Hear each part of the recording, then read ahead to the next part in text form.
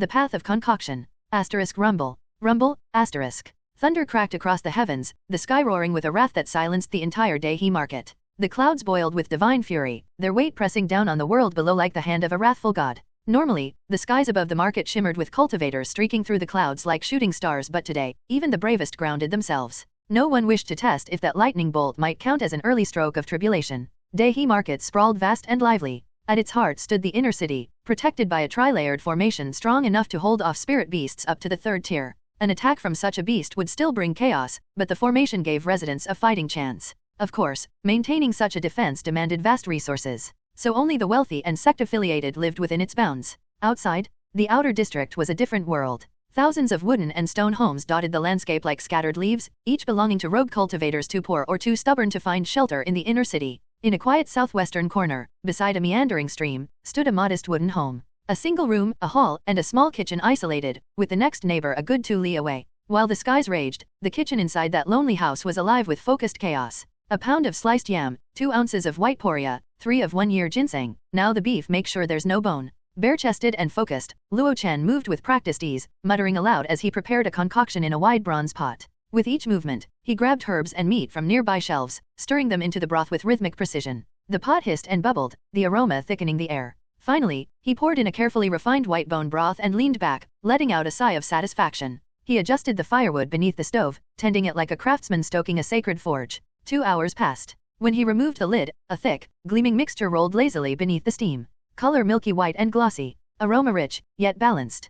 Perfect. Dipping a finger into the ladle, he tasted it. Energy essence preserved, spirit energy from the beef and herbs fully extracted. This batch is excellent. This wasn't cooking. This was alchemy. Though it might look like a hearty stew, this was a fasting concoction, a rudimentary form of the fasting pill, a staple for cultivators without time or means for real food. It was low grade, yes, but effective. Without wasting time, Luo Chen poured the steaming mixture onto a wooden slab, then spread it over a yellowed bamboo scroll. He drizzled a bit of fragrant honey over the paste and rolled it tightly. As the scroll turned, the paste solidified, taking a warm yellow hue. Working quickly, he cut and shaped the paste into thumb-sized pills, round, firm, and warm to the touch. By the time he was done, 50 fasting pills lay in neat rows. Before he could celebrate, a familiar shimmer flickered before his eyes. #### status panel. Name Luo Chen. Lifespan 27/75. Spirit roots gold, wood, water, fire, earth. Realm chi refining stage 3, 75/100. Achievement points 10.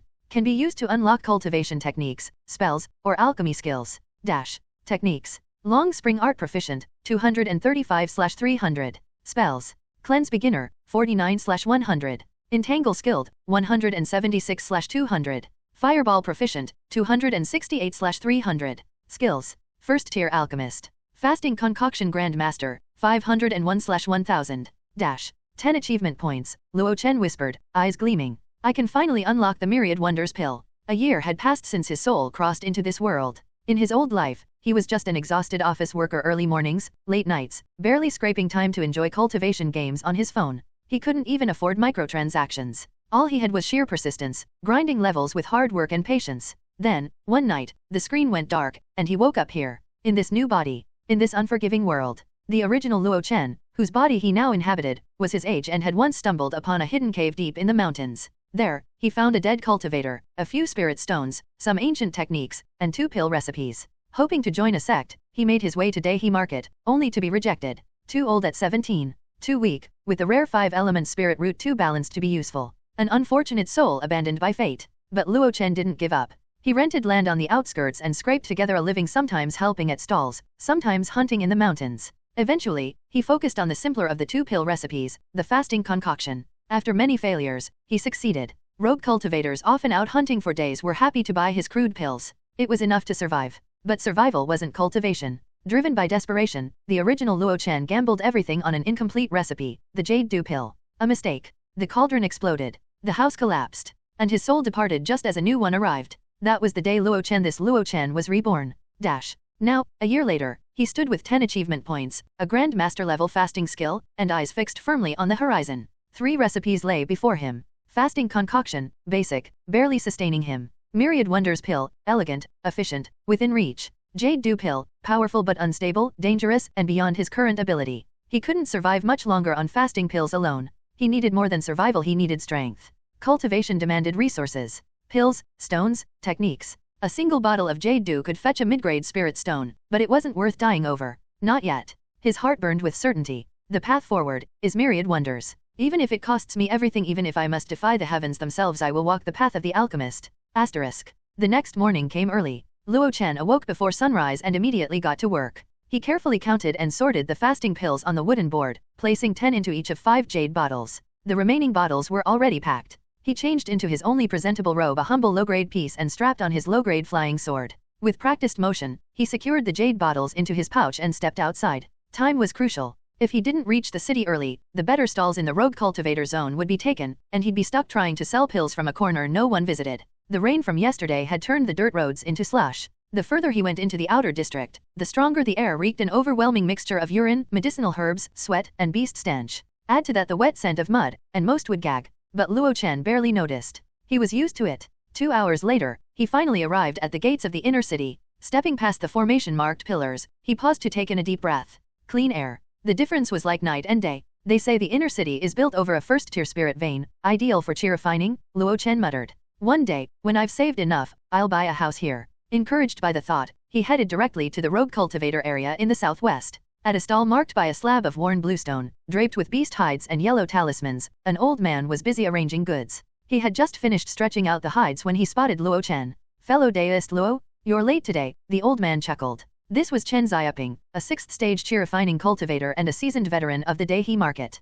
For decades, he had made a steady living selling talismans and tanning beast hides. Despite being able to afford rent in the inner city, he chose to live frugally in a wooden home in the outer district, paying just 1 low-grade spirit stone per month rather than 10. Even when it came to running a stall, Old Man Chen was meticulous. The standard fee for a vendor space was 1 spirit stone per month. Since his stall had more room than he needed, he'd offered to split it with Luo Chen half a square meter for half the price. It wasn't a bad deal. In fact, most cultivators didn't share their stalls at all, so this arrangement was mutually beneficial, though Chen Xiaoping clearly profited a bit more from it. After exchanging greetings, Luo Chen began setting up. This time, he had 20 bottles of fasting pills neatly arranged before him. Old Man Chen raised a brow. 20 bottles? You've improved again, haven't you? He had good reason to be surprised. Luo Chen usually came once every 7 days, selling around 15 or 16 bottles. But today, his output had surged. Indeed, Luo Chen had broken through. He'd spent 3 out of the last 6 days purely refining. Before, 2 batches per day was the limit, yielding 5 bottles on average.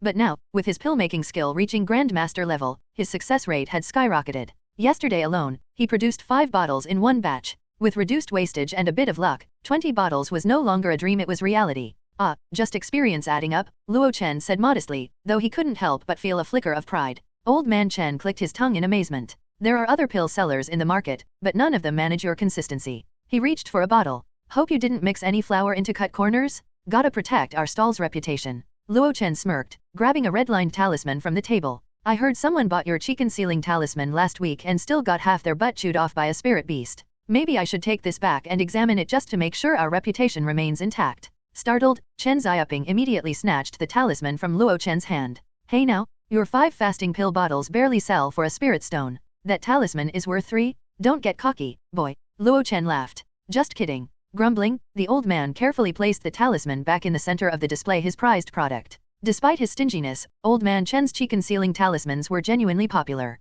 They could mask blood scent and spiritual fluctuations for up to 2 hours, vital for anyone hunting in beast-infested mountains. Though pricey, they were often lifesavers. Sometimes Luo Chen envied him. Just a few good sales a week, and the old man easily made over 100 spirit stones per month. Meanwhile, Luo Chen labored day and night, only managing 12 spirit stones on average. After deducting rent, stall fee, and living costs, he was left with barely 4 or 5 stones to his name. And that was after a full year of grinding. Still, envy didn't linger. Luo Chen knew the truth. Each of the 4 major cultivation crafts, alchemy, talisman creation, forging, and formation array design, had its own hardships. Alchemy promised high profits through volume, but it required immense effort to master each recipe. Failure was part of the process. Talisman making required meticulous precision and immense spiritual focus. One wrong stroke, and the whole talisman was wasted. Rumors also said talisman cultivators aged faster, but no one had proven it. Take Old Man Chen, for example. He looked ancient, but he was only in his 60s, technically still young in cultivation years, since chi refining cultivators could live well past 120. As for Luo Chen, talisman making was off the table. Spending his days hunched over parchment didn't suit him. Pill making, molding warm concoctions into round, glossy pills, this was where he thrived. And now, with his new Grand Master level mastery, his output had doubled. He wasn't rich yet, but the path ahead was finally visible. Soon, he'd begin his next project. He had bigger plans than fasting pills alone. As Luo Chen daydreamed about his rise, Old Man Chen tugged at his sleeve. "Oi, kid. Stop grinning. We've got customers." Hey everyone, I sincerely appreciate your support. If you enjoy my audiobooks, I would be truly grateful if you could subscribe to the channel. And if you'd like to support even further, you're welcome to become a Patreon member, where you can access audiobooks of novels as long as they are freely available on the internet. Your kindness and support mean so much. Thank you. 3 male cultivators in tight-fitting robes gathered around, bending down to look at the items on the stone slab. "Hey, a chi-concealing talisman, nice. How much for one?" "Only 5 spirit stones each. Perfect for travel or mountain hunting. In a pinch, activate this talisman, and even a thorn wolf won't catch your scent." "That expensive? Why don't you just rob us? Just say if you want it or not. Lower the price, we're heading into the mountains and we need a couple types of talismans. We could buy a whole stack from you. Didn't you bother asking around? My reputation in Dehi market, my craftsmanship in making talismans? And besides, even if I gave you a discount, do you think a beast would bite you any less when it charged at you? 3 spirit stones for the chi-concealing talisman, and we will also buy the earth spike talismans and 6 fireball talismans as well. 4 spirit stones? No less. This chi-concealing talisman is exclusive to me, and I only make one a month." The 3 male cultivators discussed briefly and decided to buy the chi-concealing talisman. After settling the deal, they turned their attention to the jade bottles in the corner. Fasting pills. Luo Chen perked up.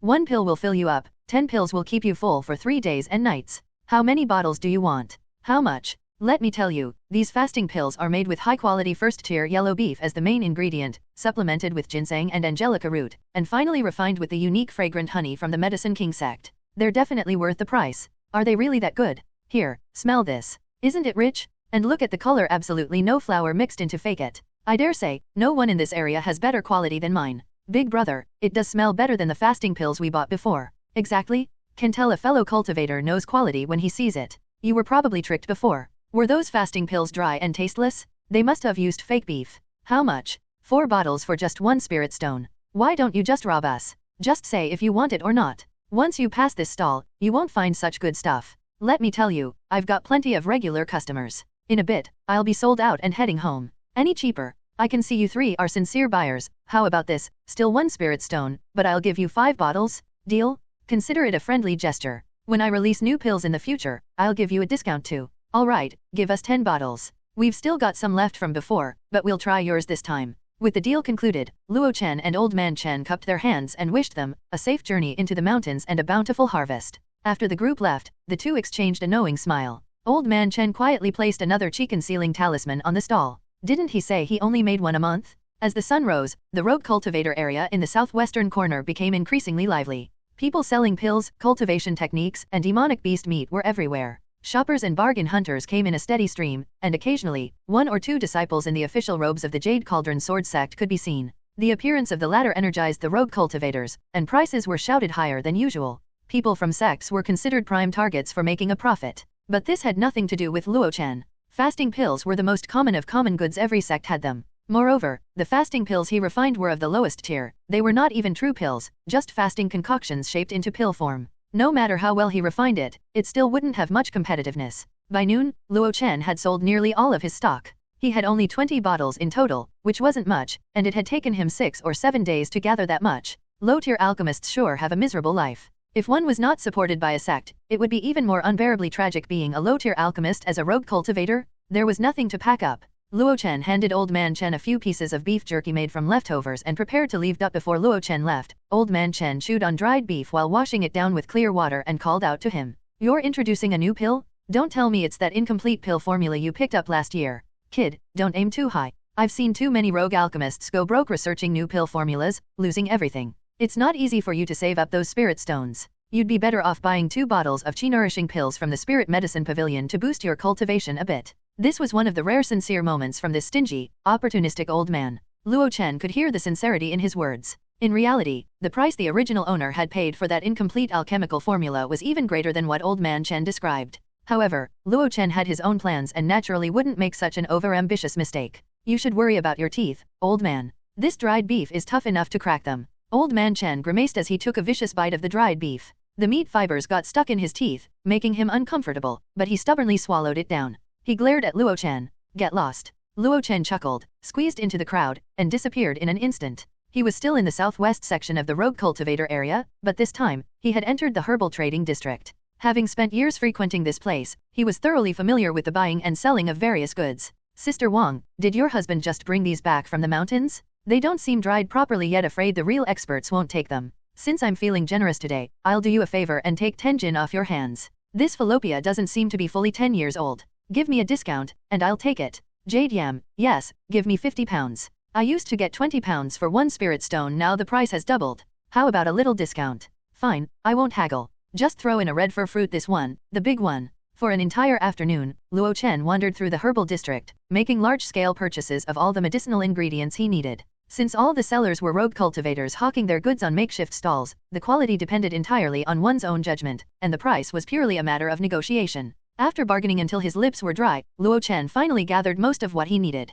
Next, he had to make a trip to the inner city's central district. The Spirit Medicine Pavilion, one of the 6 top-tier shops in Daihe Market, stood in the most prominent location in the city center. 5 stories tall, with upturned eaves, painted walls, and intricately carved railings, it was truly a breathtaking sight. However, this place only dealt in finished pills, making it far beyond Luo Chen's current spending power. His actual destination was the Hall of 100 Herbs next to the Spirit Medicine Pavilion. Rumor had it that both the Spirit Medicine Pavilion and Hall of 100 Herbs originated from the Medicine King sect, though no one knew why they operated as 2 separate businesses. Compared to the grandiosity of the Spirit Medicine Pavilion, the Hall of 100 Herbs was far more modest. A row of simple, single-story buildings stretched into the distance, appearing utterly unremarkable. Yet the moment one approached, the thick scent of medicinal herbs filled the air. Luo Chen's spirits lifted as he gently placed the large sack from his back by the entrance. The plump shopkeeper squinted at the sack, twitched his nose slightly, and then shook his head. Luo Chen didn't mind and stepped up to the counter. Senior, do you still have Conpoy and Firehound Whip? Upon hearing the names of these 2 ingredients, the plump shopkeeper's gaze turned amused. Conpoy was fairly easy to describe, with its unique taste, and people often bought it to make soup. However, the Firehound Whip had somewhat limited uses. How could such a young man need something like this? Hehe. No need to call me senior, just call me Shopkeeper Lu. How should I address you, young friend? The chubby shopkeeper asked with a smile. Hello, Shopkeeper Lu. My surname is Luo, you can call me Little Luo. Luo Chen couldn't help but act humbly. The friendly, chubby shopkeeper in front of him exuded an aura that made him feel uneasy. He had felt this kind of aura before. It was something that experts in the Foundation establishment realm naturally exuded. In front of such an expert, he naturally had to show the utmost respect. Shopkeeper Lu smiled slightly. So it's fellow Daoist Luo. I do have the 2 herbs you mentioned, but they are quite limited in quantity. Luo Chen had expected this. Daihe Market was located near the border of the eastern wilderness, deep in the vast inland region that stretched for thousands li. One of the herbs he inquired about, Conpoy, was a marine spirit herb that often had to be transported from far away. It wasn't surprising that the supply was limited, but having it at all was good enough. Can you gather 100 Conpoy? And I'll need 10 pieces of Firehound Whip. I do have that much, but it won't come cheap, Shopkeeper Lu said with a grin. When he said it wasn't cheap, he meant that it wasn't extremely expensive, but relative to Luo Chen's cultivation skills at 3rd stage of chi refining, it was.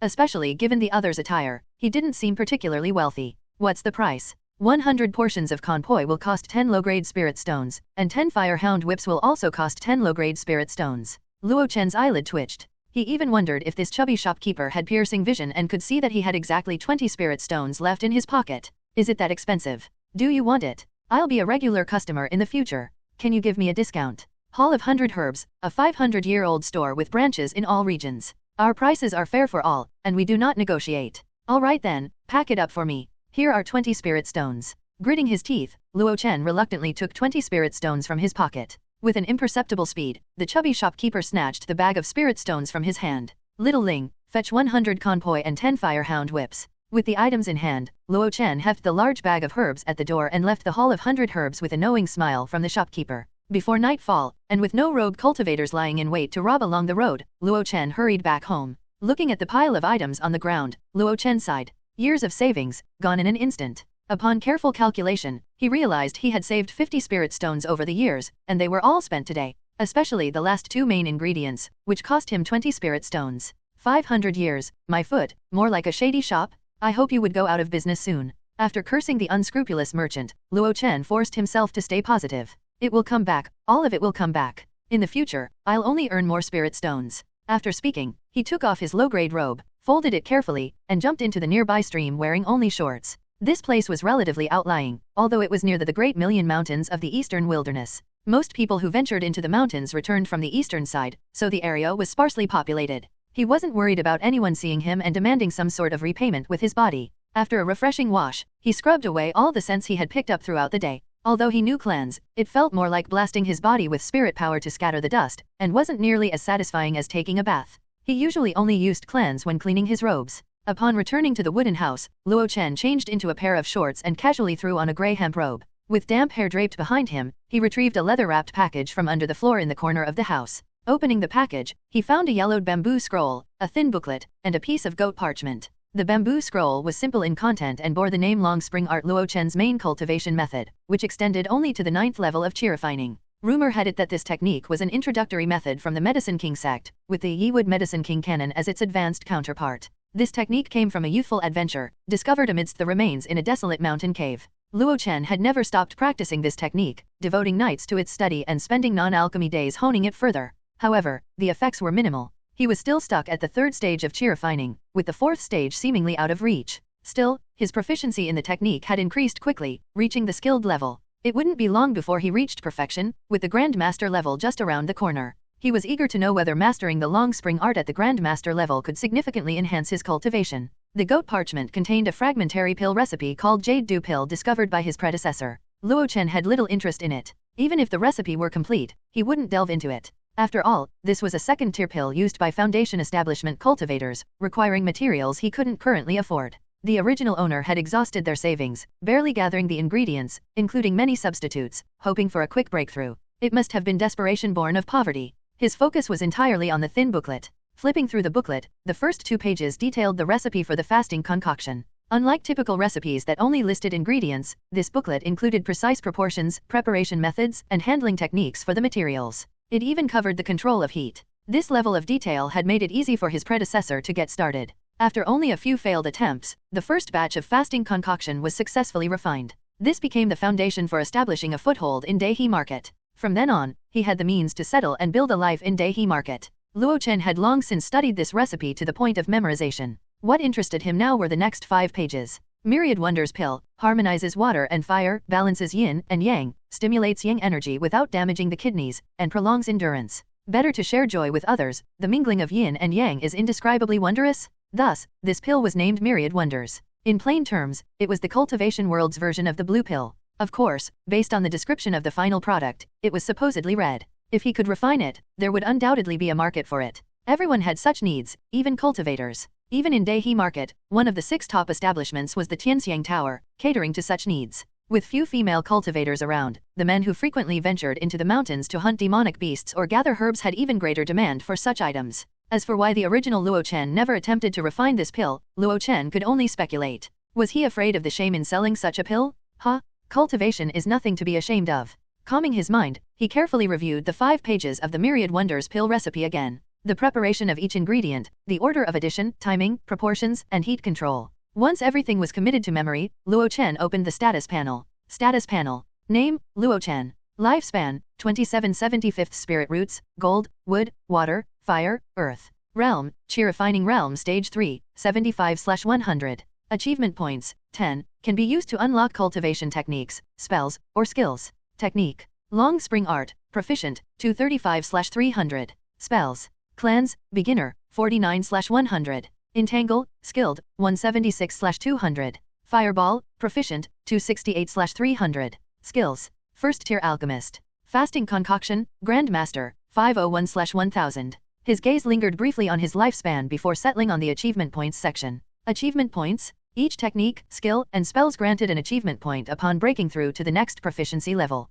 Once he collected 10 points, they could be used to unlock any technique, spell, or skill appropriate for his stage. He had only recently learned cleanse, so it was still at the beginner level. Besides, all spells consumed a significant amount of spirit power. Combined with survival pressure, most of his energy had gone into alchemy. Ultimately, his efforts paid off, and his proficiency in refining fasting concoction reached the Grandmaster level, earning him 5 achievement points. With the 2 points from Long Spring Art, 1 from Entangle, and 2 from Fireball, he had exactly 10 points. In addition, all his savings had gone into gathering enough materials for 10 attempts at refining the Myriad Wonders pill, so the choice was obvious. Success or failure, I will know tomorrow. For now, keep the blue going and give me more points. Oh, no, I mean unlock the myriad wonders pill refinement skill? Luo Chen exclaimed inwardly. With a single thought, the 10 achievement points vanished. In their place, a new label appeared on his status panel. Skills. First tier Alchemist. Fasting Concoction, Grandmaster, 501/1000. Myriad Wonders Pill, Beginner, 1/100. The next morning, before the sky had even begun to brighten, Luo Chen crawled out of bed.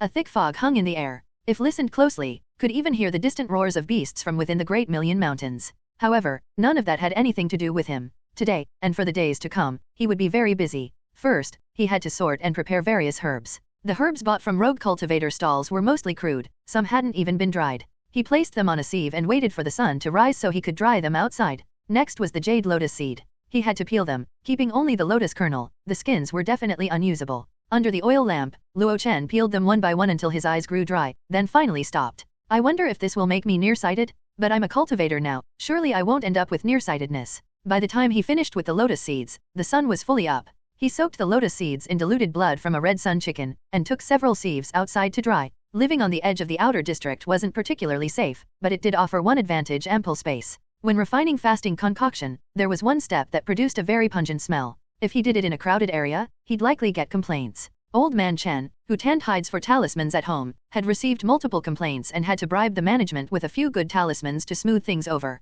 Luo Chen didn't have to worry about that. The jade yam had to be diced, with some slices set aside specifically for refining fasting concoction. Luo Chen wasn't the type to put all his eggs in one basket. In the early realm of refining the myriad wonders pills, he anticipated many failures. It was entirely possible that he would fail completely and lose everything. After all, he was only a beginner at this. In this situation, he couldn't afford to cut off his original source of income. The worst-case scenario was losing everything, but he could at least rely on the earnings from fasting concoction to sustain himself and make a comeback. By the time he finished processing the jade yam, it was already noon. It was time to eat. Feeling the hunger in his stomach, Luo Chen pursed his lips. They always said cultivators didn't need mortal grains, but the truth was, hunger still came just the same. He washed his hands and went into the kitchen. He then scooped a small bowl of glistening rice from the rice jar and poured it directly into a small pot without washing it. This was spirit rice, costing 1 spirit stone per 10 Jin 1. He couldn't bear to wash it, fearing he'd wash away some of its spirit energy. He pressed a hidden compartment beside the kitchen, and a large hole appeared in the ground. A narrow 3-chi underground storage room was revealed.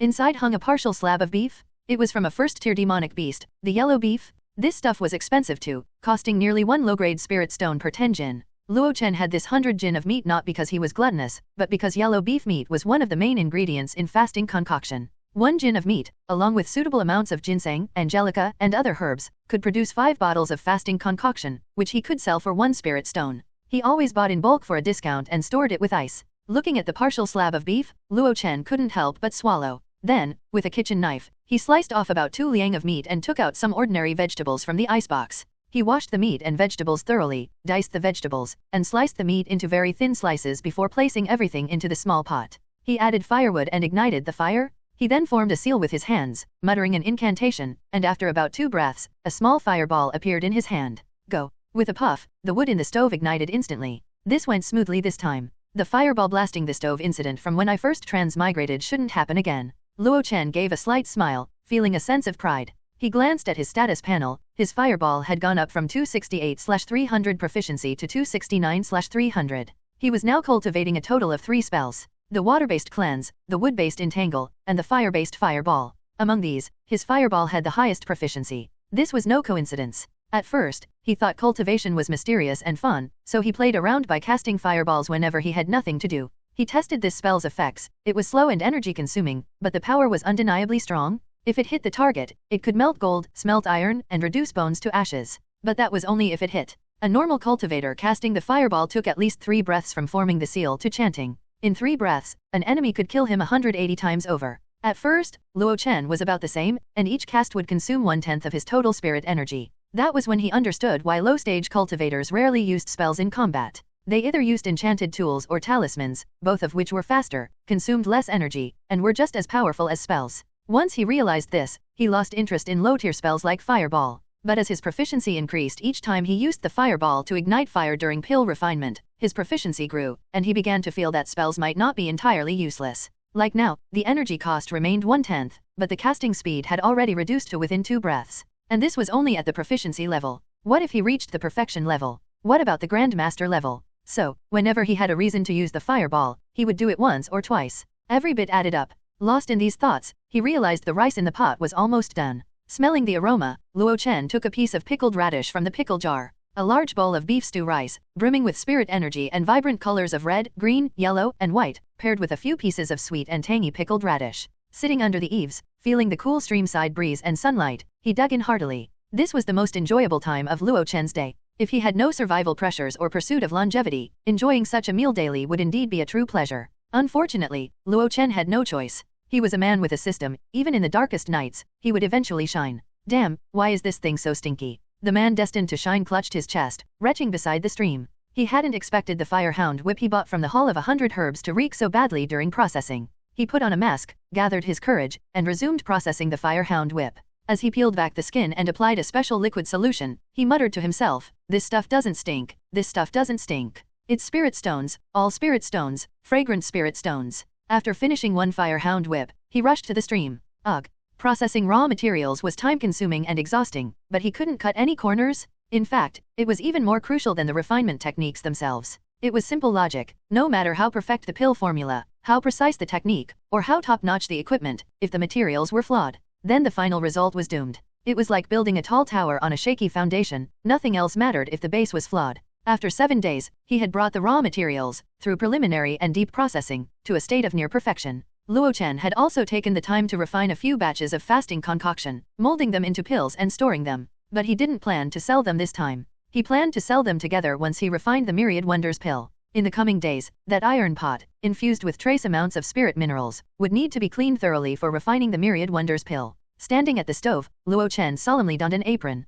He bowed to the blackened kitchen ceiling. "Holy ruler deity Guan Tu from my homeland, the heavenly lord of Dao 3, the local lord saint Alchemist 4. Grant me success in one go." The pot was ready and the fire was lit. 1 Chinese traditional units of weight, 1 Jin 500 grams, 1 Liang 50 grams, 1 Qian 5 grams. 2 A legendary martial deity revered across realms, known for his divine halberd and protection of the righteous path. 3 A deity who has comprehended the Great Dao, shaping heavenly laws and guiding cultivators toward enlightenment. 4 A master alchemical arts, celebrated for creating miraculous pills that elevate cultivation and extend life. Luo Chen's eyes turned bloodshot, and his face was ashen as he stared at the pitch-black lump in the pot and smelled the burnt scent. Pfft! I have failed. Failed again? This is the 6th pot? This was the 6th day he had been refining the Myriad Wonders pill, steadily making 1 pot per day. But the final result left him deeply hurt. There was not a single success. The best he had achieved was a pot of light red mush. He was certain the prescription stated that the final product should be deep red, redder than a patriotic heart. Looking slightly despondent, he picked up the pot and dumped the blackened lump across the stream.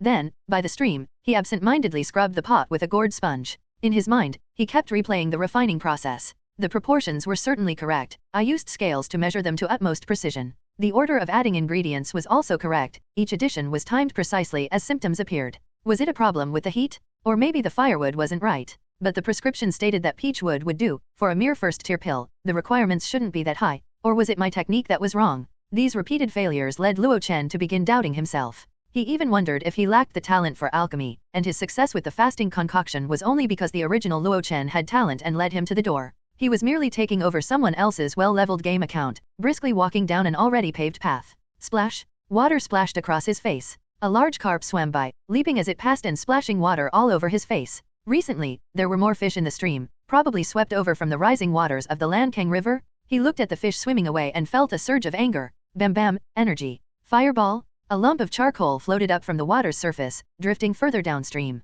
Looking down at the thoroughly cleaned iron pot in his hands, Luo Chen muttered to himself, could it be an issue with the tools? He couldn't help but show a classic wry smile. Like a web novel protagonist, he was all too aware of his dire situation in alchemy. He had no mentor to guide him and no family to support him. He didn't even have the proper alchemy tools. Others used high-quality alchemical furnaces, fueled by heavenly fire, while he simmered his ingredients in an iron pot. A good alchemical furnace cost 10 times as much as a flying sword of the same tier. Even the defensive artifacts most favored by rogue cultivators couldn't match the value of an alchemical furnace. Gathering enough ingredients for 10 portions of the Myriad Wonders pill had nearly bankrupted him. Buying a furnace was out of the question. Even the lowest grade furnace couldn't be fueled by ordinary firewood. It required first-tier spirit wood as fuel and a cultivator constantly adjusting the flame with spirit power. He couldn't afford first-tier spirit wood, nor did he have the cultivation level to adjust the flame continuously. Sometimes, he fantasized about being like the famed alchemists who could produce 10 or so pills in one go, rather than molding them by hand when the paste was scalding hot. Everyone knew that stuff was hot. Some pastes even had adverse effects on flesh. but he just didn't have the resources. After a bout of self-pity, Luo Chen put the pot back on the stove, untied his apron, and sat at the doorway. As he faced the evening sun, he gave himself 2 slaps. What's the point of thinking about all that? I've staked everything I have, even if I hit a dead end, I'll break through it. Tomorrow, I'll take a break from refining and adjust my mindset. Everyone knew the principle of how haste makes waste, but when the moment came, it often took hitting one's head repeatedly to realize impatience had taken over. With nothing to do that night, a smoldering anger churned within Luo Chen. He needed to vent. And so, fireball, fireball, fireball. The stream suffered, and the fish in it lamented their fate. 9 fully cast fireballs drained all his spirit power. After gaining 9 points of proficiency, Luo Chen returned to his room, sat cross-legged, and began practicing the long spring art technique. 1 full circulation of energy restored 1/5 of his spirit power. Another circulation restored another 1/5. Yes, that would do. For low-tier cultivators, their physical bodies and souls hadn't transformed. 2 or 3 rounds of practice a night was about the limit. He drifted off to sleep for the rest of the night. The next day, he awoke with less than half his spirit power restored. This limited amount of spirit power was the real reason he couldn't push his proficiency to break through and earn achievement points. Practicing fireball all day required 5 days to recover. Even the low-energy cleansing technique required sufficient time to restore. Luo Chen didn't live in a particularly safe area, so he always needed to keep some enchanting power reserved for escape. When he woke up, he felt a little fearful. He had truly gone crazy last night, exhausting all his spirit power. If a demonic beast had wandered over, he would have had little ability to resist. I can't do that again. Remember, remember. Muttering to himself, he sat cross-legged and completed a round of long spring art technique. His spirit power restored another 1/5. Then, he opened his status panel. Status panel. Name, Luo Chen. Lifespan, 2775 spirit roots, gold, wood, water, fire, earth. Realm, Chi refining realm stage 3, 75/100. Achievement points, 1, can be used to unlock cultivation techniques, spells, or skills. Technique. Long spring art, proficient, 249/300. Spells. Cleanse, beginner, 51/100. Entangle, skilled, 176/200.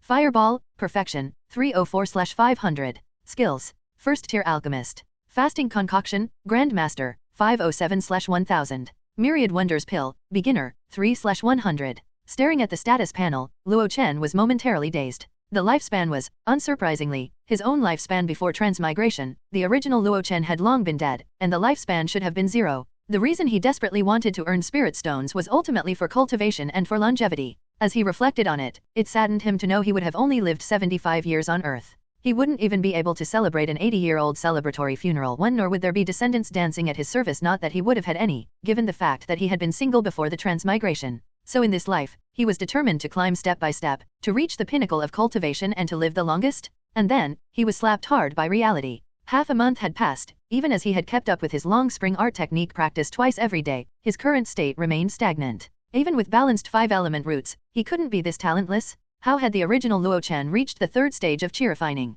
The deceased owner couldn't have left him a stash of Chi nourishing pills? After the sting of reality came the gratitude for transmigrator benefits. His proficiency in the long spring art technique had increased by 26 points, though he didn't feel much of a difference. In the spells section, Cleanse had gained 2 points, once for cleaning his robes, and once for scrubbing the iron pot clean of the fasting concoction's remnants. Entangle hadn't changed much, and he didn't plan to use blue-silver vines to leap stages and take on a golden core cultivator. As for Fireball, with the maximum of 2 casts per day, plus last night's indulgence, its proficiency had surged by 36 points. Now it had surged past the proficiency level to perfection level, which granted him a breakthrough achievement point. Hehe, what would a perfection level Fireball technique feel like? But with his spirit power not yet fully restored, he suppressed his excitement, along with his eager hands. Thinking this, Luo Chen closed the status panel. But just before he closed it, his eyes lingered on the achievement points, and he blinked, hurriedly reopening the panel. Wait. Skills. First tier alchemist. Fasting concoction, grandmaster, 507/1000.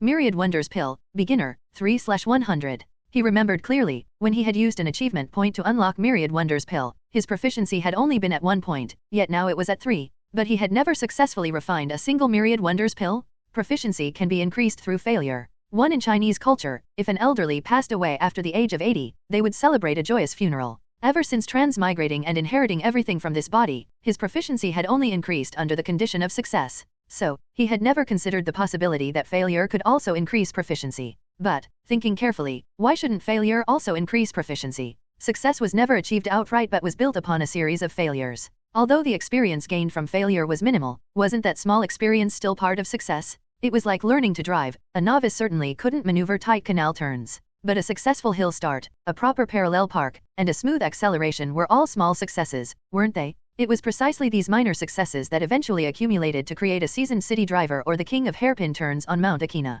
And there was one more thing. It wasn't as though he had never had complete success. He did have one. The system achievement point had helped him directly reach beginner, which effectively represented one successful experience. Why was it that only sects and cultivation families could support official alchemists, while rogue alchemists were so rare? The reason was actually quite simple. The initial investment was just too great. It was to the extent that an alchemy apprentice would repeatedly fail without seeing any hope of success. With the significant early stage costs, the rogue cultivators had no choice but to give up. But individuals with sects and families were different. They had the financial resources to support this constant early stage failure. As long as an alchemy apprentice succeeded once, that one experience would make future successes a natural outcome. This was why those who succeeded always continued to succeed. As for Luo Chen, he actually had a force backing him up, allowing him to skip the early investment phase of failures and go directly to beginner. And besides, this system was far more powerful than any sect or family. Some people truly lacked talent, but if Luo Chen could reach beginner level, it meant he did have some talent. Of course, this beginner level relied on the achievement points earned by leveling up each skill proficiency.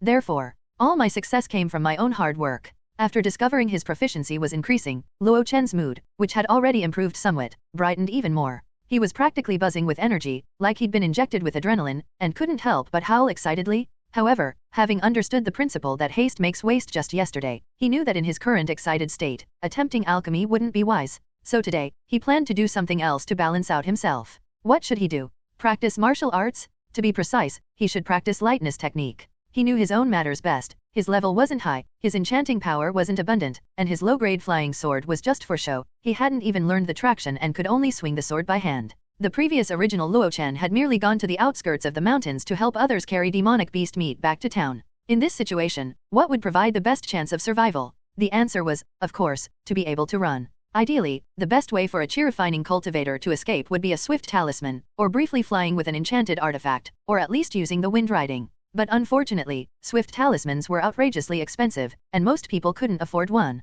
The enchanted artifact demanded the use of traction in perfect harmony, yet its effect was not even as good as the wind riding. However, Luo Chen could not afford the common skill of wind riding, as one manual alone cost tens of low-grade spirit stones. And so, he could only set his sight on the lightness skill of secular martial arts. Although it was only mortal-grade martial arts, it wasn't without its uses, especially since it didn't rely on spirit power. Luo Chen didn't have much spirit power to begin with, and low-tier rogue cultivators weren't much better off. Many times, battles for them had simply involved standing in one spot and attacking. So lightness skills that didn't consume spirit power still had their uses. Sitting at the doorway, he unfolded a lightness skill manual that he bought from the market for 10 liang won of gold. The Carefree Wander. What an impressive name. Luo Chen exclaimed inwardly. The introduction of the manual was equally impressive. Ride the natural balance of heaven and earth, harness the 6 energies, and wander the infinite. Of course, it was really just the founder's grand fantasy. After carefully reading it a few times, Luo Chen decided to try it out, not with his hands, but his feet. This was not a combat-oriented lightness skill with peculiar footwork, but rather a travel-style skill, focused on borrowing and releasing force, adjusting body posture at high speed, and coordinating with rhythmic breathing to achieve fast, long-distance running. At first, Luo Chen felt a bit awkward with it. All that talk about borrowing and releasing force sounded rather suspicious. What did it mean to harness the 6 energies? But after running all morning on the plain across the stream, he started to gain some insight and began muttering to himself as he practiced. When the wind is strong, adjust your posture, shift with the wind, and don't go against it. If there's a branch or a slope, use it to leap. When landing, either release the force to land lightly or use it to rebound and accelerate. Keep your breathing rhythm steady, stay calm, and although it may not be carefree, strive to do your best with a steady heart. Hey, I've got to say, this lightness skill really has the right feel to it. When Luo Chen stopped for lunch, he glanced at his proficiency panel. In the spells section, a new entry appeared: Carefree Wander, Beginner, 13/100. Holding a large bowl, Luo Chen chuckled and muttered to himself again, I've reached the beginner level, and my proficiency is increasing quickly. Cultivation is like a turtle's crawl, while martial arts soar like a rock. I must be a 1 in a million martial arts genius. Unfortunately, martial arts couldn't grant longevity, otherwise, Luo Chen would have considered becoming a martial sage. In the afternoon, he practiced the Carefree Wander for another half-day, becoming more adept as his proficiency steadily rose. During a break, Luo Chen reflected and attributed his progress to his current physical strength. With spirit rice and demonic beast meat every day, and the long spring art circulating his spirit energy, even if he were a pig, he'd be a spirit pig. With a stronger physique, wouldn't he naturally have better control over his body? It was like those basketball stars in his previous world. Did you think they achieved greatness purely through skill? No, first, they had to have a body full of talent. Even those considered less talented among the stars had bodies stronger than most professional players. His physical strength was now strong enough that using a body training manual wasn't an extraordinary feat, it was merely a way to develop his body's natural potential. In the evening, Luo Chen soaked in a 1-meter deep stream, digging up a pile of yellow mud. Then, relying on memory, he molded a clay figurine. Phoenix eyes, arched brows, dignified and imposing, any art school girl would have praised his skill. Holy ruler deity Guan, just wait, I'll stick a beard on you tonight and carve you a green dragon crescent blade. While he muttered to himself, a few beastly roars echoed from the forest several li away on the plains. Then, several streaks of light shot out of the forest with a swoosh. Luo Chen quickly stood up in alert, went back into the house, grabbed his enchanted sword, and shut the door tightly. On the plain across the stream, those streaks of light had already landed among the weeds, gazing into the depths of the mountains. 1 a unit of weight equal to 50 grams, modern, or 1/16 of a caddy, old. Why have the frost wolf packs started coming to the outer regions recently? Such bad luck? We managed to hunt down 2 first-tier demonic beasts but didn't even have time to carve them up and put them in our storage bags. Maybe it's that time of the year when the wolves battle for the title of Wolf King over in the Howling Moon Mountains. I heard that hundreds of years ago, many wolf packs fled to the outer regions to avoid the chaos. Forget it, let's head back to the market and take a break. It's been exhausting lately. Yeah, as long as no one's hurt. These were a few short sentences, filled with frustration but also the relief of having survived. A few cultivators walked from the plains toward the center of the market, pausing briefly as they passed Luo Chen's house. Then a clear, straightforward female voice called out, "Fellow cultivator, things aren't very safe around here lately.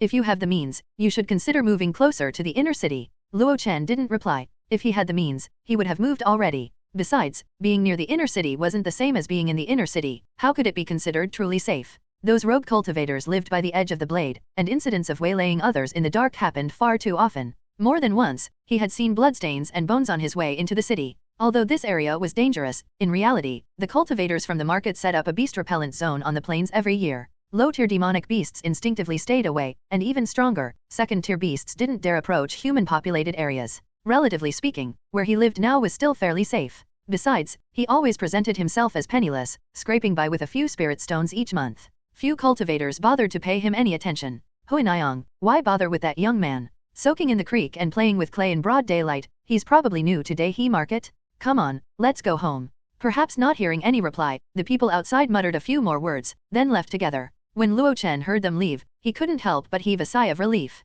Compared to demonic beasts, he feared human cultivators more. But that woman, Yin-Yang, had a point. Times change, and if something really was happening in the Howling Moon Mountains, this southwestern area being the closest could indeed be dangerous. My mood is steady enough now, not too tense or relaxed. Tomorrow, I'll officially start alchemy. This time, it will definitely succeed. After a full day and night of rest, both his body and mind were in peak condition. At dawn, after practicing the long spring art, Luo Chen put on a dusty gray apron and walked to the kitchen window. A clay figure with a long beard and holding a wooden sword stood there, with phoenix eyes, arched brows, and a bit of red on its cheeks. Holy ruler deity Guan, please bless me with success. In a calm and composed manner, he opened the pot, added water, stoked the fire, and lit it with the fireball. He simmered the secondary ingredients, then roasted the minerals, added broth, and in sequence, added falopia, jade yam, firehound whip, and more. After simmering for about 6 hours, he added the final water-based spirit ingredient, kanpoi, to balance yin and yang. Throughout, he adjusted the heat, alternating between high and low. He waited another 4 hours before he opened the pot. A pot of light red paste wobbled inside. When he poked it with a fresh wooden spoon, it jiggled like jelly. This feels quite bouncy, but it is still a failure. According to the alchemical recipe, the final product should be deep red. Only then would the Myriad Wonders pill have maximum potency. Even though Luo Chen had failed, he wasn't too disheartened. It was clear that this batch was already very close to success. At least it had solidified well and reached a springy texture. For cultivators, if someone wasn't afraid of medicinal toxicity, eating this whole pot might actually have some effect. Of course, the side effects would certainly be severe. So Luo Chen didn't plan to sell it, doing so would likely get him beaten up. He tasted a tiny bit to confirm the potency difference, reviewed the process in his mind, he nodded, and then dumped the residue across the stream. That night was the usual cultivation, then sleep. The next day, he dutifully worshipped Holy Ruler Deity Guan before he started alchemy. It was another failure. On the third day, he worshipped Holy Ruler Deity Guan again and resumed alchemy. Success? Yes, a success. Luo Chen exclaimed inwardly. Looking at the large pot of vibrant red jelly, Luo Chen felt a sense of hard-earned triumph, and his eyes couldn't help but moisten. Wasted 8 sets of ingredients, that's about 40 spirit stones lost. And if I subtract the 40 fasting concoctions I could have made in those 8 days, that's another 8 spirit stones. Ugh, I nearly lost everything I had, Luo Chen said to himself as he hurriedly scooped out all the paste, ignoring the heat, and cut it into chunks with a bamboo knife, shaping each piece into a round ball. This would be complete after a night of drying. He still had one set of ingredients left, so he could try again tomorrow. The next morning, Luo Chen eagerly went to the kitchen alchemy table. Sure enough, the 10 round balls had shrunk to the size of longans. The moisture had evaporated, leaving only the essence behind. Just one of these could make a man feel invincible. He cherished them in his hands and carefully placed the small red pills into a jade bottle before he worshipped Holy Ruler Deity Guan once more. Holy Ruler Deity Guan, you have a kind heart. Even though I transmigrated, you still watch over me. When I make it big, I'll build you a temple and cast you a golden statue. After finishing his worship, Luo Chen donned his apron and clenched his fist tightly. As expected, I'm a natural-born alchemy genius. I'll definitely become famous someday. I've even thought of a nickname, the alchemy god of the eastern wilderness. Just as impressive as the saint alchemist of the central state. After a bit of self-encouragement, Luo Chen got busy once more. In the smoky, fiery kitchen, a hot yet joyful atmosphere filled the room. But as the bright sunlight streamed in, what greeted him was a face with no expression. Hehe, everyone makes mistakes, even the best. The saint alchemist blew up his furnace when refining first-tier pills as a kid. Next time for sure it'll definitely work. He said that, but Luo Chen still felt a pang of pain. This batch of ingredients alone cost 5 spirit stones? He was losing so much? No, I have to sell this one bottle of Myriad Wonders pills at a high price, or I won't even break even. Dawn was breaking. The world seemed shrouded in a white misty veil, and the Great Million Mountains looked like a giant maw of an abyss, wide open and waiting for Day-He Market. A young man in a faded, low-grade robe ran like the wind through the muddy shanty district of rogue cultivators. A female cultivator emptying a chamber pot in the morning couldn't help but laugh and curse as she saw him. Running fast? Huh, kid. Looks like there's a dog chasing you. Luo Chen was indeed very fast. He seemed to truly have some connection with martial arts. In just a few days, he had raised his skills in the carefree wander from beginner to skilled. Not only did it grant him an achievement point, but it also doubled his speed. Before, he could barely run 100 meters in 9 seconds. Now, with a few strides, he covered more than 100 meters. It used to take an hour and a half to walk to the city gate, and running would take at least 30 or 40 minutes, but today, he made it there in just 20 minutes. Luo Chen hadn't experienced the wind control seal, but he felt that the carefree wander wasn't bad. And he was only at the skilled level. There were still proficient, perfection, and grandmaster levels ahead. There was great potential to unlock. When he arrived at the southwestern rogue cultivator area, it was still dark, and this time, old man Chen Xiaoping wasn't there before him. In the large area designated for stalls, only a few people were set up. Luo Chen glanced around and didn't set out his pills immediately but instead wandered over to a stall. Brother Wang, you're here pretty early. Wang Yuan glanced at him but didn't respond. Luo Chen chuckled without embarrassment and squatted down to leaf through the books. Wang Yuan called out, 5 essential spells for the chi-refining realm, don't touch it, it costs money. How much? 2 mid-tier spirit stones. Why don't you just rob? I did rob someone for it. Forget I said anything. Wang Yuan was at the 7th stage of chi-refining, the kind of knife-edge rogue Luo Chen often muttered about, known for village brawls and roadside robbery. Luo Chen couldn't afford to offend him, and Wang Yuan didn't think much of him either. They only exchanged a few words when setting up their stalls. Back when Wang Yuan was down on his luck and forced to hunt in the ancient plains, Luo Chen had given him a few fasting pills on credit. So, in a way, they did share a bit of history. Don't touch that one either. It contains an insidious dark technique. Hey, your hands are really itchy? Watch out, or I'll rob you as soon as you leave the inner city. Here, you can look at this one. If you want to buy it, I'll give you half off 5 spirit stones. If he could read it for free, why buy it? Even if he had money, he wouldn't waste it like that. Luo Chen eagerly picked up the scenes of the 6 domains and started reading it with great interest. He ended up reading for 2 hours. Only when the market got busier did Luo Chen reluctantly put down the book. Brother Wang, I'll be going now. Here's a bag of mala beef jerky for you, have some as a snack. Wang Yuan glared at him. Get lost. He looked at the bag of beef jerky, swallowing a barely noticeable gulp, then shifted uncomfortably. Back at his slate stall, Old Man Chen was already setting out talisman paper and talismans. Seeing Old Man Chen, Luo Chen asked, Uncle Chen, do you know about the crane among the clouds? Old Man Chen would always blow on his beard and say, if you need anything, call me Uncle Chen. Otherwise, just call me fellow Daoist Chen, before happily sharing his favorite gossip. It was a habit of his. Despite his cheerful demeanor, he was notoriously stingy, always looking to take advantage and never losing out in a deal. Even Luo Chen, a mere 3rd-stage chi-refining novice, had to split the stall fees with him. The only thing he was ever willing to share for free was his 60-plus years of experience. Crane among the clouds? You mean Adept Yunhe 1, right? If you ask most people, they probably wouldn't know, but I know a thing or two. The Eastern Wilderness has 36 domains, and ours is located in the farthest east, near the Great Million Mountains. So, the 6 domains in this area are collectively known as the 6 domains of the Far East. Each major domain has countless sects, but only the major sects that have produced a nascent soul sage can have their name attached to the domain. Adept Yunhe is from the Hehuan Tu domain, and his sect, the Hehuan sect, is the strongest in the domain.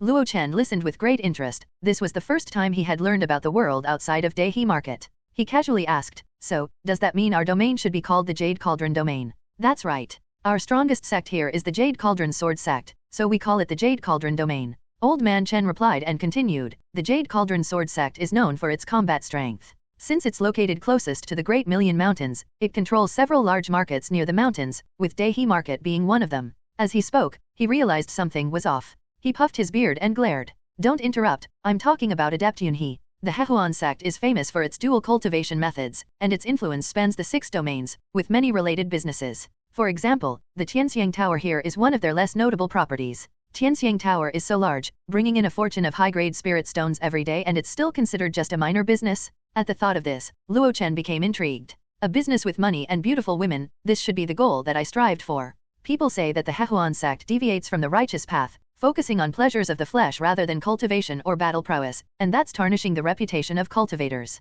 But 300 years ago, something extraordinary happened. Luo Chen slapped his hand. "It's Adept Yunhe, right?" "Yes, Adept Yunhe. A golden core cultivator should always be addressed as Adept." Old Man Chen scolded him, then continued, "Adept Yunhe practiced the Hehuan sect's core cultivation methods, pushing them to their highest level. Not only was he extraordinarily graceful, but his battle prowess was unmatched. When the Jade Cauldron domain was established, although the Jade Cauldron Sword sect led the charge, the other 5 domains also sent many experts, and Adept Yunhe was one of them. At that time, he was just a low-profile early-stage golden core cultivator. But in that battle, he captured a 4th-tier demonic beast while still at the early golden core realm. Do you know what a 4th-tier demonic beast means?" Luo Chen's eyes widened, like a cow's. Then he sucked in a sharp breath, making a huge contribution to global warming. Then he swallowed, making a loud gulp. Finally, he exhaled deeply, as if the very air would lower the cultivation stage of any cultivator who breathed it in, and answered, "A 4th-tier demonic beast is on par with a nascent soul sage." Old Man Chen appeared rather pleased with Luo Chen's intense reaction. He stroked his beard, as if he were the one who had captured the 4th-tier demonic beast, and responded, "That's right, you do have some knowledge. A 4th-tier demonic beast, also known as the Beast Emperor, has battle power above even a nascent soul sage of the same tier." Luo Chen asked in confusion, "Isn't it said that challenging higher tiers is extremely difficult? How could Adept Yunhe, an early-stage golden core cultivator, achieve such a glorious result?" "The reason is something we juniors can't know. Some say he took advantage of the Beast Emperor's weakened tribulation stage, while others say a sage from the Hehuan sect helped him. But in the end, Adept Yunhe became famous after that battle, with the Beast Emperor as his war trophy, earning him the title of Adept Yunhe." At this point, Old Man Chen raised his hand and pointed toward a pink, embroidered building in the inner city center. The Far East 6 domains are filled with industries, with wealthy sects like the Medicine King sect only managing to open shops in 4 of the domains. Only the Hehuan sect has spread its industries across all 6 domains, and even in our most outlying Dehe market, there's a Tianxiang Tower with nightly performances. Adept Yunhe's influence can be seen, to some extent, in every one of them. Adept Yunhe, the most powerful cultivator below the level of nascent soul. A great title, a great story. Luo Chen couldn't help but give a grateful glance to Wang Yuan at the stall in the distance and thought that scenes of the 6 domains was definitely worth it. "When I have the money, I'll buy it and study it thoroughly." Cough, cough, "Young man Luo, you've made me a bit dry-mouthed. How about a piece of beef jerky to quench my thirst?" Luo Chen ignored him and set out all the pills. "Fellow Daoist Chen, it's time to earn resources for cultivation. With time, you and I might even earn the title of Adept." Chen Xiaoping's eyes widened, and his white beard shook in anger. Taking advantage of his height, Luo Chen patted Old Man Chen's shoulder. "I just hope that when we meet again as Golden Core cultivators, calling each other fellow Daoist won't feel so bitter." Old Man Chen cursed loudly, "Get lost? I'm 65, to hell with the Golden Core dream." He then took a deep breath, trying to calm down. If he got angry, no one would be there to replace him when his health faltered.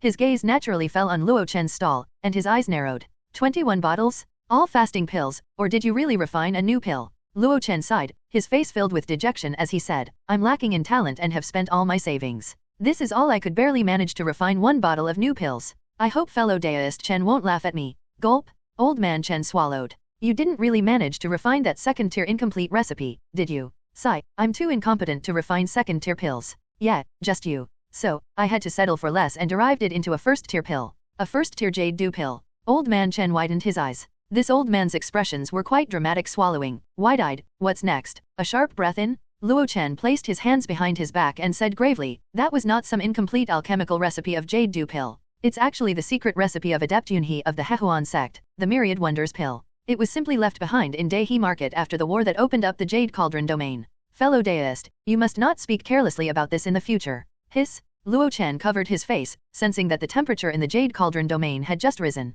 In fact, the temperature did rise, because the sun had come out. The sun was out, and naturally, the flow of customers increased. Many cultivators enjoyed browsing the rogue cultivator area. After all, everyone wanted to find high-quality, affordable resources or hoped to pick up a bargain. As always, Old Man Chen's business was the first to open. He had set up shop here for many years. Although he was tight-fisted, his reputation was excellent. Not only did others buy talismans from him, but some colleagues who were too lazy to make their own also bought talisman paper from him to draw symbols themselves. When Old Man Chen's business started, it meant Luo Chen's business was about to open too. Fasting pills. The color and aroma are fine, and it has decent spirit energy stored in it. A high-quality product? How much? The buyer casually picked up 5 bottles and tossed Luo Chen a low-grade spirit stone. 5 bottles with 50 fasting pills, 1 pill enough to sustain a meal, and with careful use, it could last for 50 days. Of course, that was in extreme cases. Normally, it would support someone for about half a month without eating. However, the taste wasn't great, and it wasn't beneficial for cultivators' training. Unless one was really poor, in closed-door cultivation, or out hunting for herbs, no one really used it as a meal substitute. After buying the fasting pills, the plump cultivator was about to leave, but unexpectedly, Luo Chen stopped him and said, "Fellow deist, would you be interested in learning about the Myriad Wonders pill?" 1. Yunhe is the combination of the characters Yun, which means cloud, and He, which means crane. 2. Hehuan can refer to intimacy between a couple, often with a romantic or sensual connotation. In fact, there is a type of pill called the Hehuan pill, which is an aphrodisiac drug. Zheng Wen, a 9th-stage qi refining cultivator and a longtime resident of the inner city. He had once hoped to advance to the foundation establishment stage, but unfortunately, after a fight years ago, he damaged his foundation, and could never hope to establish a base in this lifetime. Though his foundation was ruined, his battle prowess remained, and he was still in the prime of his life, so he rarely lacked the means to cover his expenses. Even if he had no spirit stones left, he could always make a trip into the Great Million Mountains. As long as he didn't enter the inner regions and stuck to the outer areas, killing a few first-tier demonic beasts would be enough to earn him plenty of spirit stones. What would he use the money for? Of course, it was for food, wine, and beautiful women. Lately, he had been feeling the pinch and planned to take a trip into the mountains. So, he stopped by a roadside stall to buy a few talismans, some pills, and a couple of useful enchanted artifacts. It had to be said that going into the mountains had the potential for great profit, but losses were equally significant. The demonic beasts were particularly rough, with tough hides and thick flesh, which often made it easy for them to damage his enchanted artifacts. Not like the beauties from Tianxiang Tower, who always polished his enchanted artifacts to a gleaming shine. But today, his luck was good. He managed to get a chi-concealing talisman, and fasting pills from that kid next to Old Man Chen, which he had previously ignored, now seemed to be of better quality than those from the Spirit Herb Pavilion. So, he bought 5 bottles, planning to test their effects. Just as he was about to leave, the kid called out to him. "Fellow deist, would you be interested in learning about the Myriad Wonders pill?" "The Myriad Wonders pill? What's that?" Luo Chen whispered softly, "The Dao that can be spoken is not the eternal Dao, the name that can be named is not the eternal name. The nameless is the beginning of heaven and earth, and the name is the mother of all things." The chubby cultivator, Zheng Wen, was a bit confused. "What does this mean?" he thought. "Are you trying to play tongue twisters with me?" Luo Chen took a deep breath and said in a serious tone, as if imparting a profound law, "Therefore, one must be free from desires to observe its wonders, and be full of desires to observe its limits. These two arise from the same source but have different names, both are called the mysterious of the mysterious, the gateway to all wonders." After speaking, he stared at Zheng Wen. "Fellow deist, do you understand the meaning of these words?" Zheng Wen hesitated, nodded, then shook his head. "I don't understand, but it sounds very impressive." Luo Chen couldn't help but give a thumbs up. As expected of a great cultivator at the 9th stage of qi refining, who could discern the depth of it after hearing it just once. Zheng Wen blinked. "Is that so? That makes sense. This kid is only at the 3rd stage of qi refining. How would he understand those profound words?" Zheng Wen thought. "But what does this have to do with the Myriad Wonders pill you mentioned?" Luo Chen pursed his lips and continued softly, "Fellow deist, do you know the story of the great figure of Hehuan, Mr. Yunhe?" "Oh, you mean Adept Yunhe, right?" "No, it's Crane among the clouds." The title of Adept should not be spoken lightly or disrespected. We may simply refer to him as Crane among the clouds. Understood. Continue. Then, as you surely know, Adept Yunhe practiced the core techniques of the Hehuan sect, pushing them to the highest level, and with his early golden core realm cultivation, he was able to overpower the 4th-tier beast king. Zheng Wen nodded. Who doesn't know about this? As someone who frequented Tianxiang Tower, he was especially familiar with this story. During his chats with the ladies at the tower, he often overheard similar exchanges. "Where are you from?" "From the Hehuan sect's outer sect." I know that sect. There is a adept Yunhe in that sect, right? He's amazing, said to be the #1 below nascent soul. It's a shame, though. He's powerful, but the Hehuan sect is such a terrible place. The girls there are trapped. Why don't they leave sooner? Conversations like these, where emotions run deep, often led to lamenting the difficulty of cultivation. Luo Chen had no idea that this elder had such a rich inner monologue, and continued with his script. With a golden core body, he overpowered the 4th-tier beast emperor. His achievements are truly magnificent, and from this, it's clear he must have comprehended some earth-shattering divine powers from the Hehuan sect's core techniques. Zheng Wen shook his head and sighed as he responded with a melancholic tone. Yes, I, Zheng Wen, also wish I could have witnessed such magnificence, but sadly, I was born 200 years too late. Although you couldn't witness Adept Yunhe's grandeur back then, you can still sense a part of it. Oh? How so? The profound words I just spoke, which seem so mysteriously powerful, are said to be one of Adept Yunhe's insights. Is that true? I'm not sure if it's true, but many years ago, I collected a fragmentary alchemical recipe from the market, said to be from the Skyblade Peak. Zheng Wen's eyes widened, and his lips trembled as he said, but that's where the 4th-tier demonic crane emperor's nest was located. Perhaps? Unfortunately, the recipe was too incomplete, and after a quick glance, it vanished into thin air. In my haste, I only managed to memorize a small part and used that to research a 1st-tier pill. Luo Chen seemed a little downcast, his face betraying a sense of regret. Zheng Wen was a bit excited. If it's true, even if it's just the basics, it must be extraordinary. What effects does the Myriad Wonders pill have? Luo Chen tilted his head slightly, his face showing some shyness. To be honest, the Myriad Wonders pill doesn't have any grand effects. It only has a slight ability to invigorate and strengthen the body, helping to reinforce the foundation and improve vitality. It can boost energy and reinforce the foundation. Is there such a miraculous pill in the world? Recently, he had been feeling increasingly exhausted from his battles. Zheng Wen felt as though he had found a life-changing pill. Although he had no hope of foundation establishment, perhaps the Myriad Wonders pill would be his hope for the future. Is this it? Zheng Wen pointed to the most distinguished and exquisitely crafted jade bottle at the back of the stall. Luo Chen nodded. I am inexperienced and have used all I know to refine just one bottle. If a fellow deist wishes to experience a glimpse of Adept Yunhe's insights, I am willing to sell it to you at a low price.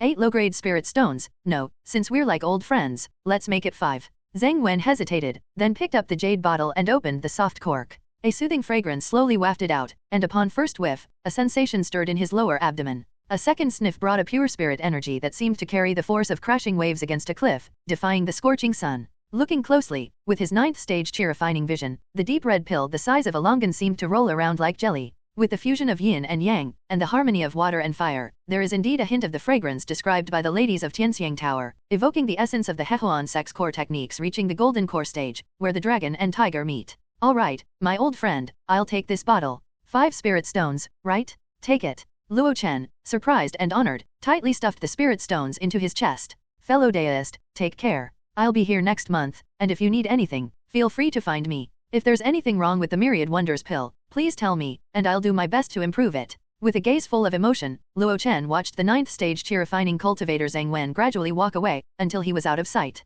Luo Chen let out a long sigh. The first sale of the new product had finally been made. The first time is unfamiliar, but the second time feels more natural. The next deal will surely come soon. He twisted his neck, feeling a bit stiff in the shoulder, and glanced sideways, only to see Old Man Chen staring at him in shock. His beard trembled, his lips stuttered, and then he grit his teeth and shouted, I have never seen such a shameless person. Hee. Luo Chen cupped his hands and took out another exquisite jade bottle, placing it among the remaining 15 bottles of fasting pills. Old Man Chen hissed, as if his teeth were leaking air, didn't you say you only refined 1 bottle? It's 1 bottle? 10 pills per bottle. I just divided it into 10 bottles to sell. This is called selling more at a small profit. I can feel my fist clenching. My fists are itching to strike. Old Man Chen thought. He felt like he had encountered a rare opponent in his life. At noon that day, Zheng Wen used the wind control seal to transform into a green rainbow and went straight into Tianxiang Tower. A foundation establishment female cultivator blocked his way and directly said the ladies were resting and not receiving guests at the moment. With the power of a peak 9th stage chi-refining cultivator, Zheng Wen stared down the foundation establishment cultivator and shouted angrily, I, Zheng Wen, want to beat up 10 today. 1. This references the movie Ip Man, in which he mentions that he wants to fight 10 people. Refer to link. Forget about Zheng Wen, the great cultivator at the 9th stage of chi-refining, who fought through blood and wounds, shaking the very foundation of Dao and changing the course of the world. Focus instead on Luo Chen, the one who had truly savored the sweetness of success. Before, he had only one product, the fasting pill. It was a simple, take it or leave it deal, leaving little room for negotiation. He couldn't even manage the most basic sales tactic of bundling items. Unlike Old Man Chen, who could sell a chi-concealing talisman at a high price and, when customers hesitated, would smile and say, "This is the price, but I'll throw in a cleaning talisman for free." Luo Chen didn't even have the option of offering a freebie. Now, at last, he had a second product to sell? But no, the Myriad Wonders pill, being a low-tier vitality-boosting pill, wasn't exactly something to be proud of. Nevertheless, selling the first bottle of the Myriad Wonders pill gave him hope for his future. The price was a bit inflated, costing him 1 spirit stone to make and selling it for 5. But no matter where or when, anything related to vitality and enhancement never goes out of demand.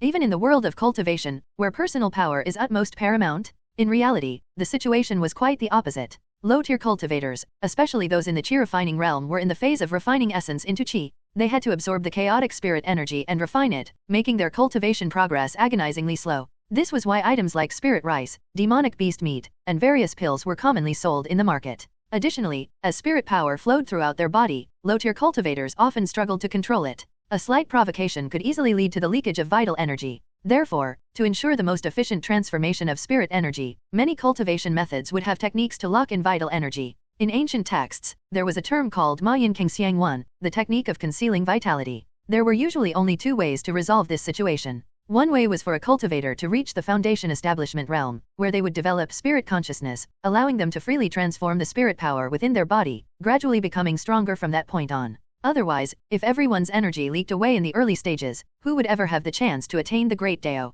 If the cultivator realized that the Great Dao they pursued was unattainable, they could go with the second solution, which was to release their vital energy locks and allow their vital energy to flow out in order to restore their vigor. This was why many cultivators who branched out and established families were often older cultivators who had lost hope of advancing further in their cultivation. They understood their limits, knowing they could no longer advance and were forever stuck at that stage. Rather than struggling in vain, they chose to return home, start families, and enjoy life. However, with the Myriad Wonders pill, specially designed for chi-refining stage cultivators, the situation changed dramatically. The pill's main ingredients were water-based conpoi and the fire element Firehound Whip, which worked in harmony to balance water and fire. Once consumed, a slight stimulation of spirit energy would trigger a surge of vitality, all without the need to unlock the energy seal. Why else would Luo Chen go to such lengths to refine this concoction? It wasn't because he needed this pill. It was because the demand for it in the market was enormous. Luo Chen was anticipating the needs of others and thinking ahead to what they desired. On Earth, he would be like a modern-day Song Jiang, known as the Timely Rain. 2. When the second bottle of Myriad Wonders pill was sold again for 5 spirit stones, Old Man Chen changed his gaze towards him. He had previously compared a chi-concealing talisman, worth at least 3 spirit stones, with that delicate jade bottle. Muttering to himself, Old Man Chen murmured, "This shouldn't be." He continued, "My chi-concealing talisman is made from 3-colored earth dragon blood and tasteless field mice, costing 2 spirit stones to create.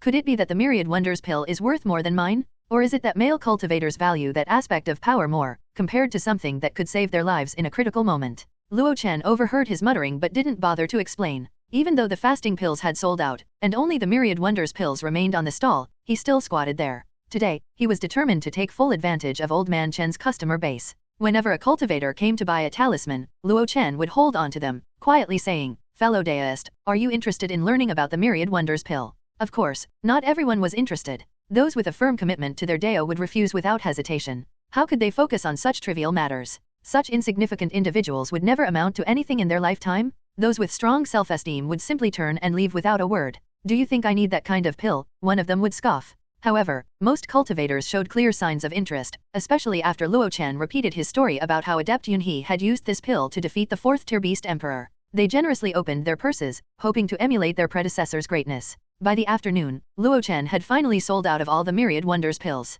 He handed Old Man Chen a bag of mala beef jerky, sat to the side, and chewed while calculating today's earnings. First, there were 20 bottles of fasting pills, the market price being stable, and they sold for 4 spirit stones. Then, the new product, the Myriad Wonders pills, 10 bottles sold for 46 spirit stones. The reason it wasn't 50 was that, to kickstart sales, he slightly reduced the price on a few bottles. When a product is new on the shelf, a discount was always needed. After calculating the total, Luo Chen couldn't help but sigh in relief. His savings had finally returned to the 50 spirit stones mark. This would allow him to refine more Myriad Wonders pills again. However, before the proficiency with the Myriad Wonders pill reached a significant level, he feared his sales volume would be limited. With this income, he couldn't even support his regular cultivation needed for his 5 spirit roots. So, if he wanted to increase production, there was only one way forward: expand production. But to expand production, he would need to invest more, with higher costs and more spirit stones. Where would he get more spirit stones? Fellow deist Luo, may I ask, what is the cost of your myriad wonders pill?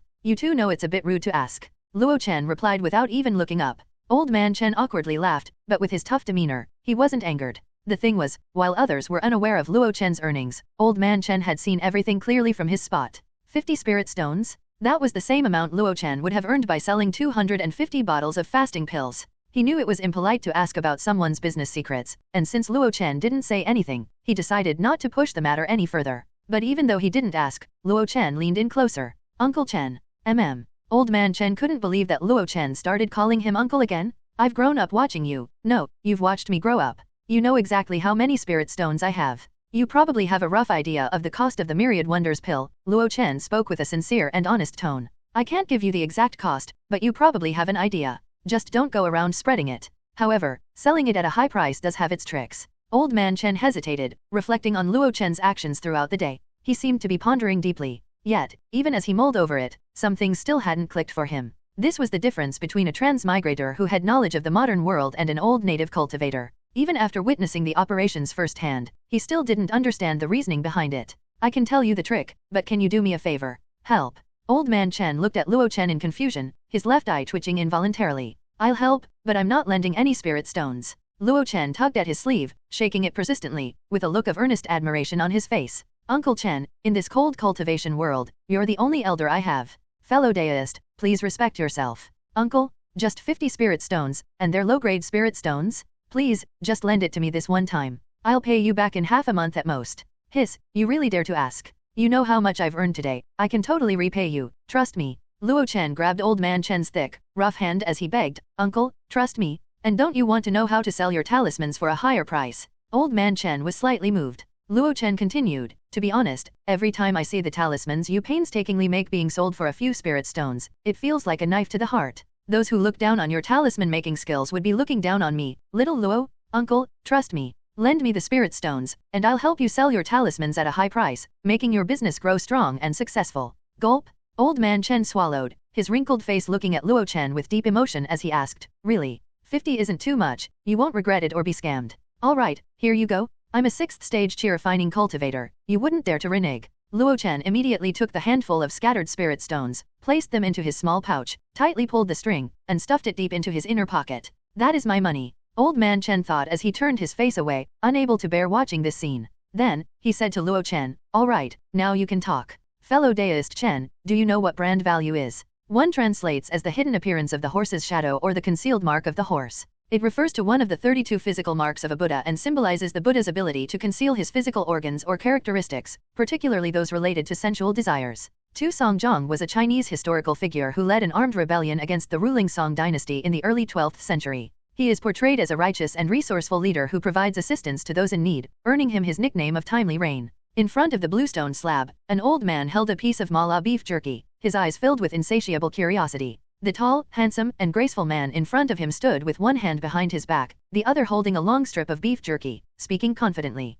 Don't understand? Let me teach you. What brand value means is that it's the extra value added to a product above its inherent worth. Seeing the old man looking confused, Luo Chen sighed and said, still don't get it. With the beef jerky in his hand, he pointed toward the scattered cultivator market and continued, in this market, there are at least 3 shops that have been selling low-tier talismans for a long time. Old man Chen, feeling eager to join the conversation, quickly interjected, Lu Heng, Mao Wuying, and myself, we are the ones who have been selling talismans for a long term. So, how do you think they're doing? And what about yourself? Old man Chen sneered disdainfully as he answered, Lu Heng is just a kid with insufficient skills. He even bought all his talisman papers from me, so it's nothing worth mentioning. What about Master Mao? He's a latecomer. His skills are on par with mine, but he's 93 years old, just a withered old bone. And you, fellow deist Chen? Old man Chen stroked his white beard and answered confidently, I entered the Divine Talisman Pavilion at the age of 20, worked as an errand boy, learned talisman papermaking in 5 years, and spent another 15 years delving into the art of talismans.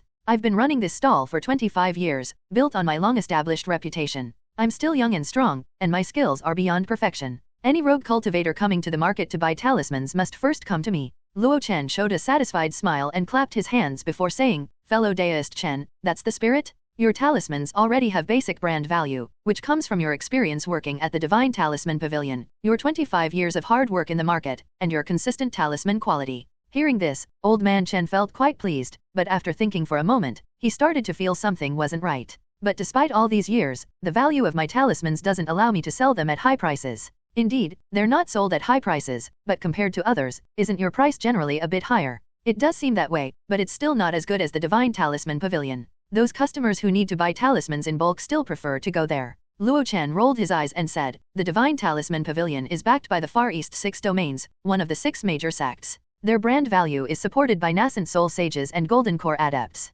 How can you compare to them? True, Old Man Chen admitted, suddenly aware of his own situation. So, the brand value of your stall can only go so far. In this case, you need to find another way out. Like what? Give your products their own brand value. Give more details? Or perhaps give it a story. Old Man Chen was stunned. Myriad Wonders Pill? Crane among the clouds? Hehuan Sect's Master Yunhe. Ah, you can be taught. Hearing this, Old Man Chen's fist tightened, and he screamed inwardly, so itchy? My fist is itching for a hit. After a moment of realization, Old Man Chen entered a state of enlightenment, as if he had become wise. You mean I need to give my talismans a story, just like you did? Yes. Is it really that simple? It's that simple. Then why all the talk earlier? Well, if I didn't say enough, it wouldn't be worth the 50 spirit stones you lent me. Take a deep breath. Old Man Chen thought. Huff. He inhaled deeply, deciding not to get angry. At the age of 65, he needed to take better care of his health. He then asked, but how do I tell this story? Luo Chen glanced at his stall, familiar with the types of talismans Old Man Chen sold. There were 6 types in total, the lowest tier being the cleanse and wind control talismans, mid-tier fireball and earth spike talismans, and the highest tier earth wall and chi concealing talismans. The fireball and earth spike talismans sold the most, but their price was low, just 1.5 spirit stones each. The most expensive talismans were the earth wall talisman and the chi concealing talisman. The former was priced at 2 spirit stones each, while the latter started at 3 spirit stones and, during high demand, could sell for 5 or 6 spirit stones, or even more. Talisman sales had a large market among low-tier cultivators. They were slightly less powerful than spells but had a fast casting time and minimal spirit power consumption. They were especially popular for defense and life-saving purposes. Pointing at the chi concealing talismans, Luo Chen had a sudden idea. Drawing inspiration from what he'd read in scenes of the 6 domains, he quickly came up with an outline for a story. However, the details would be up to Old Man Chen to fill in, as he had far more experience than Luo Chen. Luo Chen also suggested telling the story to new customers, but for old customers, the old methods would still work. One thing, however, was crucial: the chi concealing talisman needed to be redesigned. It couldn't stay so dull and gray. Adding 2 gold borders could make them more appealing without affecting functionality. That way, even without telling a story, he could still try raising the price for the old customers. After giving his advice, Luo Chen couldn't hold back any longer. Like a gust of wind carrying a fortune, he rushed into the rogue cultivator market and went on a shopping spree. Buy, just frenzied buying. Night had fallen, and the moonlight illuminated the ground brightly. A young man walked briskly down the road, carrying 2 large snakeskin bags. The bags were real snake skins, tough and able to hold a lot. He had been delayed for a long time today because he had to sell the Myriad Wonders pill and discuss things with Old Man Chen. By the time he finished his shopping in the evening, it was already this late. As Luo Chen walked on the dried yellow dirt road, he was breathing heavily. Though his steps were quick, he was constantly scanning the shadows between the wooden houses and keeping a keen watch. The Dehe Market City strictly prohibited fighting, but only within the inner city. They didn't care about the rogue cultivators in the outer district. The spirit stones collected each month were primarily used to pay the influential figures in the inner city, who would step in to deal with demonic beasts when they attacked. As a result, stronger individuals in the outer districts often resorted to robbing the roads, committing murders, and stealing treasures. During the day, it wasn't too bad, but at night, these incidents were rampant. One could only say, the Dehe Market City had its own ways of dealing with things. Luo Chen, now without a single spirit stone on him, had all his wealth in the 2 large snakeskin bags. But truth be told, it was only worth about 100 spirit stones, and these small, scattered items were a hassle to sell. Nevertheless, how he saw it didn't matter. What mattered was whether others saw the value. Walking carefully along the dirt road, Luo Chen muttered, "Damn it, when I have enough spirit stones, I'll definitely move to the inner city." Maybe it was because of the bright moon, or because his clothes were torn. Even the 2 ugly snakeskin bags on his back seemed to attract no attention. In any case, Luo Chen made it home safely. Sometimes, when one was humble enough, even robbers didn't see you as a target. Luo Chen didn't feel bitter. After catching his breath, he began organizing the materials from the bags, neatly placing them on the shelves. He spent 95 spirit stones purchasing materials for 19 bottles of Myriad Wonders pill, leaving him with 5 spirit stones.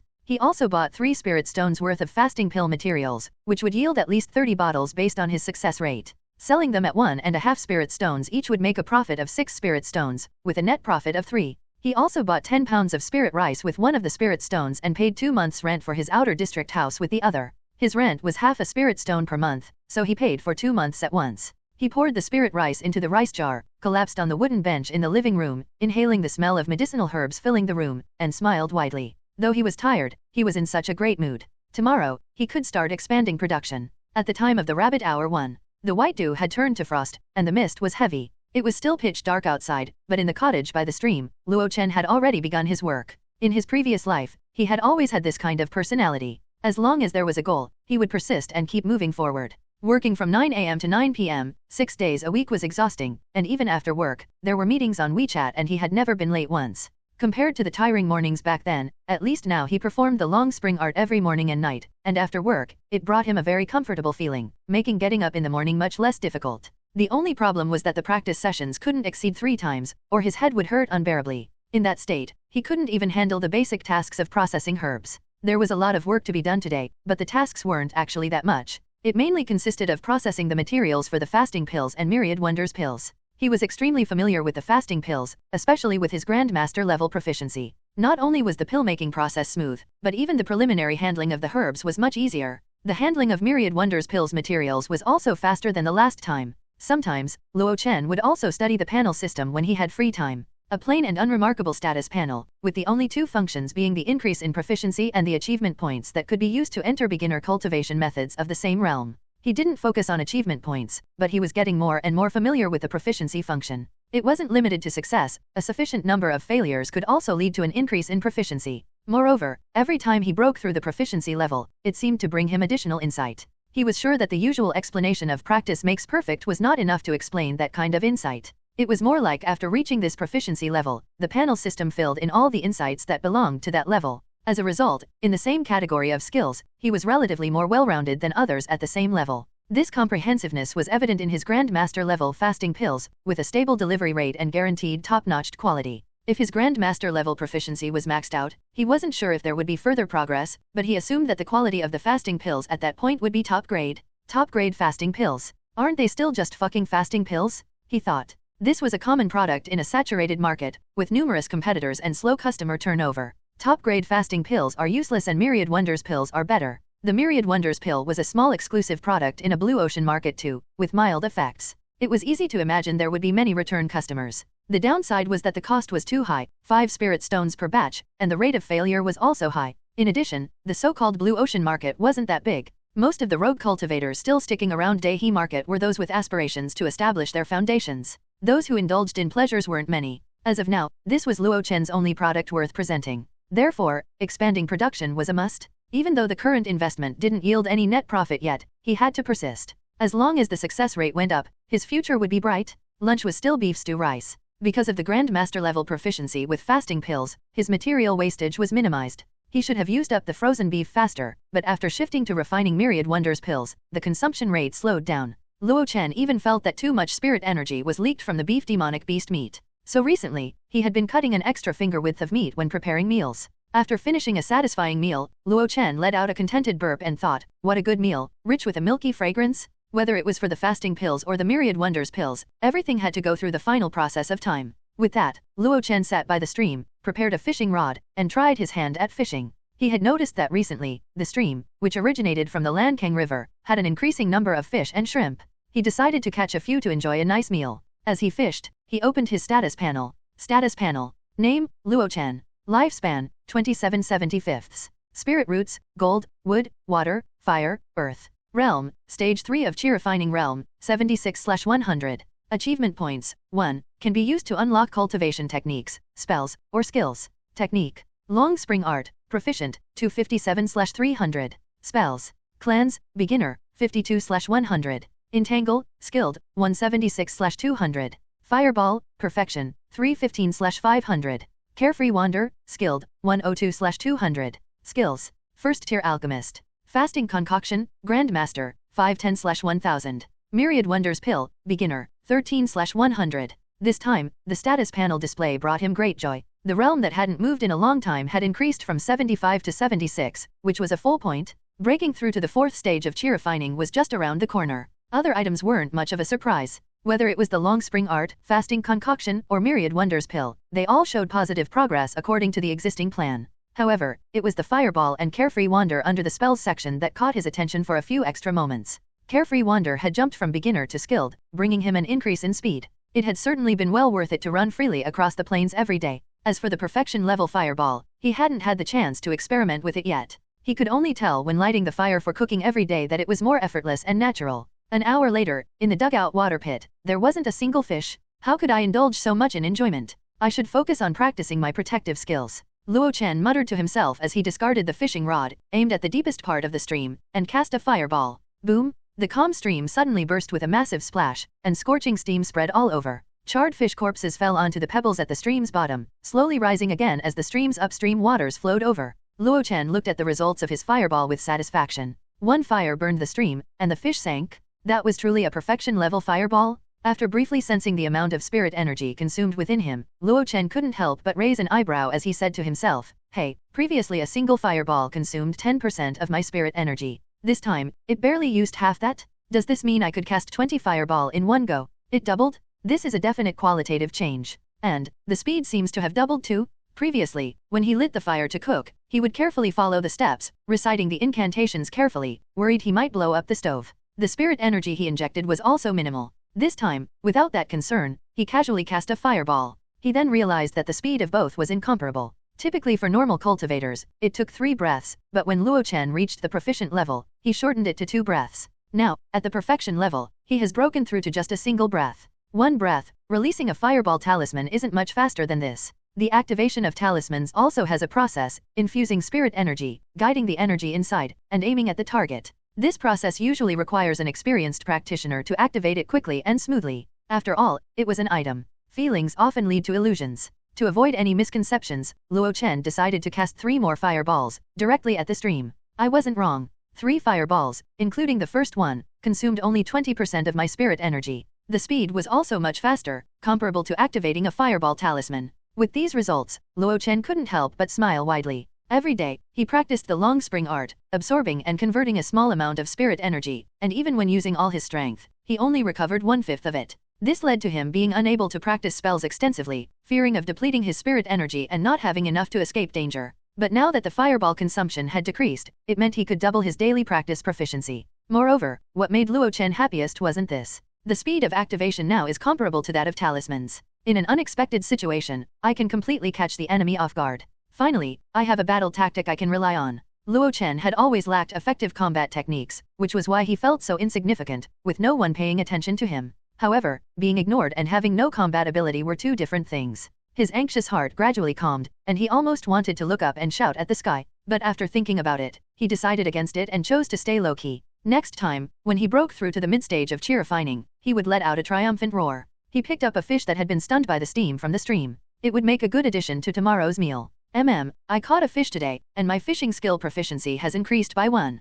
Chinese time system, the day is divided into 12 2-hour periods, each corresponding to a zodiac animal. The time, the 4th period, occurs from 5 a.m. to 7 a.m. and is associated with the rabbit in the Chinese zodiac. This system has been used historically in traditional Chinese culture for both timekeeping and astrology. Blue ocean is a term referring to the uncontested market space of an unknown industry or innovation. Dehe Market was located at the very edge of the Jade Cauldron domain, bordering the Great Million Mountains of the Eastern Wilderness. According to the statistics from a Foundation establishment cultivator who had written a travel log a few years ago, the market was situated on a first-tier spirit vein, and as a result, it was bustling with tens of thousands of cultivators year-round. The area was primarily populated by rogue cultivators, with members of major sects rarely staying long. They only lingered here to manage business matters. Moreover, the management of the shops in the inner city was cyclical, with managers being rotated out every few years. Thus, the entire Dehe market was mostly dominated by the spontaneous activities of rogue cultivators. The market was much like a gathering for rogue cultivators, divided into a big market and a smaller one. The big market was held once a month, while the smaller one took place on the 1st, 4th, and 7th days of each week. Of course, when there wasn't a market day, there were still cultivators setting up stalls, but the crowds were much smaller. It had been 10 days since the last small market. A plump figure dashed into the marketplace early in the morning. Zheng Wen was in luck this time. After only a few days in the mountains, he had hunted a first-tier demonic beast, securing over 1,000 pounds of its meat. His storage bag had limited space, just enough to barely hold it all. So, when he had gathered enough, he wisely withdrew from the mountains. 10 jin of first-tier demonic beast meat could be sold for 1 low-grade spirit stone, and the beast's bones were a type of spirit material as well. Thus, this harvest was just enough to let him live lavishly for a while. After returning home yesterday, he found a familiar butcher to process the meat, and he couldn't wait to indulge himself at the Qianxiang Tower. The experience was, well, somewhat indescribable. The beauties were delightful, and his performance, as usual, was steady and efficient. However, compared to the triumphant victory he had achieved last time, this felt rather lacking. Thus, with great resolve, he tore himself away from the hero's grave early in the morning, just to do some business with the young man he had met on his last visit. When he arrived at the market in the southern part of the city, there were already a few people setting up stalls, and old man Chen, who sold talismans, was comfortably seated on a small stool. Is fellow Daoist Luo here? No, he's likely at home refining pills. Will he still come to set up his stall today? If he's not here by now, he probably won't come to the small market at all today. Zheng Wen was clearly disappointed. Still, he struck up a casual conversation with old man Chen, recounting some of his recent experiences in the mountains. Noticing a customer approaching, he prepared to leave. However, before he left, he saw old man Chen carefully holding on to the dissatisfied customer. Fellow Daoist, are you interested in the chi concealing talismans? What's that? Something to conceal one's aura. You know of the spirit concealing adept from the divine talisman sect, right? Let me tell you. Zheng Wen's expression grew odd. He had the strange feeling that those words sounded quite familiar. After he had walked a good distance from the market, he suddenly realized something. Wasn't that the exact line fellow Daoist Luo had used back then? Damn it, the old man's learned some bad habits. Zheng Wen muttered to himself. He didn't think Luo Chen had deceived him, because back then, when Luo Chen had promoted the Myriad Wonders pill to him, he had never used definitive words, only ambiguous phrases. Moreover, the effects of the Myriad Wonders pill were exactly as Luo Chen had described. He could only conclude that old man Chen had plagiarized Luo Chen's sales pitch. Meanwhile, Luo Chen, the unwitting victim, was crouched at home, wearing an apron and worshipping holy ruler deity Guan. He kept adding herbs to the pot as he muttered under his breath, I've failed the last few batches and wasted enough materials. Today, I should finally succeed. Holy ruler deity Guan, I've lit for you today, please bless me. The processed firehound whip emitted a natural stench, which mixed with the scent of other spirit herbs, it created an indescribably strange aroma. The process of concocting the medicine lasted from morning till afternoon. When Luo Chen lifted the lid and saw the deep red paste, he inhaled and smelled this refreshing aroma, which led him to clench his fist with satisfaction. Yes, this time, the sixth batch succeeded. It's a huge improvement. Holy ruler deity Guan, I knew you had my back even across time, you're still watching over me. I'll keep up the effort tomorrow. Half a month later, Luo Chen looked contentedly at the 50 small jade bottles on his table. This was the result of nearly a month's hard work. 30 of the bottles contained fasting pills, which he had hastily produced over the past 2 days. The remaining 20 bottles all contained the Myriad Wonders pill. Unlike the fasting pills, which were packed 10 per bottle, the Myriad Wonders pill was 1 per bottle. In other words, he had only succeeded twice in producing the Myriad Wonders pill this time. 19 portions of materials had yielded only 2 batches, which wasn't a very high success rate, and the pills were merely of low-grade quality. Low-grade pills had significant limitations, their efficacy was average, and consuming too many came with strong side effects. But that was not his concern. He trusted that his fellow Daoist had enough self-control to enjoy in moderation and avoid overindulgence. This is all I can manage for now, but once my proficiency improves, things will definitely get better. The future is bright, keep it up, Luo Chen.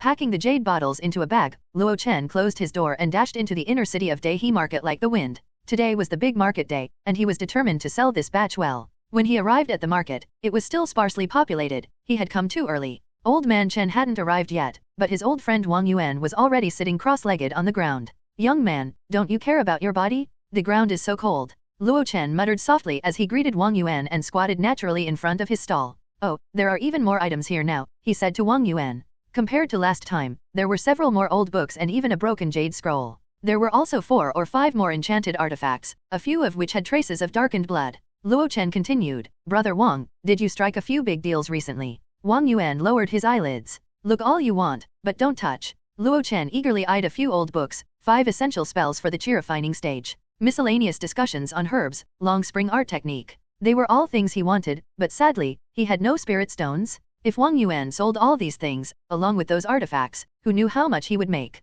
As far as he knew, even a low-grade artifact would start at 100 low-grade spirit stones, while mid-grade and high-grade ones being outrageously expensive. Killing for treasures would truly be the fastest way to make money in the cultivation world. Unfortunately, he wasn't skilled at such things, he was just an honest cultivator who enjoyed refining pills. Luo Chen sighed while he picked up scenes of the 6 domains, which hadn't been sold yet, and started reading it with great interest. The Far East 6 domains each had 6 major sects that had produced nascent soul sages, such as the Jade Cauldron Sword Sect, Hehuan Sect, Divine Talisman Sect, and Medicine King Sect. Apart from these sects, each major domain was also home to numerous smaller sects and cultivation families. The vast lands and abundant resources had given rise to countless brilliant individuals. In every era, powerful cultivators would emerge. Their ascension was often accompanied by strange and fascinating events. The author of Scenes of the Six Domains was a ninth-stage chi-refining cultivator who had given up hope of reaching foundation establishment, and spent the rest of his life writing this book. Due to his limited realm and experience, much of what he wrote was mere hearsay.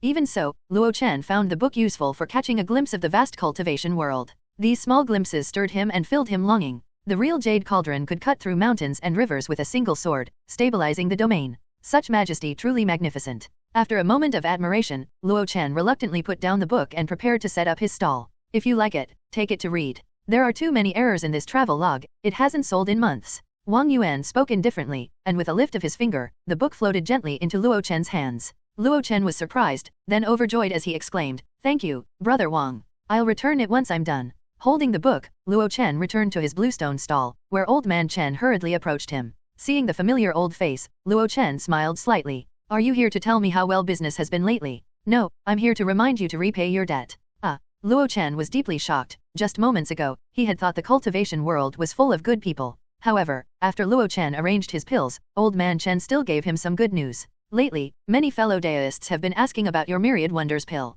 You're about to hit it big." Returning customers had always been highly valued by Luo Chen. He had always tried to have his own returning customers, instead of relying on Old Man Chen's customer base each time. However, since fasting pills were common goods, he couldn't build much of a loyal customer base, even though he had previously produced mid-grade pills, but he was still limited by his production capacity. The Myriad Wonders pill presented him with an opportunity. After a few casual exchanges, Luo Chen arranged all his pills on display. Old Man Chen glanced over again, noting the quantities with a clear sense that Luo Chen's pill refining skills had indeed progressed. In his recent setups, the quantities Luo Chen brought out had been steadily increasing. Of course, this improvement was also due in part to his spirit stone loan from Old Man Chen. As the sun rose, more and more cultivators came to the market, and both Luo Chen and Old Man Chen started making sales one by one. Fellow Daoist Luo, what a coincidence. Yes, quite a coincidence. Luo Chen warmly greeted Zhang Wen, gesturing to the various bottles in front of him. "Getting a few. Just a few." Zhang Wen picked up 5 bottles of fasting pills, fiddling with them as he said, "Your skill is really impressive. I tried a fasting pill last time, and it was actually top grade, much better than others. Glad to know it is filling, and thank you for the compliment. Also, I'll take 2 bottles of Myriad Wonders pills." "Sure." Luo Chen handed over 2 bottles of Myriad Wonders pills with a smile, and the two exchanged a glance, saying it all without words. Nearby, a cultivator selecting talismans seemed to recognize Zhang Wen. "Brother Zhang, the spotted tiger butchered at Li's place yesterday, that was your trophy, right? You really had a bountiful harvest in the mountains this time." "Oh, the demonic tiger was a threat to the world. I merely acted on behalf of the heavens. It's nothing, nothing at all. No need for modesty. What are you buying here?" Zhang Wen discreetly tucked the Myriad Wonders pills into his storage bag while holding a bottle of fasting pills. "Just stocking up on fasting pills to make my next mountain trip easier. Brother Duan, I'll be on my way, I have some urgent business." And with that, he hurriedly left. The cultivator, addressed as Brother Duan, looked puzzled. Then he saw Luo Chen pull 2 more exquisite jade bottles from a bag below and place them on the counter. Didn't Zhang Wen just buy these 2? What kind of pill is this? Luo Chen's eyes lit up. "Myriad Wonders pill. Would you be interested in learning about it, fellow Daoist?" This was a routine he had come to expect, one that played out time and again. Customers came, customers went. The same old dance, the same intent. I asked a high price, they haggled it low. I praised my goods, they found flaws to show. We reached a price, fair and true. A deal was made, as it always grew. Unlike the aloof rogue cultivators who meditated in silence at their stalls, the bluestone stall was much livelier. Both the old and young man were shameless and quick with their words. Whenever Luo Chen had a moment, he'd help Old Man Chen with some bragging, selling a few more talismans. Maybe because it was the big market day, Luo Chen's pill business was brisk. By noon, he had almost sold everything. 30 bottles of fasting pills were sold, bringing in 6 low-grade spirit stones. 20 bottles of Myriad Wonders pills were sold, bringing in 100 low-grade spirit stones. The difference in revenue between the two was enormous. But in terms of profit, the Myriad Wonders pill brought 0 profit, barely breaking even. On the other hand, after deducting costs, the fasting pills yielded a net profit of 3 spirit stones. In fact, with his mastery in fasting pills, Luo Chen could increase production and potentially earn more. But the demand for fasting pills was fixed, and he'd only make a few more spirit stones at most. Taking this opportunity to raise his proficiency in the Myriad Wonders pill would pave the way for large-scale profits in the future. It would start an industrial transformation and open up new channels. A short period of pain was something he could endure. Old Man Chen kept urging him to repay his debt, and Luo Chen reluctantly paid him 50 spirit stones on the spot. Then, after repaying, he wheedled and sweet-talked and managed to borrow the money back again. Don't worry, I'll definitely pay it back. You've seen my recent earnings. Just think of it as supporting a poor cultivator's training. When I make it big, I'll repay you generously. How about this? My pills are sold out, so this afternoon I'll work for you and help sell your talismans. Trust me, I'll help you sell out faster, and you can go back and draw more talismans, making even more in the end. With all his persuasion, Luo Chen managed to keep the 106 spirit stones in his pocket. However, the price was that he'd have to work as a temp for the entire afternoon. What's going on over at Brother Wang's stall? As Luo Chen was selling talismans, he looked up and noticed a crowd gathering around Wang Yuan's stall nearby. He wanted to join the excitement, but Old Man Chen held him back. Don't go. What's wrong? Have you forgotten what happened the last time this kind of scene occurred? Luo Chen stopped in his tracks, recalling a scene from 2 years ago in the memories of the original Luo Chen. That time and this time were shockingly similar. Are they enemies who have come to settle a score? Old Man Chen looked over with a complex expression. Although most rogue cultivators are by themselves, some still have relatives and friends. If they die, so be it. But if their enchanted artifacts and robes are put up for sale, it's hard not to feel a sense of injustice when encountering them. Luo Chen suddenly understood, noticing that the crowd there was indeed tense and confrontational. It looked as though a single word could ignite a fight. Wang Yuan was a 7th stage chi-refining cultivator, so those who dared to surround him likely weren't low-level either. If a fight broke out, he could easily get caught in the crossfire if he went over just to watch. No need to worry, they won't fight. Combat is strictly forbidden in the inner city. Old Man Chen shook his head, he had seen this kind of situation many times. One could only say that people like Wang Yuan, who licked blood off the blade, eventually ran into trouble from walking dangerous paths too often. Sure enough, after a few harsh words, 3 cultivators left the rogue cultivator market in anger. Wang Yuan remained expressionless, sitting cross-legged in front of his stall, his eyes half-closed as if he were still drowsy. Selling these blood-stained enchanted artifacts comes with big risks. Luo Chen muttered. Why not just sell them directly to the treasure pavilion? Old Man Chen sneered. The treasure pavilion buys them at half price, does some minor refining, and then sells them for a price even higher than the original. How could that compare to selling them yourself and earning more? So that's how it was. Luo Chen understood. The quality of enchanted artifacts at the rogue market varied greatly, depending entirely on the buyer's judgment. Moreover, if they weren't refined again, they were too recognizable and could easily be identified by friends of the original owner. The only advantage was that they were much cheaper than those sold through official channels. Right now, I only have a low-grade enchanted sword, and it's all rusted. When I have money, should I look for one at the market or buy from the treasure pavilion? Luo Chen said to himself as he rubbed his chin, reminiscing about his previous life and the dilemma of choosing between a BMW and a Mercedes. Fantasies were fleeting. Work, however, took an entire afternoon. After helping Old Man Chen finish with the talismans, he hurried off to purchase the raw materials he needed. With his repeated bulk purchases, he had made arrangements with the vendors to keep the items set aside for him. So, even though time was short, he still managed to spend all of the 100 over spirit stones. Luo Chen didn't have a single coin left. Going all in was an act of wisdom. He never lacked the courage to go all in, especially in the early stages. Losing everything would only mean starting over. By the time he carried his large sack of supplies home, night had already fallen again. Luo Chen strode down the dirt road in the outer district, occasionally humming a tune or two. I cannot drift with the tide, I must strive for my beloved pursuit of longevity. Suddenly, Luo Chen's steps came to a halt. In the moonlight, 4 figures blocked his path. The moon hung high and the wind howled. Is it finally my turn to be killed for treasure? He thought. Luo Chen's heart sank like a stone to the bottom of the Lankang River. A stern shout erupted into the night sky. The Dejiang gang is handling business here. Bystanders, step aside. Luo Chen froze momentarily, then was overwhelmed with joy. Yes, I'm exactly the idle bystander. Carrying his snakeskin bag, he hurried toward a dark alley, retreating backward as he fled. His gaze remained fixed on the 4 individuals, afraid that they might casually launch an attack against him. Under his observation, he realized the 4 weren't a group. Clearly, 3 cultivators were vaguely encircling a man who was closer to his side. Due to the night and the fact that their backs were turned, Luo Chen couldn't discern their expressions. However, when the man spoke, Luo Chen could roughly guess his expression, for he was familiar with the person being surrounded. Wang Yuan? Li Zixing, do you know what I do? Are you sure you want to stop me? Stop you? Kill you? You, Wang Yuan, are just a scoundrel who handles dirty work for the Pashan gang. Do you think anyone's truly scared of you? Kill me? With just you and these 2 stage 5 cultivators. Enough, attack. A thunderous shout signaled the start of the battle. Meanwhile, a certain bystander had retreated into the dark alley. Luo Chen's heart raced, his face slightly flushed. Anyone who didn't know might think he was fighting. In truth, it was rare for him to witness a cultivator skirmish, and he was overly tense. He had heard of the Dejiang gang and Pashan gang. The Dehi market was established by the Jade Cauldron Sword sect, and its main administrators were their powerful members. Within the market, businesses aside from those owned by the Jade Cauldron Sword sect were run by the other 5 great sects of the Far East 6 domains. However, a large market with tens of thousands of rogue cultivators was bound to have a highly complex structure.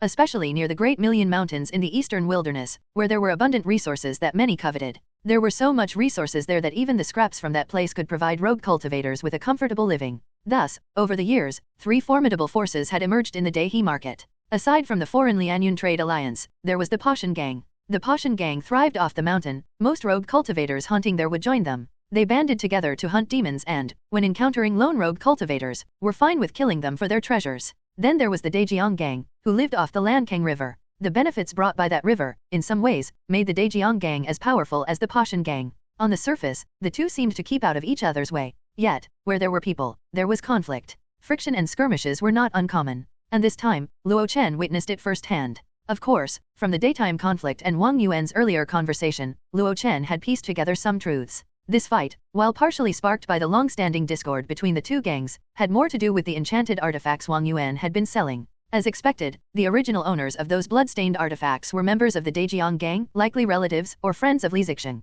Huddled in the alley, Luo Chen held his breath, concentrating. He had the urge to watch the fight outside but, after a brief thought, decisively took another small path home. Such a fight was beyond his capacity to involve himself in. Standing by and watching might very well cost him his life. Since Brother Wang lent me the book earlier today, it feels a bit ungrateful to be doing this. Luo Chen wasn't someone to forget favors, but with only a stage 3 cultivation, risking his life to help would likely only cause more trouble. Thus, slipping away was the best option. A few minutes later, Luo Chen entered another alleyway. If he remembered correctly, there was a small grove at the end of this alley, and passing through it would bring him close to home. Just as he planned to quicken his pace, the sound of rushing wind came from behind him. Luo Chen turned abruptly and, under the moonlight, saw a figure. He quickly hid at the alley's corner, concealing himself. It was one of the 2 5th-stage chi-refining cultivators. He seemed to be searching for something, flying 2 to 3 meters above the ground using wind control, all the while glancing around. The night wind blowing into the alley carried a faint scent of blood. This person is injured. His breathing is heavy, and he's seriously hurt.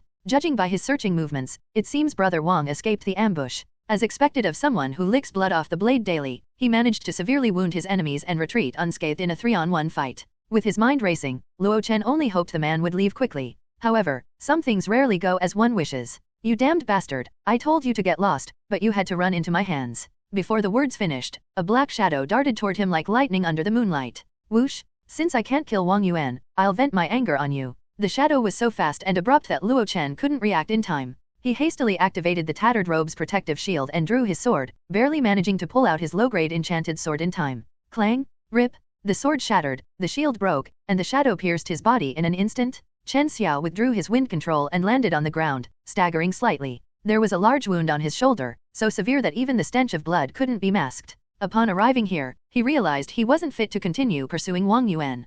Conveniently, there was a 3rd-stage cultivator hiding nearby, and in his injured state, the man posed a potential threat to his safety. Thus, the ever-ruthless Chen Xiao struck instantly, giving the other party no time to react. And the result? Just as he expected. Even Wang Yuan couldn't defend against my soul-breaking nail. You, as a mere 3rd-stage cultivator, should feel honored to be killed by it. After finishing his words, he couldn't help but spit out a mouthful of blood. Spat! This place is unsuitable for lingering. I need to collect the spoils and leave quickly. Just as this thought crossed Chen Xiao's mind, a flash of fire entered his vision. He's not dead. Bang! Chen Xiao reacted swiftly, immediately activating the shield on his robe. However, as the fire burst open, another massive fireball came crashing down. It wasn't just one fireball. As the first one exploded, a continuous stream of fireballs followed, driving him to the brink of despair. How is this possible? Bang! Bang! Bang! Bang! The continuous barrage of fireballs was too fast, leaving Chen Xiao with no chance to catch his breath. Without any pause, 20 consecutive fireballs blasted out like a string of cannonballs.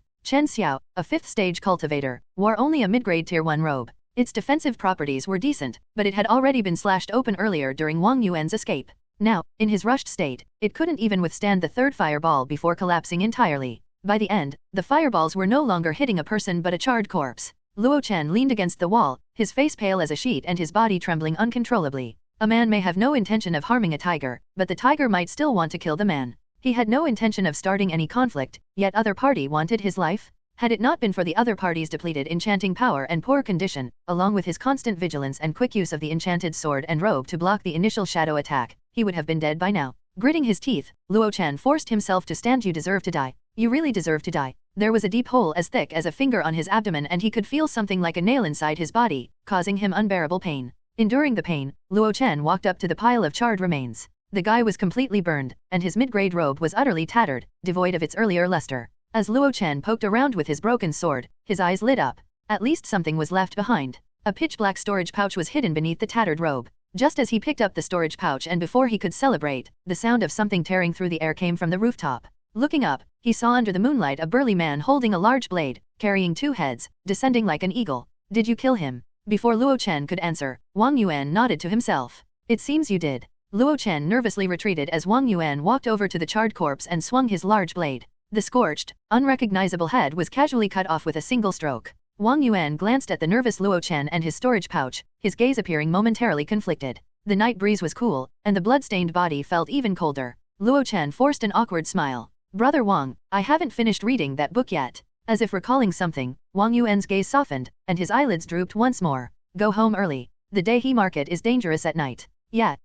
Luo Chen turned to leave but hesitated. He walked back and painstakingly hoisted the snakeskin bag filled with herbs onto his back. It was all he had. As Wang Yuan watched Luo Chen's figure nearing the alleyway exit, he let out an inexplicable sigh. Take this. Consider it payment for the head. A black spike, about the length of a chopstick, landed at Luo Chen's feet. The spike was stained with fresh blood and bits of flesh. Brother Wang, you're too kind. Just go. Take the route through the woods, not the main road. Understood. With a heavy nod, Luo Chen disappeared into the woods without looking back. In the alley, Wang Yuan stood for a moment, holding 3 heads. Then, he slowly faded into the darkness.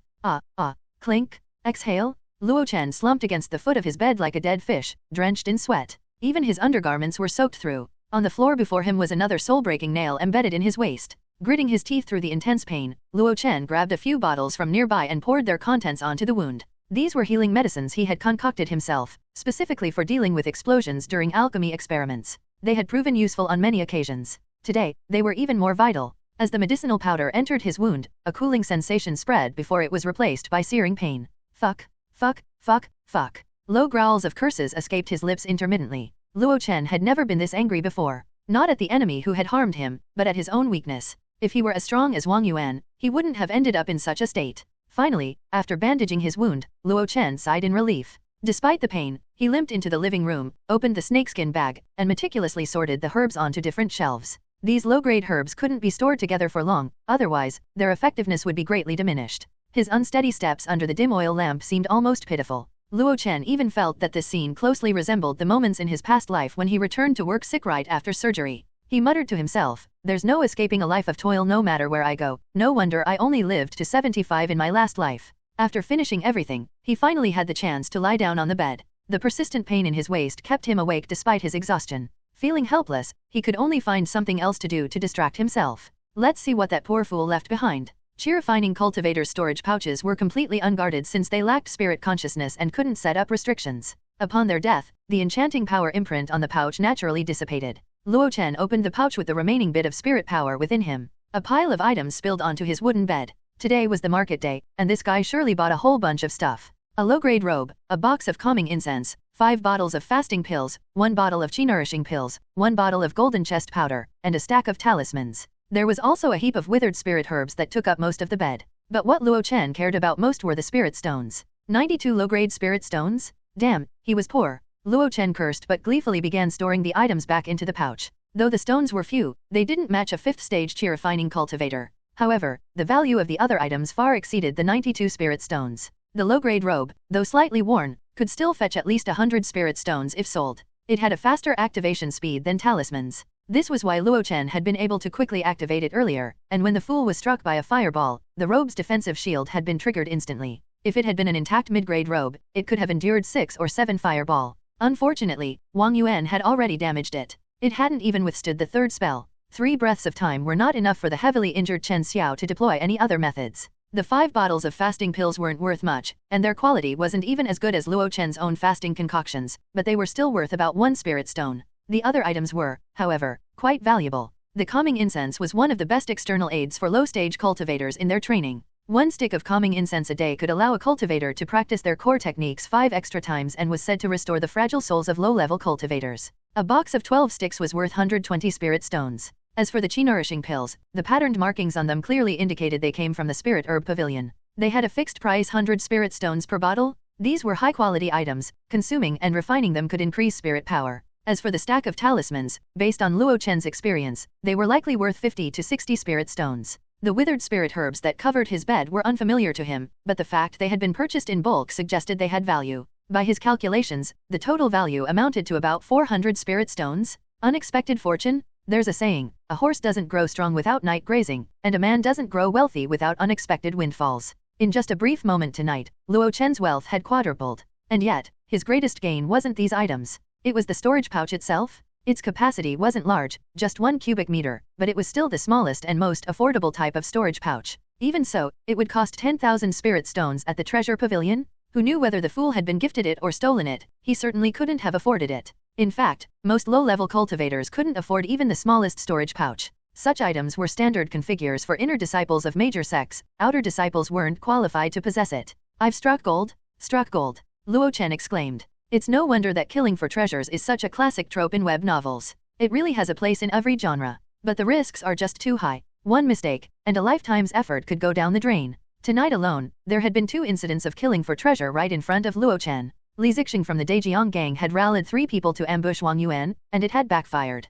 The 5th stage cheer-refining fool had tried to kill Luo Chen instantly, and that had also backfired. I'll leave these dangerous tasks to the professionals. I can't handle this stress. Luo Chen pondered for a moment and picked up the last jade bottle that hadn't been stored in the pouch. Golden chest powder, one of the signature pills of Spirit Herb Pavilion. It was highly effective against injuries caused by metal-based enchanted artifacts, and it only cost 10 spirit stones. Its affordability and quality made it a favorite among rogue cultivators in the Daihe market. Luo Chen sniffed it and found no issue with the smell. It wasn't poison. After all, who would store poison in a healing pill bottle inside their own pouch? If they were gravely injured and took the wrong medicine in a moment of confusion, the consequences could be disastrous. Unfortunately, this meant Luo Chen would have to undo his freshly tied bandages again. With a sigh, Luo Chen had no choice but to take action. By the mid-next day, Luo Chen woke up groggily. It was a rare opportunity for him to sleep in. In the latter half of the night, he had finally succumbed to exhaustion and fallen asleep. After lying in a daze for a while, Luo Chen gritted his teeth and forced himself out of bed. No matter how difficult things got, lying down and giving up was not an option. He went to the living room, picked up a bundle of spirit herbs, and spread them out in a bamboo sieve to dry. When he opened the door, the blazing midday sun blinded him. As his eyes adjusted, he was startled to see Wang Yuan standing outside. Wang Yuan casually tossed an object into the sieve filled with spirit herbs. Take this. From now on, you're a member of the Pashan gang. If anyone causes you trouble, tell them you're under my protection. Luo Chen stared at the iron token in the sieve, momentarily dazed. Thank you, brother Wang. Wang Yuan waved dismissively. Thank me for what? Back when I was at my lowest, you let me take a few fasting pills on credit, and I never thanked you for that either. All right, I've given you what you need. I'll be heading back now. The outer city might get chaotic soon, so be careful when coming and going. With that, he turned and left without a trace of hesitation. Action between Luo Chen and Wang Yuan was not complicated. Back then, both of them had entered Daihe market as rogue cultivators around the same time. Unlike Luo Chen, who was only a first-stage cheer-refining cultivator at the time, Wang Yuan was a grand master of innate mastery in the secular martial arts. By a stroke of fortune, he transitioned from cultivating the Dao of martial arts to the Dao of immortality. As a result, when Wang Yuan had first arrived at Daihe market, he displayed impressive battle prowess. He even joined a hunting squad and ventured into the mountains to hunt low-tier demonic beasts. At that time, Luo Chen lacked much strength, but to make a living, he followed along to help with menial tasks and carrying supplies. Back then, due to Wang Yuan's personality and experiences, he already behaved differently from the cautious rogue cultivators. He was bold and straightforward in his actions, exuding the aura of a grand master of the Dao of martial arts. However, this boldness brought trouble for him in Daihe market. A few mid-stage cheer-refining cultivators robbed him, taking everything he had and leaving him severely injured. After recovering from his injuries, Wang Yuan's personality changed. To gather cultivation resources, he had planned to enter the mountains again. A few familiar friends lent him some items, and Luo Chen, who could now refine fasting pills, also lent him a few bottles. The Great Million Mountains of the eastern wilderness were teeming with demonic beasts. Cultivators rarely dared to light a fire for cooking when venturing into the mountains, making fasting pills highly useful. That time, Wang Yuan ventured alone into the ancient plains range in silence. A month later, he returned with the corpse of a first-tier demonic beast. Not long after that, the cultivators who had robbed Wang Yuan died one after another under mysterious circumstances, and everyone knew it had to be Wang Yuan acting in secret. However, no one dared to trouble him because Wang Yuan had joined the Pashan gang. As the largest rogue cultivator faction in the area, the Pashan gang was quite renowned, and combined with Wang Yuan's ruthlessness, he managed to firmly establish himself in the outer district. Especially in the days that followed, Wang Yuan frequently sold enchanted artifacts and techniques in the market. Those items were of dubious origin, and coupled with rumors of Wang Yuan's early exploits, people feared him even more. It was somewhat bitter to say, but Luo Chen and Wang Yuan had come to Dai market around the same time. Since then, it has been 10 years. Luo Chen had barely reached the 3rd stage for chi refining, while Wang Yuan was already at a late 7th stage chi refining cultivator. It had to be said, the gap between people was even greater than the gap between humans and dogs. After arranging the medicinal materials, Luo Chen sat by the door. He fiddled with the iron token engraved with the character mountain, and muttered to himself, why did he ask me to join the Pashan gang and even say he'd look out for me? What is the reason behind such a sudden gesture? He wondered, out of past camaraderie? Or was it because I managed to kill that 5th stage chi refining short-lived fool? Luo Chen couldn't figure it out and could only carefully put the token away. The days that followed became somewhat monotonous. Luo Chen handled various raw materials, practiced the long spring art, and recovered from his injuries. It wasn't until 9 days later that the wound on Luo Chen's abdomen finally healed completely. According to his previous plan, he could officially begin refining the Myriad Wonders pill the next day. But Luo Chen's attention was on something else. This soul-breaking nail turned out to be a top-grade enchanted artifact. In his hands was a pair of pitch-black, heavy nails sharp at the front and massive at the back. The 2 long nails carried a strong scent of blood, with faint threads of crimson interwoven against the black, creating an eerie effect. Luo Chen continuously infused enchanting power into the soul-breaking nail, causing it to hum before it suddenly shot out.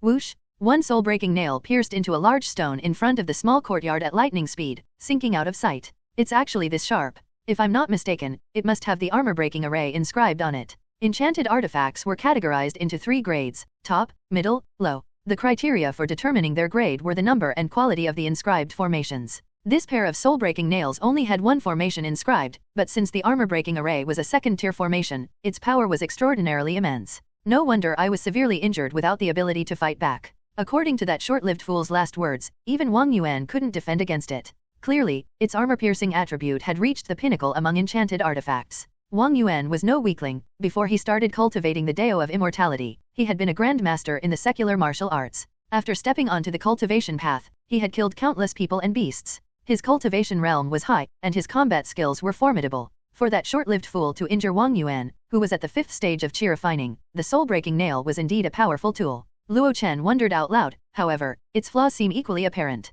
Shooting one soul-breaking nail actually consumed half my spirit power. If I shoot both at once, wouldn't I be completely drained? And also, Luo Chen said as he continuously channeled his spirit power. However, the soul-breaking nail embedded in the stone didn't budge an inch. It doesn't come back. The advantages and disadvantages of this top-tier enchanted artifact were far too obvious. Its armor-piercing ability was exceptional. However, it consumed enormous spirit power and couldn't be controlled, nor could it be summoned back after being launched. Its material was sturdy enough not to break easily, otherwise, it would practically be a disposable artifact. Perhaps for this reason, despite having a 2nd-tier formation inscribed, it could only be classified as a top-grade enchanted artifact rather than the legendary supreme-grade artifact. Luo Chen cracked open the stone, retrieved the soul-breaking nail, and happily stored it in his storage bag. To me, the no-return aspect isn't much of a downside since I never learned the traction. Compared to my rusty old lower-tier enchanted sword, this is like upgrading from a musket to a cannon. After a moment of joy, Luo Chen returned to his room and lit a stick of calming incense. The orchid, musk-like fragrance gradually calmed his restless soul. This deep sense of comfort from his soul nearly made him moan aloud. However, Luo Chen didn't have the luxury to indulge. He quickly began practicing the long spring art. 1 stick of calming incense per day was enough to allow a cultivator to practice their core technique 5 additional times. Luo Chen, who had once been limited to only 2 or 3 full cycles of the technique, could now complete all 8 cycles of the long spring art. What did 8 cycles mean? 1 cycle restored 20% of his spirit power, 8 cycles meant 160%, enough to cast 32 fireballs. It could be said that the calming incense was the 2nd most valuable item from this haul, right after the storage bag and soul-breaking nail. Even in his dreams, the scenes from that day had replayed several times. That was the first time since his transmigration that he had faced death head-on. He kept recalling it, not out of fear, but to remember the situation and prepare for encountering something similar in the future. With the aid of the calming incense, Luo Chen suddenly realized that he could have handled that fight much better. The soul-breaking nail was fast, but he had practiced the carefree wander and could have tried to evade it. Even if he couldn't completely avoid it, he wouldn't have been so gravely injured or nearly killed on the spot. Moreover, the enemy was in terrible condition at the time. What if he had struck first? Could he have caught the opponent off guard? He hesitated and relied on luck, forgetting that striking first was often the key to success. Even in the direct confrontation that followed, his fighting style had numerous flaws. The 3rd fireball had already broken through the enemy's defense. At most, 2 more would have sufficed. Yet, in his excitement, he wasted all his spirit power in one go. As a result, he had no combat capability left afterward. I was lucky to have encountered Wang Yuan. What if I ran into someone else? Would that someone else still be familiar to me? And would they have let me off? As these thoughts crossed his mind, he chuckled bitterly. Even those who knew him might not have been able to resist temptation. The belongings of 2 chi-refining realm cultivators were no small fortune, after all. My combat experience is truly lacking. The lack of combat experience was indeed Luo Chen's greatest weakness. However, this weakness stemmed from multiple factors, with his cultivation level being the greatest limitation. A rogue cultivator without a decent enchanted artifact, powerful skills, or a high cultivation level couldn't be expected to possess rich combat experience, and Wang Yuan was one of the rare exceptions.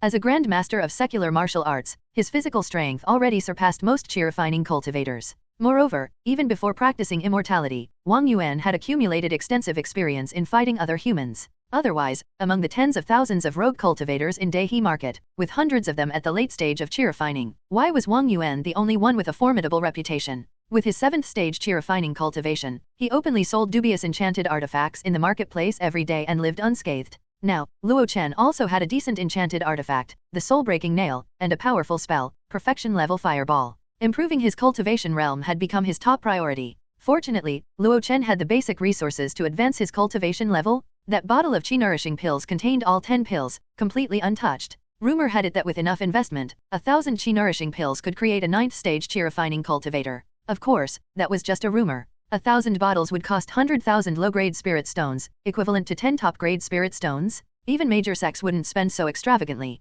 Furthermore, people with excellent spirit roots could cultivate quickly even without pills. However, since Luo Chen's spirit roots were weak, he would undoubtedly rely on pills to compensate for his lack of cultivation aptitude. Using the calming incense, Luo Chen ran another cycle of the long spring art to restore himself to peak condition. With this state, he consumed 1 chi-nourishing pill. As the pill entered his body, it was activated by spirit energy, transforming into a surging heat that filled him and rushed toward his meridians and spirit pathways. A bloated sensation spread throughout Luo Chen's body. With a frown, he practiced the long spring art, channeling the medicinal energy into his danshan. The absorption and refinement of spirit energy through techniques were greatly hindered by the quality of spirit roots, significantly reducing efficiency. However, pills weren't affected. Once ingested, the pill's medicinal energy might take time to refine, but it would remain within the body. Given enough time, it could eventually be refined and absorbed into one's energy. The process of refining the pill lasted an hour. When Luo Chen assessed the condition of his body and opened his eyes, he was overjoyed. He opened his status panel. Status panel. Name, Luo Chen. Lifespan, 27/75. Spirit roots, gold, wood, water, fire, earth. Realm, chi-refining realm stage 3, 78/100. Achievement points, 2. Technique. Long spring art, proficient, 280/300. Spells. Fireball, perfection, 355/500. Carefree wander, proficient, 203/300. Entangle, skilled, 176/200.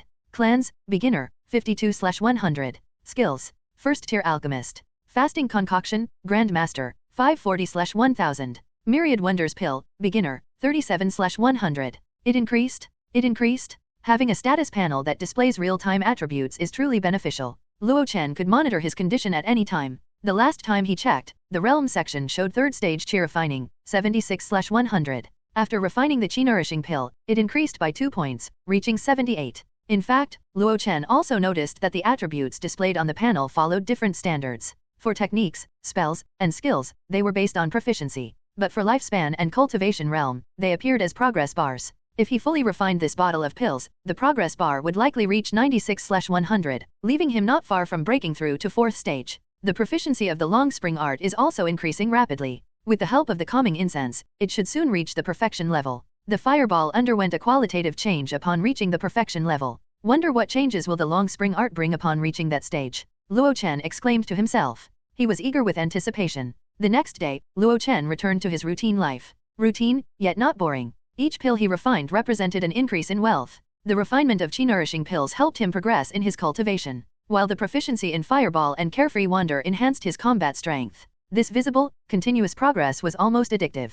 If not for the limited resources and external dangers, Luo Chen would have been content to spend his entire life cultivating in peace. 3 days later, in the middle of the night, Luo Chen trembled all over. He then opened his eyes, unable to contain his joy. The long spring art has reached the perfection level. I wonder what changes it brought. After resting briefly, Luo Chen tried running again, carefully sensing the differences from before. An hour later, there was a strange expression on his face. The time required has halved. Previously, it took 2 hours to complete one cycle, now it only takes an hour. The amount of spirit energy refined has also doubled. If the spirit energy absorption and conversion efficiency of a 5 spirit root cultivator was the baseline, then 4 spirit root cultivators were roughly double that, 3 spirit root cultivators were 4 times as efficient, and dual spirit root cultivators were 8 times as efficient. As for single spirit root cultivators, also known as the legendary heavenly spirit roots cultivators, was still unknown to Luo Chen, as he had never encountered one. But it was said to be at least 20 times the baseline. After all, the cultivation world spoke of heavenly spirit root cultivators achieving foundation establishment in just 10 years without consuming any pills.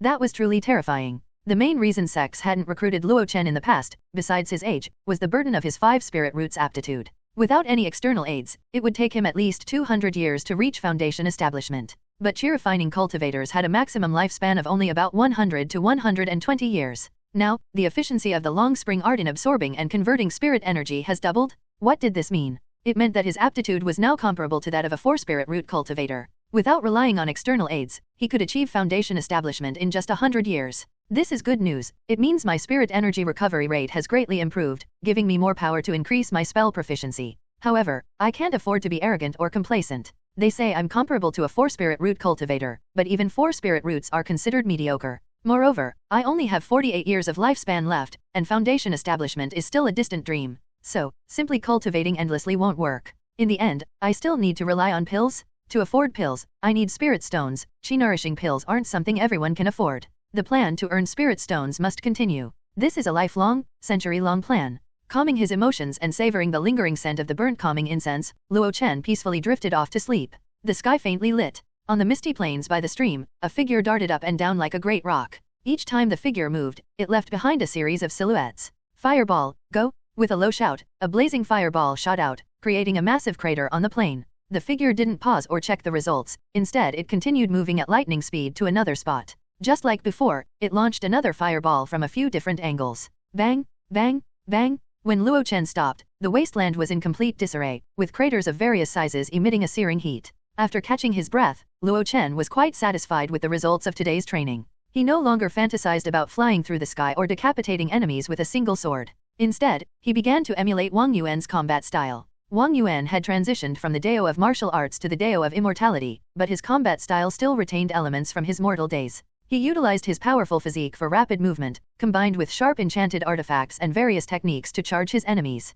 The image of Wang Yuan dragging a large blade, stepping across the rooftops, and descending from the sky had left a profound impression on him. His victory against 3 opponents at once was even more astounding. Luo Chen wasn't a fool, he quickly learned from the strengths of that approach. Although I lack strong close combat abilities, my perfection level fireball has an incredibly fast casting speed and decent power. Using the lightness technique from Carefree Wander, I can become a ruthless moving turret. If I encounter enemies that the fireball can't penetrate, I still have the 2 soul-breaking nails as my backup.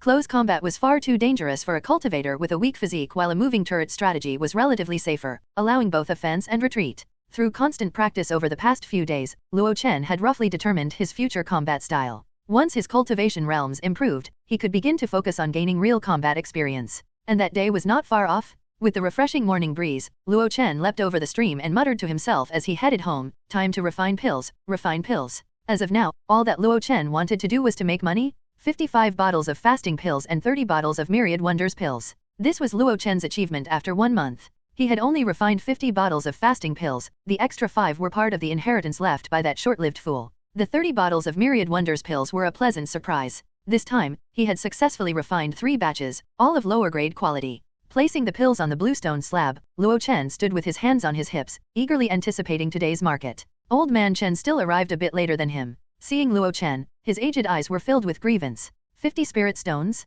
He had only just recovered them last time, and now this brat had borrowed them again. He had already made up his mind, no matter how eloquently Luo Chen pleaded today, he would make sure to collect the loan. Absolutely, little Luo, your pill refinement skills have improved again. In the past, the small section he allocated to Luo Chen had never been fully occupied. But today, it was packed with jade bottles, at least 50 or 60, almost overflowing. This clearly showed that Luo Chen's pill refinement skills had further advanced. Luo Chen chuckled. It's all thanks to your generosity, fellow Daoist Chen. Without your help, I wouldn't have had the capital to refine more pills. As long as you know that, old man Chen snorted lightly before sternly saying, I lent it to you out of kindness, but today, you must return those spirit stones. Of course, of course. Luo Chen put on an earnest, obliging look. Only then did old man Chen's expression soften a little. The fact that there were people still owing him money truly made his tea tasteless and his meals unappetizing. Suddenly, he let out a surprised huh. Huh, little Luo, you're at 4th stage chi refining now. Luo Chen asked curiously, how did you know? I've practiced the spirit eyes, so observing auras and sensing spirit energy is a minor skill, Old Man Chen said smugly before adding in a somewhat puzzled manner. Aren't you a 5-spirit-foot cultivator? Yet, you have managed to break through to mid-stage chi refining at this age. The Spirit Eyes was a low-tier spell that enhanced vision using spirit energy, granting the ability to observe auras and detect spirit fluctuations. Among low-tier spells, it was considered one of the 5 must-learn techniques for chi refining cultivators, alongside Fireball, Wind Control Seal, Traction, and Heal. Unfortunately, aside from Fireball, Luo Chen didn't know any of the others. Entangle and Fireball had both been acquired by the original Luo Chen during a fateful encounter. The Cleanse, one of the most useless spells, had been traded for a bottle of fasting pills at the market. Old Man Chen looked at Luo Chen with a strange expression. He probably never expected that one day Luo Chen would become a mid-stage chi refining cultivator like himself. Although the difference between mid-stage and early-stage cultivators wasn't enormous, the maximum spirit power capacity doubled. This allowed for a much more seamless execution of various combat techniques. Early-stage cultivators were the lowest rung of society in Daihe market. Without any special skills, they could only do menial jobs and be at the beck and call of others. But mid-stage cultivators were different. They could join various factions and take on well-paid missions. It could be said that mid-stage chi refining cultivators were the ones who truly had the means to survive in Daihe market. Faced with the old man's curiosity, Luo Chen simply smiled and said, I have been lucky. In reality, it was nothing out of the ordinary. A single chi-nourishing pill provided him with a large amount of spirit energy, pushing his progress bar to 96/100. The remaining spirit energy was earned through more than 20 days of relentless cultivation, using the perfection level long spring art and the calming incense. Breaking through to the 4th stage of chi refining came as a natural progression. As Luo Chen helped Old Man Chen set up the talisman papers, he pointed to the spot where Wang Yuan usually set up his stall with some curiosity. Has Brother Wang not been setting up his stall lately? Don't you know about the big events happening in the outer district recently? Old Man Chen asked, looking at him in surprise. Luo Chen looked completely bewildered. Ah, that makes sense. You live so far out, if you're not paying attention, you might really not know. Old Man Chen explained to himself, then said with some interest, recently, the Dejiang Gang and the Lianyun Trade Alliance formed an alliance. Isn't that perfectly normal? The Lianyun Trade Alliance was a well-known rogue cultivator faction in the Jade Cauldron domain, with businesses spread across its various markets. Their primary business involved transporting and selling rare resources from different regions, earning profits from the price differences. Naturally, this involved a significant amount of logistics. As mentioned before, storage bags weren't something an average rogue cultivator could own, and even a few of them weren't sufficient for large-scale trade. Thus, the Lianyun Trade Alliance had always maintained a good cooperative relationship with the local Dejiang Gang. The Dejiang Gang thrived off the Lankang River around Daihe Market. Throughout history, both in ancient and modern times, water transport has always been one of the most profitable businesses, involving countless industries in its chain. It was perfectly logical for the Lianyun Trade Alliance to ally with the Dejiang Gang for deeper collaboration. Old Man Chen shrugged. But the Dejiang Gang's interest in mountain trade is definitely out of the ordinary. Mountain trade? Luo Chen asked in surprise. Isn't that the Pashan Gang's territory? Huh? Old Man Chen snorted. The Pashan Gang's territory? The Great Million Mountains in the eastern wilderness belong to the demonic beasts. Even the 6 major sects in the Far East wouldn't dare claim it as their own. Let me put it this way, the Dejiang Gang has set its sights on the safe paths the Pashan Gang has explored over the past century. Old Man Chen was fond of gossip and digging up secrets, as such information was usually worthless. Sometimes, when he encountered visiting high-level cultivators, he could even sell this information for a few spirit stones. He had learned quite clearly that the Dejiang Gang was serious. Initially, they sent their own people to explore safe mountain routes, suffering heavy losses. Eventually, they set their sights on the paths of the Pashan Gang. The Pashan Gang naturally resisted, leading to numerous conflicts. A month ago, the enchanted artifacts Wang Yuan had been selling turned out to be spoils seized by the Pashan Gang's cultivators after killing members of the Dejiang Gang in the mountains. Now the conflict had intensified, and their battles were no longer confined to the mountains. In the outer district, fights between the two factions often broke out at night. As Luo Chen listened to the gossip, his mind began to churn. You specifically mentioned an alliance between the Lianyun Trade Alliance and the Dejiang Gang. Could it be that the Dejiang Gang's actions are being instigated by the Lianyun Trade Alliance? After raising this question, Luo Chen's mind began racing even faster. That's right. The heavenly materials, treasures, and demonic beast flesh hunted by the Pashan Gang are all sold at high prices to various factions. Since the Lianyun Trade Alliance isn't a sect, they naturally wouldn't be happy with those prices. By allying with the Dejiang Gang, they're likely trying to raise a competitor to fight over resources with the Pashan Gang. If they succeed, the cost of acquiring resources will be much lower for them in the future. Old Man Chen grunted in agreement.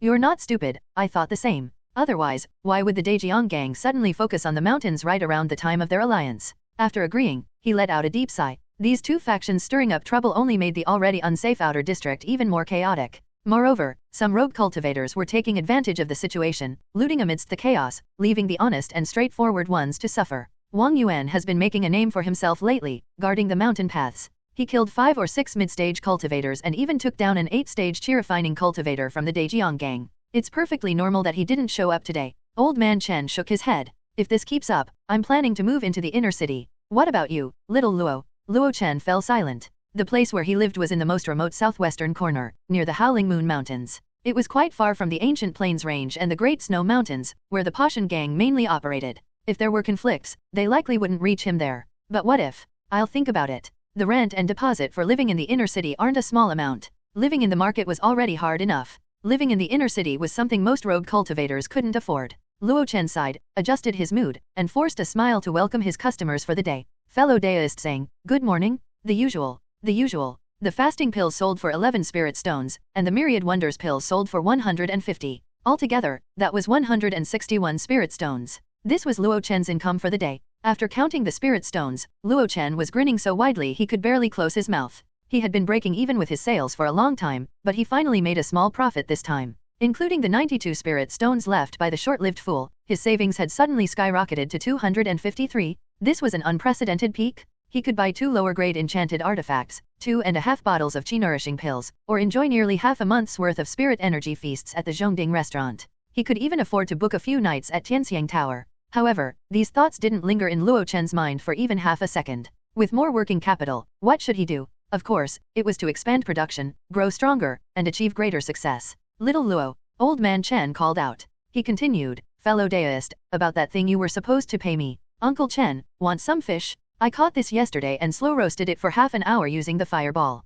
Just heat it up a little, it's delicious. But, spirit stones? Don't worry, I haven't forgotten, they're on my mind. I am just in a phase of improving my craft, so I need more materials to practice. Once I've earned enough, I'll definitely pay you back. I'll even host a banquet at Zhongding restaurant to personally treat you." Zhongding restaurant was the most upscale establishment in Daihe Market. They served ingredients infused with spirit energy, drinks brewed from spirit veins, and rare delicacies, snacks and fruits imported via the Lankang River. Seeing that old man Chen was tempted, Luo Chen struck while the iron was hot. "Besides, we're both mid-stage chi refining cultivators now. Do you really think I'd stiff you for a measly 50 spirit stones? Don't worry, I'll definitely pay you back then," Luo Chen assured. Then, he said, "I'm in a hurry to buy herbs, so I'll be off for now." This little rascal? Old man Chen thought as he watched Luo Chen vanish in a flash, feeling a bit frustrated. It reminded him a bit of himself back in the day, carefully budgeting even 1 or 2 spirit stones. "I just hope your promise of a Zhongding banquet isn't just a way to fool me. Double the red flame chicken blood. Yes, the more, the better.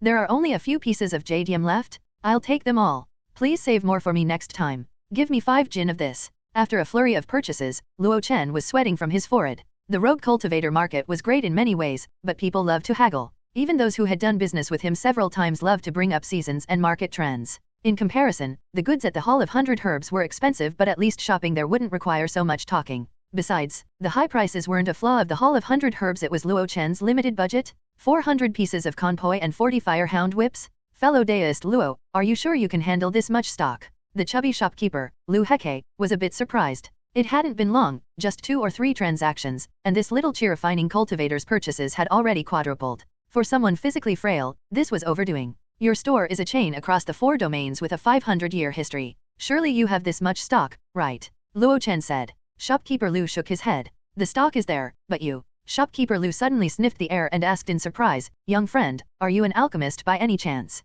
A crude skill, not worth mentioning, but you've got a good eye, shopkeeper." "Wow, a wild alchemist?" Shopkeeper Lu looked at Luo Chen with a peculiar expression, one that seemed to blend mockery and admiration. These days, even rogue cultivators dared to dabble in the lofty and mighty art of alchemy. This person truly seemed oblivious to their own limitations. Of course, in business, the key was to foster harmony and bring prosperity. Shopkeeper Lu gave a warm smile. "To be practicing alchemy at your age, you must be exceptionally talented. If you refine any fine pills in the future, don't hesitate to show me." These words piqued Luo Chen's curiosity. "Shopkeeper, do you also buy pills? The Spirit Herb Pavilion next door and our Hall of 100 Herbs both hail from the Medicine King sect. That should explain it, young friend." Luo Chen's eyes lit up as he realized something. If he could get his pills sold at the Spirit Herb Pavilion, it would be like a small distillery's liquor getting primetime advertising on national television back on Earth. Wouldn't spirit stones just pour in like water? For now, such things were out of his reach. Even though the demand for myriad wonders pills was high, his proficiency and production weren't up to par to work with the spirit herb pavilion. After chatting a bit more, shopkeeper Luo promised to ensure the supply of conpoy and firehound whips. According to him, the firehound whips came from a cultivation family under the Medicine King sect, with an annual output that was very stable and reliable. Under Miss Little Ling's strange gaze, Luo Chen packed the herbs into his storage bag and took his leave. After he left, shopkeeper Luo clicked his tongue in amazement. The bigger the forest, the more birds you'll find. Even low-tier rogue cultivators dare to dabble in alchemy now. Bah! Miss Little Ling spat, her face slightly flushed and said, I doubt he's making anything good.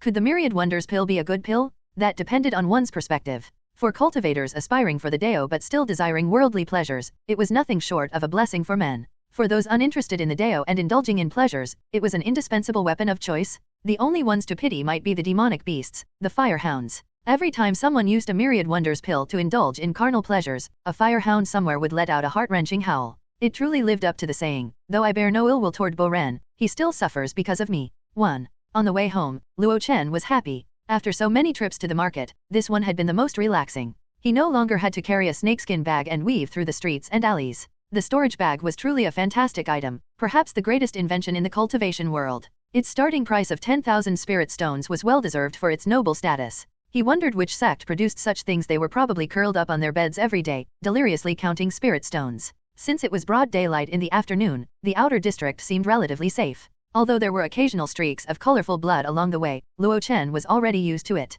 With his proficiency level carefree wonder unleashed, he glided through the bustling market like the wind, eager to return home. This round of purchases cost him over 200 spirit stones, leaving only 40 for emergencies. He bought materials for myriad wonders pills, fasting concoctions, and daily necessities. It almost felt like his previous life, where he would shop at a big supermarket once a month. After returning home, Luo Chen organized his purchases and began his cultivation for the day. In addition to the fireball, he picked up the entangle again. After all, it was a foundational spell embedded in the long spring art, and with a proficiency of 176/200, it was close to advancing to the next tier. This spell was generally poorly rated, but as a wood element spell, it perfectly complemented the long spring art, with its power determined solely by the amount of spirit energy consumed. If he could improve his proficiency in the entangle, Luo Chen would have another method to deal with enemies. And who said the entangle couldn't kill, too? Soon, it was night time. After washing up, Luo Chen sat cross-legged on his bed, focusing his mind and running his cultivation technique to restore his spirit power. The long spring art at the perfection level was truly exceptional. It took less time while still being highly efficient, subtly attuned to his body, as if the technique had been tailor-made just for him. Even without the help of chi-nourishing pills, Luo Chen could feel a cultivation speed completely different from before. When he finished his practice, he lay down to prepare for sleep. Suddenly, just as he closed his eyes, Luo Chen opened them again, staring intently at the door. The phrase originates from a letter written by Fang Bao, a Qing dynasty scholar and writer. It reflects Fang Bao's remorse over the death of his friend, Zhou Jin, who was implicated and executed due to a misunderstanding indirectly related to Fang Bao. This phrase has since been used to express a sense of guilt or responsibility for harm caused unintentionally. Two authors note here, a certain god king silently gave a thumbs up. Not sure what he is referencing. The night wind howled, carrying a murderous aura. A figure darted through the small forest, glancing behind him from time to time. Have I lost them off? Muttering to himself, his eyes sharpened, and he gritted his teeth, channeling the little spirit power he had left as he continued to sprint. The wind control seal he used to enhance his speed brought no sense of relief. Instead, it filled him with a fiery panic that seemed to burn from within. Behind him, a blue-robed cultivator was rapidly closing in on a flying disc. "Zhou-san, you can't escape." Zhou-san ignored him and charged desperately toward the Howling Moon Mountains. As long as he entered the Howling Moon Mountains, he could rely on the complex terrain to lose Gao Tingyi. Flying with the wind control seal was much faster than using an enchanted artifact like the Lotus Leaf Disc. However, the spirit power consumed by casting a spell was far greater than that used by a flying artifact like the Lotus Leaf Disc. Gao Tingyi's face darkened as he trailed behind. Whenever he noticed the gap widening, he would channel his spirit power to close the distance. Hee. Instead of running to the Pashan gang's headquarters, you're fleeing aimlessly into the wilderness, you're truly seeking death. With a cold sneer, Gao Tingyi clutched a talisman in his hand, ready to activate it at any moment. However, as the surrounding scenery gradually changed, his expression grew increasingly uncertain. Wait, he's trying to escape into the mountains? The Pashan gang knew the nearby mountain ranges far better than those like him who spent their lives on the great rivers. If he managed to get inside and hide for a couple of days, there would be nothing Gao Tingyi could do. Fine, I'll just have to waste this swift talisman on you. Without hesitation, Gao Tingyi put away the lotus leaf disc and slapped a yellow talisman onto his body, and spirit power surged into him. Next instant, a figure shrouded in a yellow glow streaked forward like an earthen dragon, roaring through the air. The distance between him and his target shrank. Seeing this, Zhou-san felt his soul nearly leave his body. No matter how much he pushed his spirit power, he couldn't widen the gap. Even the wind control seal had its limits. Zhou-san, meet your end. With a low shout, a flying sword shot toward him from hundreds of meters away. Swish! Zhou-san stumbled but didn't fall. Instead, he ran even more frantically for his life. Gao Tingyi summoned back his sword, which was now stained with a layer of bright red blood. Quite a tough one. I wonder how many more strikes you can take. Gao Tingyi continued the pursuit, the night wind against his face offering a slight sense of refreshment. A desperate cry for help pierced the air. Fellow Daoist, save me. Luo Chen's face was grim as he hid behind the door, a stack of talismans at his waist and a soul-breaking nail clutched in his hand. Save you? Save your mother? Don't run toward me? He cursed inwardly, but Zhou-san obviously couldn't hear him. Instead, Zhou-san charged straight toward his house without hesitation. The Daejiang gang is handling business, bystanders, stay out of the way. With a deafening roar, a massive fireball suddenly illuminated the pitch-black night sky. Through the crack in the door, Luo Chen's eyes widened. Damn it, what are you doing? The next moment, the massive fireball crashed down like a meteor, targeting not just Zhou-san but also Luo Chen's courtyard. Boom! Gao Tingyi landed gracefully as the yellow glow around him faded. The swift talisman was now completely used up. He stood against the backdrop of the raging fire consuming half of the collapsed house and glanced at the body lying on the ground. Still pretending to be dead, huh? Before he could finish speaking, the body on the ground stirred slightly, only for a flying sword to pierce through it, nailing it to the ground. With a cold sneer, Gao Tingyi glanced sideways and said, "Are you coming out on your own, or do you plan to burn to death in there?" The response came in the form of a fireball. Gao Tingyi raised his hand, and an earthy yellow light haloed him. The fireball struck it, sending ripples of yellow light before fading away. A petty trick, and you dare show it off in front of me? With a flick of his hand, the flying sword on the ground shot back into his grasp.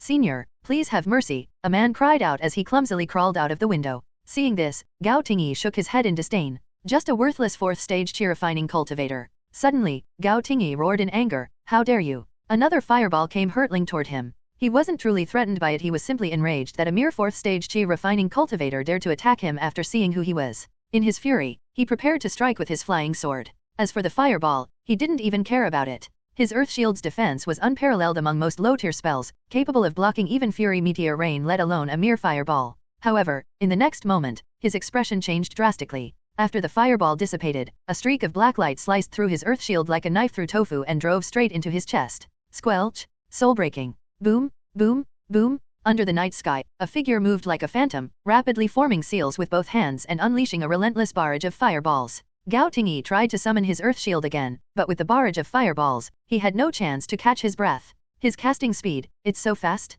This was the only thought Gao Tingyi had before he fell. Luo Chen stood 200 meters away, staring intently at the fallen corpse. He might be playing dead. I've used that trick before, and so did the last guy, so, better test it out. Without hesitation, Luo Chen sent out another fireball. Boom! The corpse didn't react, it seemed truly dead. Luo Chen still wasn't entirely sure. From this distance, if the man was truly playing dead, he would still have a chance to escape. However, if he wasn't on the verge of death, why would he pretend to be dead? Luo Chen's eyes lit up as he chanted a short incantation and his fingers suddenly moved. From the ground in the distance, a stream of green light twisted like a vine and wrapped around the cultivator's neck. Clang! A sharp ringing of a sword echoed, startling Luo Chen, who immediately poured more spirit power into the spell. The vine twisted the neck tightly, turning the head 2 full rotations before it finally dissipated. Luo Chen sighed in relief and said as he walked over to the corpse, so he really was pretending to be dead. Too bad that trick doesn't work on me anymore. Looking at the twisted neck and the grotesque expression frozen on the face, Luo Chen felt surprisingly calm this time. There was neither the anger of being dragged into the fight nor the pride of defeating a powerful enemy. Sometimes, adapting to a particular atmosphere was quite easy. In fact, he always had excellent adaptability. He merely sighed. Realizing that entangle could indeed kill, he silently vowed never to mock that particular god king again. He tried shaking the body, but as the head began to move, its twisted neck only made the sight even eerier. Luo Chen, now well versed in the art of scavenging, then began rummaging through the body for anything valuable. There's a swallow-shaped flying sword. I will have to assess the quality later. There is also a lotus leaf disc. A lotus leaf disc was a lower-grade flying artifact that Luo Chen knew cost 150 spirit stones at the treasure pavilion, which was about half more expensive than a standard first-tier low-grade artifact. This robe is ruined. Oh, there is also an inner armor. No wonder he survived my soul-breaking nail and over a dozen fireballs. What a pity, it was almost completely destroyed as well. No spirit stones, no techniques, and not even a storage bag? Damn, what a brokius! Luo Chen cursed as he pulled the soul-breaking nail from the chest and moved to search for another corpse. In the end, all he got was a set of flying blades and a small pouch of spirit stones. There was nothing else. Damn it, another brokius? Luo Chen muttered to himself, a bunch of broke asses, what are they even risking their lives for every day? He then turned to look at his house, still engulfed in flames, and felt like crying. The local factions here seriously have no manners. The sky was vast, the breeze is still, waves are quiet. On a large ship, the leader of the Daejeong gang, Wang Haikao, stood at the bow, listening to his subordinates report from behind. Last night, we attacked 7 Pashan gang outposts in the outer district and reaped great rewards. A second-tier demonic beast tiger pelt, over 1,000 of low-tier spirit materials, and tens of thousands of spirit stones. The brothers' personal spoils haven't been counted yet. As per your orders, whatever they grabbed is theirs to keep. Boss, we really hit the jackpot this time. Wang Haikao didn't even turn around as he spoke, it's nothing more than a minor operation. We only got this result because we drew their attention to the mountains. He let out a sigh of disinterest and patted the railing. Little Gao, what were our losses last night? The subordinate called Little Gao was anything but tall. He had a short, stocky build and a fierce expression. Dressed in a black short-sleeved outfit, his arm muscles were sharply defined, standing out in striking detail. Our losses were minor. Only a few dozen 4th and 5th stage chi refining cultivators died, and no one above stage 7 was seriously injured. Oh, Ding Yulong was unlucky, though. He ran into Wang Yuan and the broken blade swordsman rushing back from the mountains. Between the two of them, they wrecked his high-grade artifact and spirit turtle shield. Little Gao spoke with a grin, though his smile only made him look fiercer. Wang Haikao chuckled. That's quite a loss for him. Give him a top-grade artifact from this haul. We can't have him without a decent weapon in future battles. After speaking, his brow furrowed slightly and muttered under his breath, the 2 blades of the Pashan gang are starting to get annoying. The Pashan gang had over 1,000 members, with nearly 100 at the late stage of chi refining. Their leader, Old Man Mi, was also a foundation establishment cultivator like himself and rarely took action in person. Their elite subordinates usually handled everything. The 2 blades were stationed at the headquarters, while each of the 7 outposts was guarded by a man-eating tiger. Compared to the powerful members from the 7 divisions, the 2 blades were what truly made the Daejeong gang uneasy. The 2 blades were Mad Blade Wang Yuan and Broken Blade Su Rank. Broken Blade Su Rank had been famous for years, wandering through various towns before being recruited by Old Man Mi to settle down in Daehe Market. On the other hand, Mad Blade Wang Yuan had only been cultivating for 10 years. In his first fight, he single-handedly won against people of higher cultivation realms than him. He had killed several mid-stage cultivators who had robbed him. Afterward, he hunted in the mountains and clashed with others multiple times until Old Man Mi personally recruited him into the Pashan gang. Yet after joining, Wang Yuan hadn't done anything earth-shattering. On the contrary, he spent the years doing dirty work for the Pashan gang. He specialized in selling second-hand artifacts and techniques of questionable origin. It wasn't until recently, when he faced 3 opponents alone and brought back the heads of 3 Daejeong gang members, that people began paying attention to this man who had spent years doing dirty work. Most assumed it was a stroke of luck. No one expected that over the next month, he alone would guard the mountain pass with his blade, cutting down the members of the Daejeong gang and throwing them into disarray. Powerful cultivators of the same stage couldn't withstand one move against him, and even Luo Renja, an 8th stage chi refining cultivator, fell by his hand. A 9th stage chi refining cultivator from the Daejeong gang personally took him on, but after a fierce fight, the 9th stage chi refining cultivator lost. In just 1 month, he built his reputation as the Mad Blade. Even the Broken Blade Su Rank admitted that Wang Yuan's battle prowess rivaled his own and suggested that he had the potential for foundation establishment. With Su Rank's endorsement, Wang Yuan earned the title of one of the Pashan gang's 2 blades. Hearing the boss's words, Little Gao fell silent. As the top figure under the leader of the Daejeong gang, he had always held himself in high regard. He was evenly matched with the Broken Blade Su Rank, but if they faced off on the rivers, he was confident he could defeat him within 100 exchanges. However, the Mad Blade was someone he couldn't quite pin down. Rumor had it that the man was an expert of naval combat as well. Why did someone like that even exist? He was already so formidable at just 7th stage chi refining. If he reached 9th stage, wouldn't he dare challenge foundation establishment cultivators? Forget it. We're just working for someone else. Those 2 blades will eventually be dealt with. Wang Haikao stretched lazily and casually asked, "Where's your younger brother?" "No idea. He said he wanted to get a storage bag. He joined last night's raid on the Pashan gang's 7 divisions, but he hasn't returned yet. Aren't you worried something might have happened to him?" "Haha, I gave him the earth shield you gifted me. As long as he doesn't run into a 9th stage chi refining cultivator, he'll be fine," Little Gao said confidently before adding, "Plus, he has a swift talisman. If he wants to run, even the 9th stage chi refining cultivator won't be able to catch him." Wang Haikao nodded. With the earth shield and swift talisman, no one below foundation establishment could pose a threat to Little Gao's brother. "All right. Keep an eye on the gang's affairs. The Pashan gang might retaliate soon, but our reinforcements should be arriving shortly." Little Gao fell into thought. Reinforcements? Is he referring to experts from the Lianyun Trade Alliance? In the inner city of Daehe Market, inside a small room atop the Jade Cauldron Sword Pavilion, the tallest building Sun Shao tore pieces of beef jerky into small strips and popped them into his mouth. "It doesn't have much spirit energy, but it tastes amazing." Little Luo, if you ever give up cultivation, you could open a beef jerky shop back in the world of mortals. It'd be a hit. Luo Chen gave a sheepish smile. Go back home? That is never going to happen. He didn't even know where home was anymore. After finishing his beef jerky, Sun Shao clapped his hands and grinned, showing his almost toothless mouth. Alright, what's the matter? Your rent's not due yet. I want to rent a place. Good. You should. That southwestern corner is too remote and dangerous. Tell me where you want to rent, and I'll find you somewhere spacious and safe. Consider it a favor for your beef jerky. As he spoke, he casually picked up a compass. As he infused spirit power, the compass lit up with a dense array of glowing points. There were thousands at first glance. With a swipe of his hand, the densely packed lights dimmed, leaving only a small fraction still glowing. The remaining lights indicated vacant properties in the outer district. Luo Chen's eyes lit up. Spacious ones. What's the matter? Don't you trust Grandpa Sun? Sun Shao was 121 years old, an outer disciple of the Jade Cauldron Sword sect. By age alone, he could genuinely be Luo Chen's grandfather. Of course, Luo Chen didn't care about that. It was just a title. He called Old Man Chen uncle every day anyway. As long as Sun Shao found him a good place, he'd happily call him grandpa all day. I want to rent a place in the inner city? The inner city? Let me check. Wait, the inner city. Sun Shao looked at Luo Chen suspiciously. You used to rent half a spirit stone per month housing and a stall for the same price. Now you're suddenly jumping straight to the inner city. He looked him over for a moment and then broke into a smile. The robe is different from before, with a faint, lingering aura of menace. This kid must have pulled off something big, and now, he wants to live the good life in the inner city.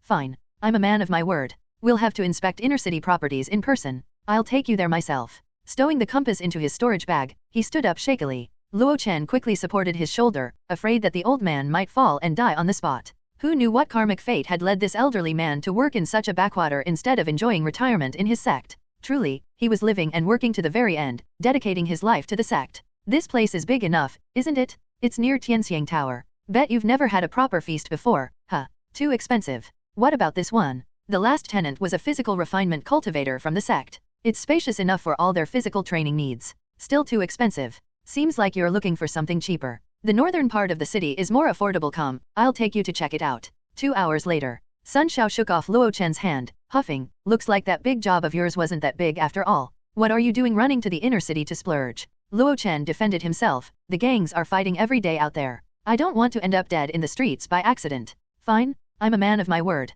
I'll find you a big house. Gritting his teeth, Sun Shao led Luo Chen deep into a maze of alleys. They weaved through the winding alleys for what felt like ages, passing female cultivators who cheerfully greeted the old man as they walked by. Suddenly, the willow trees cast their shade, and the flowers bathed in light. Asihun-1 appeared before them. After entering the gate and passing the screen wall, Sun Shao headed straight for the largest and widest room in the house. This is it. The back room. It's the largest. You could fit 17 or 18 people here if you squeezed a bit, he said. Luo Chen looked around the room with satisfaction. Its size was no smaller than his previous house with a small courtyard. The only downside was the lack of natural light, which gave the room a slightly gloomy feel. How many spirit stones? Lowest price 10 low-grade spirit stones a month, with 1 month's deposit and 3 months upfront. 1 deposit and 3 months upfront meant he had to hand over 40 spirit stones all at once. He had to admit, it stung. However, it was not easy finding such a spacious and affordable place. If not for Sun Shao's extensive knowledge of Daihe Market's housing, most people wouldn't even know this place existed. Also, there's a monthly management fee of 1 spirit stone and another for night soil disposal. Luo Chen's eyes widened. Management fee? What's that for? The old man rolled his eyes. Someone's got to handle your waste, right? And if there are neighborhood disputes, since fights are forbidden, I'll end up having to mediate anyway. I deserve some compensation. But, no buts. And the night soil. Do you want to live like those in the outer district, relieving themselves anywhere, where the stench of waste overpowers the scent of spirit energy? Fine, I concede. Under the Jade Cauldron's roof, one must bow their head. Oh, one more thing to remind you. There's more? Luo Chen clenched his fists, but remembering the old man was at 9th stage chi refining, he backed down. Can't beat him, can't beat him. Sun Shao pointed to a pile of firewood in front of the main house. If you're cooking, use smokeless firewood. If you're burning smoky wood, I suggest you rent a smoke-collecting artifact from me. Huh? Why? Luo Chen was completely baffled. Heh, where do you think you are? This is the inner city, built atop a first-tier spirit vein. If you cause too much pollution, do you still think anyone could still cultivate properly? Even the cultivation world cares about environmental protection? Feeling dazed, Luo Chen took an enchanted artifact from the old man. It was called the Gentle Smoke and Sparse Rain Incense. It looked square and pointed and could be placed where the interior met the exterior when in use. After signing the lease and paying 43 spirit stones, the large house was Luo Chen's for the next 4 months. As he saw the old man off, Luo Chen casually muttered to himself, "Sure, the lighting's bad, but it's not enough to make it so much cheaper than similar houses, is it? Why don't you guess why? One Sai Heiwen is a courtyard surrounded by buildings on all four sides. Refer to link." Ki, who had just gotten out of bed, laughed as she combed her waist-length hair. "Why, of course, it's haunted? Didn't senior son tell you?" Luo Chen was shocked. "Haunted?" Ki tossed her hair back and said, "Why so surprised? Ghosts are normal in the cultivation world." "That's true. This is the cultivation world, not Earth. Why am I so startled? It is common knowledge that the inner city is being haunted and that there are more than just a few ghosts," Ki began to explain patiently. Anyone who had lived in the inner city long enough could talk about such things. The Jade Cauldron domain had only been established 3 centuries ago. Before that, this vast region was part of the eastern wilderness's Great Million Mountains. 4 centuries ago, the Jade Cauldron Sword Sect launched a massive campaign to conquer the mountains, pouring immense resources into the war, with 16 sects participating. Among them, 7 were high sects with nascent soul cultivators. The Far East 6 domains also saw contributions from the major sects in the other 5 domains, sending numerous Foundation Establishment and Golden Core cultivators to the battle.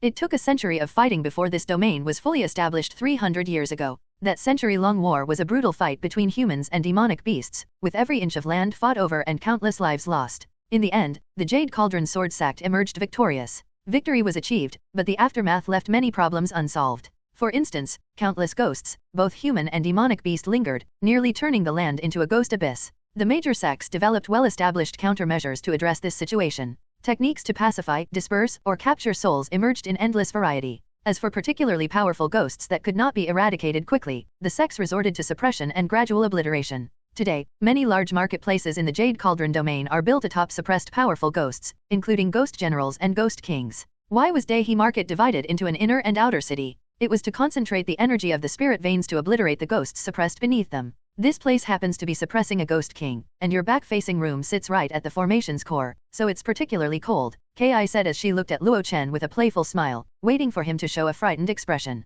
However, Luo Chen wasn't a fool. If Old Man Sun could rent him the house and Ki could live in the courtyard, it meant there was no real danger. He thought for a moment and asked, "Is it a male ghost or a female ghost?" Ki froze, then spat, "A perverted ghost." She stopped joking and explained seriously, "Don't worry. This formation was set up by a Golden Core Master, using the inner city as its foundation to draw on the spirit veins power. The Ghost King can't affect our lives or cultivation at most, it might make things a bit chilly when you sleep. Hi, a grand cultivator like me at 4th stage chi refining wouldn't fear the cold." Luo Chen replied with a confident smile, fully showcasing his pride as a cultivator.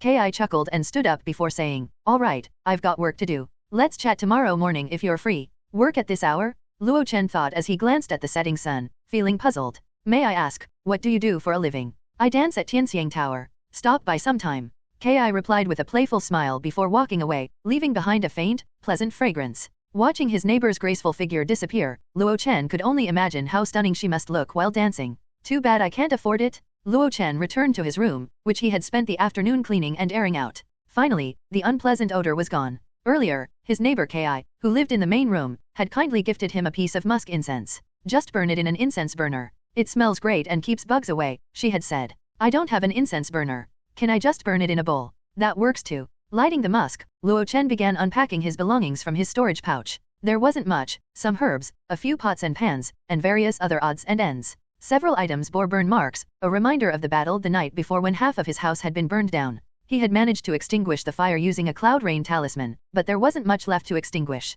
Not much could be rescued. The herbs he had painstakingly sorted that afternoon were almost entirely destroyed. Only the bedroom and kitchen had survived unscathed. Thankfully, the valuable materials had been stored in his pouch and hadn't been taken out yet. After tallying the losses, the damage was significant, precisely 108 spirit stones. But the gains? Even greater. The first cultivator who had died left behind a set of mid-grade enchanted artifacts, a jade blade, which turned out to be a set of wood element flying blades. Comprising 1 main dagger and 6 smaller ones, the set could form a formation. With sufficient time to deploy, its power could rival that of top-grade enchanted artifacts. This was perfect for his use. Aside from the flying daggers, the pouch contained 150 spirit stones. This single haul was enough to not only cover Luo Chen's losses but also leave him with a substantial profit. The master cultivator he strangled to death was even more remarkable. A top-grade flying sword and a low-grade flying artifact, both of which would fetch a premium price on the market. However, Luo Chen hadn't yet decided how to handle these items. After all, these were hot goods. That guy had likely been a 5th stage chi refining cultivator, yet he was loaded with treasures.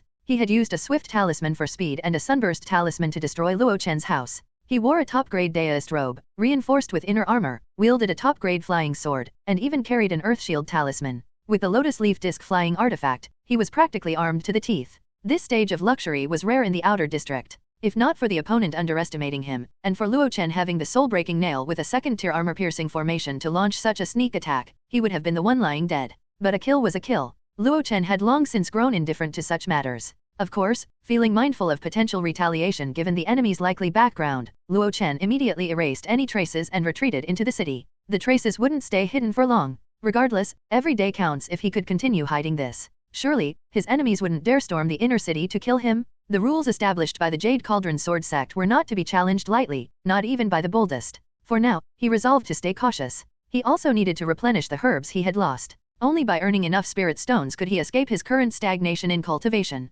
After unpacking his belongings, Luo Chen glanced around the spacious room. Tomorrow, while buying herbs, I'll get a few shelves to partition the space. I'll also need a sieve, a pestle, some peach wood, and some camphor wood, Luo Chen muttered to himself. Oh, and I'll need a chamber pot. Before starting his cultivation, Luo Chen found himself missing his old house with its courtyard, spacious plains, and nearby stream. Back then, he could relieve himself without a care in the world. Now, just the cost of night soil disposal each month was equivalent to 2 months of his previous rent. However, as soon as he started a cycle of the long spring art, these complaints disappeared. He wondered, so this is the allure of a first-tier spirit vein. The outer district did have spirit energy. Whether it was naturally in the air, spilled over from the Great Million Mountains in the eastern wilderness or the dispersal from the inner city, there was definitely some spirit energy present. Otherwise, rogue cultivators wouldn't have gathered here from all over. However, the concentration of spirit energy was just barely sufficient for cultivation. Truly just barely. Luo Chen had once cultivated diligently for half a month, only to see his progress bar move a fraction. In other words, it would have taken him 4 or 5 years to fill the 100-point progress bar of the third stage chi refining realm. And that was assuming he didn't waste any spirit power and made the most of every cultivation session. In fact, the original Luo Chen had struggled for more than 3 years without making any noticeable progress. Of course, due to the burdens of surviving, he had insufficient time for cultivation. It was only after Luo Chen transmigrated and used his status panel to grind the long spring art to the proficiency stage, which gradually improved the situation. Even so, his progress bar had remained stuck in the 70s for a long time. Finally, with the help of a chi-nourishing pill and the perfection level of long spring art, he had managed to break through to the 4th stage. But if he had been cultivating in the inner district at the time, that time could have been reduced by at least 1/3. This is the charm of a spirit vein. And this is just a first-tier spirit vein. I can't even imagine how fast disciples in sects with 2nd or 3rd-tier spirit veins cultivate. Luo Chen sighed 3 times in quick succession, a clear sign of his unsettled mood. If he were in such a place, could he fully cultivate the 9 stages of the chi refining realm before the end of his lifespan?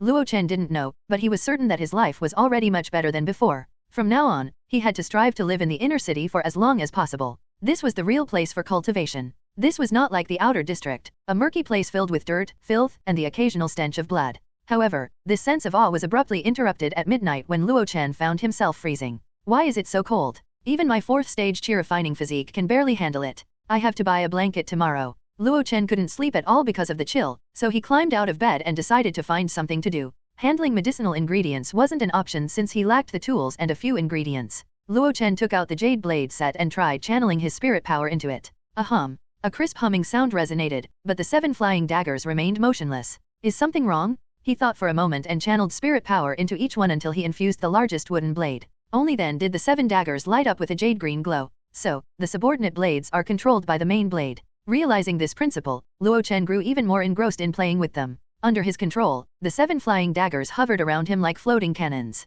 Go! Luo Chen pointed to the corner of the room, and one of the subordinate blades shot out. Like an arrow, the blade emitted a sharp hum and pierced the ground with a whistle. The speed was swift, and the power was decent. The green brick floor was punctured as easily as if it were tofu. And this was just one blade. What if all 7 were unleashed? What if the 7 formed a formation that could attack and defend? Luo Chen was intrigued but then awkwardly ran to the corner to retrieve the small wooden blade. I definitely need to buy a manual for traction. This isn't a cost I can skimp on. Indeed, he hadn't learned the traction technique yet, so his enchanting power could only manage straightforward actions. In other words, it's that kind of I provide the brute force, you make the miracle happen approach. The soul-breaking nail was fine since it was designed to be a one-way tool. But this jade blade set was all about flexible offense and defense, creating a forest of blades in motion. Without the traction to guide them, it would be a waste of such an enchanted artifact. After playing with the jade blade for a while longer, Luo Chen reluctantly stored it back in his pouch. Technically, the traction was just a flexible application of his enchanting power. If one were familiar enough with it, they could control enchanted artifacts effortlessly without the technique. But clearly, Luo Chen lacked both the skill and the aptitude. Or rather, most low-tier cultivators couldn't achieve that level of control. With limited spirit power to begin with, where would they find the opportunity to practice? That was why high-level cultivators had created the traction as a groundbreaking tool for low-tier practitioners. When Luo Chen was done playing with the Jade Blade, he turned to other activities to pass the time. Lightness techniques and reading? The room was still unfurnished, providing plenty of space. Carefree Wander wasn't merely a lightness skill focused on speed. At higher levels, it emphasized freedom, ease, and composure. Luo Chen maneuvered around the room, sometimes leaping to the roof, other times landing on the ground, always controlling his strength. He had to admit, compared to his previously bold and unrestrained movements, this approach offered a different perspective. In his hand was the book Scenes of the Six Domains, and Luo Chen had only read halfway through it. He had learned the most about the Jade Cauldron Sword sect and the Hehuan sect. After all, one was the leading sect in the region, while the other was notorious for its tales of romance and intrigue. Mu Qingchang, one of the 6 killers of Tianfan City, was a rare female golden core cultivator.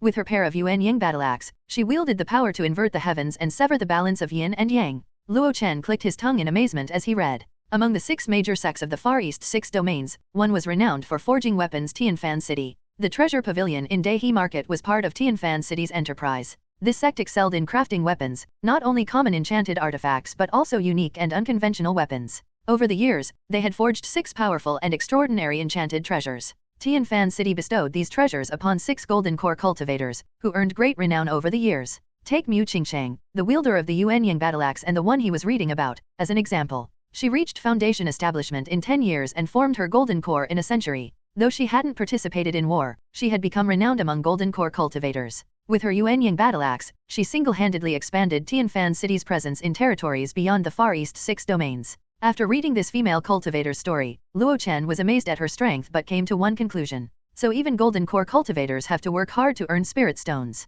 What he was doing now wasn't all that different from them. In other words, I'm basically on par with a golden core cultivator? Creek. This Sihyun courtyard layout was very traditional. It had a main gate and back room adjacent to each other. So when Luo Chen got up early to head out for supplies, he happened to run into Ki, returning from work. Good morning. Good morning, ugh. Ki yawned, her slender waist catching his attention. Back so late. Ki sighed helplessly as she responded, business at Tianxiang Tower has been ridiculously good lately, so those of us who sing and dance have to bear the burden. Ridiculously good? Wasn't Tianxiang Tower's business always thriving? Glancing at Luo Chen, who was ready to leave, Ki curiously asked, heading out? Oh, by the way, what do you do? At the 4th stage of chi refining, you've already earned enough spirit stones to live in the inner city. Alchemy. I usually set up a stall in the southern rogue cultivator market. If there's anything you need, I can bring it back for you, Luo Chen replied. An alchemist. Ki's drowsiness vanished instantly. Her neighbor was actually this impressive. Let's talk later, I've got a busy day ahead. Luo Chen waved and hurriedly left. Leaning against the doorframe, Ki watched Luo Chen's departing figure, lost in thought. This time, Luo Chen chose not to visit the rogue cultivators market for his shopping. He had just made a major purchase yesterday, and returning today would raise too much suspicion. Moreover, the market was crowded and full of gossipers, mostly from the outer district. Anyone curious enough could easily uncover the changes in Luo Chen's situation. Thus, Luo Chen gritted his teeth and headed to the Hall of 100 Herbs for his purchases. The end result was that he spent 10 more spirit stones than before just to gather the materials needed for refining his pills. This left him with only 29 spirit stones in hand. If he purchased household items and firewood later, he would need to spend another 4 spirit stones. 25 left? Just last night, he had a fortune of nearly 150 spirit stones. Spirit stones really disappear fast. This isn't nearly enough to buy the traction manual. Standing at the crossroads, Luo Chen glanced at the traditional-looking treasure pavilion and clenched his teeth before stepping inside. As an establishment under one of the 6 major sects, its reputation and strength were the best in Daihe Market. Making purchases here meant that other rogue cultivators would have a hard time sniffing out any information. Dear customer, are you looking to purchase enchanted artifacts? An attendant approached him as soon as he entered. It was Luo Chen's first time in such an upscale venue, and he felt a bit uneasy. He mentioned that he'd like to browse first, and the attendant left him alone. There was no overly enthusiastic sales pitch. Probably because his cultivation was only at the 4th stage of chi refining, and his robe was neither new nor well-fitting, looking rather tight. He appeared to be the type of rogue cultivator with limited purchasing power. After wandering around the spacious first floor for a while, Luo Chen gradually calmed himself. He felt more confident after he took a look at the shelves of high-grade artifacts. He called the attendant over and said directly, I want to sell an enchanted artifact. Do you take them here? The attendant nodded and said, yes, we do. However, the item will need to be appraised by a master first to determine its value. Once the price is set, you can decide whether or not to sell it. You don't charge an appraisal fee, right? Hehe, you must be joking. Dear customer, you're selling to us, so of course, there's no appraisal fee. Luo Chen had truly been spooked by Sun Xiao's antics yesterday. There had been endless additional fees. Sun Xiao was from the Jade Cauldron Sword sect, while the Treasure Pavilion was a Tianfan city business. He feared that these wealthy and heartless great sects were all birds of a feather. On the second floor, an elderly man was sipping tea while toying with 2 red walnuts in his hands. Old Chu, this customer wants to sell an enchanted artifact. All right, you may leave, Old Chu said, continuing to fiddle with the walnuts while extending his hand. Let's see the item. A short sword with a swallow-shaped hilt was handed to him. Old Chu nodded. A standard flying swallow sword crafted by Tianfan City, high grade. He weighed it in his hand and then shook his head. It's lighter by a couple of ounces, with significant wear on the blade. It needs to be reforged. He infused it with enchanting power, and the blade emitted light at the tip, the blade itself, and the hilt. The sharp gold array is damaged. The decompression array still retains about 80% of its effectiveness. The reinforcement array is unstable and needs its patterns reconstructed. Oh, and the sword's owner was a fool for engraving text on it. With that, Old Chu casually tossed the flying swallow sword onto the table. 1,000. If you're selling, the treasure pavilion will take 1,000 spirit stones. Hearing this sizable figure, Luo Chen's eyes widened in shock. Not because it was too high, but because it was too low. It was common knowledge that enchanted artifact prices followed the market, and cultivators were very particular about it. Low-grade artifacts ranged from 100 to 500. Mid-grade artifacts ranged from 500 to 1,000. High-grade artifacts started at 1,000 spirit stones. Luo Chen had been mentally prepared for flying swords to be priced lower. But this low? He couldn't accept it. The flying swallow sword in your store sells for 2,500 low-grade spirit stones. Old Chu replied nonchalantly, don't you know that we usually buy second-hand artifacts at half price? But this isn't even half price. Luo Chen argued confidently. Cultivators from sects might not care about a few hundred spirit stones, but to him, it was the result of years of hard work. Do you have any idea how much effort it takes to refurbish and resell these artifacts? Old Chu counted on his fingers. First, we have to send them back to the sect. That's already a transportation cost. Choosing suitable materials for repairs is another expense. Then hiring an array master to restore the formations costs even more. To maintain quality standards and avoid accusations of selling subpar goods, we have to hire high-level cultivators for meticulous inspections. And finally, we also have to go through great effort, transporting it over vast distances to various treasure pavilion locations. As for other minor expenses, I haven't even included those. Luo Chen felt his jaw tighten. This old man had none of the magnanimity of a foundation establishment cultivator and was as stingy as old man Chen. Speaking of which, I must talk about you young people. Old Chu shook his head and said with exasperation. All you think about is fighting and killing. Are enchanted artifacts meant for flaunting and brawling? They're tools for safeguarding your path and should be cherished. After a fight, shouldn't you clean and polish them? During downtime, isn't it proper to nourish them with enchanting power? Every second-hand artifact that comes to me is battered and broken beyond recognition. It pains me to see them in this state. By the end of his speech, he was genuinely emotional. The way he looked at the flying swallow sword was as if he were seeing a cherished lover who had been defiled and ruined before being sent back home. Luo Chen found his behavior unbearable. But for the sake of cultivation resources, he gritted his teeth and said, this is too low. I can't accept it. I could easily sell it for 15 or 1600 at the rogue cultivators market. With that, he picked up the sword and turned to leave. Wait, young man, hold on, Old Chu quickly called out. 1100. How about that? That's the highest I can offer. It's still too low. It's a fair offer, really. I haven't even offered this much for flying swords in better condition. Old Chu added seriously, besides, flying swords with inscriptions like this usually scare off rogue cultivators, don't they? 1100. That's the price. If you're serious about selling, Treasure Pavilion will take it. And I promise, we won't disclose any information about your sale. Luo Chen stood still, his expression wavering. Finally, he let out a long sigh and said, all right, deal. Moments later, Luo Chen exited the Treasure Pavilion. Under the glaring sunlight, he spat rudely and cursed, damn it, unscrupulous merchants. A female cultivator passing by shot him a disdainful look. What poor manners? Inside the treasure pavilion, Old Chu handed the flying swallow sword to a shirtless, muscular man with a cheerful smile. Remove the engraving, add some metallic energy, and put it back on the first floor shelf.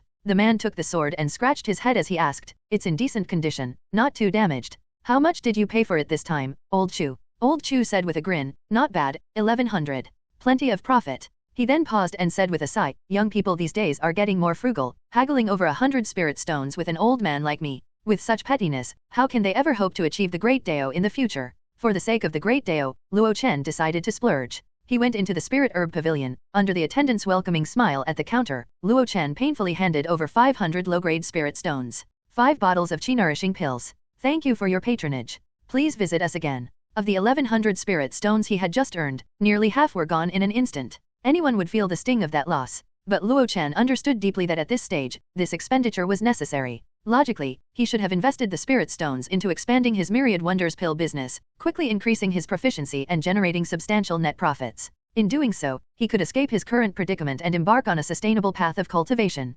However, the external circumstances had changed. He had consecutively killed 2 cultivators and looted the inheritance from 3 corpses. Especially that cultivator surnamed Gao. With such a wealthy background, who knew what powerful connections he had? What if someone sought him out, disregarding the rules set by the Jade Cauldron sect in Daihe Market, and decided to kill him? With his current strength at the 4th stage of chi refining, how could he possibly fend them off? The soul-breaking nail was indeed powerful, but it wasn't invincible. Wang Yuan had once escaped unharmed after being struck by one, only to turn around and kill 2 people. Even if Luo Chen hadn't killed that 3rd unlucky fool, Wang Yuan would undoubtedly have finished him off with his blade. Wang Yuan was only at the 7th stage of chi refining. There were countless others even stronger than him. Thus, Luo Chen couldn't afford to rely on luck. Moving into the inner city was one solution and rapidly making progress in his cultivation realm was another. After experiencing the effects of the chi-nourishing pill last time, Luo Chen realized that his cultivation journey would likely rely on these pills. He had tested it the previous night. The perfection level long spring art combined with a first-tier spirit vein did not bring him a transformative improvement.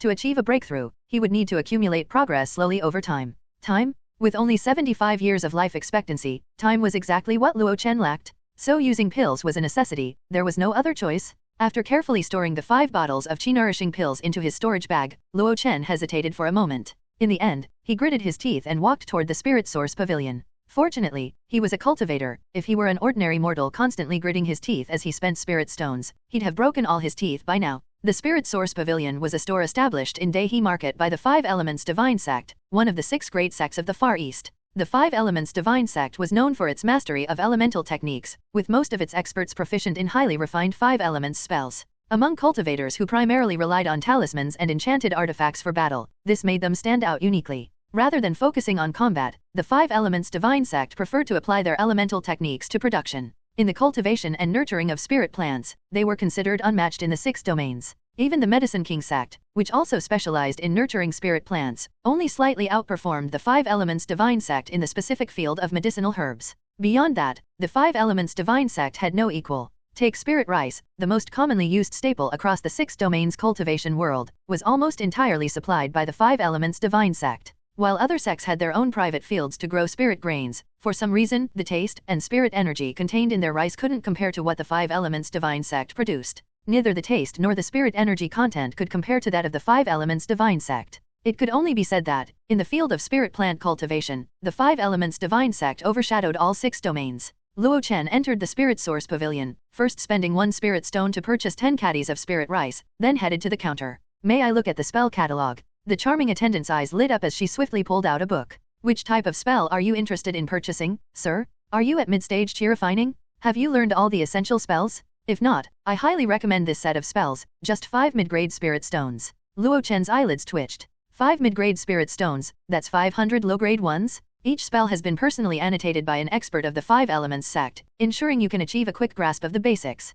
If you've learned them all, you might consider our enhanced 5 elements spells, such as the Firebird, an evolution of Fireball. It consumes the same amount of energy but is much more versatile. If you're short on spirit stones, you could even use it to create Firebird fireworks for some extra pocket money. This one's good too, a small water element cloud rain, perfect for watering flowers. The price? Naturally, it's a bargain, only 3 mid-grade spirit stones. Luo Chen staggered out of the Spirit Source Pavilion in a daze. Spells? He didn't buy a single one? It was simply too expensive. 3 mid-grade spirit stones for a Firebird, that's 300 low-grade ones. He would have to be crazy to spend money on that. As for the spells he truly wanted, their prices left him breathless. This was all because he's poor. The 5 Elements Divine Sect was renowned for its mastery of elemental spells, with extensive expertise in other spells as well. Thus, every Spirit Source Pavilion sold various spells. These might be common low-tier spells, but with annotations from 5 Elements Divine Sect experts, they became much easier for cultivators to learn. If they were enhanced spells, they were even more remarkable. That was why Luo Chen came to take a look.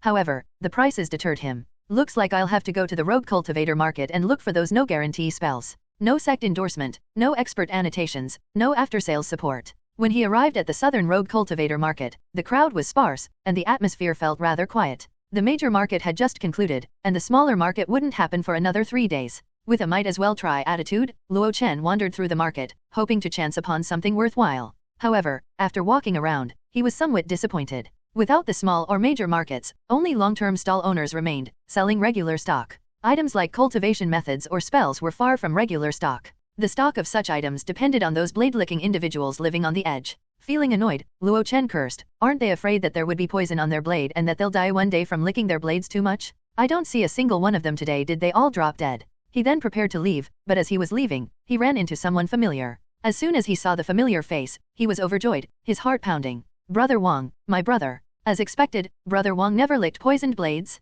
Wang Yuan glanced at him and headed toward his stall. Luo Chen followed behind eagerly, like a loyal lackey. Like a lackey? He was not like a lackey, he was Brother Wang's lackey. Luo Chen was most definitely under Brother Wang's protection. Wang Yuan spread out a grey cloth on the ground, waved his hand, and a pile of assorted items appeared. Blood-stained enchanted artifacts, various books, bamboo scrolls, and even a yellowed jade scroll were among them. Looking at the pile of items and the thick smell of blood, Luo Chen's eyelids twitched. "Brother Wang, you've been quite fruitful recently." Wang Yuan's lips twitched. "Not all of it is mine." Luo Chen had previously inquired and found out that Wang Yuan wasn't just involved in things like murder and stealing treasures or village brawls. He actually had a legitimate job. His job was to handle untraceable stolen goods for the Pashan gang, earning significant profits from it. That was why Luo Chen saw Wang Yuan at every major and minor market. It was a job with great prospects. No fights outside recently. How could a cultivator's battle be called just a fight? Wang Yuan lazily lowered his eyelids. "Stopped for now, we'll start again in a few days." Do gang skirmishes actually follow a schedule? Luo Chen was a bit dumbfounded. However, this was a good thing, otherwise, Wang Yuan wouldn't have had time to set up his stall. For some reason, Luo Chen felt that Wang Yuan was even colder than before. Wang Yuan still didn't say much, but occasionally, a single remark from him felt so chilling. Luo Chen naturally had no idea about Wang Yuan's recent illustrious achievements, nor that he had earned the title of Mad Blade. Murdering and stealing treasures had nothing to do with him. Even if it did, it would only be out of necessity. He, Luo Chen, was devoted to pursuing the Dao. After rifling through a pile of books, Luo Chen finally found his target. "Brother Wang, can I be counted as your little brother?"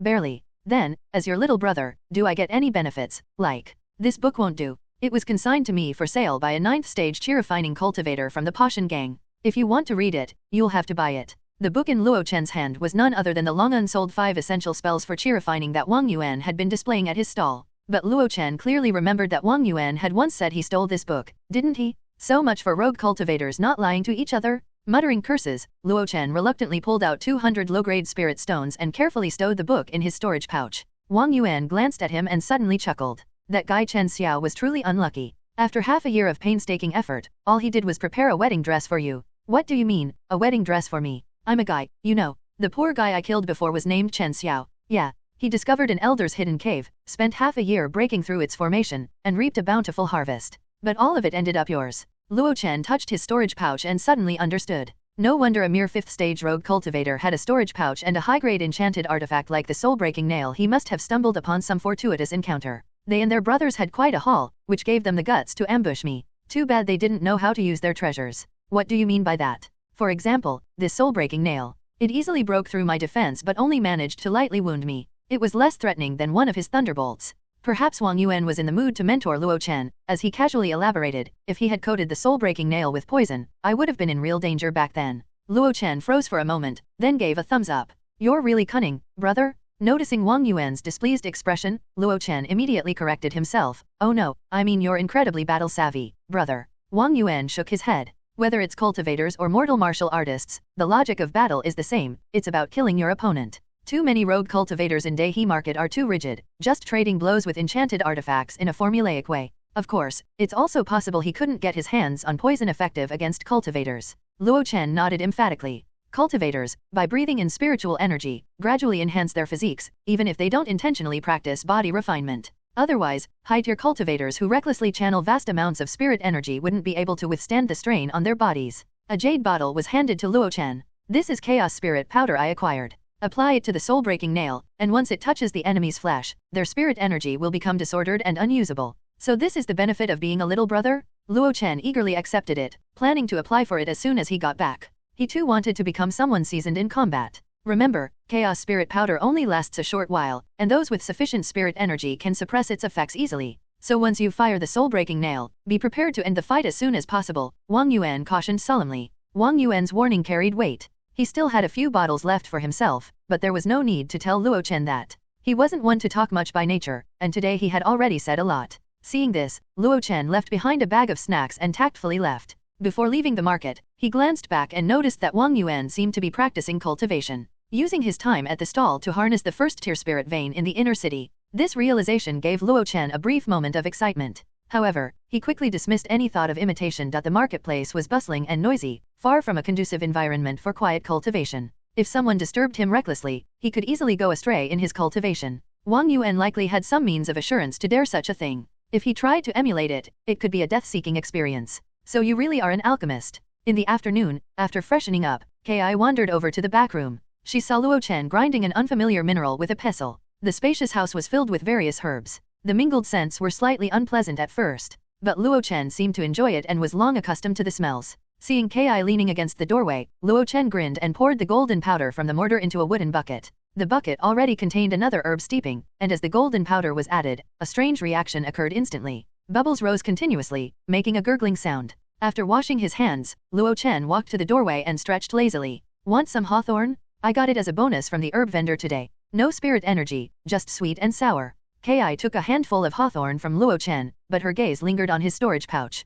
You alchemists are really well off, having storage pouches by the mid-stage of chi refining. Her tone was filled with envy. Envy? Woman. I earned this with my life. Naturally, Luo Chen didn't flaunt his wealth. Instead, he steered the conversation toward asking about the neighbors. When moving to a new place, it was better to get to know the people around. Otherwise, conflicts could arise, disrupting his work. However, as he listened, his expression stiffened. There's the main house, the east and west wing rooms, 2 smaller side rooms, and your large back room. Altogether, 6 households lived here. The east wing houses Fu Xiaoxiu, at the 9th stage of chi refining. She works at the Divine Talisman Pavilion and has already been promoted to a manager. The west wing houses the Qin family of 3. Qin Liangchen and his wife are both at the 9th stage of chi refining. You won't see them around since they're escorting their son to the Luyun sect for entry trials. The 2 side rooms are occupied by Bai Meiling and Feng Xia, both female cultivators at the 7th stage of chi refining. They work at the Hall of 100 Herbs. After hearing the rundown, Luo Chen couldn't help but be shocked. What a gathering of hidden talents! Such a small courtyard housed 3 cultivators at the 9th stage of chi refining and 2 at the 7th. And then there was Luo Chen, stuck at the 4th stage. Poor me, I could use a hug, thought Luo Chen. Ki, of course, didn't hug him. Instead, she straightened her posture, laughed, and said, as for me, I'm Gu Ki, at the 8th stage of chi refining. I work as a dancer at Tianxiang Tower. How's the pay? Not bad. Didn't you notice I live in the main house? Luo Chen sighed and shook his head. He had thought reaching the mid-stage of chi refining made him a notable cultivator only to find himself thoroughly outclassed. That said, while he was surprised, he wasn't entirely shocked. Among the tens of thousands of rogue cultivators in Daihe Market, there were hundreds at the late stage of chi refining. They were a rare sight in the outer city but commonplace in the inner city. The world has yin and yang, and so does spirit energy. Here in the north of the city, a ghost king is sealed, and over time, the energy has become predominantly yin. Men are yang, women are yin, so naturally, most tenants here are female cultivators. Luo Chen suddenly understood but then asked worriedly, would staying here for too long affect my cultivation? It shouldn't, right? The tall Ki crossed her arms, looking unsure. We female cultivators gain benefits in yin-heavy places, but for male cultivators, at worst, you just don't get any extra advantages. The conversation eventually shifted to the pills Luo Chen refined. With curiosity and a hint of expectation, Ki asked, what kind of pills do you refine? Fasting pills. Yes, fasting pills. That evening, on her way to work, Ki was still mulling over their earlier conversation. At Tianxiang Tower, most of the girls had woken up and were preparing to eat something to fill their stomachs. The spirit food provided once a day was a real treat, and Gu Ki would never miss it. As she ate the delicious food infused with spirit energy, Gu Ki spotted Yu Xiang, who was taking small bites of her food. Xiang, you know about alchemy. Let me ask you something. Do mid-stage chi refining cultivators make a lot of money refining fasting pills? Yu Xiang blinked, then pressed her lips together and smiled. Night fell. Luo Chen leapt from the rooftop, descending like a 1,000-pound stone, yet landed as light as a feather. He carried the last sieve into the house, checked on the herbs that had been drying since afternoon and nodded in satisfaction. The herbs from the Hall of 100 Herbs truly live up to their reputation. The herbs he had previously purchased from rogue cultivators were often only half-processed. Some sellers deliberately left useless parts intact to inflate the weight. Others sold herbs that were insufficiently dried, leaving too much moisture and weakening their potency. Anyway, there were always various shortcomings. As a result, Luo Chen had to not only handle the special preparations himself but also reprocess the regular materials based on his own methods after every purchase. However, the herbs from the Hall of 100 Herbs had none of these issues. With just minimal handling, they were ready for alchemy. Indeed, quality comes at a price. After storing everything, Luo Chen retrieved the spellbook he had purchased from Wang Yuan earlier that day. 5 essential spells for chi-refining cultivators. Fireball, Traction, Wind Control Seal, Spirit Eyes, and Heal. This set of spells would cost 500 low-grade spirit stones at the Spirit Source Pavilion, and one had to swear an oath not to resell it. As for teaching others directly, there weren't as many restrictions. However, not many would spend money to specifically learn such basic spells. Luo Chen bought it from Wang Yuan for only 200 spirit stones, saving a significant amount. Of course, the consequence was that his brows furrowed the entire time he read it. The cultivator who copied this book writes like a dog scratching the ground. And this page is covered in bloodstains, I can barely make out the words. With a sigh, Luo Chen could only endure and keep reading. After all, Wang Yuan had warned him about these issues beforehand. It was a fair trade, one willing to sell, another willing to buy. I've already learned the fireball, and I'm about to reach Grand Master level, so I guess I lost 40 spirit stones on that? Unfortunately, it's a package deal. I couldn't just tear out a few pages, could I? When he turned to the traction page, Luo Chen's interest was piqued. The book described the technique as thus and so, in this manner. So that's how it works. After reading the entire section on the traction, Luo Chen felt enlightened. Rather than being a spell, it was more of a method for refining one's control over spirit power. Humans were born with souls, and when cultivators began refining spirit energy into their bodies, spirit consciousness then came into existence within their souls. However, spirit consciousness was limited by a cultivator's chi-refining realm. During the chi-refining realm, it can only be used for inner sight, not external projection. This limitation would only be lifted when a cultivator advanced to the foundation establishment realm. In any case, during the chi-refining realm, spirit consciousness couldn't be projected outward, making it impossible to perfectly control externalized spirit power. So how could one achieve seamless control over externalized spirit power? Some enlightened experts had devised a series of methods to gradually improve control over spirit power. From the beginner to proficient, with time and consistent practice, one could effortlessly control externalized spirit power. Let's give it a try. Luo Chen picked up a small pebble and held it in his palm. Rise, fall. The pebble flipped up and down in his hand. Go. With a swish, the pebble fell to the ground. Return. Reaching out, he extended spirit power from within himself, wrapping it around the pebble.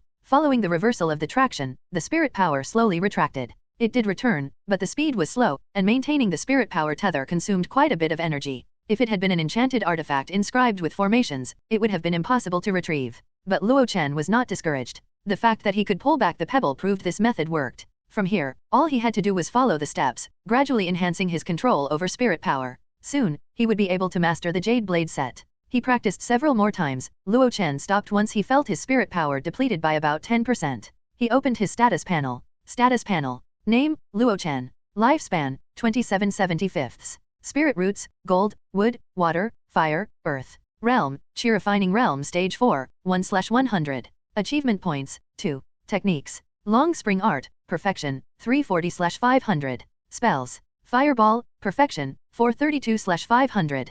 Carefree wander, proficient, 275/300. Entangle, skilled, 180/200. Cleanse, beginner, 51/100. Traction, beginner, 5/100. Skills. First tier alchemist. Fasting concoction, Grand Master, 590/1000. Myriad wonders pill, beginner, 70/100. As expected, this spell isn't difficult. I could easily learn it on my own. Looking at the newly added traction in the spells section, Luo Chen was quite satisfied. Aside from a minor spirit power reversal formula for the traction, it was mostly basic training. Its difficulty for beginners was far lower than spells like the fireball, which required at least 3 formulas. In fact, this was only natural. Even without learning the traction, one could control enchanted artifacts in the chi-refining realm with sufficiently skilled control over spirit power. The reason this technique exists was that experts reverse-engineered its principles and then refined and popularized it. After reviewing the traction, Luo Chen casually glanced through the other details in his status panel. My lifespan still hasn't changed. He felt a bit disheartened. Logically, after breaking through to the 4th stage of chi-refining, his body should have improved, granting him a lifespan longer than his previous life's limit. Could it be that he was truly destined to live only to 75 in this life? Or perhaps lifespan only increased after breaking into a higher realm? He couldn't figure it out. Still, his frustration eased a bit after seeing the progress in his spell proficiencies. The fireball was on the verge of breaking through to Grand Master level, proving that Luo Chen's persistent practice had not been in vain. His progress with the lightness skill, Carefree Wander, was the fastest. From beginner to proficiency, it seemed it would soon reach perfection level. Under Luo Chen's focused training, the proficiency of the entangle, which had stagnated for some time, began to climb steadily. The advancement of these spell proficiencies not only brought leaps in battle prowess but also rewarded Luo Chen with achievement points. Previously, when Long Spring Art advanced to perfection level, it had granted him 1 achievement point. If he could accumulate 10 achievement points again, he could unlock a completely new pill formula. He didn't even have a recipe for it yet. However, compared to the spells, Luo Chen's attention was most focused on his skills section. Myriad Wonders Pill, Beginner, 70/100. He was just 30 proficiency points away from leveling it up. At that point, the success rate of the Myriad Wonders Pill should increase, and he would finally have a reliable skill to sustain a long-term life in the inner city. After reviewing his status panel, Luo Chen exhaled deeply. The shortage of spirit stones had always been the shackle restraining his cultivation progress. To break this, he had been increasing the production of Myriad Wonders Pills to improve proficiency and generate actual profit. Now, he finally saw hope of breaking free from this restraint. This calls for a celebration. Luo Chen stepped outside his house, realizing it was already late at night. He glanced toward the direction of Tianxiang Tower and immediately shook his head. No, that wouldn't do. He didn't have the money to spend. Forget it, I'll just treat myself to some fireworks. He cast 4 fireballs into the sky. As he watched the fireballs explode in the night sky, scattering brilliant sparks, he grinned. Then he heard an angry roar from the neighboring house. What's with all the noise in the middle of the night? It was a woman's voice, full of vigor. That was careless of me. Luo Chen pulled his head back, ensured there was no fire hazard, and quickly scurried back inside. The next morning, Luo Chen's body clock woke him up as usual. He checked the state of his body and felt extremely satisfied. Before he went to sleep last night, he practiced the Long Spring Art to restore his spirit power, then took a chi-nourishing pill. When he woke up this morning, he noticed that his 4th stage chi refining progress bar had increased slightly, moving from 1 to 2. Just as I thought, it's a progress bar, not skill proficiency. This once again confirmed his hypothesis that lifespan and cultivation realm were displayed as progress bars. Meanwhile, techniques, spells, and skills were reflected in proficiency. That means if I finish the 5 chi-nourishing pills I bought, I can push the progress bar by about half. It felt a bit slow, but with the perfection level Long Spring Art and a 1st-tier spirit vein, the progress bar should grow even faster. Compared to the snail's pace of cultivation before, this change was nothing short of revolutionary. After doing some quick calculations, Luo Chen stopped dwelling on the matter. He pulled out 40 firehound whips from his storage pouch and rubbed his hands in anticipation. The other ingredients, sourced from the Hall of 100 Herbs, had saved him a lot of preparation time. Now he only needed to specially process the main material before beginning the Myriad Wonders Pill refinement. Time is spirit stones. Let's get to work. By the time the sun was just about to rise, Luo Chen had finally prepared the medicinal liquid. Next, he just needed to soak the firehound whips in the liquid for 3 days and nights until they softened. Luo Chen carefully placed each firehound whip into the wooden basin, releasing a pungent stench that spread out into the air. He then put on his homemade mask and occasionally flipped the firehound whips around. As he worked busily, the sound of retching echoed from the courtyard. Ugh, it stinks. Then came the sound of hurried footsteps. Knock, knock, knock. The door was knocked on. Luo Chen opened the door, and a somewhat familiar face appeared. Ugh. The round-faced woman began to speak but was interrupted by the stench emanating from the room, causing her to retch. She leaned against the doorframe with one hand and pointed to the only window in the room with the other. Hurry up and, turn on the gentle smoke and sparse rain incense, Luo Chen quickly activated his spirit power, and the enchanted artifact Sun Shao had given him began to hum. At the same time, the various strange odors in the room gradually dissipated. On the outward end of the gentle smoke and sparse rain incense, clear water droplets began to trickle out. This was Luo Chen's first time using the enchanted artifact, and its reaction left him stunned. A cultivation-grade kitchen vent. What kitchen vent? This is a first-tier enchanted artifact developed by Tianfan City for absorbing smoke and odors. The round-faced female cultivator snapped before suddenly pausing as she angrily stared at Luo Chen. What are you doing so early in the morning? Can't you let people, it's you. After saying that, she hesitated as she looked at Luo Chen, finally realizing that she actually knew him. Luo Chen, noticing her unadorned face, also found her familiar. Suddenly, it hit him. You're Miss Little Ling from the Hall of 100 Herbs.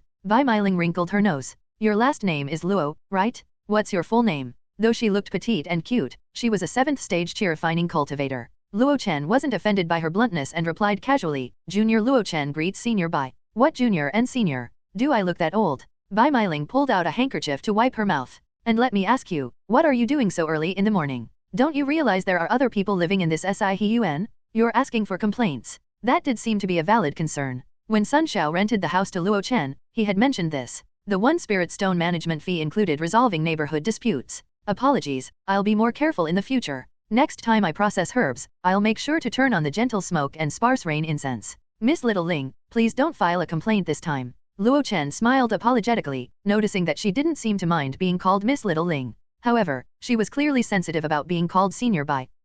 Bai Meiling let out a soft snort, seemingly dropping the matter. Out of the corner of her eye, she glanced at the wooden basin by the stove, her expression turned odd. What are you soaking that thing in?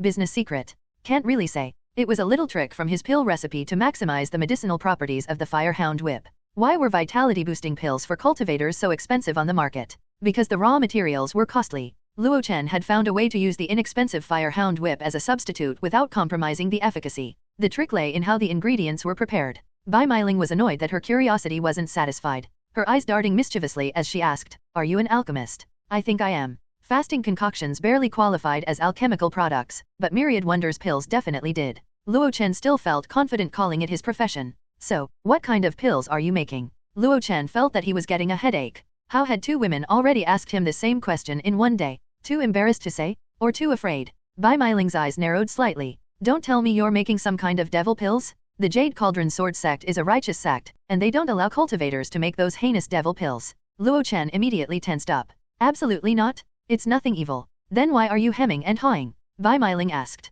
Luo Chen was starting to regret renting this courtyard house. It wasn't that he was embarrassed or too shy to admit what kind of pills he was making. He had already thrown his pride away when he made the decision. In front of male cultivators, he could talk eloquently and persuasively, referencing all kinds of knowledge. Because male cultivators were his target customers. But female cultivators? That was just awkward. If he told them, he'd gain nothing but scorn. It wouldn't matter with other women, but both Gu Kai and Bai Meiling were going to be his neighbors for at least 3 months. Who would want to live under the glare of disdainful looks for 3 whole months?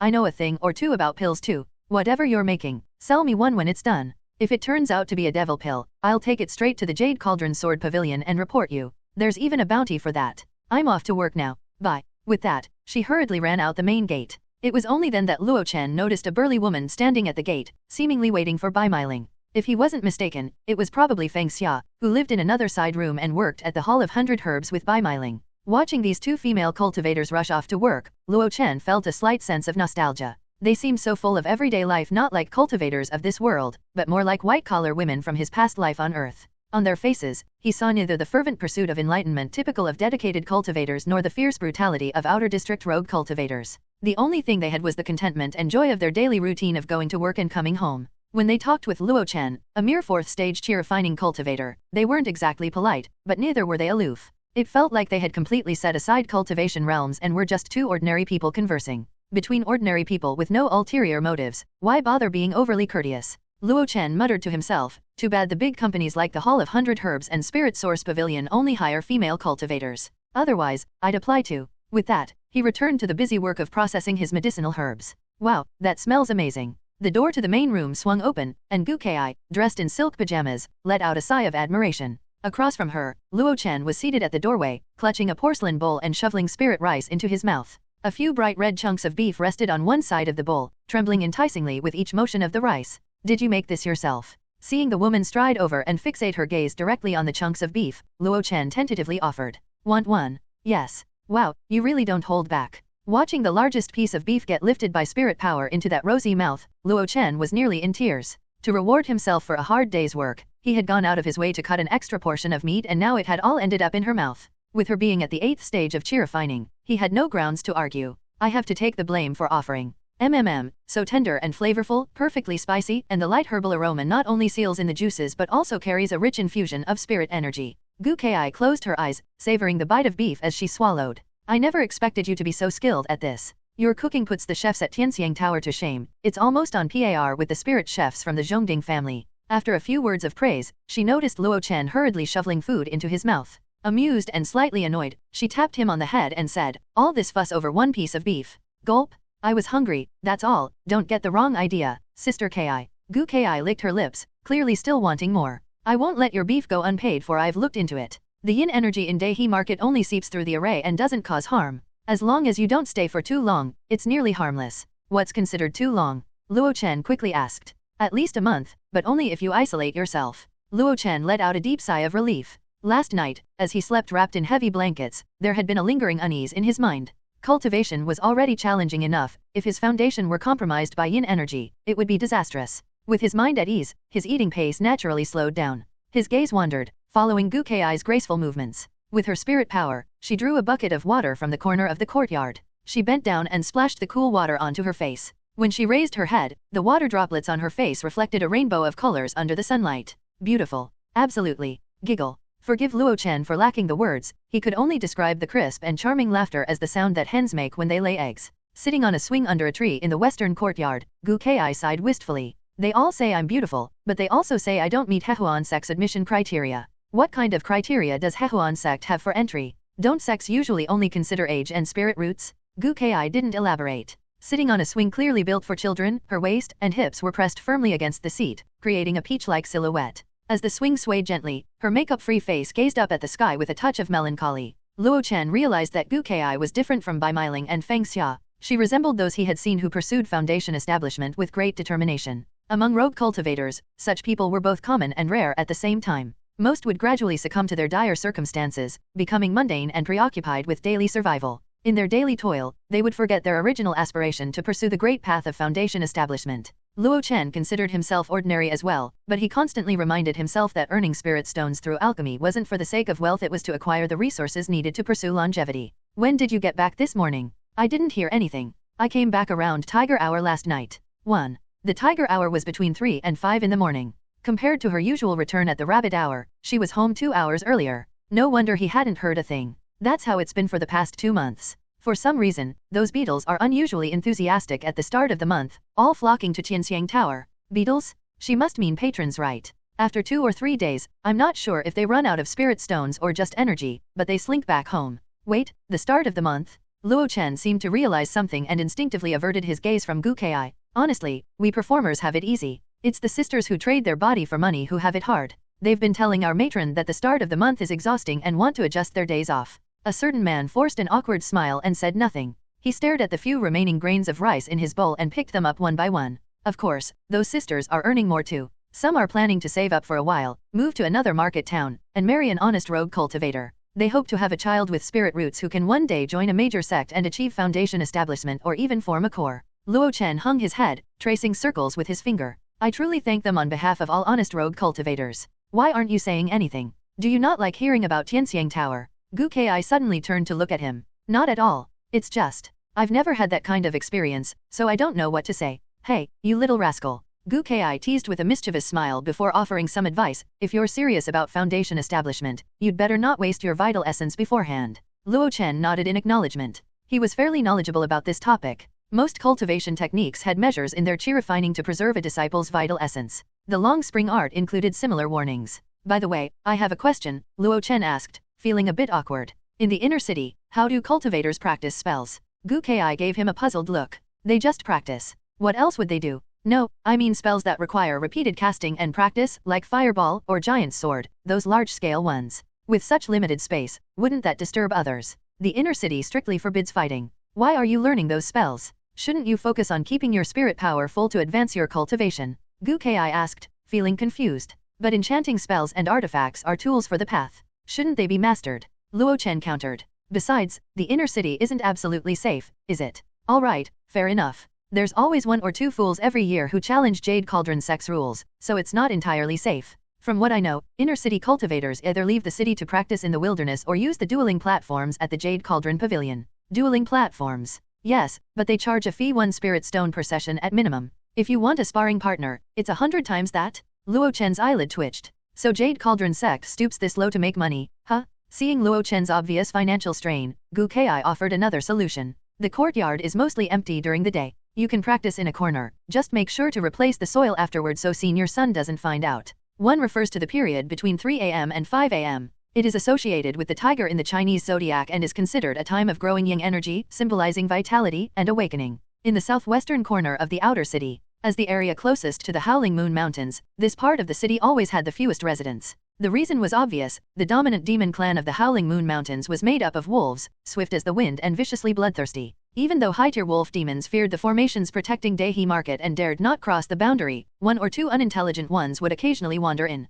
This was why Luo Chen never dared to waste his spirit power recklessly here, always ensuring he had enough reserves to escape. Normally, very few cultivators came to this area, but today, a large crowd unexpectedly gathered. At the forefront stood a short and stocky cultivator, his weathered face etched with a ruthlessness that radiated even when his eyes were closed. Are you sure it's here? Second brother Gao, according to the tracking aura disc, the residual aura is strongest here. Tingyi must have stayed here for quite some time. It had been 5 or 6 days since the Daejiang gang's sudden assault on the 7 branches of the Pashan gang. The Pashan gang had suffered heavy losses in that battle. However, compared to the Daejiang gang's losses in the mountains, the casualties on both sides were about equal. If this continued, it would become unbearable for some rogue cultivators who had only joined the factions to make a living. And these were the people who made up the majority of the factions. Thus, Pashan gang's leader, Mi Shihua, stepped forward to attempt peace talks. The results of the negotiations were unknown, but at least there would be no large-scale conflict in the short term. As the second-in-command of the Daejiang gang, Gao Tingyuan finally had time to deal with his scoundrel of a younger brother, Gao Tingyi. Gao Tingyi had been missing for several days. A mid-stage qi refining cultivator disappearing for several days in the outer city of Dehe Market without a word was self-explanatory. Gao Tingyuan was anxious. He sought out the expert responsible for river transport and began tracking his younger brother's whereabouts. In the end, he arrived here. Gao Tingyuan stared at the scorched ground and then at a nearby ruin that had nearly burned to ashes. It was clear that a fierce battle had taken place here. Moreover, the means to create such devastation were undoubtedly the sunburst talisman Gao Tingyi had purchased from the black market. The strong presence of Earthshield energy suggested that the Earthshield talisman had also been activated. Gao Tingyuan's expression grew darker. The sunburst talisman was used, and so was the Earthshield. If this was just to kill someone like Zhou, it's absolutely impossible. He glanced at the ruin nearby. Who lived here? A rogue cultivator named Luo Chen. He used to run errands for people and later started selling fasting pills. What's his cultivation realm? Third stage of qi refining, just a Brochius. He lived here to save on rent, half a spirit stone a month. Where is he? Haven't found him yet. Apparently, he's usually reclusive and doesn't interact much with his neighbors. A third stage qi refining rogue cultivator couldn't possibly pose any threat to a fifth stage qi refining cultivator, especially someone like Gao Tingyi, who was loaded with treasures. Can you trace where my younger brother's last aura was located? The cultivator nearby intensified his infusion of spirit power, causing the tracking disc in his hand to tremble and vibrate, finally stopping with its pointer aimed straight ahead. In the mountains? Let's go, follow me in and take a look. But we don't know anything about the situation in the mountains. Under Gao Tingyuan's intense gaze, the other cultivators reluctantly followed him into the mountains. They crossed a weedy wasteland, gradually making their way into the dense forest. In the dense forest, traces of spirit energy had already begun to appear, making the group of cultivators uneasy. Even Gao Tingyuan seemed uncertain. The Great Million Mountains of the eastern wilderness were overwhelmingly rich in resources. Yet after thousands of years, human cultivators had only developed less than 1% of its area. Rumor had it that the mountains were home to countless third-tier demon kings and fourth-tier demon emperors, with even ancient demons lurking in the depths. What rogue cultivators called mountain hunting was really just minor skirmishes on the outermost regions. Encountering a second-tier demonic beast usually meant fleeing in panic, though most wouldn't make it out alive. The Pashan gang's firm grip on businesses in the mountainous areas came from early sacrifices. Countless lives were sacrificed to map out the territories of second-tier demonic beasts. Yet even so, every mountain expedition required extreme caution. Something's not right, Brother Gao. What is it? The tracking disc is going haywire. What do you mean? Gao Tingyuan looked at the tracking disc. Its pointer was spinning wildly, pointing east one moment and west the next. In just a short while, it had pointed to 4 or 5 different directions. This has happened before. A brother in the gang was killed, his body cut into pieces and fed to several big fish. The cultivator holding the tracking disc spoke softer and softer. Because Gao Tingyuan's expression had darkened, the oppressive atmosphere perfectly matched the forest's eerie vibe. After a long pause, he ground his teeth and said, "Good, good, good. Not only did you kill my brother, but you desecrated his corpse. Don't let me find you. So, Brother Gao, what do we do now? We're heading back." The group breathed a sigh of relief, their steps noticeably lighter as they made their way back. Passing by the ruins, Gao Tingyuan paused, his stocky frame halting briefly. Inform Old Wu to investigate if any late-stage qi refining cultivators from the Pashan gang came here that night, and check the 5th stage ones too. Also, look into that rogue cultivator who lived here. If he's still alive, bring him to me. Don't let me find you, you scum. I'll make you wish you were dead. After saying this, he sent out a flash of light powered with spirit energy. Within the light, an enchanted artifact faintly appeared, transforming into a blue flood dragon that slammed into the ruins.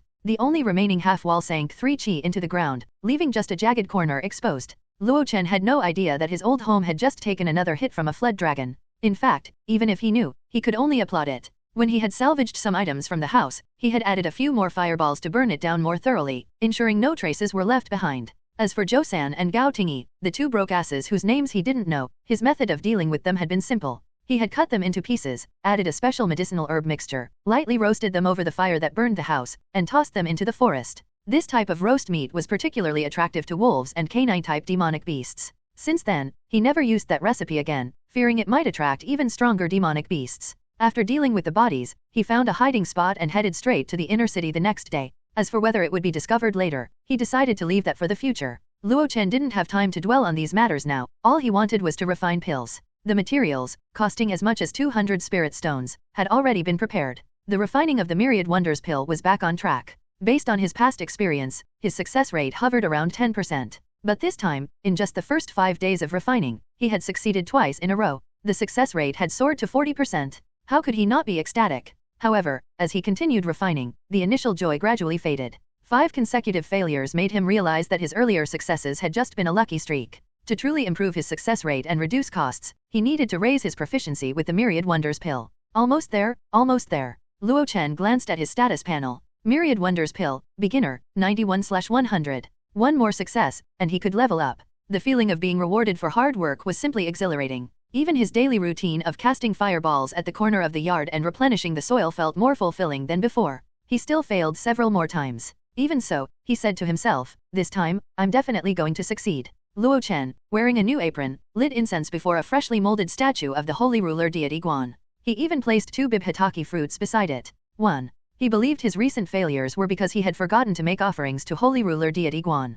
The gentle smoke and sparse rain incense continued to operate, and Luo Chen had to admit that this enchanted artifact from Tianfan City was truly ingenious. Even though Luo Chen was used to the various smells of pill refining, the scent that emerged before the Myriad Wonders pill solidified still made him uncomfortable. But with this enchanted artifact, he no longer had to endure the torment of such noxious fumes. By afternoon, Luo Chen carefully lifted the pot's lid. A bright red, jelly-like substance greeted him, and Luo Chen's expression softened. It's done, holy ruler deity Guan. We're the champions. The first thing he did was check his status panel. Myriad Wonders pill, skilled, 101/200. At the moment his skill level upgraded, Luo Chen vaguely felt like a barrier had been shattered. Insights he had never experienced before flowed into his mind under the system's enhancement, slowly absorbed and understood. Details he had previously overlooked now stood out one by one. Luo Chen felt that if he were to refine another batch of Myriad Wonders pills, he could refine the details even further and significantly improve his success rate. Creak. The wooden door suddenly swung open. A radiant and confident face peeked in.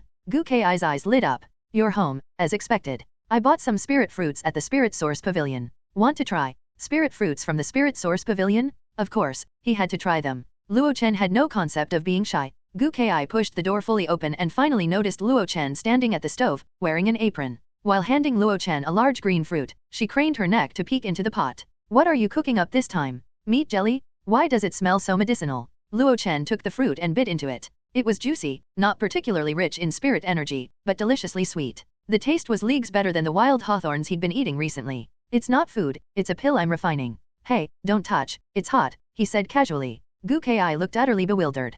Pointing at the iron pot, she asked, questioning reality, you can refine pills with this thing. One bibhitaki known as one of the 3 key components of the ancient Triphala formulation, its detoxifying and strengthening properties, benefiting both physical and spirit well-being. The fruit is also symbolic in cultivation worlds for enhancing spirit energy, aiding alchemists in crafting elixirs that fortify one's foundation or improve mental clarity. Xiang, can an iron pot really be used for alchemy? In a lakeside pavilion of Tianxiang Tower, Gu Kai leaned on the table, watching Yu Xiang, who was getting her makeup done. Under the deft hands of the attendant applying and blending makeup, Yu Xiang's beautiful face became even more radiant. Sometimes, she couldn't understand why Yu Xiang, who was already an inner disciple of the Hehuan sect, would still come to such a filthy place. Yu Xiang kept her eyes closed, letting the attendant apply the finishing touches. A pot? If it's an iron pot laced with spiritual ore, then of course it can be used for alchemy. Gu Kai was puzzled and asked curiously, don't alchemists all use cauldrons? That's where your misconception lies, Yu Xiang said with a chuckle. The art of alchemy is vast and profound. There are many methods, such as water refinement, fire refinement, blood refinement, and even refinement of the living. And when it comes to alchemical tools, the variety is even greater. The cauldron is the most mainstream alchemical tool because it can withstand intense flames, hold more ingredients, and nurture the pills to preserve their potency after formation. But in reality, pots, furnaces, sacrificial vessels, and jars are also common alchemical tools. I've even heard of devil cultivators using humans as cauldrons for refinement of the living to create the great pill of the human Dao. Gu Kai was stunned into silence. She had never imagined that alchemy had so many intricacies. And from Yu Xiang's tone, it seemed there was even more to it. Then can the cheapest iron pots from the treasure pavilion be used for alchemy? Gu Kai asked, still incredulous. Yu Xiang wasn't sure. How low quality are those pots? Miss, those pots have only trace amounts of black iron added, barely enough to retain the spiritual energy released when cooking spiritual rice. They sell for 1 low-grade spirit stone each, an attendant explained. Ah, Yu Xiang's mouth opened slightly, and she opened her eyes in shock. With such tools, I doubt you can make any decent pills. Exactly, which is why I was shocked. It even made me question whether my decades of cultivation were wasted. Through the smooth and clear glass mirror, Yu Xiang looked curiously at Gu Kai, who was leaning on the table. The person you're talking about, the one using a low-quality iron pot for alchemy, wouldn't happen to be that alchemist neighbor you mentioned before, would it? Gu Kai nodded. Yu Xiang remarked with a hint of awe, a mid-stage chi-refining cultivator already has limited spirit power, yet he is using a low-quality pot with only trace amounts of black iron for alchemy? Your neighbor must either have an exceptional talent for alchemy or an incredibly solid foundation, with a deep understanding of ingredient properties and precise control over each refinement stage. Either way, such a person would be highly sought after by small clans and factions as a prospective alchemist. Gu Kai looked doubtful. Is it really that impressive? Yes, very impressive, Yu Xiang said with a firm nod, only to have her makeup smudged. The attendant sighed and had to redo her makeup. I spent 3 years as a fire-handling disciple, 5 years as a preparation disciple, and 20 years refining pills myself in Hehuan Sect's alchemy hall before I built a solid foundation. Even then, it was only because I had some innate talent for alchemy that the sect was willing to train me on this path. It was hard to imagine this delicate and fine woman spent years tending fires and preparing ingredients. Gu Kai just felt that her neighbor seemed genuinely remarkable. A mid-stage chi-refining cultivator with a storage bag but visibly poor living conditions and no apparent backing or support. Yet he managed to hone alchemy skills that most cultivators couldn't even dream of in such harsh conditions. However, Kai, I think you should remind your neighbor of one thing. What is it? If possible, he should switch to a better alchemical tool. A low-quality iron pot significantly impacts the pill's final grade. It's also prone to explosions, which can cause serious injury or even death. Why did the alchemy cauldron become the mainstream tool for pill making? Aside from all the advantages Yu Xiang mentioned earlier, its greatest benefit was safety. Even if a batch of pills fails or the earth fire burns too hot, a cauldron rarely explodes. He's so poor, I doubt he can afford a decent alchemy tool.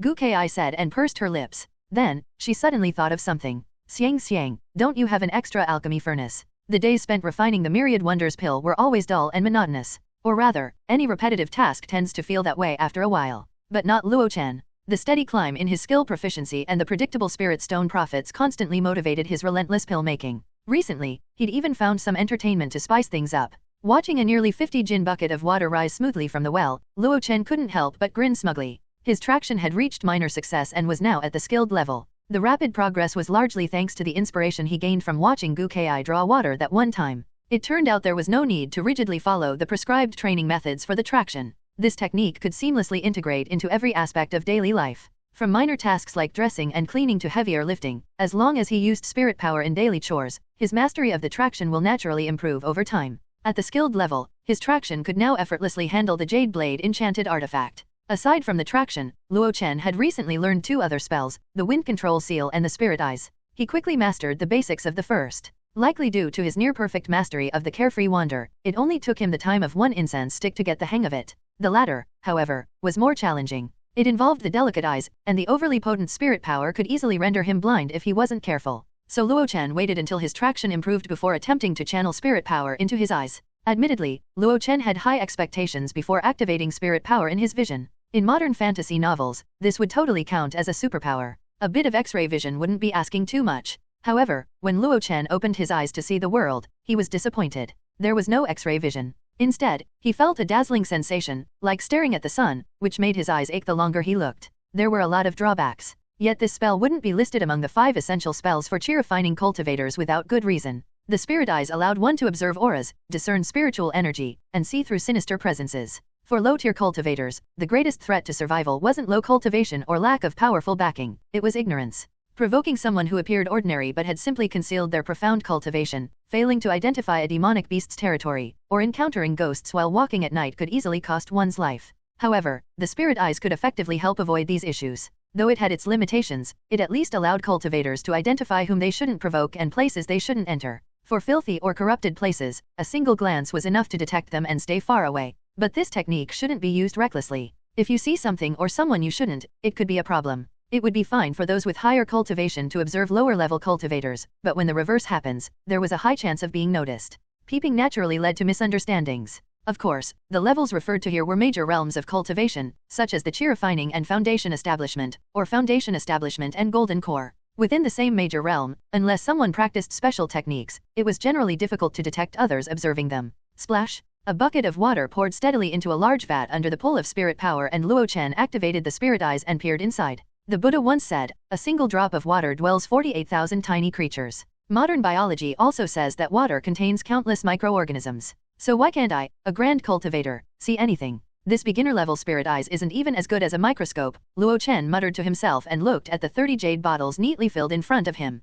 These were the fruits of his half-month's work. He had not only made 3 batches of finished pills but also improved his myriad wonders pill proficiency to the skilled level. Of the original materials he'd prepared, 25 portions remained. It would take him at least a month to refine them all. Luo Chen was now pondering when he should sell the myriad wonders pills. Gu Kai's mention of how busy the Tianxiang Tower became at the beginning of the month made him notice a flaw in his sales strategy. Only selling at the big markets each time might save more time for pill making, but it actually means earning less money. High-quality pills rarely lacked a market. However, to create a steady stream of profits, the pills needed to maintain a constant presence in the market, always visible and always available for purchase. Why were qi-nourishing pills so popular among low-tier cultivators? After all, qi-nourishing pills weren't the only pills capable of enhancing spirit power for qi-refining cultivators. The reason lay in how the Spirit Herb Pavilion always had qi-nourishing pills in stock. They had such a large supply of pills that other similar products couldn't compete and were effectively driven out of the market. Currently, Myriad Wonders pills didn't face much competition, but Luo Chen knew he should account for this potential issue. Increasing production as much as possible while ensuring a constant market presence for the pills was essential. Decision made, I'll set up my stall 3 times a month from now on. Twice at the smaller markets and once at the big one. With just himself to manage everything, Luo Chen couldn't do more than this for now. However, this plan was shaken the very next morning. A first-tier low-grade enchanted artifact purple cloud copper furnace. Do you want it? Gu Kai asked as she took a sip of the tea Luo Chen had poured for her. The moment the tea touched her tongue, her willow-like brows furrowed slightly. What kind of tea leaves are these? They are far too bitter. Across from her, Luo Chen's eyes sparkled, and his heart raced several times faster than usual. The purple cloud copper furnace was a standard alchemy furnace produced by Treasure Pavilion. Its grade wasn't high, just low-grade tier 1, but its versatility was exceptional. It could accommodate most of the pill refining methods commonly used in the cultivation world. Moreover, it was engraved with a flame-gathering array, offering unique advantages in temperature control. Novice alchemists often struggled with controlling the heat, resulting in ruined ingredients. But with this array, as long as different amounts of spirit power were infused in advance, it could adjust itself to external heat changes with ease. The flame-gathering array condensed or dispersed as needed, making the pill fire more versatile. Do I want it? Of course I want it. With such a furnace, Luo Chen would not be limited to refining only 1 batch of Myriad Wonders pills a day. In terms of efficiency, he could refine at least 2 batches a day. With eyes burning with desire, Luo Chen suddenly reached out and grasped her slender hand, catching Gu Ki off guard. Sister Ki, are you going to give me one? I'm all in. If you give it to me, I wouldn't even mind offering myself in return. Gu Ki froze for a moment before pulling her delicate hand away from his rough one. Get lost? Who wants you to offer yourself, you shameless scoundrel? She rolled her eyes and said seriously, if you want it, you'll have to buy it with spirit stones. I see. Luo Chen sighed in dejection. If I could afford it, I would have bought one already. I'm not asking you to buy it from Treasure Pavilion, Gu Ki said, unable to stand his dramatic shift in expression. The courtesan Xiang at Tianxiang Tower is also an alchemist. She has a spare purple cloud copper furnace. I asked her, and she's willing to sell it to you at a discount if you want it. Of course, he knew Xiang.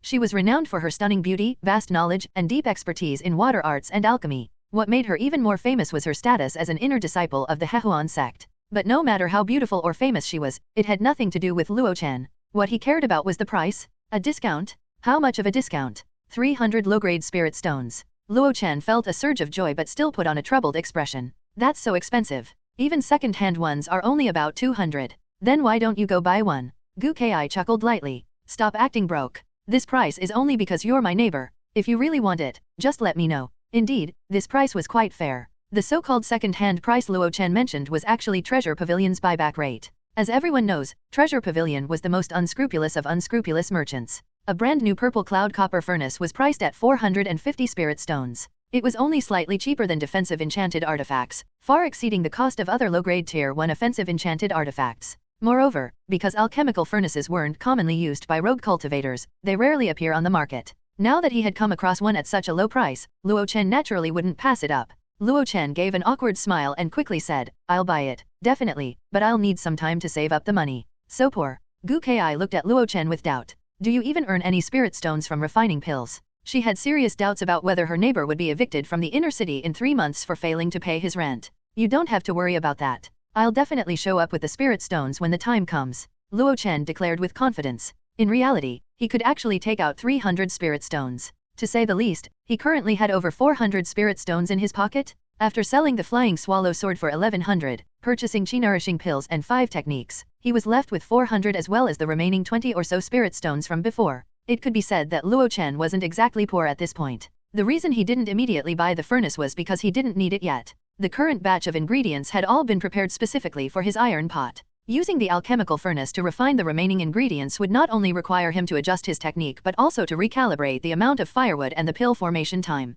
So, he planned to use up this batch of ingredients first, recover all his funds, and then consider buying the furnace. How frustrating? If only there were interest-free, spirit stone loans available for ambitious rogue cultivators. This cultivation world controlled by sects is truly too cruel to us rogue cultivators. Refining pills, taking pills, practicing techniques, and studying spells. Luo Chen's days passed in an orderly and structured manner. Luo Chen adjusted the timing and frequency of his spell practice. Previously, he had retained the habits he developed while living in the outer city, practicing spells only lightly each day. It was only recently that he realized the inner city was relatively safe, and there was no need to maintain his enchanting power reserves at their peak. As a result, he could afford to use more spirit power to become proficient in the new spells he was learning. During his free time, he would chat with Gu Ki about matters in the cultivation world. In fact, he was curious as to why he never saw Gu Ki cultivating. It wasn't until Gu Ki explained that he finally understood. It turned out that Gu Ki usually went to Tianxiang Tower to cultivate, where a spirit gathering array enhanced the density of spirit energy. Of course, the spirit energy from a first-tier spirit vein was limited. When some gathered it, others naturally couldn't enjoy the same density.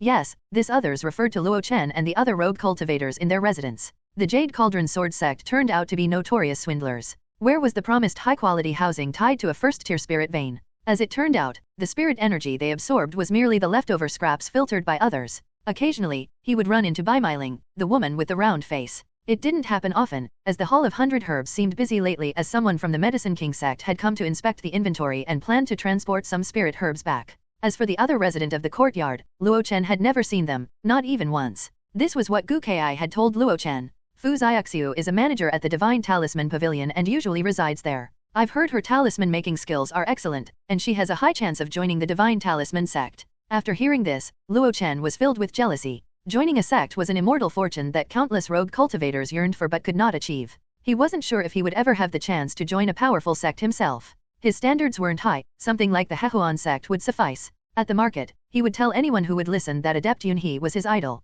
With this motivation, Luo Chen worked overtime, using up all the materials he had on hand just in time for the upcoming major market day. The final results left him extremely satisfied. From the remaining 25 portions of raw materials, he successfully refined pills 5 times. This meant that his success rate in refining Myriad Wonders pills had risen from the initial 10% to 20%. In terms of cost control, this was a qualitative improvement. Initially, 50 spirit stones of cost would yield 10 pots of pills, with only one successful pot selling for 50, breaking even. No, wait, he had been actually at a loss. In the same time frame, if he had focused on making fasting concoctions, he could have earned a few dozen spirit stones. So back then, he had indeed been losing out. But now, or rather in the future, with the same cost of 50 spirit stones, he could now succeed with refining 2 pots out of 10 and selling them for 100 spirit stones. This meant that he would earn a profit of 50 spirit stones. At this profit rate, as long as Luo Chen was willing to invest, he would eventually be able to count spirit stones until his hands were sore. Luo Chen was filled with excitement as he muttered to himself, this is just at the skilled level. What if I advance to proficient, perfection, or even grandmaster level? And so, on an early misty morning, like a farmer heading out to sell vegetables, he made his way straight to the Southern Rogue Cultivator Marketplace. Today would be a day full of rewards. Look here, look there, the days of cultivation shine bright. 5 spirit stones aren't much, they can't buy you an enchanted artifact or a ride. Is this pill good or not? Let your partner be the judge. Take a Myriad Wonders pill, and enjoy more scenery on your cultivation path. Hearing the young man next to him spouting rhyme after rhyme, Chen Xiaoping felt more embarrassed than he ever had in his entire life. He wished he had studied earthcracking when he was younger. If he had, he could crack the ground open right now and bury himself in it. This was utterly humiliating. Sure, we're just setting up a stall, but we're still cultivators, aren't we? How can we act like ordinary mortals hawking goods without a shred of dignity? Chen Xiaoping regretted it deeply. Why had he agreed to share a stall with Luo Chen? It was only half a spirit stone, he didn't even need the money. Casting a resentful glance at Luo Chen, old man Chen pleaded, fellow deist Luo, could we tone it down a bit? Why tone it down? Didn't eat enough? Lacking nutrition? The other cultivators aren't hawking their wares like you are. Luo Chen replied confidently, that's because they don't have faith in their products. I'm different. An alchemical formula from a golden core adept, refined by a grandmaster alchemist personally over a month. How can I not shout to let more cultivators enjoy it? Damn, an alchemical formula from a golden core adept? You can lie to others, but have you started believing in your own lies? However, Chen Xiaoping couldn't argue. After all, the chi-concealing talismans he was selling under the name of Divine Talisman Sect's spirit-concealing adept weren't much different. Why on earth had he fallen for this kid's nonsense in the first place? Now, he had to share in this disgrace. As Chen Xiaoping's face turned beet red, more and more cultivators gathered around their bluestone stall. What kind of pill is this? Bold claims. Myriad Wonders pill? Never heard of it. What's this pill for? Luo Chen, unhurried and enthusiastic, picked up a jade bottle and began introducing it to the crowd, made with the North Sea jade conpoy and rare demonic beast meat from the Medicine King sect, and personally refined by a grandmaster alchemist. This is how this batch of Myriad Wonders pills came to be. As Luo Chen said this, his face remained calm, and his heart didn't skip a beat. A grandmaster at refining a fasting pill would still be a grandmaster? He could swear to the heavens that his words contained not a single falsehood. If you take it, your yin energy will soar, your passion will ignite, and you'll reach heavenly heights with your partner. This isn't some devil pill. It fortifies your essence and doesn't harm your vital energy. In short, 1 pill brings bliss, 2 make you a sage, and 3 will make you rule the heavens and earth. The gathered cultivators gradually caught on. This wasn't some miraculous pill, it was clearly the most popular vitality-boosting pill from the mortal world. However, this young man's eloquence was captivating, and the crowd listened with relish. They didn't quite believe that such a pill would work on cultivators. Some skeptics picked up a bottle, removed the stopper, and sniffed it. Does it really work? Authentic and honest, guaranteed fair for all. Luo Chen vowed confidently. But I still want to reach foundation establishment and pursue the great path, the questioning cultivator said, looking determined as if even he believed the nonsense that he had just spouted. Luo Chen didn't expose him. Those truly dedicated to the Dao wouldn't even entertain such thoughts. Instead, he grew even more enthusiastic. This was his target customer? Rest assured, as long as you take it in moderation, it won't break the vital gate, and your vital essence will remain intact. Really, try it for yourself. At the crucial moment, the essence you release will actually be converted from the pill, not your own energy. The cultivator still hesitated, mainly because there were many onlookers, but not a single buyer yet. As the stalemate dragged on, a chubby man squeezed out of the crowd. Fellow Daoist saying, long time no see. I'll take 5 bottles of fasting pills, Zhang Wen said calmly, tossing out 11 spirit stones. The surrounding cultivators were stunned. Weren't 5 bottles of fasting pills just 1 spirit stone? Alright, here are your fasting pills, fellow Daoist. May you enter the treasure mountain, discover the spirit spring, and achieve great success. Luo Chen handed over a handful of jade bottles, about 7 in total. 2 of them were unmistakably jade bottles of Myriad Wonders pills. Zhang Wen, with an indifferent expression, pocketed the bottles and turned to leave the crowd. The crowd fell silent for a moment. Then the questioning cultivator quietly said, I think I'm out of fasting pills at home too. Give me 5 bottles. After speaking, he took out 6 spirit stones and happily acquired 5 bottles of fasting pills, along with 1 bottle of Myriad Wonders pills as a bonus. Seeing this, the crowd of cultivators had a sudden realization. In no time, everyone eagerly opened their wallets to buy a few bottles of fasting pills to take home and retreat into secluded cultivation. After this wave of customers left, Luo Chen took out more pills from his storage pouch. Old man Chen, watching from the side, twitched with astonishment, both at Luo Chen's speed in earning spirit stones and at his rapidly improving alchemy skills. It had only been a month, and the pills Luo Chen produced were already far more numerous than before. Fellow Daoist Chen, with so many customers, why don't you promote your talismans too? Luo Chen casually reminded him while busy, and old man Chen snapped out of it immediately. In the past, it had always been Luo Chen taking advantage of his customers, so why was he so slow today? He opened his mouth and murmured something, but no one heard him. But after a moment, he mustered up the courage and shouted, Premium chi-concealing talismans here. Invisible to demonic beasts, undetectable by enemies. You won't lose out, won't be deceived, come take a look. Luo Chen was startled. Then he gave old man Chen a big thumbs up. As expected of the man who shares a stall with me, still strong and vibrant in his old age. Perhaps it was good fortune today, or maybe Luo Chen shouted loud enough, or it could be that the recent skirmishes between the 2 factions had left the cultivators overly tense. In any case, sales of the Myriad Wonders pills were excellent today. Even the fasting concoctions he made as a side project were sold out in no time. By noon, only a few bottles of Myriad Wonders pills were left unsold. Luo Chen planned to keep shouting until they were sold so he could buy more materials in the afternoon. Before he could finish calling out his pitch, 2 cultivators with unfriendly expressions stood in front of his stall. Luo Chen, is it? Luo Chen felt a jolt in his heart, instantly realizing what was happening. Still, he kept his expression calm and greeted them warmly. Fellow Daoist, would you like to learn more about Myriad Wonders pills? We're not here for pills. Do you know Gao Tingyi? Luo Chen shook his head first. Never heard of him. Then, with a curious look, he asked, who is that? Duan Sanfu said coldly, Gao Tingyi is the younger brother of our boss, Gao Tingyuan.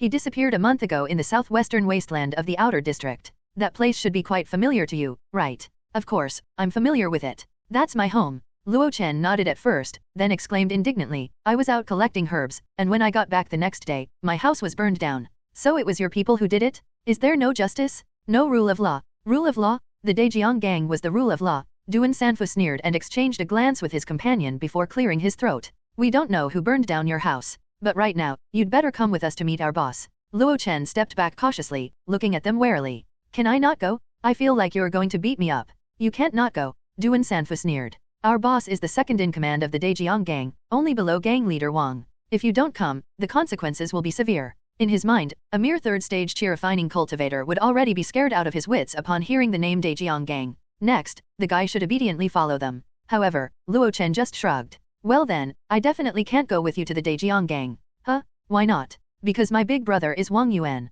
Luo Chen said with a wide grin, pointing toward a spot not far away. At a nearby stall, Wang Yuan had already stood up, his cold eyes staring indifferently in their direction. In Luo Chen's home, Wang Yuan sat sipping the crystal-clear wine and suddenly asked, Did you kill Gao Tingyi? Big brother, you can eat recklessly and drink freely, but such words can't be spoken carelessly, Luo Chen said as he refilled Wang Yuan's glass. He then spoke seriously. Lives are at stake. Wang Yuan's lips twitched. He picked up a piece of braised meat made by Luo Chen and casually glanced around. No wonder you had the spirit stones to move into the inner city, looks like you hit the jackpot. Luo Chen was left speechless. Some things simply couldn't be hidden from a perceptive person. He had purchased a spell manual worth 200 spirit stones from Wang Yuan and then rented a place in the inner city. No matter how you looked at the situation, something seemed off. The amount of money he had spent was far more than what the pitifully short-lived Chen Xiao could have left behind. On top of that, members of the Daejiang gang had come looking for him today. Putting the pieces together, the answer was obvious. Luo Chen knew he couldn't hide the truth from Wang Yuan, so after Wang Yuan had stepped in to fend off those two Daejiang gang cultivators earlier that afternoon, Luo Chen had specially invited him over and personally prepared a meal.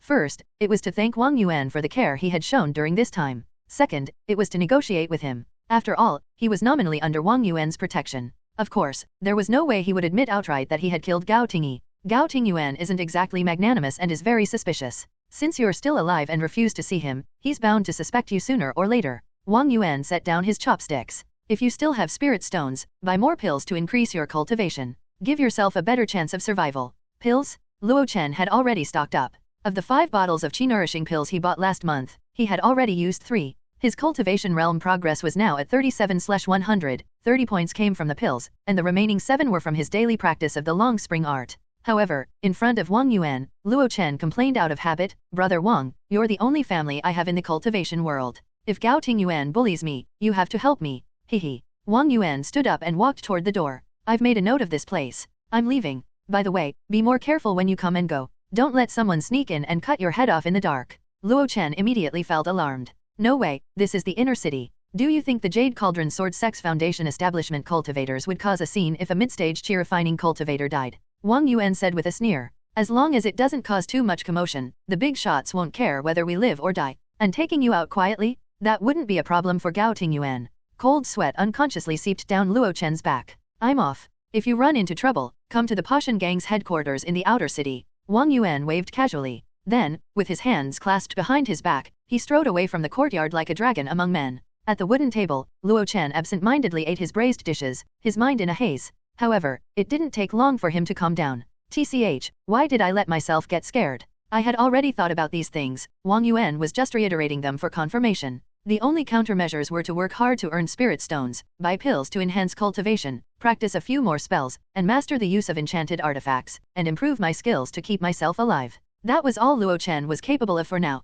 Sneaking into the Daejiang gang headquarters in the middle of the night to assassinate Gao Tingyuan was beyond his abilities. Instead of worrying aimlessly, he was better off handling the present properly. Having it figured out, Luo Chen devoured the spirit dishes, braised meat, and fiery liquor on the table with determination. After eating and drinking to his fill, he let out a satisfied burp. He retrieved a prepared black gauze hat from his storage bag, covered his face tightly, and stepped out confidently. This attire of black clothes, black pants, and a black gauze hat was quite conspicuous. However, in the inner city of Daehe Market, it didn't seem out of place. Such outfits were common among rogue cultivators, you could see a dozen of them in a day. Not everyone knew how to use concealment spells to mask their aura or alter their appearance. For rogue cultivators with troubles, solving the issue with clothing was a small price to pay. Luo Chen remained calm but had started to follow Wang Yuan's advice, being careful when entering or exiting. Today, I earned 400 spirit stones from Myriad Wonders pills, 20 from fasting pills, and with my previous savings of 425, I now have a total of 845 spirit stones. Walking down the street, Luo Chen calculated his savings and began planning his next purchases.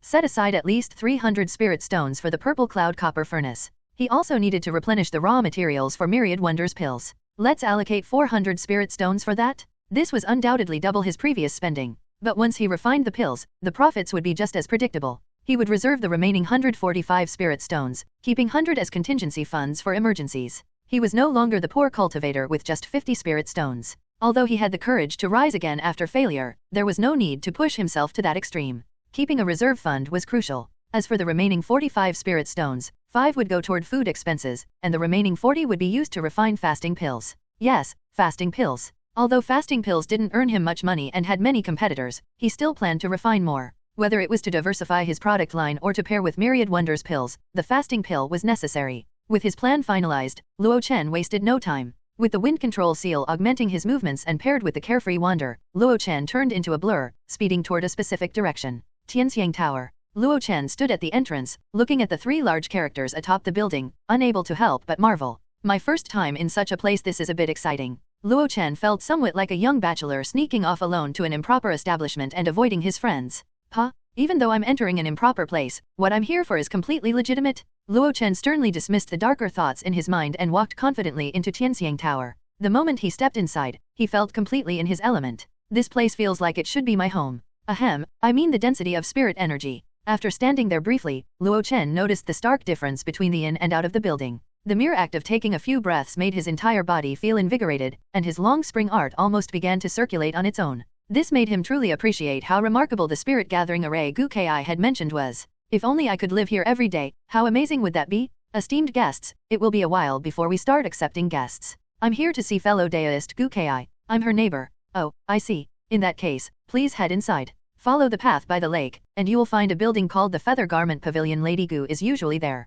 Lady Gu? I still have to take care of my own little family. Luo Chen hadn't expected Gu Ki to have such standing within Yin-Yang Tower. Even the servant had spoken with respect toward her. But upon further thought, Gu Ki was at the 8th stage of chi refining, with striking beauty and an elegant demeanor, not to mention her long legs, slender waist, and a well-endowed figure. Such a presence, paired with her presumably exceptional dancing skills. In any era, she could undoubtedly be considered a great talent. Mulling over these thoughts, Luo Chen arrived outside the Feather Garment Pavilion. 1. Gu Dejia is translated as Lady Gu. However, can also be understood literally as taking care of everyone, equals take care of, equals everyone / big family. And so, the response flips the meaning by saying, well, I still have to take care of my own little family with the small family, contrasts with big family / everyone. It humorously suggests, why worry about taking care of everyone when I can barely take care of my own small household? The Feather Garment Pavilion and Heavenly Melody Pavilion were the 2 main attractions of Yin-Yang Tower. The women here performed arts and did not sell their bodies.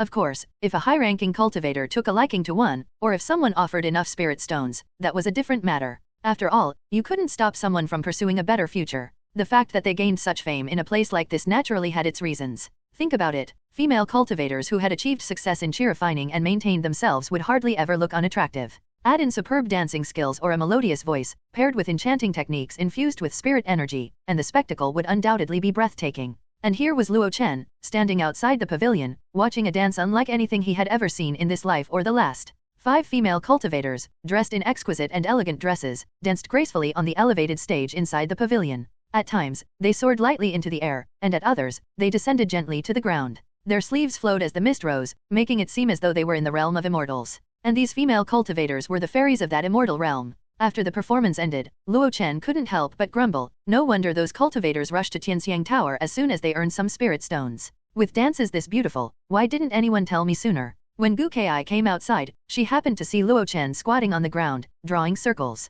What are you doing? Luo Chen raised his head, gazing at her pitifully like she was a fairy. Sister Ki, I'm your little brother, right? As your brother, I really want to support your work. Could I start escorting you to work every day? Maybe even watch you rehearse your dances? Gu Ki was a little stunned. Where is this coming from? After thinking for a moment, she covered her mouth and laughed softly. You're not just trying to leech off Yin-Yang Tower's spirit energy, are you? How could I? Luo Chen protested righteously. I'm not that kind of person. I'm just worried that one of your fanatics might try something inappropriate when you're coming or going. Don't worry. I'm an 8th stage chi refining cultivator, after all. I don't pay attention to common ruffians. Gu Kai shook her head and added, and it's not like you can't come in. Just pay the 5 spirit stone entrance fee every evening, and you can watch the dances to your heart's content. 5 spirit stones? Luo Chen immediately stood up. Fellow deist Kai, time is spirit stones. Please take me to see Miss Yang Xiang. I have an important business deal to discuss with her. Hehe, follow me. In the waterside pavilion. Within the uniquely designed incense burner, a stick of calming incense burned softly. Gu Kai sat by the gazebo, casually feeding the koi fish. Luo Chen, meanwhile, sat across from a young woman who was far more beautiful than Gu Kai. Of course, Luo Chen would never mistake her for a girl of 15 or 16. From what he knew, Miss Yang Xiang had been cultivating for over 20 years, so her real age had to be in her 30s, at least. She just happened to look rather youthful. However, childlike appearances weren't his thing. Luo Chen still preferred someone like Kai. Besides, she was a 9th stage refining cultivator, so he had to tread carefully. So, you're Kai's neighbor. The little Luo next door, that's me? I heard you make a living as an alchemist. A minor skill, barely enough to get by, but you rely solely on making fasting pills. It seems unlikely you can sustain yourself in the inner city for long. Luo Chen fell silent. He realized something was off about Miss Yang Xiang. Isn't today supposed to be about selling a second-hand alchemy furnace? Why is she asking so many questions? Yu Xiang smiled faintly. I'm curious about what kind of pills you're making with a low-quality spirit iron pot that earns you so many spirit stones. Well, Luo Chen hesitated. Some female cultivators of Tangxiang Tower were victims of the popular Myriad Wonders pill. However, some also benefited from it. Still, admitting in front of others that he made it still felt a little strange. I won't ask for free. Sell me 1 pill to satisfy my curiosity. I'll pay 50 spirit stones as the price of making a friend. Yu Xiang flicked her hand, and a half-human tall purple alchemy furnace appeared in the pavilion. Thud. Luo Chen's gaze was immediately drawn to it. This was the purple cloud copper furnace, a first-tier, low-grade enchanted artifact. It was made in Tianfan City and sold by Treasure Pavilion. It was definitely not some unbranded knockoff. Let's be friends. In the future, if I have any questions about alchemy, I'll have someone to consult, Luo Chen said as he stared fixedly at the purple cloud copper furnace. He then casually replied, my pill sells for 5 spirit stones apiece. You're overpaying at 50. I don't evaluate friendships based on profit or loss, Yu Xiang smiled. Besides, your alchemical skill is worth a proper furnace. She had said so much, what more was there to say? Anyway, Luo Chen wasn't losing out. He was more than happy to make her a fellow alchemist. He swiftly took out 250 spirit stones, along with a bottle of Myriad Wonders pills. This pill is called the Myriad Wonders pill. Its properties are mild, with vitality boosting and mind enchanting effects. It contains abundant spirit energy that can replace a cultivator's essence during moments of intensity. No more than 3 pills per day, overuse may damage one's essence lock. Additionally, this pill has slight aphrodisiac effects on female cultivators and is not recommended for their use. It was rare for Luo Chen to explain the details of the Myriad Wonders pill. He didn't say any of the foundation strengthening nonsense as that was all marketing fluff. After finishing in one breath, Luo Chen stood up, stowed the purple cloud copper furnace in his storage pouch, cupped his hands in thanks, and left gracefully. Watching his elegant departure and then glancing at the pill bottle on the table, Yu Xiang was momentarily dazed. Did I just spend 50 spirit stones on a bottle of vitality pills for male cultivators? She turned to look at Gu Kai, who was leaning on the railing, her fish food long since gone. At that moment, Gu Kai's expression was also one of disbelief. Yu Xiang's face was full of amusement. Kai, your neighbor's pills are a bit unconventional. Gu Kai forced a stiff smile. Maybe, it's because of financial necessity, right? When I explained the pill so earnestly, my expression must have been serious. They wouldn't think I'm an improper cultivator, right? Luo Chen muttered to himself as he replayed the events in his mind and felt confident he had left a good impression on Miss Yang Xiang. Perhaps in the future, there would be opportunities to discuss alchemy, sneak into Tianxiang Tower to soak up some spirit energy, and watch Kai's dance performances. As he left Tianxiang Tower, he realized night had fallen. The building was brightly lit, and the sounds of lively conversations filled the air as women moved to and fro. Some male cultivators entering from outside had lost their usual dignified and ethereal demeanor. Luo Chen scoffed inwardly. A bunch of weak-willed, indulgent wastrels? I'm nothing like them. Is that fellow deist Luo? A hesitant greeting came from nearby. Luo Chen instinctively looked over and saw his old customer, Zhang Wen, with his arms around 2 women, looking at him uncertainly. Luo Chen swallowed nervously. Fellow deist Zhang, you've got the wrong person. He had removed his black veiled hat earlier while speaking with Miss Yang Xiang, but he'd forgotten to put it back on before leaving. What a blunder? Zhang Wen released the women at his sides and warmly grabbed Luo Chen's hand. Ah, I knew I wasn't mistaken. Fellow deist Luo, what a coincidence? Are you here for inspiration? Ah, could it be, you're personally here to test the effects of the Myriad Wonders pill? Zhang Wen's eyes lit up,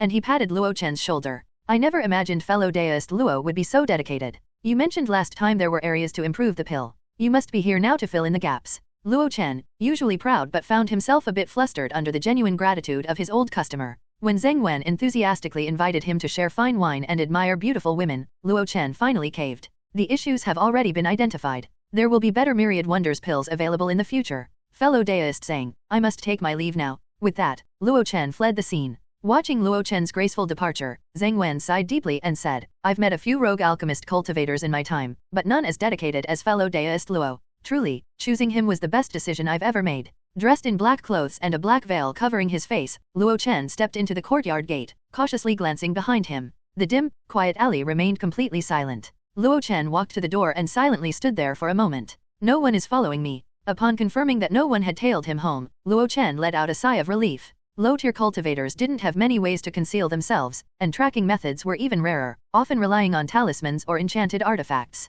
Thus, as long as he remained cautious, it was fairly easy to determine whether he was being followed. Since the Dejiang gang had already taken notice of him, Luo Chen must be extra cautious every time he went in or out from now on. As he turned around, Luo Chen's body suddenly stiffened, and every hair on his body stood on end. In the corner of the courtyard, the long-haired figure of a woman in white stood silently, her back facing him. Luo Chen gulped and thought, could it be a ghost? But he quickly let his guard down. It was a person. Why hasn't it sprouted after 2 months? The woman in white seemed to be talking to herself. Could it be that the herb gatherer gave me fake hydrangea seeds? Ahem. The sound of a cough came from the entrance, and the woman turned around. Fellow Daoist Luo Chen. Fellow Daoist Fu Xiaoxiu. So it was the neighbor from the East Wing room? Luo Chen walked up to her, curiously asking, what are you doing? Fu Xiaoxiu replied with frustration, I bought hydrangea seeds for a spirit stone and planted them 2 months ago. This time I came home, expecting to see some sprouts, but there's nothing. Following her gaze, Luo Chen suspiciously examined the corner of the courtyard. Wasn't this where he usually practiced his fireball and entangle seeds? He had replaced the soil and rocks dozens of times? Luo Chen let out a dry laugh and awkwardly said, maybe it's just not suited to the soil here. Fu Xiaoxiu sighed and nodded helplessly. The yin energy here is a bit heavy. The flowers and plants I've planted don't grow well. Plus, I'm away from home so often that they're nearly dead. Luo Chen blinked. Is that so? That's probably the reason. I should have taken them out to get more sunlight, Fu Xiaoxiu said helplessly. Skipping past the topic, she looked curiously at Luo Chen's outfit and asked, fellow Daoist Luo, where have you been dressed like this? Just call me Little Luo? I didn't go anywhere special, just got used to wearing black. Being addressed as fellow Daoist by a 9th stage chi refining cultivator still made Luo Chen feel a bit uneasy. Seeing that Luo Chen didn't want to elaborate, Fu Xiaoxiu didn't press further. She glanced at the night sky and extended an invitation to Luo Chen. I don't come back often, so I plan to invite the neighbors over for a meal. Little Luo, would you like to join? Someone's inviting me to a meal? What a pleasant surprise. Of course, Luo Chen wouldn't refuse. Sitting on a child-sized swing in the courtyard, Luo Chen, now in a fresh set of clothes, waited for Fu Xiaoxiu to prepare dinner while planning his next steps. The 400 spirit stones investment in raw materials was the biggest expense he'd ever made. This time, failure was not an option. Thus, he needed to consider every detail before starting the pill refinement. First was the new alchemy tool, the purple cloud copper furnace. Switching from using an ordinary spirit iron pot to an graded enchanted artifact furnace for alchemy was bound to be a big change. He needed to familiarize himself with the purple cloud copper furnace to avoid making mistakes during the refinement process that couldn't be corrected in time. Next was the handling of certain raw materials. He couldn't use the old methods anymore. The spirit iron pot was small and couldn't withstand high temperatures, so he could only use lower heat, which inevitably made the process longer. Because of the longer refinement time, the handling of the materials had to be more conservative. However, the purple cloud copper furnace had no such limitations. It's a graded enchanted artifact that could withstand intense heat. This meant he could afford to be bolder in handling certain materials. Finally, there was the construction of the alchemy room. Yes, Luo Chen planned to partition a section of his rented house into an alchemy room. The purple cloud copper furnace occupied a large space and required a dedicated fire pit to burn wood, with heat-resistant bricks laid underneath to prevent heat loss. The surrounding walls should ideally be made of breathable cloud sand bricks. Otherwise, if there was a gas leak during the process, he could end up being poisoned unconscious. Thinking about all these details gave Luo Chen a bit of a headache. He was going to be very busy. A petite figure suddenly jumped in front of him. Hey, Luo Chen greeted helplessly, Miss Little Ling, you're off work already. Isn't it obvious? She is already standing right in front of me. But greetings in reality are just often done that way. People eating would say, having a meal. People finishing work would say, you're off work, huh. The worst is meeting a friend in a public restroom and hearing, are you pooping? Obviously, what else would I be doing here? Bai Meiling couldn't possibly know where Luo Chen's thoughts had wandered. She simply extended her fair hand. What for? Luo Chen asked curiously. The pills you refined, let me see if they're devil pills. You're really nosy. Bai Meiling placed her hands on her hips. As your 7th stage chi refining neighbor, can't I keep an eye on you? Damn it. He hated being oppressed by rank the most in this life. Luo Chen took a deep breath, forced a smile, and took out a pill. Bai Meiling examined it curiously. A fasting pill? No, it's fasting concoction. Its grade is quite decent top grade. She sized up Luo Chen for a moment and nodded. You're a quiet one, but it seems you're quite capable. It's a pity, though if you had the recipe for fasting pills and got the hang of it, you could make a living out of it. Luo Chen originally planned to dismiss her casually, but upon hearing her remark, his interest was piqued. He had always known that the fasting pills he refined were actually just fasting concoctions. Otherwise, why would 5 bottles of fasting concoction, 50 pills in total, only sell for 1 low-grade spirit stone? Proper fasting pills were first-tier pills, no less valuable than chi-nourishing pills. A bottle of 10 pills sold for 100 spirit stones, that was true profit. If he could refine authentic fasting pills, wouldn't that mean hitting the jackpot? Do you have the recipe for fasting pills? Faced with Luo Chen's eager gaze, Bai Meiling shrugged and said, of course not. These recipes are all controlled by the major sects, how could I possibly have one? Luo Chen rolled his eyes. Then why even bring it up? He wasn't too disappointed. Or rather, he had never held much hope for obtaining the recipe for such mainstream pills. Not just in Dai Market, but across the entire Jade Cauldron domain and the Far East 6 domains, the recipes for mainstream pills were tightly controlled. Any leaks would see sect cultivators using every means to retrieve them, whether through purchase, force, or recruitment of alchemists capable of refining mainstream pills. To this, Luo Chen's verdict was, monopoly dogs may they die miserable deaths. He could understand the sect's methods. This world was rich in resources, from human territories to the desolate mountains and marshes inhabited by demonic beasts, all teeming with rare treasures. With no way to limit raw materials, controlling the recipes became the best strategy. This ensured that mainstream pills could only be refined, distributed, and sold by the sects.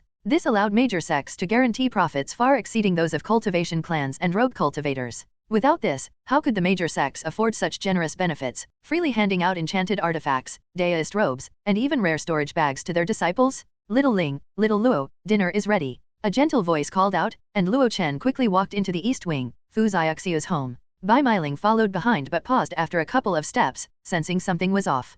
Firehound whip can be used to refine fasting concoctions. Once Luo Chen entered the east wing room, he finally realized why his back room only cost the cheapest rate of 10 spirit stones per month. Although the east wing room wasn't very spacious, the layout was incredibly well designed. Each window was positioned at the optimal lighting angles. Moreover, it wasn't that cold at night here. Compared to the warm and cozy east wing room, his back room felt like a warehouse combined with an ice cellar. Luo Chen wallowed in a moment of self-pity before cheerfully settling at the dining table. Feng Xia glanced at him and placed a bowl of spirit rice in front of him. Thank you, Sister Xia. Feng Xia replied, no need to thank me, it's Xiaoxiu who's hosting. It was fine when she didn't speak, but as soon as she did, her voice sounded like sandpaper scraping together. Luo Chen furrowed his brows and cautiously asked, Sister Xia, what happened to your voice? Bai Meiling sat down beside him, her tone somewhat melancholic. It's always been like this. Back in the day, Sister Xia tested medicines for Hall of 100 herbs and accidentally ingested a toxic herb. Although she was treated, her voice could only recover to this extent. Only then did Luo Chen learn the backstory. It had to be said, working for a big sect wasn't easy. Hall of 100 Herbs was merely one of the Medicine King sect's businesses, yet its jobs were often highly perilous. Take Feng Xia's job as a medicine tester, for instance, the pay was high, but so were the risks. Common herbs often underwent mutations, due to their growth environment and coexistence with demonic beasts. At such times, it was fine if conventional methods could detect these differences. If not, cultivators had to rely on their bodies to conduct live testing. That was exactly what Feng Xia's job entailed. Things have improved in recent years. Hall of 100 Herbs in Dai Market hired new testers, allowing her to shift to processing medicinal ingredients instead. What are you guys talking about? The atmosphere feels so heavy. Fu Xiaoxiu approached with a steaming plate of sliced meat. Try this, braised ribs of the scaled beast. I brought it back from the Divine Talisman Pavilion. Have a taste. After Bai Meiling recounted their earlier conversation, Fu Xiaoxiu couldn't help but sigh and say, that's how it is for us rogue cultivators. Either we scrape by precariously in the outer city, or we're at the mercy of others in the inner city. Any job with slightly better pay always comes with enormous costs. Hearing this, Bai Meiling and Feng Xia's faces turned somber. Luo Chen, however, remained rather carefree. At someone else's beck and call, you'd need to have the qualifications to even be ordered around. Take Spirit Herb Pavilion or Treasure Pavilion, for example. All their receptionists were young, attractive female cultivators. For male cultivators, they didn't even get the chance to be bossed around. That's why we must help one another and band together for warmth. Fu Xiaoxiu picked up the wine jug and poured it for everyone. When Bai Meiling tried to do it herself, Fu Xiaoxiu gently pushed her hand away. The fact that we all stayed here means we're fated to meet. In the future, if anyone has difficulties in life or cultivation, let's lend a hand whenever possible. Little Luo, even though you just moved in, since senior son vouched for you, your character and temperament are surely fine. From now on, we're practically family. As she finished speaking, she raised her glass. Bai Meiling and Feng Xia also lifted their glasses at the same time. Luo Chen, however, was quite surprised. After transmigrating to this world, all he had seen every day was the chaos and slaughter in the outer district or the cultivators in the marketplace nitpicking over cultivation resources. To be honest, it was a bit brutal. But he had to admit, it fit his expectations of the cultivation world's harsh reality. Yet here, in this little courtyard, there was such a heartwarming side to life. What is this courtyard of affection? Cultivation World Edition. Not wanting to ruin the moment, Luo Chen raised his glass as well. Cheers. Cheers. The crystal-clear liquor was smooth and mild, with a faint fruity aroma. Fu Xiaoxiu smiled faintly. Eat up, don't just hold your bowls. Bai Meiling was the first to pick up her chopsticks. After tasting a piece of stir-fried demonic beast meat, her eyes curved into crescent moons as she smiled. Sister Xiaoxiu's cooking is the best. You, eat as much as you like if it's good. Little Luo, don't hold back either. There's plenty of spirit rice in the pot, replied Fu Xiaoxiu. A soft spot in Luo Chen's heart seemed to be touched as he responded, okay. He lowered his gaze, and his speed at shoveling rice into his mouth unconsciously quickened. Seeing this, Fu Xiaoxiu picked up a piece of meat and placed it on his plate. It's a pity the Qin family has gone to the Luoyun sect. It'll probably be a long time before we see Xiaohu again. Yet, that kid Xiaohu has dual gold and water spirit roots.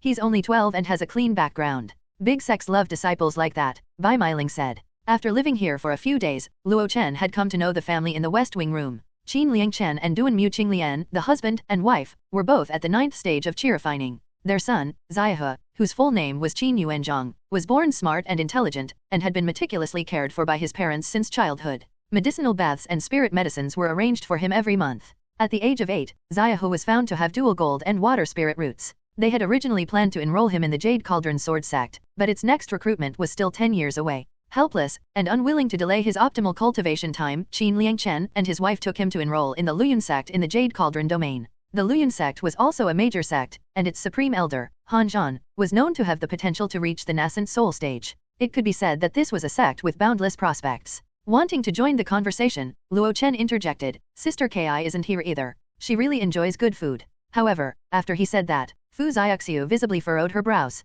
She quickly smoothed her expression and shook her head as she said, Gu Ki's schedule is different from ours, so we don't often run into her. Luo Chen blinked and nodded, choosing not to press further. Matters between women were always the trickiest. After dinner, Fu Xiaoxiu brought out some fruits and pastries and set up a tea gathering in the courtyard under the moonlight. Everyone spoke freely, covering different topics. They discussed how the shops of the 6 major sects in the inner city were doing lately, and how some smaller sects shops in the marketplace were being ruthlessly suppressed. They also talked about last year's joint auction, where a treasure-winning cultivator was hunted for a year and had only recently returned to Daihe Market to argue with the organizers, the Jade Cauldron Sword Pavilion. He claimed that someone from the Jade Cauldron Sword Pavilion had leaked his information, putting him in danger. The people from the Jade Cauldron Sword Pavilion naturally denied it, using the Jade Cauldron Sword sect's name to force the complaining cultivator to retreat in shame. Fu Xiaoxiu becoming a manager at the Divine Talisman Pavilion and having the chance to join the outer disciples of the Divine Talisman sect was also brought up. If Fu Xiaoxiu successfully joined, she would no longer be a rootless rogue cultivator.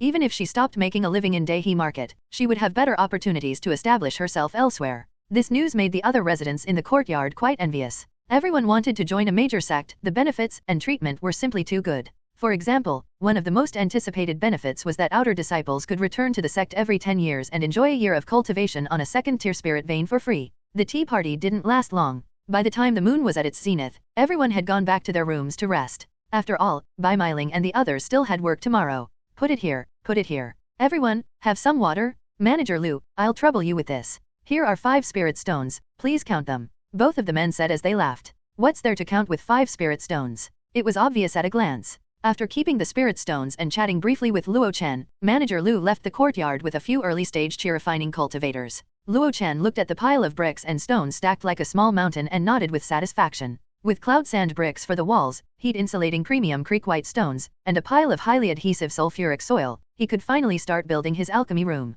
Without hesitation, Luo Chen rolled up his sleeves and began moving bricks into his house. By noon, he had started laying creek white stones on a cleared space in his rented room. Fu Xiaoxiu had woken up in the morning and moved a bunch of potted plants from her room to a sunny spot. From time to time, she pruned branches and added some spirit fertilizer. She noticed the busy Luo Chen, greeted him, and then left him undisturbed. By noon, Luo Chen looked at his nearly complete alchemy room with a sense of accomplishment. I'm officially an alchemist with my own independent workspace now. Seeing Luo Chen's satisfied expression, Fu Xiaoxiu chuckled and said, "Little Luo, you'll definitely become a renowned alchemy master across the 6 domains in the future." Luo Chen chuckled smugly. "Of course, I'm a natural-born alchemy genius. Want to have lunch together? We still have some leftovers from yesterday." "That doesn't seem right." "Well, then I'll accept your generous offer." Lunch was shared between just the two of them. Fu Xiaoxiu was a gentle woman with a wealth of knowledge and often easily answered Luo Chen's cultivation doubts. This was something Luo Chen hadn't experienced with Old Man Chen, Wang Yuan, or even Gu Kai.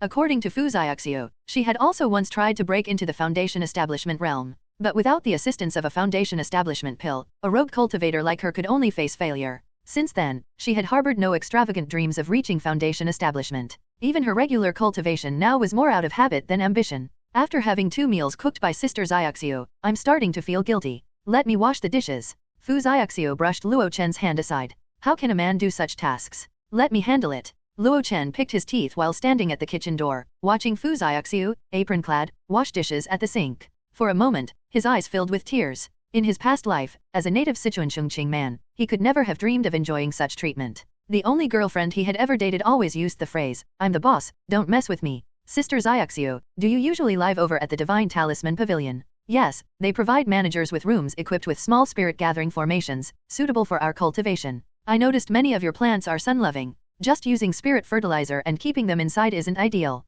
Luo Chen offered a suggestion. "Why not place them outside? I can help look after them when I'm free." He definitely wasn't eyeing that pot of moonlight herb for its calming and soul-stabilizing properties. After placing the dishes on the rack, Fu Xiaoxiu thought for a moment and then nodded. "Then I'll trouble you with this." Bai Meiling seemed to be coming home from work earlier every day and no one knew if it was because Fu Xiaoxiu had been home these past 2 days. After returning, she would either drag Fu Xiaoxiu out shopping or chat with her in the courtyard, occasionally letting out clear and soft laughter. Of course, she would also occasionally wander into Luo Chen's room for no particular reason. Watching Luo Chen meticulously build his pill room bit by bit, a hint of admiration appeared in her eyes. "With your craftsmanship, even if you can't make it as an alchemist, you could get a job at Ai Lao Mountain." Ai Lao Mountain? What does it do? A golden core sect in the Jade Cauldron domain, known for its mineral resources. They're also famous for building houses. "Didn't you get these bricks from Immortal Build Residence, their official shop?" Immortal Build Residence was Ai Lao Mountain's enterprise? Luo Chen honestly hadn't known. Or rather, he didn't know much about Ai Lao Mountain as a sect.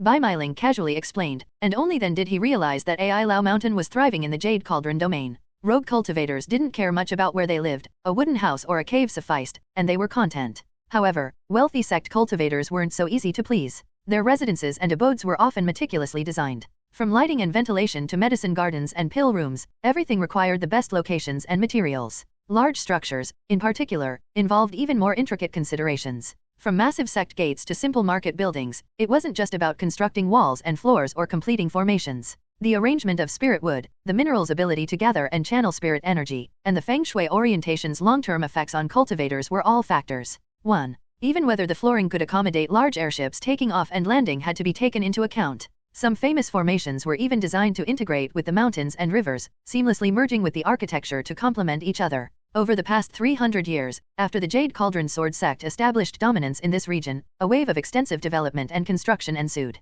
Ai Lao Mountain took on numerous projects during this massive wave of development, earning immense wealth. The early constructions in Dehe Market, from layout to execution, were entirely handled by Ai Lao Mountain. Rumor has it that in Ai Lao Mountain's Divine Craft City, even the simplest abodes start at 100,000 spirit stones and are only leased for 70 years. After hearing Bai Meiling's explanation, Luo Chen was utterly stunned. The real estate business in the cultivation world is this lucrative? No, when I have enough spirit stones, I must hire experts from Ai Lao Mountain to redesign my home. By the way, is there some kind of conflict between Sister Xiaoxia and Sister Ki? Luo Chen asked, curiously prying for gossip.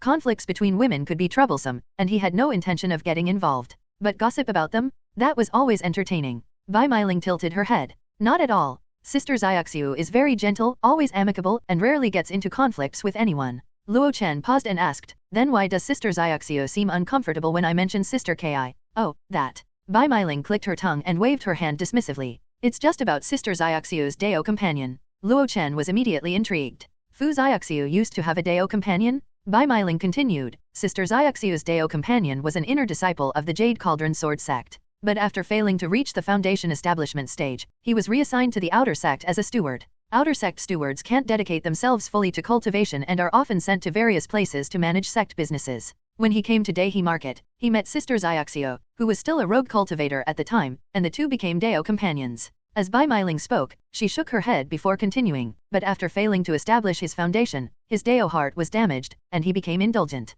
Even with Sister Xiaoxio by his side, he frequently spent the night at Tianxiang Tower. One morning, he was found dead in a private room at Tianxiang Tower. Senior Sun Shao personally went to retrieve his body, dying under the dress of a woman. What a romantic way to die. Luo Chen couldn't help but applaud inwardly. A true role model for people like me. Bai Meiling continued. Since then, Sister Xiaoxio has been cold toward anything related to Tianxiang Tower. And since Sister Ki works there, Ki likely reminded her of the past, and this is why Sister Xiaoxio dislikes Ki. Only now did Luo Chen fully understand. Hating someone and extending that hatred to anything associated with them, so that's how it is. After satisfying Luo Chen's curiosity, Bai Meiling remembered her own question and asked, can the Firehound Whip really be used to refine top-grade fasting pills? Luo Chen quickly ushered her out. I'm busy now, and it's going to get very smelly in here soon. Ugh, don't forget to turn on the gentle smoke sparse rain incense, or I'm filing a complaint. Bai Meiling pinched her nose and ran off in disgust. Casually sending out a strand of spirit power, Luo Chen activated the ventilation talisman before pulling out the purple cloud copper furnace from his storage bag. Clang! The space of a 1 cubic meter storage bag is still too small. If only I had a 3, 5, or even 100 cubic storage bag. After all, it was just a first-tier low-grade enchanted artifact, it couldn't adjust its size at will. The purple cloud copper furnace alone took up nearly 80% of his storage bag's capacity. Previously, he had no choice but to stuff the medicinal materials inside the furnace itself. If he didn't take them out soon, the ingredients would start affecting each other's properties. Carefully, Luo Chen placed the purple cloud copper furnace above the fire pit and added water. Then, he fetched a bundle of yellowish-green steel wood, stuffed it underneath, and cast a fireball. The firewood slowly began to burn. With his new pill refining equipment, his previously used peach wood and red cedar were no longer suitable. Their firepower was too weak, and heating the purple cloud copper furnace would take forever. Thus, Luo Chen had specially purchased the expensive green steel wood. This first-tier spirit wood contained natural oils and could release substantial heat when ignited. Rumor has it that high-stage cultivators refine pills using either internal pill fire or earth fire and sky fire from the world around them. I wonder when I'll be able to do that. Muttering to himself, Luo Chen checked the fire pit's insulation before leaving the pill room. First, he had to heat the furnace, warm it up, and burn out any residual medicinal odors inside. These were all tried and true techniques. When Miss Yangxiang sold him the furnace, she had specifically written these instructions in the manual she left behind. Heating the furnace was just the first stage. Next came testing it, and only after familiarizing himself with it could he safely begin refining. For the next 2 days, he decided to focus entirely on preparing the medicinal ingredients. Crackle? Crackling sounds echoed loudly. What's that sound? A lazy, puzzled voice came from outside. Luo Chen opened the stone door of the alchemy room and stepped out, his face covered in ash. Gu Kai took one look at his disheveled appearance and immediately burst out laughing. What were you doing in there? And why did you partition a room in your house? Huff, huff. Luo Chen waved his hand, casting a cleanse on himself. With a loud pop, all the dust on him scattered in every direction, making Gu Kai quickly step aside. He walked to the water tank, scooped up a large ladle of cool water, and drank it down before finally catching his breath. Damn, no wonder famous pill refiners always have assistants to tend the fire. This alchemy room is no place for anyone to stay for long, Luo Chen muttered to himself. Then, he finally had the chance to explain to Gu Kai, this is my newly built alchemy room. What do you think? Not bad, huh? Gu Kai waved her hand to brush off the dust around her. It's fine. I suggest you stay inside it every day. Luo Chen's face darkened, but he didn't argue. I was testing the furnace and roasted some celestial beans. Want some? Celestial beans. Without waiting for her response, Luo Chen went back inside and quickly returned with a plate of golden beans. The beans still had their shells, but the high-temperature roasting had caused them to crack open. A gentle peel revealed the white kernels inside. These are bitter hazelnuts. Gu Kai picked one up skeptically. They're really bitter, are they even edible? Just try it and see. Luo Chen was already peeling the shells and popping several into his mouth. Gu Kai peeled off the golden shell and placed the tender white kernel into her mouth. Her rosy lips moved slightly, and her eyes slowly lit up. Oh wow, not bad. How did you roast these? They're fragrant and crunchy, with a hint of spirit energy. Luo Chen grinned smugly. It's a secret recipe, can't share it. Gu Kai rolled her eyes and snatched the entire plate of celestial beans. Luo Chen didn't mind. He grabbed a bucket of water, poured it into the purple cloud copper furnace, then took a small watering can and walked out. In the courtyard, Gu Kai sat on the child-sized swing that Xiahua usually used, holding a plate of celestial beans in her hands, peeling and eating them one by one. Opposite her, Luo Chen carried a small watering can, carefully tending to each potted plant in a row. These are Xiaoxiu's plants, right? Luo Chen hummed in agreement as he inspected the 2 spirit plants that Sister Xiaoxio had specifically instructed him to look after, ensuring there were no issues. You sure get familiar quickly. You just met her, and you already managed to swindle those plants from her, commented Gu Kai. Hey, don't say it like that. It's just neighborly help, how is it swindling? TCH, I saw you just now. You put that moonlight herb by your bedside. Bet you've been secretly using it for cultivation every night. Luo Chen's face turned red. Why is this woman so sharp-eyed? But he couldn't deny it, the moonlight herb was indeed effective. Though it couldn't compare to calming incense, it still provided about a tenth of its efficacy. Over the past 2 nights, the maximum capacity for his long spring art had increased by 1 cycle. Every morning after cultivation, he woke up feeling invigorated. His daily spell practice had also progressed rapidly, with several reaching new levels of mastery. Not wanting to dwell on it, Luo Chen quickly changed the subject. Why haven't I seen you around the past few days? Wait, hold on. Your cultivation realm. Gu Kai pursed her lips and smiled. The narrow swing pressed against her plump hips, creating a stark contrast with her slender waist, a dramatic visual effect. You noticed, didn't you? I've reached the 9th stage of qi refining. One Feng Shui is an ancient Chinese practice focused on harmonizing individuals with their surrounding environment. It emphasizes the flow of qi, energy, and balances the 5 elements, wood, fire, earth, metal, water, to promote prosperity, health, and well-being. Due to channeling spirit energy and consuming pills, cultivators would often have appearances that don't match their age. Therefore, in the cultivation world, the last thing one should do is judge a person by their looks. Luo Chen didn't know what kind of spirit roots Gu Kai had, but during a conversation with Bai Meiling, he inquired about her age. He remembered that Gu Kai was already 37 years old. Being 37 and at the 8th stage of qi refining wasn't too bad, but it wasn't exceptional either. Her aptitude wasn't poor, but it wasn't outstanding enough to be recruited into a sect. Yet in just a few days of not seeing her, she had actually broken through to 9th stage qi refining. This left Luo Chen utterly astonished. How did you manage that? Did you take spirit pills? Hehe, you guessed right. Gu Kai pouted and said, recently, I don't know why, but Dai Market has seen an influx of new faces, including some foundation establishment cultivators. Zhongding Restaurant and our Tianxiang Tower have become their most frequented spots. Unlike us qi refining cultivators, pills are nothing to foundation establishment cultivators. Recently, we performed a new dance, and it delighted a late-stage foundation establishment grand cultivator. He casually rewarded us with a bottle of dust transformation pills. Luo Chen's eyes widened. Dust transformation pills. Looks like you're not entirely ignorant. Of course, Luo Chen wasn't foolish enough not to know about dust transformation pills. These were supreme-grade pills for the qi refining realm, with the power to transcend the mundane. One pill had medicinal efficacy several times greater than qi-nourishing pills of the same tier and sold for 10 times the price. In fact, when low-tier cultivators couldn't find foundation establishment pills, they often used dust transformation pills to attempt a breakthrough. Though not as effective as foundation establishment pills, they still offered some results. We received 1 bottle of dust transformation pills, and everyone got 1. As the lead dancer, I was given 2. Gu Kai smiled smugly. Over the past 2 days, I stayed at the Feather Garment Pavilion and used those 2 pills to break through to 9th stage qi refining. Is Tianxiang Tower still hiring? Luo Chen's tone turned sour as envy glimmered in his eyes. What would you do? Be a guard? Nonsense. I have been multi-talented since young, both singing and dancing. All right, I'll stop teasing you. Gu Kai's expression grew serious. With so many unfamiliar cultivators arriving, I wanted to let you know that something might be happening in Dai Market. Be careful when going out and don't offend anyone you shouldn't. Luo Chen nodded solemnly. Foreign cultivators were the most concerning. They had no roots here and didn't care about Dai Market's rules. Sometimes, they killed in a fit of anger and fled 1,000 miles away, beyond the jurisdiction of Jade Cauldron sex-stationed cultivators. In the quiet night, Luo Chen reflected on the events of the day, feeling conflicted. Others had so effortlessly advanced to 9th stage qi refining, just 1 step away from foundation establishment. Meanwhile, he was still struggling at 4th stage qi refining. The stark disparity left him forcing a smile while feeling bitter inside. Yet, despite his bitterness, Luo Chen was genuinely happy for Gu Kai. Ever since he moved here, this woman had been exceptionally kind to him. She always greeted him when passing by, giving him, a nobody in the cultivation world, a sense of existence. When she learned about his struggles with alchemy tools, she used her connections to help him procure an affordable and high-quality alchemy furnace. Now that Gu Kai had made a breakthrough, he genuinely felt happy for her. However, I can't afford to slack off either. These recent leisurely days seem to have dulled my edge. Gu Kai's aptitude is undoubtedly better than mine, yet she still works hard to earn cultivation resources. Meanwhile, I'm just a 5-spirit root cultivator with only a few decades of life left. I don't even have more than 1 bottle of qi-nourishing pills left. What right do I have to live so leisurely? Starting tomorrow, I must work even harder?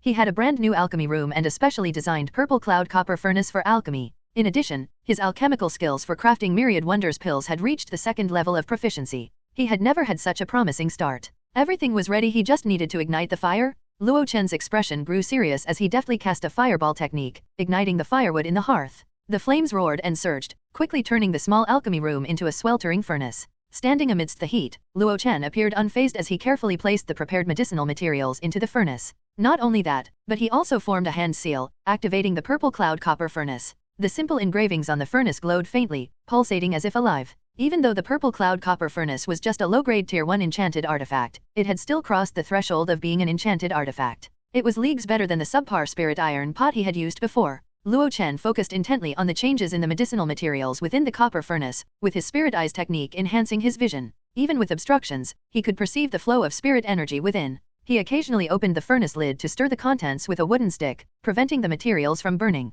Soon, it was noon. It was time to open the furnace. The fire had been out for an hour, and the furnace temperature had gradually cooled. Rise? Using his skilled traction, he grabbed the warm furnace lid from a distance and slowly lifted it. A strange fragrance wafted out, mixed with a hint of burnt char. With his spirit eyes, Luo Chen peered into the furnace and frowned slightly. The first batch of Myriad Wonders pills had failed. It was an expected outcome. Everything was new, and no amount of preparation could guarantee a perfect result. Luo Chen didn't feel any disappointment. He grabbed a scoop and removed the burnt residue from the furnace. After a simple cleaning, he exited the alchemy room. Even though it was midday, he felt a refreshing coolness as soon as he stepped out. The temperature difference between the alchemy room and the outside was immense. At this moment, Luo Chen found himself appreciating Sun Shao's arrangements. If nothing else, this backroom built over the Ghost King's suppression site at least offered a trace of coolness without needing cooling equipment. Cook, bathe, and then continue in the afternoon, he said to himself as he set the rice to steam. He then went to the corner of the courtyard, and used the traction to fetch a bucket of water from the well like how Gu Kai had done.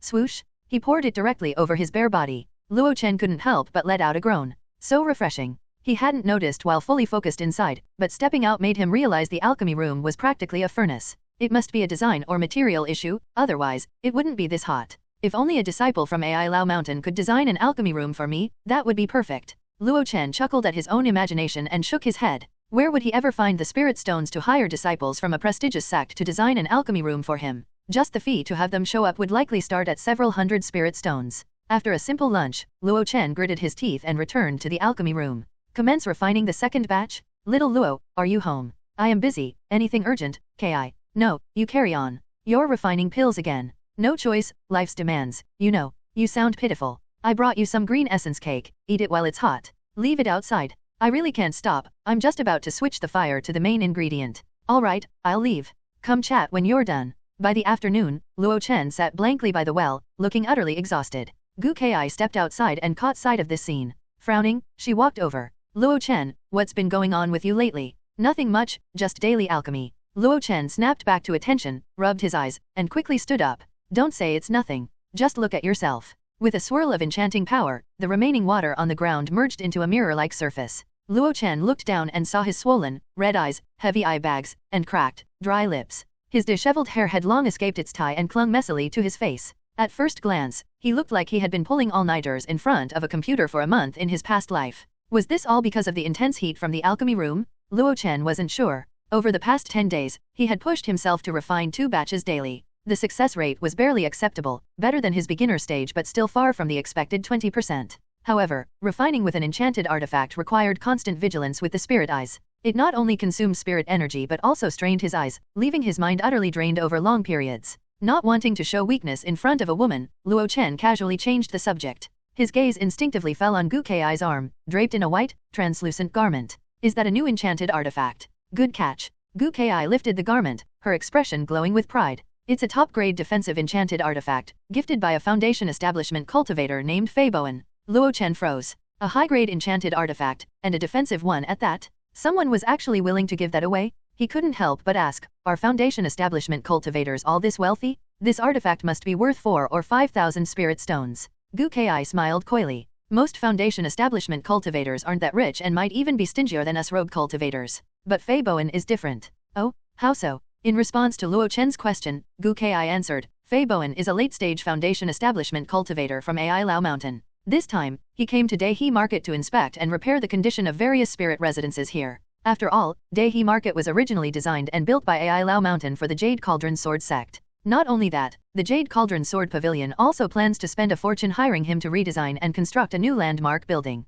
Hearing Gu Kai talk about this, Luo Chen's eyelids twitched. Damn, he's a contractor? No wonder he's so rich, casually giving away low-tier pills and enchanted artifacts. But no matter how wealthy, you don't just throw around spirit stones like that. Faced with Luo Chen's doubts, Gu Kai thought for a moment and tentatively said, "He might have feelings for me." As Gu Kai said this, her mouth opened slightly, and she grabbed Luo Chen's arm and exclaimed, "My path to Great Dao is within reach." Luo Chen rolled his eyes. Latching onto the rich is shameful, you know. Latching onto the rich? Being a cultivator, Gu Kai instantly understood the term. She gave Luo Chen a firm punch and then seriously pondered aloud. It's said that Fei Bowen married into his wife's family. He already has a Dao companion, and that Dao companion is the granddaughter of a golden core cultivator from Ai Lao Mountain. He probably wouldn't dare take a concubine. So, he's just a live-in son-in-law climbing the ranks. She snorted, thought for a while, and said with a sigh, "Forget it. Such a man is not to be provoked. Even if he has feelings, I can't afford to offend his Dao companion. Besides, it's not what I want." With that, she prepared to leave.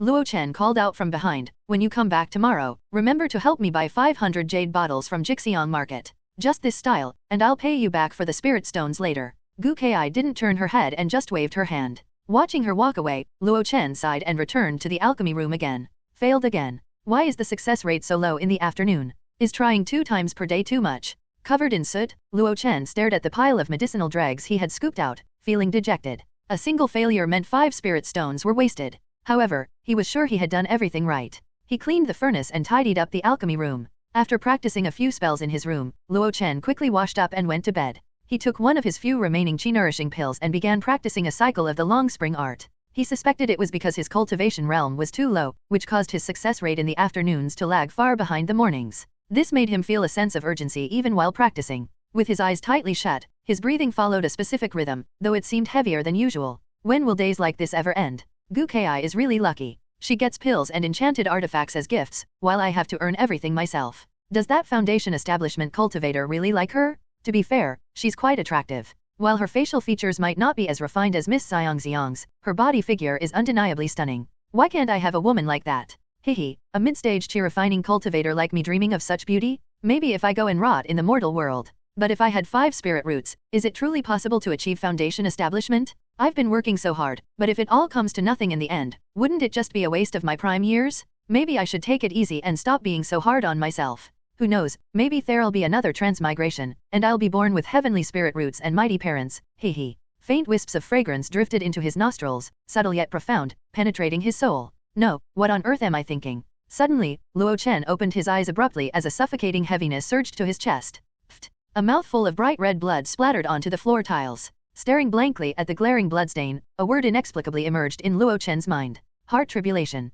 A term that felt somewhat unfamiliar, yet eerily fitting. During his cultivation practice earlier, a flood of negative emotions had arisen without warning. Those thoughts had nearly caused the spirit energy in his danshan to boil over as he was completing a cycle of the long spring art. Isn't a lofty term like heart tribulation something that only appeared among golden core cultivators or nascent soul sages? How can a low-tier chi-refining cultivator like me possibly encounter such a thing? Feeling lost, Luo Chen began to gather his thoughts and recall what had just happened. Gradually, a hint of clarity dawned upon him. Perhaps it's because I've been adapting to a new alchemy setup, which has left my body overly fatigued. It could also be the persistent low success rate and the significant cost losses, which have made me overly anxious. Maybe Ki's recent progress has played a small part in triggering it as well. Luo Chen thought about many things, even considering the massive changes in values and lifestyle before and after his transmigration, which might have accumulated a lot of negative emotions. They had only been temporarily suppressed because he was busy. Recently, with some relaxation, they had started to surface. If I hadn't woken up in time, I might have fallen into cultivation deviation and died. Recalling the boiling spirit energy rampaging through his meridians, Luo Chen felt a chill of terror. Thankfully, the moonlight herb saved my life. His gaze fell on the pristine crescent-shaped herb by his bedside, and he felt immensely grateful. The moonlight herb had calming and soul-stabilizing properties that would become stronger as the herb grew. It was said that a 1,000-year-old moonlight herb could even aid nascent soul sages in cultivation. Luo Chen didn't have a 1,000-year-old moonlight herb, but as a mid-stage chi-refining cultivator, this one sufficed. Just now, its subtle fragrance had jolted him awake and saved his life. Shaking his head with a smile, he realized he had unwittingly owed Fu Xiaoxiu a favor. Still, if he told anyone he had encountered a heart tribulation at chi-refining, they probably wouldn't believe him. Luo Chen stood up and stepped outside to clean himself. The night was deep, and all was silent. Sitting on the tiny children's swing, Luo Chen gazed at the vast starry sky and said to himself, it's just a small bump on the path to immortality. So what if I have 5 spirit roots? With enough resources, even a pig can ascend. Why should I look down on myself? Work hard, fight on, and never stop until death. Beneath the starry sky, the man was humble as dust, but his heart shone brilliantly like the stars. The next day was still filled with the same tedious tasks. Luo Chen had grown accustomed to it, and after experiencing the hard tribulation last night, his mindset had become even more composed. Even though the morning's attempt still ended in failure, he did not rush when refining the second batch of Myriad Wonders pills that afternoon. Rise! With a practiced hand gesture, he executed the traction with skill, lifting the still warm furnace lid into the air and a familiar, peculiar fragrance wafted into his nose. Luo Chen smiled knowingly. It's done. Unlike the spirit iron pot, pills from the alchemy furnace could be formed directly under the control of the formation. Thus, Luo Chen used a jade bottle to collect the 10 Myriad Wonders pills inside. While collecting the pills, he rubbed his temples. Previously, whenever he refined pills in the afternoon, he would often feel a lack of energy as he progressed. But today, he seemed to feel none of that. Moreover, he vaguely sensed that his mental strength had increased, roughly by about twice as much. Could this be the benefit of overcoming last night's inner devils? Luo Chen pondered. It was said that when late-stage cultivators faced their tribulations, they endured not only external lightning tribulations but also internal heart tribulations. These could manifest as obsessions, mental barriers caused by heart devils, or the influence of external forces pulling at one's heart. If late-stage cultivators could withstand their heart tribulations, they would often gain unexpected benefits. Luo Chen acknowledged he wasn't at such a stage yet, but others also wouldn't encounter heart tribulations during the chi-refining realm. Thus, by this reasoning, it seemed quite plausible that this was the case. This was undoubtedly a good thing. At the very least, it gave Luo Chen greater confidence in refining 2 batches of Myriad Wonders pills a day. Moreover, he had a feeling that this experience might bring unexpected benefits to his cultivation journey in the future. 5 days later, in the dead of night, Luo Chen was still busy. He washed the purple cloud copper furnace and cleaned the alchemy room. He packed the ash from the fire pit into a large bucket to be discarded outside. Someone would come to collect it the next day. After all, he had paid a monthly fee of 1 spirit stone for night waste disposal. The person responsible for night waste collection would naturally take away the garbage. Once everything was cleaned, Luo Chen took the opportunity to shower in the courtyard with cold water, while everyone else was asleep. He also brought the potted plants entrusted to him by Fu Xiaoxiu back into the house to prevent them from being stolen. Although most were merely ornamental plants, some were first-tier spirit plants like the moonlight herb. When everything was finally in order, Luo Chen felt a sense of relaxation throughout his body. It was only then that he returned to his bed, sat cross-legged, and took out a jade bottle. He tilted it gently, revealing a dragon eye-sized medicinal pill. This is my last chi-nourishing pill, he muttered to himself. Without hesitation, Luo Chen swallowed it and began practicing the long spring art to refine the pill while absorbing the ambient spirit energy. Half an hour later, he slowly opened his eyes. The slight swelling sensation in his danshan indicated that his cultivation had progressed further. He opened his status panel. Status panel. Name, Luo Chen. Lifespan, 27/75. Spirit roots, gold, wood, water, fire, earth. Realm, chi-refining realm stage 4, 61/100. Achievement points, 11. Techniques. Long spring art, perfection, 490/500. Spells. Fireball, Grandmaster, 630/1000. Carefree wander, perfection, 451/500. Entangle, proficient, 278/300. Cleanse, skilled, 120/200. Traction, perfection, 310/500. Spirit eyes, proficient, 237/300. Wind control seal, beginner, 56/100. Skills. First tier alchemist. Fasting concoction, Grandmaster, 790/1000. Myriad Wonders pill, proficient, 211/300. Luo Chen stared at the panel, a complex mix of emotions washing over him. Everything had changed except for the fixed attributes of lifespan and spirit roots. Compared to the blank panel he had started with when he transmigrated, his progress felt like a complete transformation. The first change was in his cultivation realm, though there wasn't much to elaborate on. After spending a total of 500 spirit stones on chi-nourishing pills along with the support of a first-tier spirit vein, his perfection level long spring art, and half a month's assistance from moonlight herb, his progress bar had risen to 61. If he could secure enough chi-nourishing pills, breaking through to the 5th stage of chi-refining would only be a matter of time. Next was his cultivation method. His proficiency in the long spring art was steadily inching toward the Grandmaster level.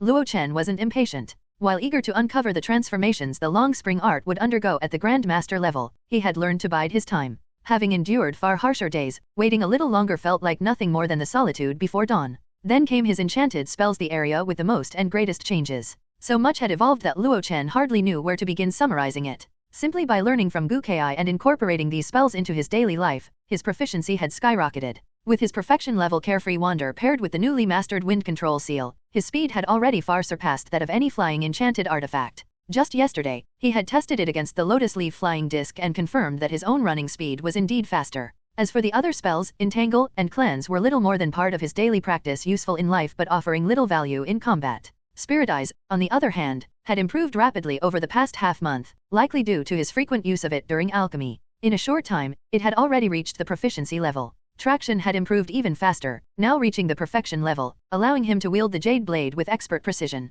If he were to face an enemy in the future, he now had another powerful method of attack. A cause for celebration. What delighted Luo Chen the most, however, was Fireball. From its initial proficiency level to the current Grand Master level, he had poured an immense amount of effort into mastering it. The sheer volume of spirit power he had expended was immeasurable, but the results made it all worthwhile. With just a thought, 10 sparks of fire ignited in his palm in the span of a single breath. The sparks of fire danced like fireflies and they shone with such mesmerizing brilliance. This was the qualitative transformation of Fireball at the Grand Master level. No casting seals were required, only a steady flow of spirit power. While the speed remained unchanged, the quantity had undergone a revolutionary shift. Instead of shooting fireballs one by one, he could now shoot 10 at once. If he was willing to channel enough spirit power, each of the 10 fireballs could match the full strength of a single, individually cast one. From now on, Luo Chen's turret-style combat had reached an entirely new level. That was concentrated firepower in a small area. 10 fireballs of maximum power launched simultaneously, unavoidable and inescapable. Luo Chen had already renamed this move.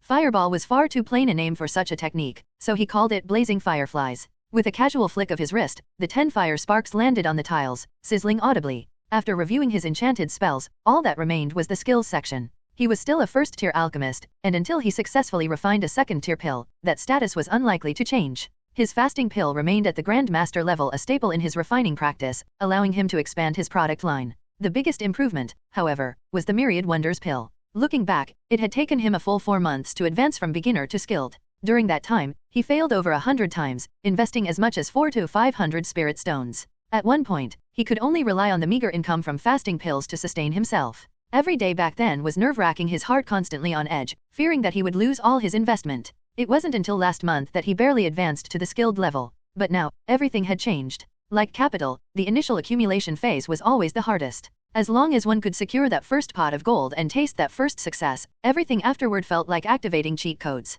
Fortunes skyrocketed into behemoths in just a few short years. Luo Chen was now in exactly this position. After a year of preparation and 4 months of grinding proficiency, this month had finally seen him take off. In just half a month, he had refined 30 batches, with 6 successful ones yielding a total of 60 Myriad Wonders pills. His proficiency had increased by 60, and with the 5 successful batches from the previous month, he had advanced from skilled to proficient level. Luo Chen had yet to test the effects of a proficient level Myriad Wonders pill, but one thing was certain: he had entered the snowballing stage. His skills were improving, his earnings were growing, and his proficiency would only increase at a faster pace from here on. Grand Master level was within reach. Moreover, the surprises didn't stop there. The status panel showed that he had 11 achievement points. Once again, his points had exceeded 10, meaning he had another chance to improve himself. Be it techniques, spells, or skills. However, Luo Chen hadn't yet decided how to use these 11 points. Aside from the technique heal, which he had yet to learn, the only thing left was an incomplete recipe for the Jade Dew pill. The Jade Dew pill was not a suitable recipe for him to learn. As a second-tier pill, it exceeded his current realm, and its primary ingredients were already second-tier materials, resources meant for foundation establishment cultivators and second-tier demonic beasts. I'll save them for now, they'll come in handy someday. No need to rush into refining more pills, I need to recover some funds first, Luo Chen muttered to himself, glancing at the empty jade bottle of chi-nourishing pills. A twinge of nostalgia washed over him as he recalled the rocket-like progress of pill-assisted cultivation. Once again, it was a small market, and Luo Chen arrived at his stall early. This surprised old man Chen. Ever since you started making that stuff, haven't you been showing up only once a month? I'm short on spirit stones lately, so I'm here to sell a batch, Luo Chen replied casually, placing 2 types of pills on the stone slab. Scanning the surroundings, he looked puzzled. Where's Wang Yuan? Don't tell me you don't know about it. Old man Chen asked dramatically. Luo Chen was baffled. Was he supposed to know? It's not like he had enjoyed gossip. Being cooped up in the alchemy room every day, most of the news he got about the outside world came from Gukai and Baimeling. Old man Chen continued, it's about to get violent. You mean Pashan Gang and Dejiang Gang? Ugh, how annoying. They just caused a ruckus 2 months ago, and they're at it again. Old man Chen shook his head. No, this time is different. After old man Chen's explanation, Luo Chen finally understood the situation. Or rather, anyone interested could easily find out about the current circumstances. The truce 2 months ago wasn't a real truce. It was merely the Jade Cauldron Sword Pavilion mediating a temporary peace between both Foundation Establishment cultivators, Pashan Gang's Mi Shuhua and Dejiang Gang's Wang Haikao. After all, if the fight continued, the outer district would be ruined sooner or later. Both the outer and inner districts were rental territories under the Jade Cauldron Sword Pavilion. If everyone died, who would they collect rent from? However, the mountain routes were too lucrative. Neither of the Foundation establishment cultivators would give up easily. Yet, they couldn't disrespect the Jade Cauldron Sword Pavilion, which owned the market and represented the Jade Cauldron Sword sect. Thus, they agreed to resolve it through combat. Both sides would each send 9 top experts to duel at the Jade Cauldron Sword Pavilion's debate platform, with life and death left to fate. The participants' cultivation realm was limited below Foundation establishment. If Daejeong Gang lost, they would relinquish their mountain business, return to focus on managing the Lankang River, and give up a waterway to Pashan Gang. If Pashan Gang lost, it was even simpler. They would transfer 5 of their secured trade routes to Daejeong Gang. The 2-month truce was essentially a preparation period for both factions to assemble their top fighters. No wonder so many unfamiliar cultivators have shown up at the market recently. They're all experts invited by the 2 factions. Luo Chen suddenly understood. His hands didn't stop moving as he handed a few jade bottles to a returning customer. After collecting the spirit stones, he noticed Old Man Chen shaking his head. These 2 factions may hold influence here, but in the grand scheme of the Jade Cauldron domain, they're nothing, commented Old Man Chen. Luo Chen thought. Old Man Chen continued, it was the cultivators of the Jade Cauldron Sword Pavilion who deliberately leaked the news. That's why so many outsiders have come. Luo Chen blinked. Why would they do that? Aren't they worried these outsiders will stir up trouble and become difficult to control? As if sensing his doubts, Old Man Chen clarified, the 6 great sects of the Far East each have their own specialties and business domains. The Hehuan sect specialized in affairs between men and women, thriving steadily since ancient times. The Divine Talisman Pavilion dominated the talisman trade, its mastery of the art unrivaled across the 6 domains. The Medicine King sect focused on elixirs and spirit herbs, amassing immense wealth. The 5 Elements Divine sect thrived in spirit plants and spellcraft. Tianfan City controlled the enchanted artifact and formation market, with its treasure pavilion standing unparalleled in the 6 domains. But what about the Jade Cauldron Sword sect? To less experienced rogue cultivators, did the Jade Cauldron Sword sect have any noteworthy enterprises? The answer was simple no. The Jade Cauldron Sword sect had always reigned supreme in combat power, with the majority of its disciples being sword cultivators. Yes, sword cultivators were formidable among their peers, but they didn't engage in production. While the sword sect possessed decent sword forging techniques, they paled in comparison to Tianfan City. Moreover, the weapons that the Jade Cauldron Sword sect forged were primarily sword orbs, which required dedicated nurturing. Most cultivators sought versatility in their combat techniques. Who would rely solely on a single sword to traverse the world? In contrast, generic flying sword artifacts were far more practical. While the Jade Cauldron Sword sect dabbled in alchemy, talismans, and array formations, they were far less skilled than the other sects. So, by your logic, are all the Jade Cauldron Sword sect cultivators living off the cold northwest wind? Luo Chen asked in disbelief. It is not that bad. After all, this entire domain belongs to them, Old Man Chen said knowledgeably, clearly well versed in these rumors. For example, the Zhongding family and the debate platform are both part of their businesses. Restaurants? Arenas? How much spirit stone profit could those bring in? Old Man Chen continued, our monthly rent and stall fees are also part of their revenue. Another major source of income is that the Jade Cauldron domain is closest to the Great Million Mountains. Most of the natural treasures produced there are prioritized for purchase by the Jade Cauldron Sword sect, which they then sell to other sects in the 6 domains. Luo Chen grinned and remarked, but it still sounds a bit shabby. He then pointed to the prominent buildings in the city center and asked, in that case, why doesn't the sword sect drive out the other sects and take over their businesses? Even if their pills and talismans are subpar, they'd still be better than those made by rogue cultivators or small cultivation families. With swords in hand, who would dare not buy from them? They wouldn't dare. Old Man Chen whispered. After all, the Jade Cauldron domain wasn't conquered solely by the Jade Cauldron Sword sect. The other 5 great sects and numerous smaller sects all played a part. I see. Luo Chen finally understood. If the Jade Cauldron domain were a company, the Jade Cauldron Sword sect would be the majority shareholder and executive director, while the other sects would hold smaller shares. But profits in this company weren't evenly distributed. Earnings depended on one's capabilities. The sword sect simply held the home ground advantage. It had to be said. Old Man Chen's explanation helped Luo Chen fully grasp the situation. The debate platform was a key business for the Jade Cauldron Sword sect, and now, with a gang rivalry escalating into a life-and-death battle involving 18 experts, they were poised to maximize its value.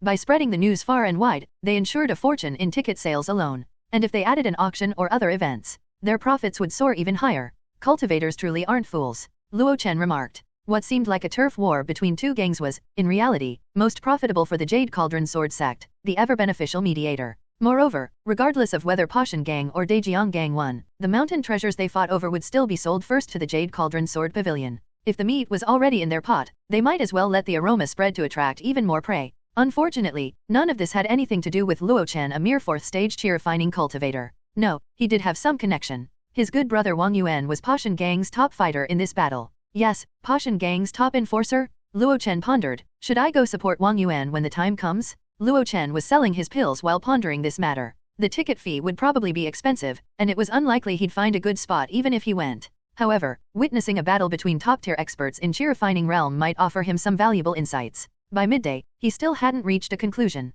Meanwhile, the myriad wonders pills and fasting pills were gradually being sold. These pills might not sell well in other places, but in Dehi Market, which was close to the Great Million Mountains, they were quite popular. Many cultivators, under great pressure, sought enjoyment without compromising their combat prowess. The myriad wonders pill helped fulfill that dream, so it was naturally well received. A mere 60 pills were easily absorbed by the market. In total, he earned 380 spirit stones, 300 from the myriad wonders pills and 80 from the fasting pills, equivalent to half a month's hard-earned income. He still had materials worth 250 spirit stones at home. With his proficient level alchemy skills, his yield should be even higher this time. At that point, everything he made would be pure profit. After a quick calculation, including his previous savings, his balance was now back to 550 spirit stones, neatly rounded. In the past, Luo Chen would have been overjoyed. But now, he could view this fortune with a calm heart. In truth, it wasn't much. It only seemed significant compared to early and mid-stage chi refining cultivators. Late-stage cultivators could easily earn that amount in a single endeavor.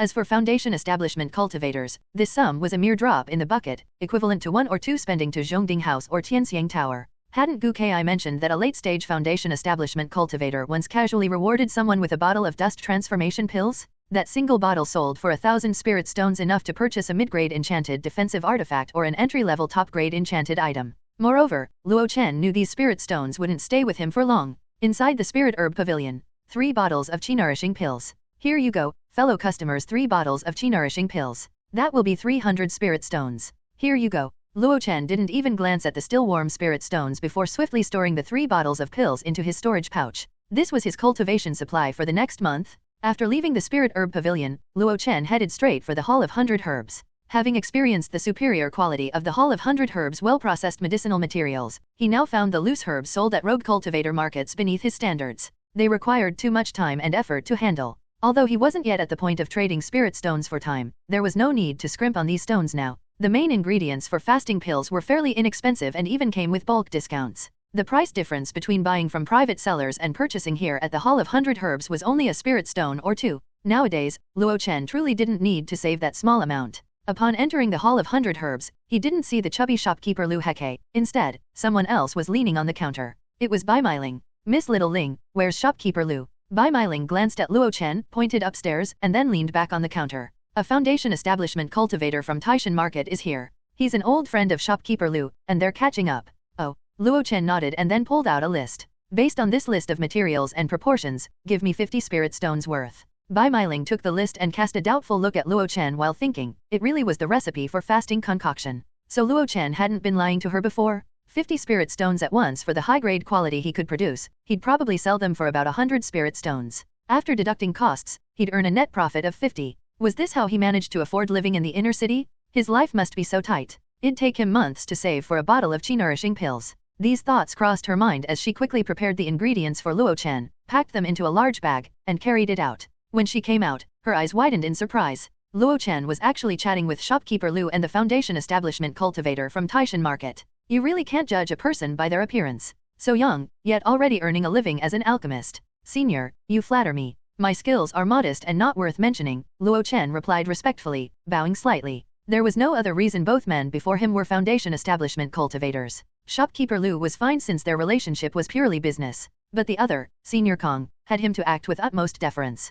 Kong Dongyu chuckled and said, Old Lu mentioned you use firehound whips for alchemy. I'm curious, other than for nutritional supplements and raising young beasts, what pills can be made from this ingredient? Could you enlighten me, young friend? Luo Chen felt a bit uneasy, even breaking out into a slight sweat. This wasn't his first time facing a foundation establishment cultivator, but past encounters whether with shopkeeper Lu or Old Chu had been purely business. Now, this Senior Kong, as a foundation establishment cultivator, was directly asking about the pills he made. For now, it would be just curiosity, but what about later? Would he demand the recipe, or perhaps even? Seeing Luo Chen's prolonged silence, the two foundation establishment cultivators quickly understood. Shopkeeper Lu laughed and said, Little Luo, don't worry. Old Kong is the head of the Golden Stone Pavilion in Taishan Market, responsible for selling various pills. He's just curious. If your pills are good enough, he might even source them from you. Kong Dongyu also clarified. My Kong family is one of the affiliated clans of the Jade Cauldron sect, specializing in alchemy. That's why we opened the Golden Stone Pavilion. But within our clan, only a few pills sell well. So, we often collect pills from rogue cultivators to help sell them. With that explanation, Luo Chen finally breathed a sigh of relief. Small medicine shops like this had their counterparts in Daihe Market, typically run by minor sects or cultivating families. They sold a mix of items, from pills and talismans to enchanted artifacts of all kinds. Some rogue cultivators, short on spirit stones, couldn't afford the big stores but didn't want to scour the rogue markets, so they'd opt for these smaller shops. In a way, his and Old Chen's stall belonged to the same category, jointly selling pills and talismans, only lacking a proper signboard. After a moment's thought, he respectfully handed over a jade bottle. Inside was none other than a Myriad Wonders pill. Kong Dongyu accepted it, examining the pill carefully before bringing it to his nose for a sniff. After confirming there were no issues, he pinched off a small amount of powder and placed it in his mouth. Closing his eyes to feel its effects, he nodded. A first-tier pill with mild vitality enhancement and minor spirit replenishment properties. Honestly, it's quite unique, but it's only of low grade. If cultivators take it too often, it may lead to excessive internal heat and a weakened foundation. Hearing this assessment, Luo Chen couldn't help but hold the man in higher regard. With just a few simple actions, he had nearly outlined all the strengths and weaknesses of the Myriad Wonders pill. This was not something an ordinary cultivator could achieve. At the very least, Kong Dongyu had the knowledge of an experienced first-tier alchemist, perhaps even a second-tier one. What's the price? Around 5 spirit stones. Kong Dongyu shook his head and handed Luo Chen 5 spirit stones, signaling that he had purchased the pill. Then he said, the price is far too inflated. It can only sell at such rates in places like Daihe Market or Snow Lotus Market, near the Great Million Mountains. In Taishan Market, the price would be halved.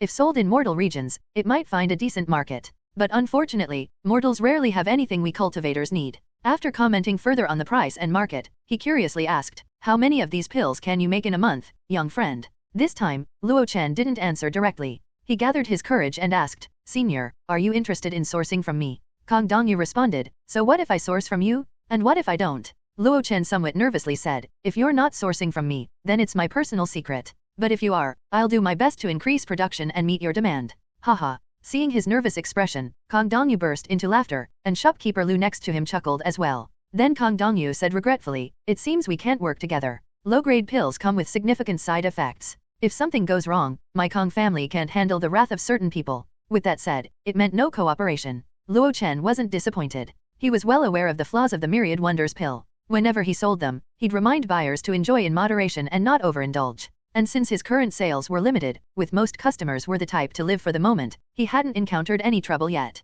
The solution to such troubles was straightforward. That was to upgrade the pill's quality, retaining its potency while removing sufficient impurities. Luo Chen was confident he could achieve this quickly. According to his experience with fasting pills, beginner to skilled levels were low grade. Proficient and perfection levels were mid-grade. Once at Grandmaster level, they could be upgraded to high grade. But he couldn't say this. The two chatted briefly before shopkeeper Lu took Kong Dongyu away, saying he would host a banquet for him at the Zhongding family. The Great Million Mountains near Daihe Market offered some local delicacies that piqued Kong Dongyu's interest. From start to finish, he didn't ask Luo Chen whether he could produce mid-grade Myriad Wonders pills. It was clear that Luo Chen's current production capacity was not high. Without increasing production frequency, it was obvious that Luo Chen couldn't improve the pill's grade, especially since he was just a rogue cultivator. After they left, Luo Chen noticed Bai Meiling quietly standing in a corner. Here are your medicinal materials. Thanks. So, what you're selling is? Sorry, right now the Myriad Wonders pill is only for male cultivators. One suitable for female cultivators is still under development. Miss Little Ling, if you need, leave. Luo Chen slinked out of the Hall of 100 Herbs, feeling a bit regretful. That was clearly a chance to expand his market and establish a supply channel, but he couldn't seize it or dare to do it. He couldn't promise an experienced alchemist that he could improve the pill's grade in a short time. Doing so would make others curious about how he managed it. His status panel, naturally, couldn't and wouldn't be revealed. The other party might then assume he was an alchemy genius. That title wasn't exactly a blessing. If word spread, he might be forcibly recruited by a cultivation family and reduced to a mere alchemy tool to earn them spirit stones. It all comes down to my low cultivation realm. As a cheer-refining realm cultivator, he was entirely at others' mercy. If he were in the foundation establishment realm, even small sects, let alone cultivation families, would show him some respect. Even if he joined them, he could maintain considerable autonomy. Luo Chen sighed and decided to head home. However, he stopped as he passed by the Jade Cauldron Sword Pavilion, where he saw a cultivator, a wooden table, and a hanging banner. On the white banner were the words, Debate Platform Grand Opening, tickets on sale now. Luo Chen had heard about the debate platform for the first time from Chen Xiaoping today, but that didn't mean he didn't understand what it was. Previously, when he struggled to find a place to practice spells, he had specifically asked Gu Kai, At that time, Gu Ki's solution had been the private dueling platform set up by the Jade Cauldron Sword Pavilion. Apparently, it cost at least 1 spirit stone, and the price would multiply by 100 if you needed a sparring partner. Back then, Luo Chen couldn't afford it, so he didn't consider it. Later, he resorted to practicing in his own courtyard. For that, he even ruined the hydrangea seeds Fu Xiaoxiu had planted in the corner. Strictly speaking, the dueling platforms were part of the Jade Cauldron debate platform but designated for private practice. And now, the Jade Cauldron Sword Pavilion was planning to fully open the debate platform in Daihe Market. Fellow cultivator, is the debate platform located in the inner city as well? The cultivator at the wooden table was lying down, asleep. Hearing the voice, he slowly raised his head. Luo Chen froze for a moment, then chuckled. Senior son, aren't you in charge of property rentals? Why are you selling tickets now? Ha! Sun Shao snorted coldly.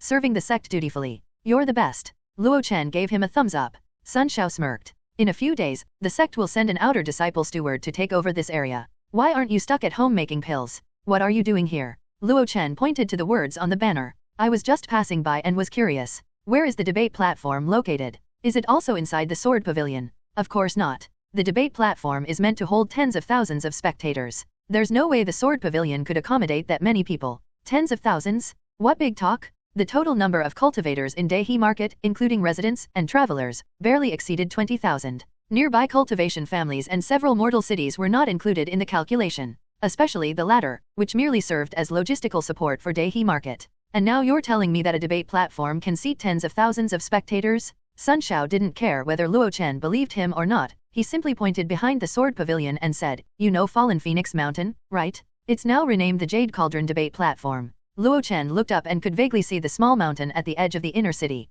Interestingly, Daihe Market was situated on flat terrain, bordered by the Great Million Mountains, with the Lankang River flowing nearby, giving the market its name. Yet, when constructing the inner city, a small mountain was included. According to Gu Ki, this was a joint decision by Ai Lao Mountain and Tianfan City when they built the inner city. With that mountain, they could rely on its terrain to support the city's defensive formation and suppress the Earth's energies. The first-tier spirit vein of the inner city was also said to originate from Fallen Phoenix Mountain. However, the mountain was too small and low, with a barren appearance that people hardly noticed after living there for a while. No one expected the Jade Cauldron Sword sect to transform it into a debate platform. Luo Chen considered the possibility that leaving the mountain intact was originally intended for constructing the debate platform. Kid, want to buy a ticket? Sun Shao asked as he took out a jade token from his storage pouch. This time, only 10,000 tickets are for sale. Buy early to enjoy it early, or you'll miss the grand opening. Limited tickets, huh? How many spirit stones? 100 spirit stones per ticket, absolutely worth it. Luo Chen instinctively clutched his storage pouch. Why not just rob? Only fools would buy that. Sun Shao sneered. You've probably never witnessed the Jade Cauldron Sword Sect's debate platform opening. Let me tell you, experiencing it once will give you bragging rights for a lifetime. Luo Chen narrowed his eyes. So you've seen it yourself, huh? Of course. 10 years ago, at the Snow Lotus Market debate platform opening, there were puppet battles, demonic beast fights, Foundation establishment cultivators against second-tier demonic beasts, and so on. Luo Chen was stunned to hear it. So many events? Want one? Let me tell you, the highlight this time is the fight between the two factions. Although it's just a battle of cheer-refining realm, but it's a fight to the death where only one can leave the stage alive. Luo Chen had already heard about the two factions fight, including the number of participants, from Old Man Chen, but he hadn't known it was a life-or-death fight. If Wang Yuan took the stage, wouldn't he have to kill his opponent to step down? Luo Chen hesitated for a moment and said, I'll take a ticket. After all, Wang Yuan was like an older brother to him. Whether it was lending books, giving things, or offering occasional guidance, he had always looked out for him. He had to see it for himself.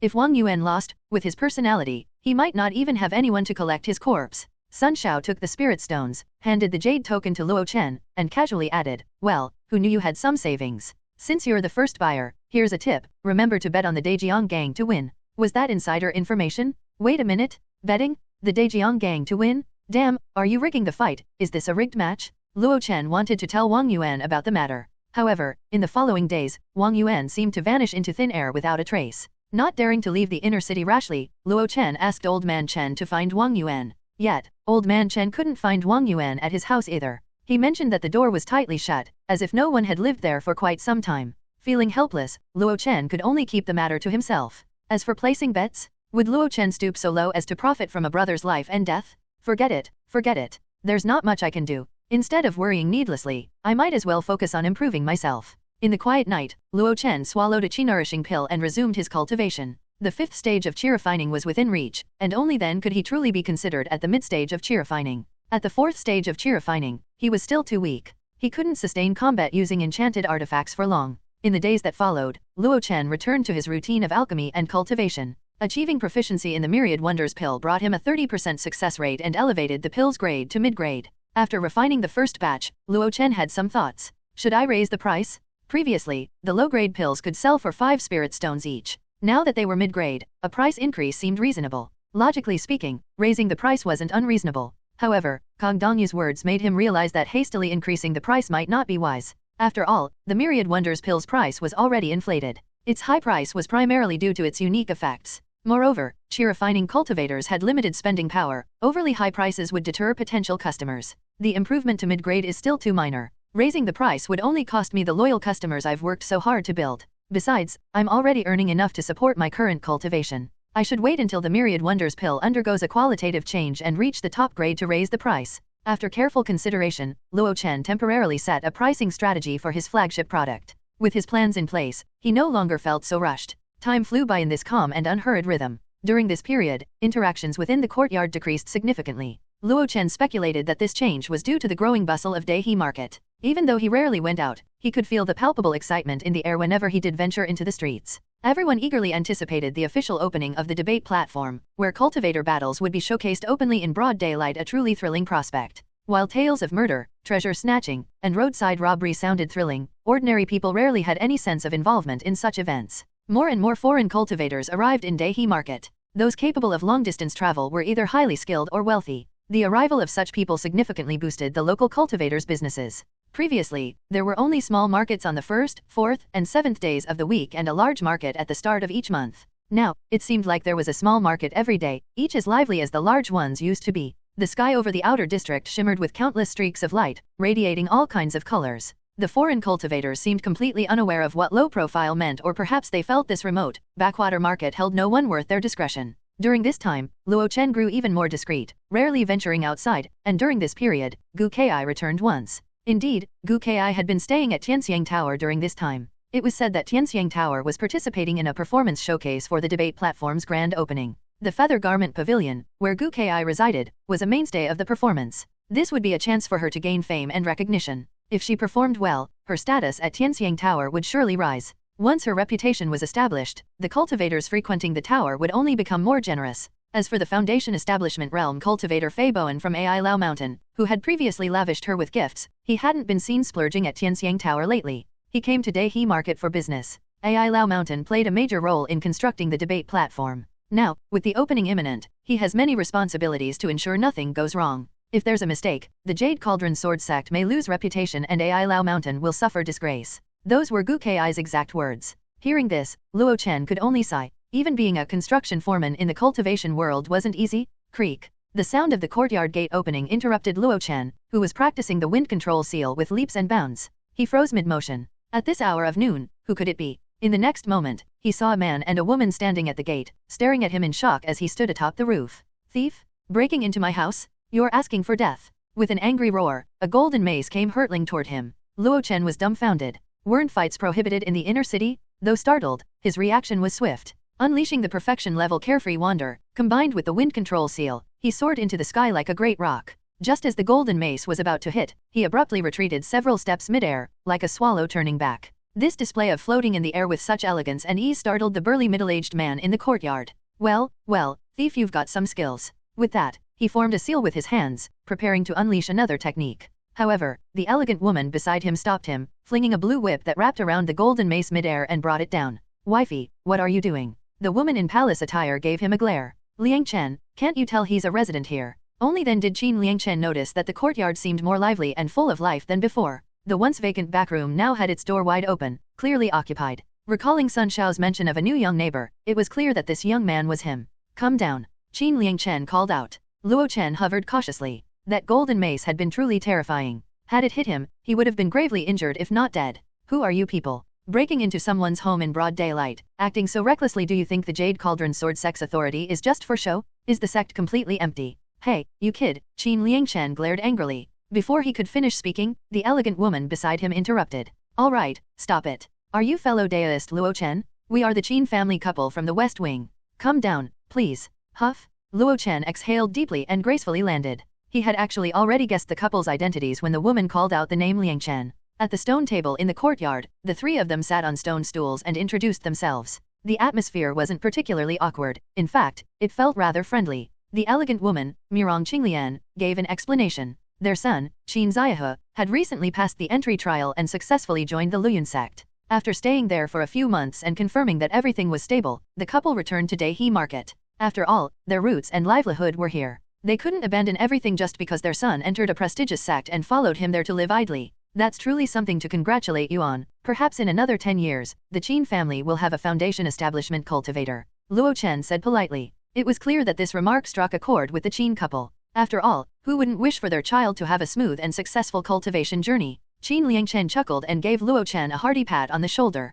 Kid, you're pretty impressive yourself. You're only at the 4th stage of chi refining and still managed to dodge my strikes twice. There wasn't a trace of flattery in his tone, he meant it sincerely. Luo Chen's earlier performance had genuinely surprised him. Luo Chen smiled wryly. It may have seemed easy to you, senior, but I was scared out of my wits earlier. Mirong Qinglian, standing beside him, smiled gently. My husband was indeed at fault. He can be a bit rough, but he held back earlier. Don't take it to heart, young friend. With that, she retrieved a beast-shaped wooden figurine from her storage pouch. A small token, nothing much. Please accept it as an apology, young friend. Luo Chen waved a hand dismissively. It's nothing. Let's just call it a case of not enemies but acquaintances. No need for apologies or gifts. Despite his words, he had already taken the figurine. As he played with the wooden artifact, shaped like a pangolin, he curiously asked, is this an enchanted artifact? Fellow deist, you have a keen eye. Indeed, this is a first-tier low-grade enchanted artifact. Giving an enchanted artifact as a meeting gift? How generous. I like you two already? Mirong Qinglian and Qin Liangchen watched as Luo Chen fiddled with the wooden puppet, unable to resist its charm. He tried infusing it with enchanting power, but the puppet remained motionless. Mirong Qinglian covered her mouth and laughed softly. This is a puppet-type enchanted artifact. Ordinary traction techniques won't work, you need a specific incantation to control it. A puppet enchanted artifact? Luo Chen asked, intrigued. Yes, fellow deist. Listen closely, divine with spirit, spirit resides in objects, harmony is achieved. Under Mirong Qinglian's guidance, Luo Chen quickly grasped the fundamentals of puppet control techniques. First, he infused the puppet beast with spirit power, then activated the spirit consciousness buried deep within his soul. However, at the chi-refining realm, spirit consciousness couldn't leave the body directly, it could only be transmitted through spiritual energy as a medium. Suddenly, click, the tiny pangolin took a step forward. Luo Chen's face lit up with joy. With a thought, the pangolin began to crawl step by step. At first, it moved sluggishly, then steadily, and finally, it began darting swiftly around the courtyard. Fun? This is so entertaining. Luo Chen exclaimed. I used to scoff when people compared puppet techniques to the 4 arts of cultivation. Now it seems they truly live up to their reputation. This is practically a feat of creation. Luo Chen kept praising it. With another thought, the tiny pangolin climbed up onto his shoulder. When he turned his head, he noticed Qin Liangchen and his wife staring at him in astonishment. Impressive, boy. Your spirit consciousness foundation is unexpectedly strong. Once again, Qin Liangchen was amazed by his young neighbor. First, it had been Luo Chen's extraordinary agility. Now it was his spirit consciousness foundation, which far exceeded that of others in the same realm. Luo Chen, however, was puzzled. Spirit consciousness foundation. Mirong Qinglian nodded at him. All beings possess spirit and are born with soul. When humans step onto the path of cultivation, they develop spirit consciousness. At the chi-refining realm, spirit consciousness resides in the sea of consciousness and cannot extend outward. Once one reaches foundation establishment, the spirit consciousness can leave the body, illuminating an area spanning several li.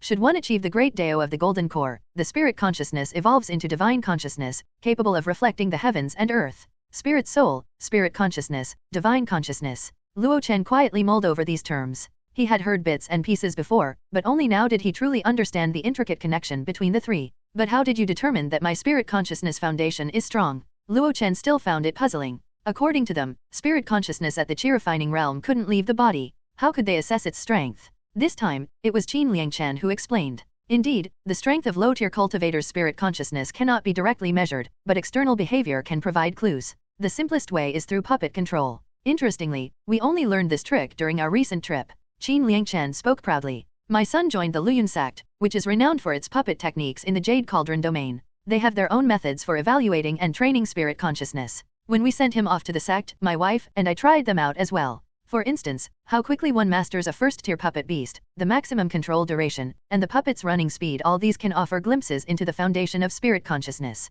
Mirong Qinglian nodded in agreement and added, exactly. It's said that within the Luoyun sect, there are annual puppet beast races, with generous rewards for the winners. Puppet beast races? Luo Chen's eyes lit up as soon as he heard this. The pangolin's running speed, which he had just tested, was nearly on par with a mid-stage cheer-refining cultivator using the wind control seal at full force. And that was even with his current lack of skill. If someone designed a puppet specifically for running, wouldn't its performance rival the physical prowess of a demonic beast? However, after the excitement, he felt a tinge of melancholy. Life in a sect was truly colorful and vibrant, but sadly, it wasn't a path he could tread. Qin Liangshan's voice pulled him from his thoughts. With the speed at which you just mastered control and the pace at which the pangolin puppet ran, fellow deist, your spirit consciousness foundation far surpasses what my wife and I demonstrated back in the day. It's said that foundation establishment cultivators typically extend their spirit consciousness about 2 li at the early realm. Mirong Qinglian added with a tone of respect, if you advance to foundation establishment, your initial spirit consciousness range might reach 4 or 5 li. I'm actually this amazing?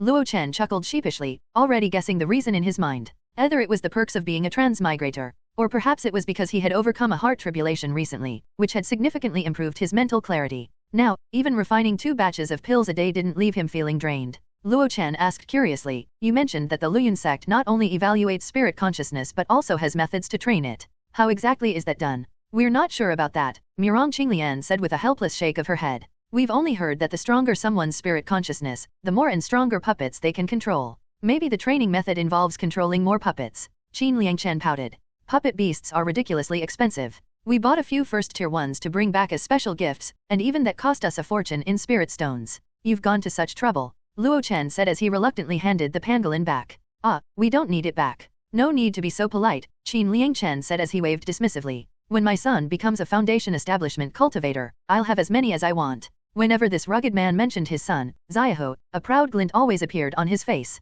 Mirong Qinglian was no different, her expression radiating maternal pride. She smoothed out her skirt and rose gracefully. I'll head back and clean up first. You two chat. I'll call you for dinner later. Another free meal? That's a bit much. I've got some braised powder boar legs simmering in my pot, Luo Chen said shyly. Qin Liangshan burst into laughter. Didn't expect you to cook, boy, though I bet it doesn't taste great. Don't be shy with my wife, bring over your braised powder boar, and we'll eat it together. Well, it'd be impolite to refuse, Luo Chen said. After Mirong Qinglian went inside, Qin Liangshan stayed in the courtyard, chatting with Luo Chen. Qin Liangshan was an open-minded and talkative person, his years of cultivation having broadened his horizons. After a trip to the culturally distinct Luyun sect, he had even more stories to share. Fortunately, Luo Chen's curiosity made him the perfect listener. The two exchanged words and laughter, feeling like kindred spirits who had met too late in life. If not for old man Mi's urgent letter, we'd have toured Huiyun Mountain at least once. But now, this nonsense about a life and death battle? Are these people just too full and bored? Qin Liangshan grumbled and cursed as he talked about the reason for their return, sparing no mercy for the so-called old man Mi, who became the target of his colorful tirade. To someone unfamiliar, he might have sounded like he was ranting about an ordinary nobody. However, Luo Chen knew better. The old man Mi he was talking about was, in fact, a genuine foundation establishment powerhouse and the current leader of the Pashan gang. Surprised, Luo Chen asked, Brother Qin, are you going to fight on behalf of the Pashan gang? Qin Liangshan snorted in annoyance. Of course, I have to help. Back when I didn't even have enough to eat, old man Mi gave me a warehouse guard job out of kindness. I was only at the second stage of cheer refining then. Now that he's in trouble, I can't just stand by and do nothing. Luo Chen hadn't expected this at all. It was bad enough that his own big brother, Wang Yuan, was participating in the death match. And now even brother Qin, whom he had just started getting close to, was joining the fight. What kind of mess is this? After thinking for a moment, he decided to give a small warning. Brother Qin, I fear the Pashan gang might find it hard to beat the Dejiang gang this time. The dangers involved, please consider them carefully. Qin Liangshan glanced at Luo Chen and fell silent for a moment. Then, with a dismissive wave, he brushed off the concern. It's just how things are. No danger is worse than when I went into the mountains to hunt demonic beasts at the 4th stage of cheer refining. Old man Mi explained this death match clearly. Isn't it just the Lianyun Trade Alliance pulling strings behind the scenes? No more talking. We'll crush them, and that'll be the end of it. Just crush them, and it's done. Qin Liangshan spoke with a bold air, his words brimming with unmistakable confidence. Luo Chen found himself half-doubting this bravado. However, upon reflection, Qin Liangshan's rise from obscurity, establishing a family and career in the challenging environment of Daihe Market, and even sending his son to the prestigious Luyun sect second only to the Jade Cauldron Sword sect clearly spoke to his exceptional capabilities. He must possess some extraordinary traits. The rules for the two gangs' 18-man life and death duel had gradually been revealed over the past few days as word spread. The only restriction was that participants must be below the foundation establishment realm, with no limitations on methods. The only specific limitation was the use of talismans, strictly capped at 10 per participant. This rule had been proposed by Mi Shuhua of the Pashan gang. Presumably, this was to prevent the Dejiang gang, backed by the wealthy Lianyun Trade Alliance, from equipping their fighters with a massive stockpile of talismans. Compared to spells and enchanted artifacts, talismans had the advantage of being activated quickly, with power comparable to spells of the same tier. If someone truly prepared dozens of talismans and waged a battle of spirit stones, the fight would be as spectacular. No tier-refining realm cultivator could possibly counterattack under such a barrage of talismans. Having already issued his warning, Luo Chen refrained from saying anything more. In truth, as an outsider, he couldn't possibly know more than the upper echelon of the Pashan gang. Even the inside information casually shared by Sun Shao might not be entirely accurate. The two chatted for a while longer until the aroma of cooking wafted out from the kitchen. Time to eat. Luo Chen eagerly ran home and brought out the braised powder boar leg he had been stewing all morning. For once, he wasn't just freeloading, he contributed a dish too. Here, try my wife's cooking. Before Xiaohu joined the sect, he couldn't bear to leave her cooking behind. Qin Liangchen greeted him enthusiastically, and Luo Chen didn't hold back, picking up a piece of meat with his chopsticks. Not bad, it's delicious. Murong Qinglian smiled and shook her head, pouring each of them a cup of rice wine. Qin Liangchen drank his wine first before grabbing a piece of Luo Chen's stewed meat. You live alone, so I bet you just eat whatever's convenient. What I think is, from now on. He widened his eyes as if the taste in his mouth was something unexpected. He immediately picked up another large piece of meat, this time chewing it more carefully. It melts in your mouth, fatty but not greasy, and there's a faint herbal aroma, like mint fresh and invigorating. Wife, it seems little Luo's cooking might even surpass yours. Praise flowed freely as Qin Liangchen showed no restraint, frequently picking up more pieces of meat. Murong Qinglian, however, was surprised. It was rare to see rogue cultivators who put such effort into their food. After tasting a bite of Luo Chen's meat, she couldn't help but squint her eyes in satisfaction. Little Luo, your cooking is truly delicious. Luo Chen chuckled sheepishly, without a trace of modesty. In fact, his cooking skills seemed to be quite remarkable. It was likely thanks to his mixed heritage from Sichuanchengqing in his previous life and his mother's constant nagging that honed his culinary skills. Though he wasn't particularly skilled at handling raw ingredients, he had mastered the use of spices and seasonings, capturing the essence of Sichuan cuisine. Later, it was even through his cooking skills that he managed to get a beautiful girlfriend. Unfortunately, when he went to the big city to work hard, life was about more than just food. The past is like the wind, best left unspoken. After transmigrating, Luo Chen discovered that the ingredients in the cultivation world were absolutely top tier. From the meat of spirit beasts and demonic beasts to vegetables and fruits, everything infused with spirit energy had its unique flavors. The original owner of this body also had unique insights into certain medicinal materials. Combining the two, Luo Chen often managed to improve his meals using limited resources. The occasional snacks he made like beef jerky or stir-fried bitter hazelnuts received high praise from Wang Yuan, Chen Xiaoping, Gu Kai, and others. Technically speaking, cultivators weren't supposed to care much about food. Actually, that only applied to late-stage cultivators. Low-stage cultivators couldn't survive solely on wind and dew, fasting for centuries. In fact, constantly channeling violent external spirit energy often caused damage to their meridians during refinement. As a result, dietary supplements were popular among low-stage cultivators, second only to pills and medicinal baths. Luo Chen was no exception. No matter how tough life got, he always ensured a steady supply of spirit rice and demonic beast meat.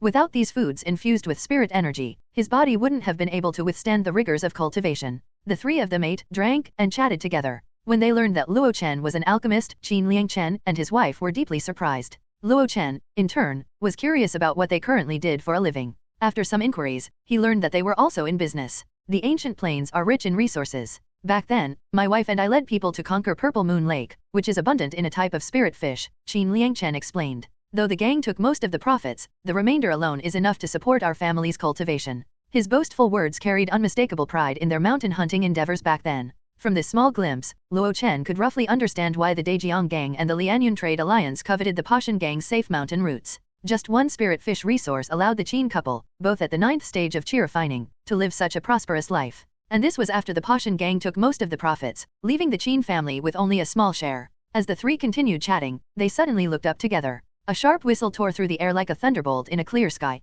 In the distance, a golden streak of light shot forth from the western horizon, hurtling toward Dehi Market like a meteor. What is that? The golden light moved so fast that one moment it was on the horizon, and the next it was right before their eyes. Luo Chen hurriedly stood up, his eyes fixed intently on the golden streak. After about 5 breaths, the golden light slowed down, leaving behind a faint trail as it sliced through the air, then dove into the heart of the market like a bird returning to its nest. The Jade Cauldron Sword Pavilion? Qin Liangchen walked to his side, standing shoulder to shoulder, and gazed at the white streak left in the clear sky, taking a deep breath. A sword cultivator won from the Jade Cauldron Sword sect. They had upgraded their sword orbs into enchanted treasures and now soared through the sky on sword light. They are golden core sword cultivators. sword orbs as enchanted treasures, traversing on streaks of light. A single sword from the west? Luo Chen was deeply shaken. It was his first time witnessing the power of high-tier cultivators in this world. Even with just a fleeting glance, the thunderous momentum of their flight and their commanding presence left his mind restless for a long time. Among cultivators of the same tier, sword cultivators boast the strongest attacks and fastest escape speeds.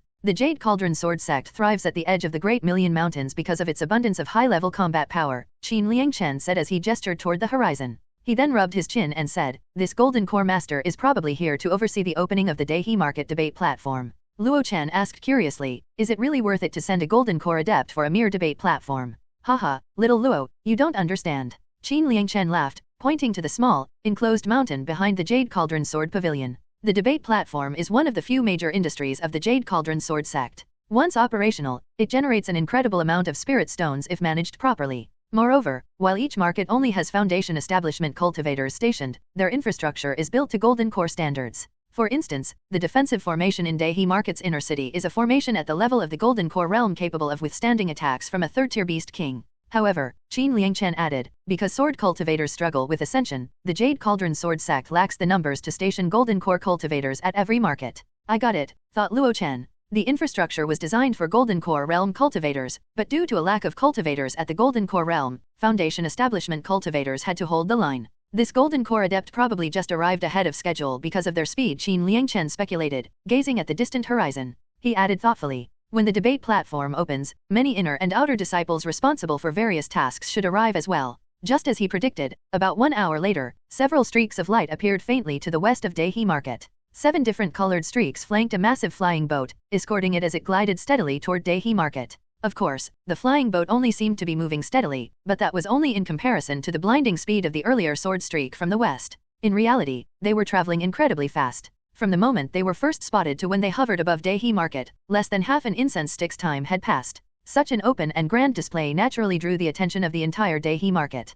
Countless people looked up, their gazes fixed on the 7 figures standing on flying swords and the shadowy flying boat circling above. Soon, numerous figures emerged from the flying boat. One by one, chi-refining cultivators either rode flying sword artifacts or used the wind control seal to descend from the boat. Like a swarm of mayflies, they entered the inner city one after another. Once everyone had disembarked, the flying boat gradually shrank and, as if summoned, shot into the towering Jade Cauldron Sword Pavilion. After that, nothing remained in the sky. It was as if the earlier scene had been a mere illusion. However, within Destined Market, whether local rogue cultivators or visiting ones, everyone understood that the true masters of this place had arrived. The name of the Jade Cauldron Sword Sect weighed heavily on everyone's hearts. Versers of Destined Market, the Jade Cauldron Sword Sect's Sword Pavilion, typically had little presence. Its primary existence seemed to revolve around monthly rent collection, which often left local rogue cultivators grumbling. As for the Zhongding restaurant established by the Jade Cauldron Sword Sect, it was merely a tavern. With its worldly atmosphere, even the cultivators who frequently visit found it hard to associate Zhongding restaurant with the Jade Cauldron Sword Sect.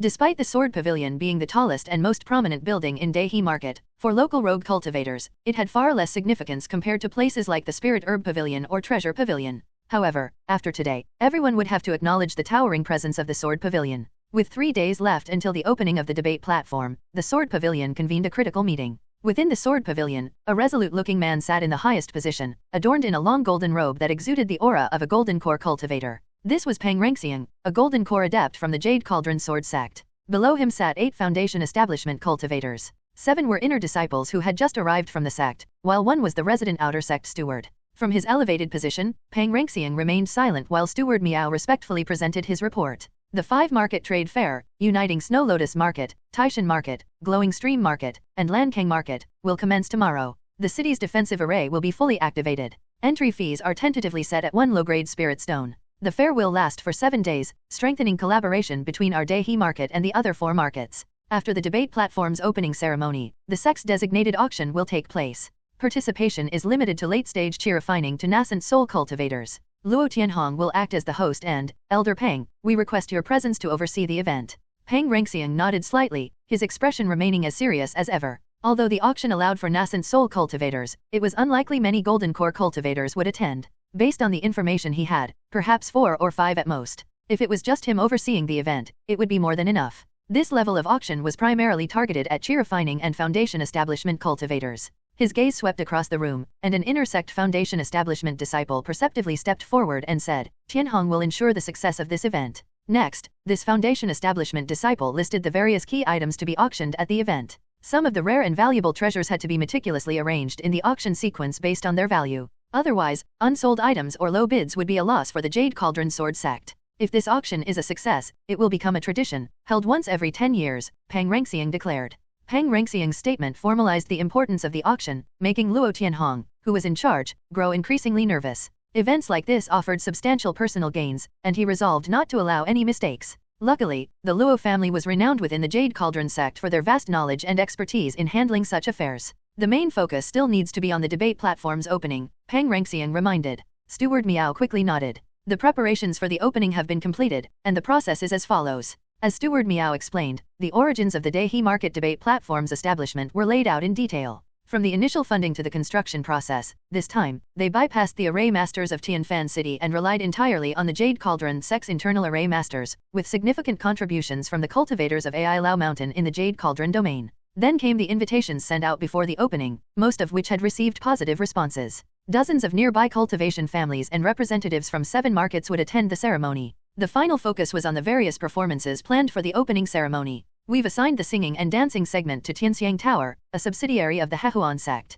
They will handle the opening act and the interludes with various performances. The man-beast battle is set as the opening event. 3 relatively weak second-tier demonic beasts will be released. Several foundation establishment cultivators have already signed up for the fight. The winner's rewards include all the materials from the defeated demonic beasts, a supreme-grade enchanted artifact, a chi consolidation pill, and a sword orb crafted by our sect. The local faction's 18 death matches is a newly added event. Although it's only chi-refining cultivators fighting, the life and death stakes make it just as thrilling as the second-tier man-beast battle. At this point, the other foundation establishment cultivators became intrigued. Most of these foundation establishment cultivators had risen to prominence in the last 2 to 3 centuries. They were all sword cultivators, devoted to combat. However, in recent years, most battles had been cultivators against demonic beasts. Battles between cultivators were primarily sparring matches. Now, with the chance to witness large-scale life and death battles among cultivators, everyone was eager to watch. I heard from Sun Shao that this isn't just about a simple clash between 2 factions. Luo Tianhong asked curiously.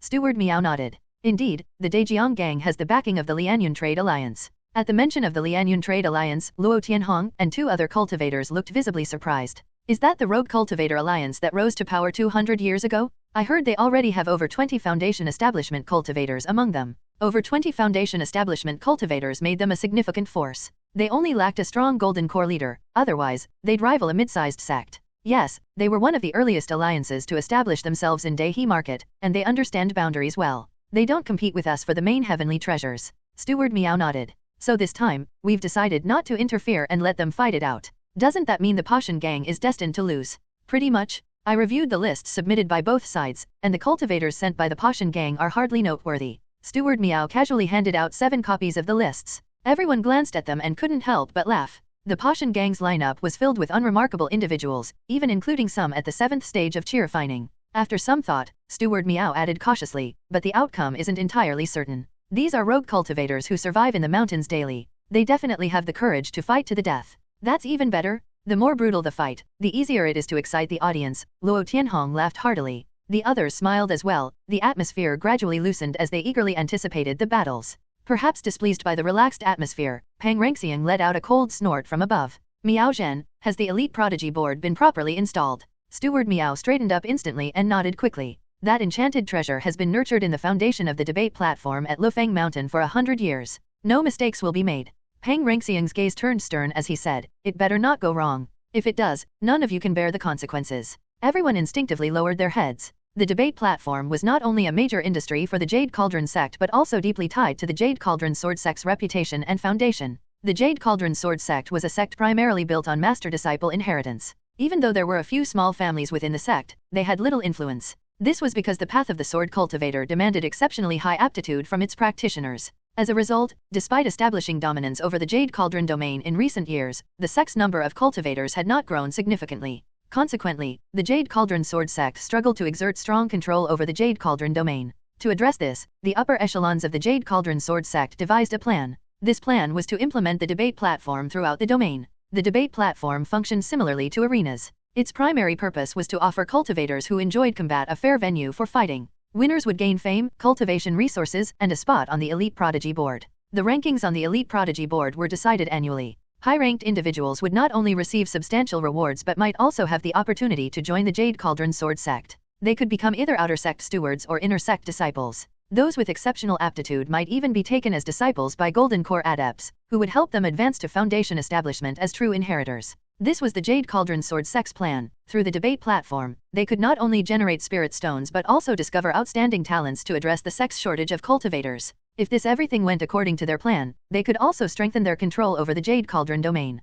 Of course, fostering such a system and a culture of combat would require time. The success of the opening event would set the tone for future development. After discussing a few more matters, the Sword Pavilion meeting was nearing its conclusion. Before adjourning, Pang Rangxiang made a solemn remark. Keep the rogue cultivators in the outer district under control, especially those who enjoy murdering and robbing others. Arrest and deal with them one by one. Do not let these bandit cultivators ruin the reputation of Dahe Market. Raiding cultivators. It sounded like a grand title, but in reality, it was nothing more than a label for those who engaged in despicable acts, roadside robbery and treasure plundering. Luo Chen had no fondness for raiding cultivators at all, though he had committed 1 or 2 raids himself, but those were purely for self-defense. He much preferred being a reclusive cultivator, quietly developing his skills at home. The changes in Dahe Market didn't seem to have much impact on a reclusive cultivator like Luo Chen. His days continued as usual, refining pills, practicing breath control, and studying spells. However, the return of his neighbors, the Liang Chen couple, brought an unexpected and positive shift to his life. Perhaps because of his preparations for the upcoming death match, Qin Liang Chen often visited the Poshan Gang headquarters to train with enchanted artifacts and strengthen his abilities.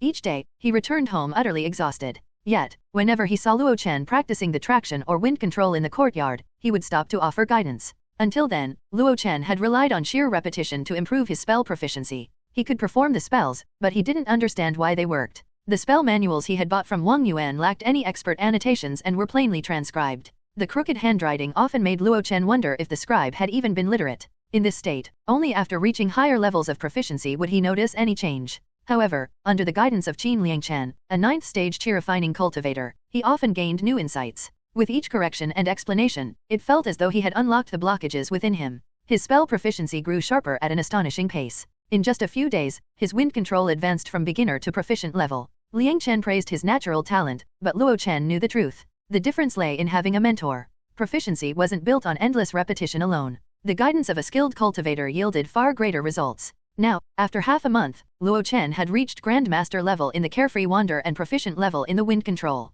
The two techniques complemented each other perfectly, enhancing his speed and maneuverability. His short distance, straight line flight was now on par with late-stage chi refining cultivators. If he were to ride a flying artifact like the Lotus Leaf Disc, his speed would leave others trailing in the dust, and maneuvering in midair was even better. During their sparring sessions, Qin Liang Chen quickly realized Luo Chen's newfound strengths. When relying solely on enchanted artifacts, Liang Chen struggled to land a hit unless he managed a thunderous first strike. Once Luo Chen slipped past that initial assault, he became impossible to pin down. Slippery. Liang Chen laughed after the match. You move like a fish in water, a hare on land, or an eagle in the sky. If it weren't for your low cultivation realm and lack of powerful offensive techniques, I'd have old man me invite you to join the battle. Powerful offensive techniques? Luo Chen had those. Soul-breaking nail, jade blade, and the Grandmaster level derivative of fireball, blazing fireflies. He was confident that no 5th or 6th stage chi refining cultivator could withstand his barrage. Even against a late-stage chi refining cultivator, he would dare to fight provided they didn't possess strong defensive artifacts.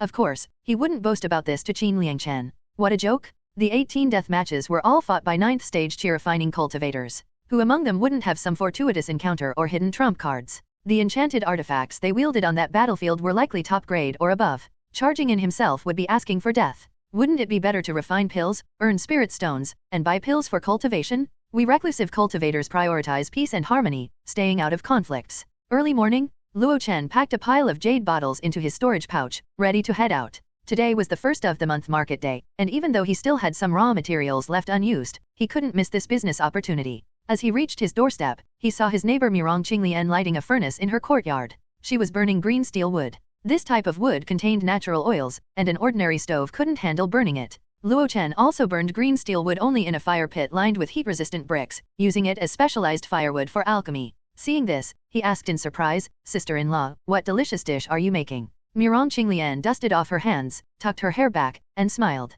"Your big brother Qin is about to fight, so I bought 2 gin of bloodfiend tiger bones to stew a pot of soup to replenish his vitality." The bloodfiend tiger, a second-tier demonic beast, its bones were known to greatly enhance a cultivator's vitality. For physical refinement cultivators, it was practically a divine medicine. With her explanation, Luo Chen understood why she wasn't cooking the soup in the kitchen. Second-tier spirit materials couldn't be refined quickly with an ordinary stove and mundane fire. Seeing Mirong Qinglian's gentle smile, Luo Chen hesitated before asking, "Sister-in-law, didn't you try to persuade Brother Qin not to participate in that death match?" Mirong Qinglian's smile faded. She sighed, showing a rare trace of vulnerability. "I tried. But gang leader Mi helped him in the past and has always treated him well. Now that the gang leader is in trouble, Qin can't stand by and do nothing. Aren't you worried?" Luo Chen asked. Mirong Qinglian lowered her gaze, her voice soft. "Worried? Of course, I am. But once he sets his mind on something, not even 9 oxen can pull him back. All I can do is support him silently and trust that he will win." Her words left Luo Chen in quiet contemplation. Even as he left the courtyard, navigated the winding alleys, and stepped onto the bustling main street, her gentle determination lingered in his mind.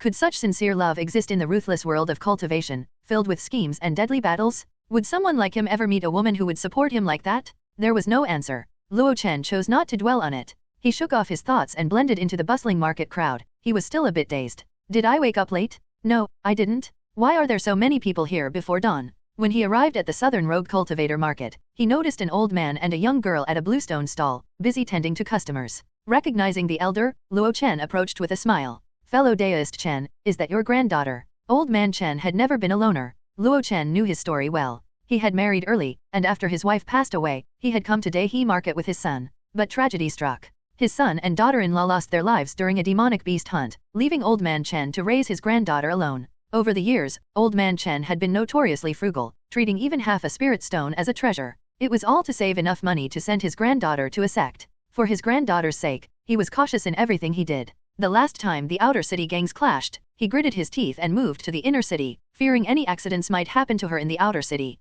Before Old Man Chen could answer Luo Chen's question, the girl smiled. "You must be Brother Luo Chen? I'm Shu Yi. Grandpa often talks about you, saying you owe him 50 spirit stones and haven't paid him back." Luo Chen felt happy hearing the sweet brother Luo Chen at the beginning, but the latter part made him feel a bit awkward. "I'll definitely pay it back once I earn some spirit stones." Old Man Chen, standing nearby, glared angrily. "Only a fool would believe you." Luo Chen chuckled and didn't argue. He could indeed pay back the 50 spirit stones anytime now. However, he hadn't paid it back yet simply because he was still in the habit of reinvesting everything to purchase enough raw materials to boost his proficiency. Now that his granddaughter brought it up, even if he's shameless, Luo Chen felt slightly embarrassed. He decided to repay the spirit stones after selling the pills he had on hand. Looking at the bluestone stall, which was packed to capacity, Luo Chen felt a bit troubled. Where can he put his pills? "Brother Luo Chen, here's a wooden board I prepared for you. You can attach it to the stall, no one will mind." Chen Shi brought out a large wooden board from the back and firmly secured it to one side of the bluestone slab. "Thanks, little Shui. Here, have this." Luo Chen pulled out a handful of fried celestial beans from his pouch and handed them to the girl. Chen Shi's eyes lit up as she popped one into her mouth, crunching it loudly. "Yum, Brother Luo Chen, your snacks are always so delicious." In the past, most of the snacks Luo Chen gave to Old Man Chen were actually taken home for his granddaughter. Otherwise, why would a 60-something-year-old man keep craving Luo Chen's mala beef jerky for no reason? Seeing the girl's satisfied and delighted expression, Luo Chen smiled. As he arranged the jade bottles, he curiously asked, "Business seems good recently? Can you sell all these talisman skins in a day?" The mention of business immediately brought a spark of energy to Old Man Chen. "Kid, you probably haven't been going out much lately, huh? What do you mean? The crowd in Daihe Market has at least doubled." Old Man Chen gestured to the bustling market. "There are just too many visiting cultivators." The Jade Cauldron Sword Pavilion even set up several trading points in both the inner and outer city. They're calling it a trade fair involving the 5 major markets. After his explanation, Luo Chen finally understood how the recent changes in Daihe Market were impacting the local cultivators. Business was simply booming. Perhaps due to its being close to the Great Million Mountains, the cultivation materials in Daihe Market were markedly different from those in the inland regions. Visiting cultivators often found the offerings here enticing and ended up buying a lot. Similarly, those visitors also set up stalls to sell goods they had brought along. Old Man Chen's business had been exceptionally thriving lately. Not his talisman business, but another of his specialties, talisman skins. Talisman crafting involved many components: talisman brushes, cinnabar, beast blood, and talisman skins. Talisman paper is categorized into types such as parchment, wooden slips, and beast hides. Beast skin talisman skins were particularly valued for their capacity to carry large amounts of spirit energy, making talismans crafted with them significantly more powerful. It just so happened that Old Man Chen specialized in crafting talisman skins from beast hides. Seeing the bloodshot eyes of Old Man Chen, Luo Chen could tell the old man had been working obsessively on crafting talisman skins lately. So much so that their previously shared stall was now completely filled with talisman skins. With his keen sense for spirit stones and business, Luo Chen instantly realized this was also a great opportunity for him. Shame I stayed cooped up too long and learned about this too late, otherwise, I would have pulled some all-nighters to refine more pills. Luckily, my proficient level Myriad Wonders pill alchemy allowed me to succeed 9 times in the past half-month. I have as many as 90 Myriad Wonders pills on hand. Now, having adjusted his mindset, he laid out all his fasting pills and Myriad Wonders pills for sale. It had to be said, the board prepared by Little Shi was large enough. It easily allowed him to arrange nearly 200 jade bottles with plenty of space to spare. However, this was only possible because of the current loosened market regulations. The Jade Cauldron Sword Pavilion wouldn't intervene. Under normal circumstances, Luo Chen would have had to pay another spirit stone for the stall fee. After arranging his pills, Luo Chen still felt it wasn't enough. After some thought, he took out a brush and quickly wrote a few large characters on a piece of white cloth. As he hung it in front of his stall, Chen Shi read it aloud word by word. Divine Myriad Wonders pill, unleash the might of men. Get out of here, silly girl. Stop being shameless. Old man Chen hurriedly pulled the little girl aside, his red-rimmed eyes glaring fiercely at Luo Chen. Luo Chen didn't care in the slightest. As the sun rose and more people arrived, he even began shouting loudly to promote his products. Come take a look, come check it out. Make your cultivation days truly brilliant. It had to be said, a cultivator as shameless as him, loudly hawking wares in such a conservative societal environment, was extremely rare. But it was precisely this audacity that quickly attracted a crowd of cultivators. Most of them were visiting cultivators. What kind of pill is this? Unleash the might of men? Humph, we cultivators, why would we ever need such a thing? Is it really as good as you claim? Ahem, it's not for me, really. I have this friend, he had an issue in that area after a battle, you know. Ahem, give me 5 bottles. I'll take 1. I'm curious to see what makes Destined Market's specialty pills so special. After one group purchased their pills, Luo Chen didn't even take a sip of water before shouting again. Come, take a look. The Myriad Wonders pills that used to sell for 8 or 9 spirit stones are now on sale. As a gratitude to my loyal customers and a welcome gift to fellow visiting deists, we now offer mid-grade Myriad Wonders pills for just 5 spirit stones. Yes, you heard right. Our Myriad Wonders pills are upgraded in grade but not in price. Just 5 spirit stones, you won't lose out, and you won't be tricked. Another crowd gathered around. The young girl, Chen Shi, who had been squeezed into a corner, stared in stunned silence. She used to think her grandfather exaggerated when he called his stallmate shameless due to his overly critical nature. But now, she wondered if she had been too biased against her penny-pinching grandfather. She wanted to apologize to her grandfather. When she turned around, she saw her grandfather's face flushed red, his lips trembling as though he wanted to say something but couldn't. Chen Shi had always been clever, sensible, and understanding. Seeing this, she immediately consoled him. Grandpa, don't be angry. This is how business works, there's nothing shameful about it. Old man Chen's eyes lit up as he gently ruffled the little girl's hair. You're right, my little Shi. Business is about earning cultivation resources. There's no shame in that? Then, to her astonishment, old man Chen gathered his chi in his danshan and shouted loudly. Don't pass by without stopping. Premium talisman parchment here. Tanned from fresh beast hides, these talisman parchments can withstand at least 3 failed attempts by beginners, only 10 spirit stones per bundle. Absolutely fresh, bloody, with traces of demonic beast meat. In no time, another crowd gathered in front of the bluestone stall. The 2 small stalls suddenly gave off the bustling atmosphere of a market hub. Amidst the lively scene, Luo Chen turned his head, and old man Chen, as if reading his mind, turned his as well. The 2 exchanged a knowing smile, no words were needed. Time passed quickly. Almost in a blink of an eye, Luo Chen unknowingly sold out all the fasting pills and Myriad Wonders pills he had, and it was only noon. Without much effort, using his spirit eyes, Luo Chen only needed a glance to know how much he had earned today. The fasting pills brought in 100 spirit stones, and the Myriad Wonders pills 450. It didn't seem much, but considering it was only half a month's earnings and the cost was just 200 spirit stones, it was remarkable. In other words, Luo Chen had almost netted a profit of 350. Just half a year ago, he was a poor rogue cultivator barely making 5 spirit stones a month. It could only be said that his improved skills had paid off and being an alchemist was just that incredible and lucrative. Of course, Luo Chen was clear about his profits. What mattered more to him was his current wealth, which, combined with his previous savings, had soared to 800 low-grade spirit stones. This was truly a peak for him. Oh, selling the flying swallow sword didn't count as unexpected fortunes weren't sustainable. What he earned himself felt the most reliable. After briefly calculating his assets, Luo Chen started planning where to browse next. With so many visiting cultivators in Destined Market, there were plenty of new stalls. He wanted to explore unique cultivation resources from other regions to see if any could benefit him. It could only be said, when a man had money, he gained confidence. Previously, he would rush to buy raw materials and hurry home to continue refining pills. But not anymore. With his head held high, his gaze swept over the bustling rogue cultivator market. Luo Chen felt as if he were looking down at a sea of paupers. However, when his eyes landed on the old man Chen Xiaoping, his aura instantly shrank by a third. he saw Chen tidying up his stall, busily packing up sacks and ropes. Fellow Daoist Chen, business seems good today, selling out so early, Luo Chen said. Ha, nowhere near as good as yours, fellow Daoist Luo. Old man Chen sneered. Old man Chen mockingly said, I work day and night, barely making a few hundred talisman skins to earn 300 or 400 spirit stones. But you, Daoist Luo, vanish for half a month and return with 500 or 600. I pale in comparison, truly pale. Why did it sound like he was mocking me? Luo Chen gritted his teeth, reluctantly pulling out 50 low-grade spirit stones, stuffing them into a small pouch, and handing it to Chen Xiaoping. Uncle Chen, the path of cultivation is tough. Thank you for your support, he said sincerely, despite the pain in his heart. Taking the pouch and feeling its weight, Chen Xiaoping fell silent for a moment. His silent, emotional demeanor, with reddened eyes from sleepless nights crafting talisman skins, made Luo Chen uneasy. Uncle Chen, don't be so sentimental. I can't handle this. But unexpectedly, Chen Xiaoping sighed and revealed something Luo Chen hadn't anticipated. We're leaving?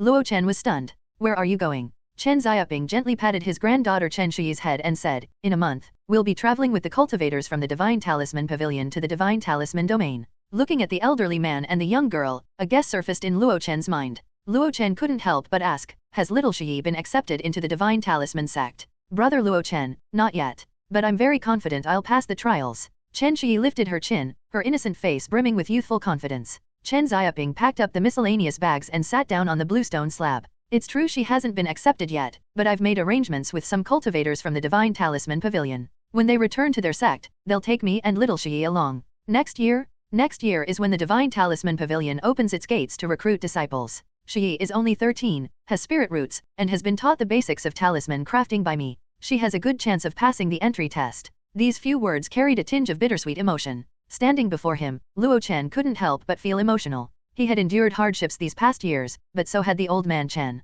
Although the old man Chen earned more in the past, he also had to raise a granddaughter, supporting her cultivation and teaching her the basics of talisman crafting. For cultivators, mastering the 4 arts of cultivation was a bottomless pit of resources. Typically, only major sects invested in nurturing new talent, yet old man Chen, with only a 6th stage chi refining cultivation, had undertaken this himself. It was unimaginable how difficult it must have been. On top of that, he had to scrape together enough spirit stones to fund this journey. Just thinking about it, traveling from the remote Daihe market in the Jade Cauldron domain, crossing Tianfan and Medicine King domains to reach the Divine Talisman domain, was an incredibly long journey. Most chi refining cultivators might never venture so far in their entire lives. For old man Chen to secure the agreement of the Divine Talisman Pavilion cultivators in Daihe market to take him and his granddaughter along likely required a significant sum of money, and that was just the first expense. There would also be travel expenses after setting out and a year of living expenses once they arrived in the Divine Talisman domain. Even if little Shiyi failed to enter the sect, they'd need to figure out how to survive. If she succeeded, supporting her cultivation would require even more resources, all of which had to be taken into account.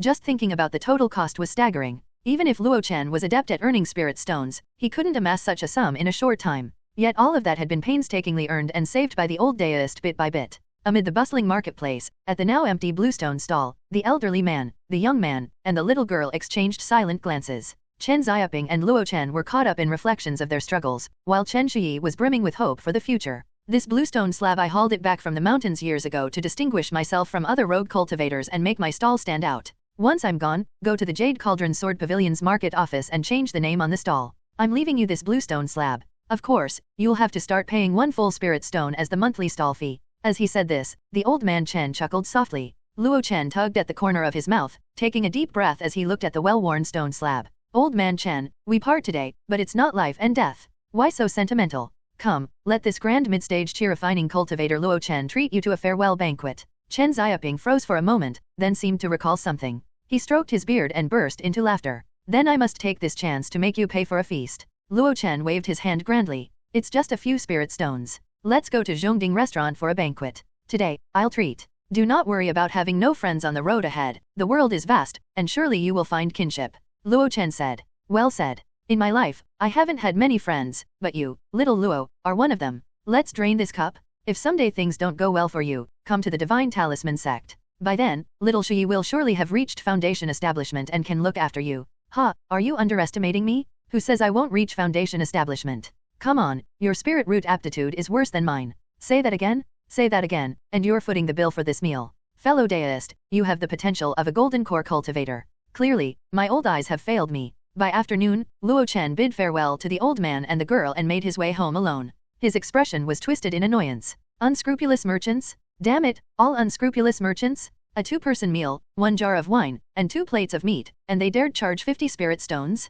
Whoever said Zhongding restaurant doesn't make money? Jade Cauldron Sword Sect must be swimming in profit. Grumbling as he walked, Luo Chen's brow suddenly furrowed. Without breaking stride or turning around, he passed a corner where a small wooden armadillo puppet scurried nimbly into the shadows. Behind him, 2 figures followed at a steady pace. Alleys, and still the alleys. Duan Sanfu's forehead veins throbbed until he finally saw Luo Chen enter a 3-courtyard Sihuan. Only then did he let out a sigh of relief. No wonder the brothers in the gang have been searching for so long and couldn't find him. So he had already moved to the inner city and picked such a remote place to live. The younger brother next to him was eager to act. Brother Duan, what should we do now? Should we storm in and drag that kid to second brother Gao? Smack! A slap landed on the younger brother's head, leaving him staring back with a grievance-filled expression. Duan Sanfu growled, do you even know where we are? This is the inner city? This is Jade Cauldron Sword Sect's territory, with a golden core adept overseeing it. Do you plan to kidnap someone right under their nose? The younger brother muttered, but he's just a 3rd-stage weakling. If the 2 of us strike, we could knock him out and take him away without anyone knowing.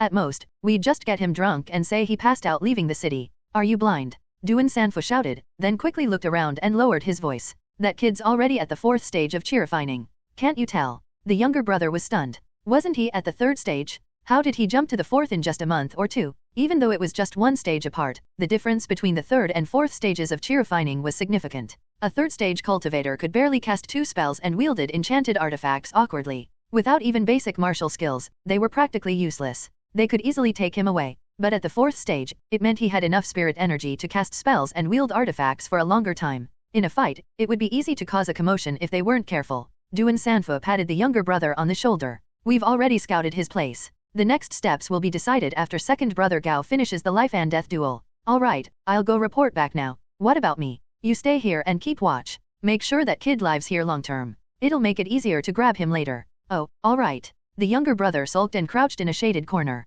Rustle. He glanced down and saw a black tail darting into the shadows and chuckled to himself.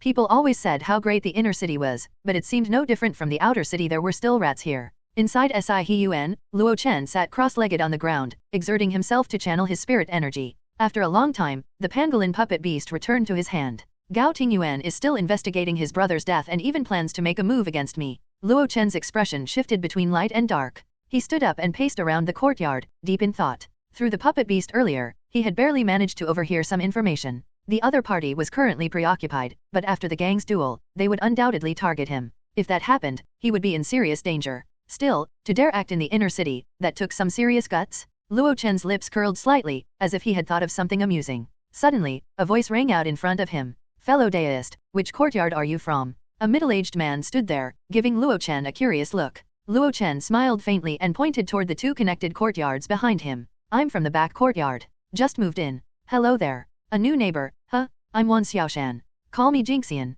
A pleasure to meet you. Oh, fellow Daoist, what an auspicious name. You might just ascend to De Luo Jinxian and achieve eternal life in the future. De Luo? Well, it's possible. Though currently known as Little Luo, perhaps one day he could earn the title Great Luo. Of course, for a first meeting, he had to remain humble. Ah, it's nothing worth mentioning. I've got something to attend to. I'll head back now. Luo Chen waved and bid farewell to his newly acquainted neighbor before heading toward the archway of the central courtyard. Before leaving, he seemed to remember something and offered a sincere reminder. Fellow Daoist Wan Xiaoshan, with so many visiting cultivators lately, Daihe Market has become a mixed bag. Some might be planning to cause trouble for honest folks like us. Be careful when you're out and about. Wan Xiaoshan was taken back for a moment before replying nonchalantly, it's fine. The Jade Cauldron Sword Pavilion anticipated this and sent a patrol team of Foundation Establishment sword cultivators. If we encounter troublemakers, we'll just capture and beat them to death. Really? That's fantastic. Luo Chen's eyes lit up, and his steps grew lighter as he quickly passed through the courtyard archway and into the back courtyard.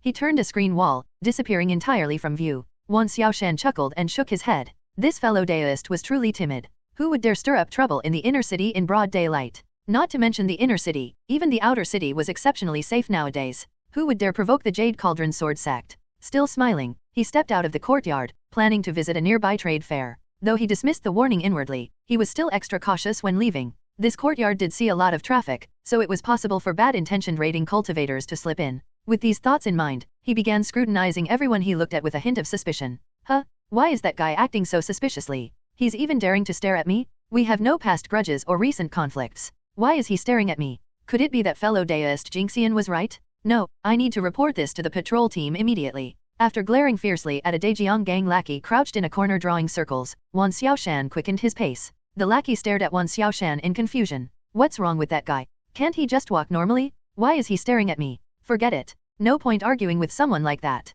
I'll just keep an eye on Luo Chen and make sure he doesn't escape.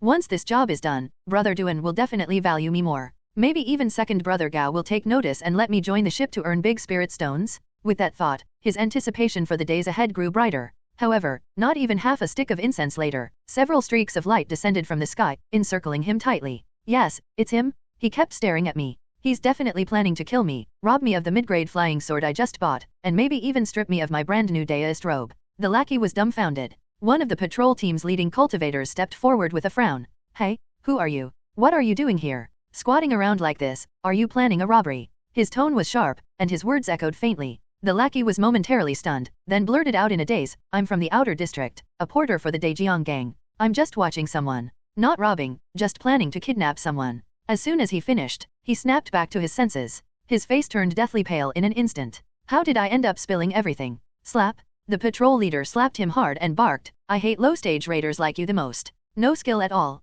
Come with me. Where to? You've been caught. Next, you're heading to Red Pillar Prison for 100 years. Win 10 matches on the debate platform, and then you can crawl out. The lackey's mouth fell open. He couldn't tell whether he was stunned by the slap or by the grim of his future. After the patrol team left, Wan Xiaoshan patted his chest in lingering fear. Good thing I acted smart? No, I can't keep this to myself. I need to warn the neighbors in the other 3 courtyards. Without hesitation, he steadied his breath and shouted as he ran. There are raiders nearby. Everyone, be cautious when coming and going. Nearby cultivators came out of their homes. Yes, it was me, Wan Xiaoshan, who reported them. Scum like that deserves to rot in Red Pillar Prison. Oh, it's nothing worth mentioning. No need to thank me. Enhance your ready. Red Pillar was the name of a prison constructed by the Jade Cauldron Sword Pavilion, tailored to fit the geography of the region. The prison derived its name from the legendary fallen Phoenix Mountain. According to ancient lore, the Jade Cauldron domain was once part of the Great Million Mountains, a region famed for its connected mountain peaks, abundant resources, and breathtaking sceneries. Its beauty earned it titles such as Endless Cascading Jade and 10,000 Li of Sunset Glow. However, a celestial phoenix from the upper realms once shattered the spatial barrier and descended upon this area. Its enormous body radiated boundless true phoenix flame, engulfing the land. In mere moments, the once majestic mountain range suffered catastrophic destruction where numerous mountain peaks were reduced to ash. Even the iconic Purple Glow Mountain barely survived, reduced to a modest peak less than 100 meters high. From that moment, Purple Glow Mountain was renamed Fallen Phoenix Mountain. The descent of the celestial phoenix left behind feathers that fell to the land. These were no ordinary feathers, imbued with divine power. A single plume created a massive fissure hundreds of meters long when it struck the ground. The impact gouged a long, glowing fissure deep into the land. From the sky, this fissure appeared as a glowing red pillar, scorched into the land. Since establishing Dehi Market along the Lankang River and the ancient plains, the Jade Cauldron Sword sect had continually modified the area. Fallen Phoenix Mountain became not only the core terrain for a massive formation but also the main structure for the debate platform. Meanwhile, the enormous fissure was repurposed into a narrow prison, now known to everyone as Red Pillar Prison. After the prison's official opening was announced, the Jade Cauldron Sword Pavilion laid out its rules. Any raiding cultivators caught committing crimes in Dehi Market's inner city or outer district would be thrown directly into Red Pillar Prison. Leaving the prison required one of 3 methods: paying a hefty ransom in spirit stones, serving the full sentence, or winning 10 consecutive battles in the debate platform. Due to these new measures, Dehi Market had become safer than ever before. Even cultivators in the early stage of chi-refining realm dared to walk alone at night. Truly, the area's atmosphere had transformed. At the bustling crossroads, a curious crowd gathered along the roadside. They watched as a patrol team escorted a captured cultivator toward Red Pillar Prison. This is the 32nd raider caught this month, right? Wrong? It's the 35th. Why parade them through the streets like this? Wouldn't it be quicker to send them straight to prison? It's about making an example, scaring off others who might have similar ideas. Fair point. The more people see this, the safer Dehi Market becomes. Meanwhile, Luo Chen, observing from the sidelines, remained unfazed by the scrutiny. Watching the hapless lackey get marched into Red Pillar Prison, he quietly sighed in relief. He slowly retreated into the crowd and vanished among the sea of people.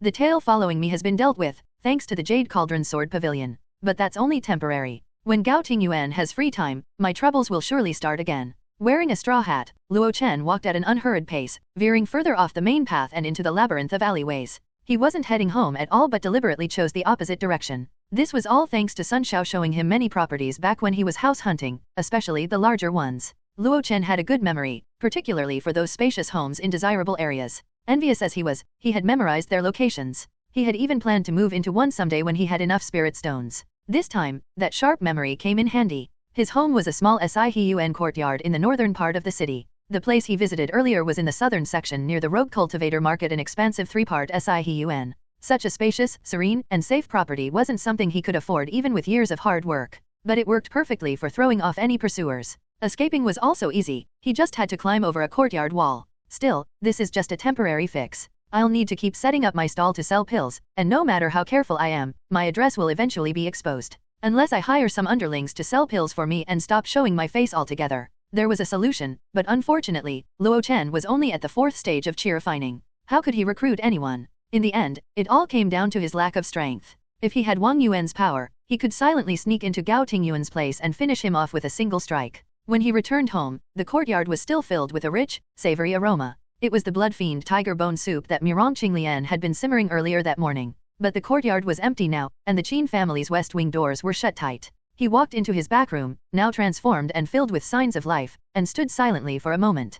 Perhaps, when trouble came again, he'd have to move out like a stray dog. He couldn't help but feel reluctant to leave this house, even if it was a bit chilly. Nor could he bear to part with his neighbors. There was Gu Kai's enthusiasm, Fu Xiaoxiu's gentle grace, Bai Meiling's lively spirit, and Qin Liangshan's hearty directness. Oh, and Sister Feng Xia, who rarely spoke due to her damaged voice. He took out a qi-nourishing pill, swallowed it, and began circulating the long spring art. The powerful medicinal energy spread instantly, its gentle spirit essence coursing through his meridians and finally converging in his danshan. His spirit power grew noticeably stronger. Luo Chen opened his status panel at just the right moment. Status panel. Name, Luo Chen. Lifespan, 27/75. Spirit roots, gold, wood, water, fire, earth. Realm, Chi Refining Realm Stage 4, 96/100. Achievement points, 13. Techniques. Long Spring Art, Perfection, 499/500. Spells. Fireball, Grandmaster, 700/1000. Carefree Wander, Grandmaster, 512/1000. Entangle, Proficiency, 291/300. Cleanse, Skilled, 170/200. Traction, Perfection, 427/500. Spirit Eyes, Proficiency, 287/300. Wind Control, Proficient, 230/300. Skills. First Tier Alchemist. Fasting Concoction, Grandmaster, 840/1000. Myriad Wonders Pill, Perfection, 301/500. Another half-month had passed. The past 2 weeks had been uneventful. However, the progress in cultivation was remarkable. Perhaps thanks to Qin Liangshan's occasional guidance, his proficiency in techniques like Traction, Entangle and Fireball had all improved significantly. In particular, under the immense pressure of combat, his movement techniques had advanced greatly. Carefree Wander had reached Grandmaster level, and Wind Control had skyrocketed from beginner to proficient level. This progress often left Qin Liangshan, a seasoned 9th stage Chi Refining cultivator, in awe. These advancements in technique proficiency had earned him 2 more achievement points. Yet, Luo Chen's focus remained on his cultivation realms and techniques. Realm, Chi Refining Realm Stage 4, 96/100. He only needed 4 more points in his progress bar to advance to Stage 5 of Chi Refining. 4 points equivalent to 4 Chi Nourishing pills. Since he could only refine 1 pill per day, he'd need 4 more days of effort. This was the time Luo Chen was willing to wait. By comparison, what prompted him to cultivate unexpectedly that afternoon was his cultivation techniques. Long Spring Art, Perfection, 499/500. Just 1 more step. Luo Chen was eager to find out what changes would come with advancing Long Spring Art to Grandmaster level. As he contemplated, there came a gentle knock at the front door. Luo Chen was puzzled, walked to the living room, and opened the door. Outside stood Mirong Qinglian, holding a small bowl. "Little Luo, come have some soup." Red Pillar was the name of a prison constructed by the Jade Cauldron Sword Pavilion, tailored to fit the geography of the region. The prison derived its name from the legendary Fallen Phoenix Mountain. According to ancient lore, the Jade Cauldron domain was once part of the Great Million Mountains, a region famed for its connected mountain peaks, abundant resources, and breathtaking sceneries. Its beauty earned it titles such as Endless Cascading Jade and 10,000 Li of Sunset Glow. However, a celestial phoenix from the upper realms once shattered the spatial barrier and descended upon this area. Its enormous body radiated boundless true phoenix flame, engulfing the land. In mere moments, the once majestic mountain range suffered catastrophic destruction where numerous mountain peaks were reduced to ash. Even the iconic Purple Glow Mountain barely survived, reduced to a modest peak less than 100 meters high. From that moment, Purple Glow Mountain was renamed Fallen Phoenix Mountain.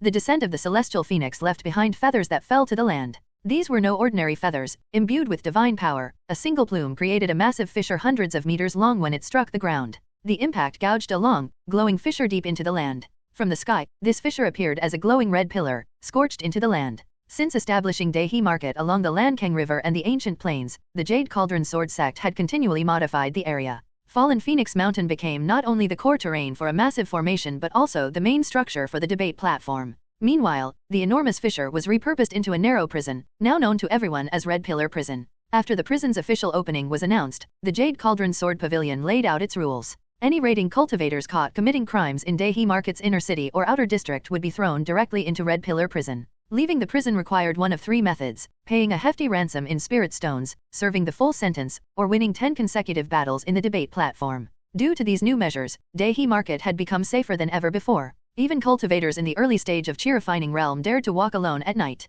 Truly, the area's atmosphere had transformed. At the bustling crossroads, a curious crowd gathered along the roadside. They watched as a patrol team escorted a captured cultivator toward Red Pillar Prison. This is the 32nd raider caught this month, right? Wrong? It's the 35th. Why parade them through the streets like this? Wouldn't it be quicker to send them straight to prison? It's about making an example, scaring off others who might have similar ideas. Fair point. The more people see this, the safer Dehi Market becomes. Meanwhile, Luo Chen, observing from the sidelines, remained unfazed by the scrutiny. Watching the hapless lackey get marched into Red Pillar Prison, he quietly sighed in relief. He slowly retreated into the crowd and vanished among the sea of people. The tale following me has been dealt with, thanks to the Jade Cauldron Sword Pavilion. But that's only temporary. When Gao Tingyuan has free time, my troubles will surely start again. Wearing a straw hat, Luo Chen walked at an unhurried pace, veering further off the main path and into the labyrinth of alleyways. He wasn't heading home at all but deliberately chose the opposite direction. This was all thanks to Sun Xiao showing him many properties back when he was house hunting, especially the larger ones.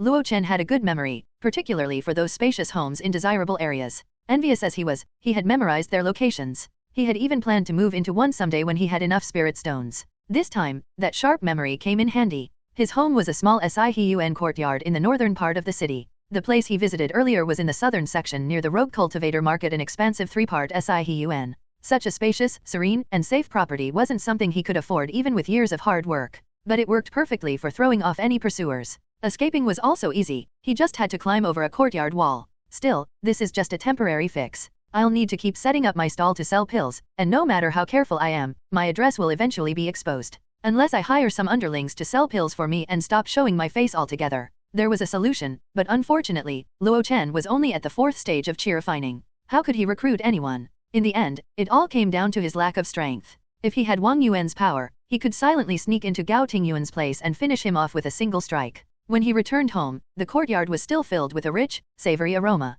It was the blood fiend tiger bone soup that Mirong Qinglian had been simmering earlier that morning. But the courtyard was empty now, and the Qin family's west wing doors were shut tight. He walked into his back room, now transformed and filled with signs of life, and stood silently for a moment. Perhaps, when trouble came again, he'd have to move out like a stray dog. He couldn't help but feel reluctant to leave this house, even if it was a bit chilly. Nor could he bear to part with his neighbors. There was Gu Kai's enthusiasm, Fu Xiaoxiu's gentle grace, Bai Meiling's lively spirit, and Qin Liangshan's hearty directness. Oh, and Sister Feng Xia, who rarely spoke due to her damaged voice. He took out a qi-nourishing pill, swallowed it, and began circulating the long spring art. The powerful medicinal energy spread instantly, its gentle spirit essence coursing through his meridians and finally converging in his danshan. His spirit power grew noticeably stronger. Luo Chen opened his status panel at just the right moment. Status panel. Name, Luo Chen. Lifespan, 27/75. Spirit roots, gold, wood, water, fire, earth. Realm, Chi-refining realm stage 4, 96/100.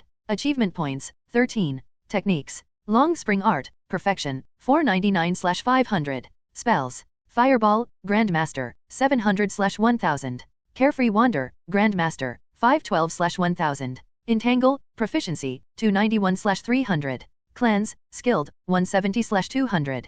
Traction, perfection, 427/500. Spirit Eyes, proficiency, 287/300. Wind Control, proficient, 230/300. Skills. First Tier Alchemist. Fasting Concoction, Grandmaster, 840/1000. Myriad Wonders Pill, perfection, 301/500. Another half-month had passed. The past 2 weeks had been uneventful. However, the progress in cultivation was remarkable. Perhaps thanks to Qin Liangshan's occasional guidance, his proficiency in techniques like traction, entangle and fireball had all improved significantly. In particular, under the immense pressure of combat, his movement techniques had advanced greatly. Carefree Wander had reached Grandmaster level, and Wind Control had skyrocketed from beginner to proficient level. This progress often left Qin Liangshan, a seasoned 9th stage Chi-refining cultivator, in awe. These advancements in technique proficiency had earned him 2 more achievement points. Yet, Luo Chen's focus remained on his cultivation realms and techniques. Realm, Qi Refining Realm Stage 4, 96/100. He only needed 4 more points in his progress bar to advance to Stage 5 of Qi Refining.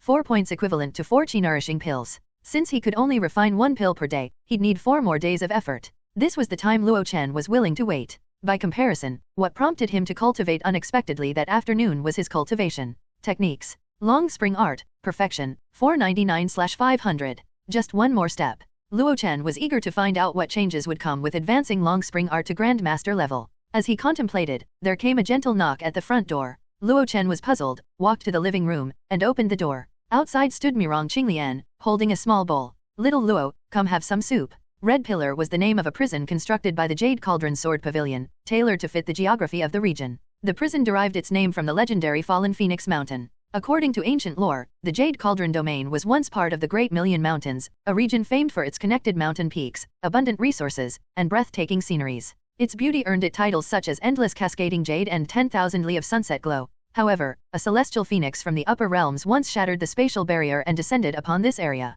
Its enormous body radiated boundless true phoenix flame, engulfing the land. In mere moments, the once majestic mountain range suffered catastrophic destruction where numerous mountain peaks were reduced to ash. Even the iconic Purple Glow Mountain barely survived, reduced to a modest peak less than 100 meters high. From that moment, Purple Glow Mountain was renamed Fallen Phoenix Mountain. The descent of the celestial phoenix left behind feathers that fell to the land. These were no ordinary feathers, imbued with divine power. A single plume created a massive fissure hundreds of meters long when it struck the ground. The impact gouged a long, glowing fissure deep into the land. From the sky, this fissure appeared as a glowing red pillar, scorched into the land. Since establishing Dehi Market along the Lankang River and the ancient plains, the Jade Cauldron Sword sect had continually modified the area. Fallen Phoenix Mountain became not only the core terrain for a massive formation but also the main structure for the debate platform. Meanwhile, the enormous fissure was repurposed into a narrow prison, now known to everyone as Red Pillar Prison. After the prison's official opening was announced, the Jade Cauldron Sword Pavilion laid out its rules. Any raiding cultivators caught committing crimes in Dehi Market's inner city or outer district would be thrown directly into Red Pillar Prison. Leaving the prison required one of 3 methods: paying a hefty ransom in spirit stones, serving the full sentence, or winning 10 consecutive battles in the debate platform. Due to these new measures, Dehi Market had become safer than ever before. Even cultivators in the early stage of Qi Refining Realm dared to walk alone at night. Truly, the area's atmosphere had transformed. At the bustling crossroads, a curious crowd gathered along the roadside. They watched as a patrol team escorted a captured cultivator toward Red Pillar Prison. This is the 32nd raider caught this month, right? Wrong? It's the 35th. Why parade them through the streets like this? Wouldn't it be quicker to send them straight to prison? It's about making an example, scaring off others who might have similar ideas. Fair point. The more people see this, the safer Dehi Market becomes. Meanwhile, Luo Chen, observing from the sidelines, remained unfazed by the scrutiny. Watching the hapless lackey get marched into Red Pillar Prison, he quietly sighed in relief. He slowly retreated into the crowd and vanished among the sea of people. The tale following me has been dealt with, thanks to the Jade Cauldron Sword Pavilion. But that's only temporary. When Gao Tingyuan has free time, my troubles will surely start again. Wearing a straw hat, Luo Chen walked at an unhurried pace, veering further off the main path and into the labyrinth of alleyways. He wasn't heading home at all but deliberately chose the opposite direction. This was all thanks to Sun Xiao showing him many properties back when he was house hunting, especially the larger ones. Luo Chen had a good memory, particularly for those spacious homes in desirable areas. Envious as he was, he had memorized their locations. He had even planned to move into one someday when he had enough spirit stones. This time, that sharp memory came in handy. His home was a small Sihuan courtyard in the northern part of the city. The place he visited earlier was in the southern section near the Rogue Cultivator Market, an expansive 3-part Sihuan. Such a spacious, serene, and safe property wasn't something he could afford even with years of hard work. But it worked perfectly for throwing off any pursuers. Escaping was also easy, he just had to climb over a courtyard wall. Still, this is just a temporary fix. I'll need to keep setting up my stall to sell pills, and no matter how careful I am, my address will eventually be exposed. Unless I hire some underlings to sell pills for me and stop showing my face altogether. There was a solution, but unfortunately, Luo Chen was only at the 4th stage of Qi Refining. How could he recruit anyone? In the end, it all came down to his lack of strength. If he had Wang Yuan's power, he could silently sneak into Gao Tingyuan's place and finish him off with a single strike. When he returned home, the courtyard was still filled with a rich, savory aroma. It was the blood fiend tiger bone soup that Mirong Qinglian had been simmering earlier that morning. But the courtyard was empty now, and the Qin family's west wing doors were shut tight. He walked into his back room, now transformed and filled with signs of life, and stood silently for a moment. Perhaps, when trouble came again, he'd have to move out like a stray dog. He couldn't help but feel reluctant to leave this house, even if it was a bit chilly. Nor could he bear to part with his neighbors. There was Gu Kai's enthusiasm, Fu Xiaoxiu's gentle grace, Bai Miling's lively spirit, and Qin Liangshan's hearty directness. Oh, and Sister Feng Xia, who rarely spoke due to her damaged voice. He took out a qi-nourishing pill, swallowed it, and began circulating the long spring art. The powerful medicinal energy spread instantly, its gentle spirit essence coursing through his meridians and finally converging in his danshan. His spirit power grew noticeably stronger. Luo Chen opened his status panel at just the right moment. Status panel. Name, Luo Chen. Lifespan, 27/75. Spirit roots, gold, wood, water, fire, earth. Realm, Qi refining realm stage 4, 96/100. Achievement points, 13. Techniques. Long spring art, perfection, 499/500. Spells. Fireball, Grandmaster, 700/1000. Carefree Wander, Grandmaster, 512/1000. Entangle, Proficiency, 291/300. Cleanse, Skilled, 170/200. Traction, Perfection, 427/500. Spirit Eyes, Proficiency, 287/300. Wind Control, Proficient, 230/300. Skills. First Tier Alchemist. Fasting Concoction, Grandmaster, 840/1000. Myriad Wonders Pill, Perfection, 301/500. Another half-month had passed. The past 2 weeks had been uneventful. However, the progress in cultivation was remarkable. Perhaps thanks to Qin Liangshan's occasional guidance, his proficiency in techniques like traction, entangle and fireball had all improved significantly. In particular, under the immense pressure of combat, his movement techniques had advanced greatly. Carefree Wander had reached Grandmaster level, and wind control had skyrocketed from beginner to proficient level. This progress often left Qin Liangshan, a seasoned 9th stage Qi refining cultivator, in awe. These advancements in technique proficiency had earned him 2 more achievement points. Yet, Luo Chen's focus remained on his cultivation realms and techniques. Realm, Qi refining realm stage 4, 96/100. He only needed 4 more points in his progress bar to advance to stage 5 of Qi refining. 4 points equivalent to 4 Qi nourishing pills. Since he could only refine 1 pill per day, he'd need 4 more days of effort. This was the time Luo Chen was willing to wait. By comparison, what prompted him to cultivate unexpectedly that afternoon was his cultivation techniques. Long spring art, perfection, 499/500. Just 1 more step. Luo Chen was eager to find out what changes would come with advancing long spring art to Grandmaster level. As he contemplated, there came a gentle knock at the front door. Luo Chen was puzzled, walked to the living room, and opened the door. Outside stood Mirong Qinglian, holding a small bowl. "Little Luo, come have some soup." Red Pillar was the name of a prison constructed by the Jade Cauldron Sword Pavilion, tailored to fit the geography of the region. The prison derived its name from the legendary Fallen Phoenix Mountain. According to ancient lore, the Jade Cauldron domain was once part of the Great Million Mountains, a region famed for its connected mountain peaks, abundant resources, and breathtaking sceneries. Its beauty earned it titles such as Endless Cascading Jade and 10,000 Li of Sunset Glow. However, a celestial phoenix from the upper realms once shattered the spatial barrier and descended upon this area. Its enormous body radiated boundless true phoenix flame, engulfing the land. In mere moments, the once majestic mountain range suffered catastrophic destruction where numerous mountain peaks were reduced to ash. Even the iconic Purple Glow Mountain barely survived, reduced to a modest peak less than 100 meters high. From that moment, Purple Glow Mountain was renamed Fallen Phoenix Mountain. The descent of the celestial phoenix left behind feathers that fell to the land. These were no ordinary feathers, imbued with divine power. A single plume created a massive fissure hundreds of meters long when it struck the ground. The impact gouged a long, glowing fissure deep into the land. From the sky, this fissure appeared as a glowing red pillar, scorched into the land. Since establishing Dehi Market along the Lankang River and the ancient plains, the Jade Cauldron Sword sect had continually modified the area. Fallen Phoenix Mountain became not only the core terrain for a massive formation but also the main structure for the debate platform. Meanwhile, the enormous fissure was repurposed into a narrow prison, now known to everyone as Red Pillar Prison. After the prison's official opening was announced, the Jade Cauldron Sword Pavilion laid out its rules.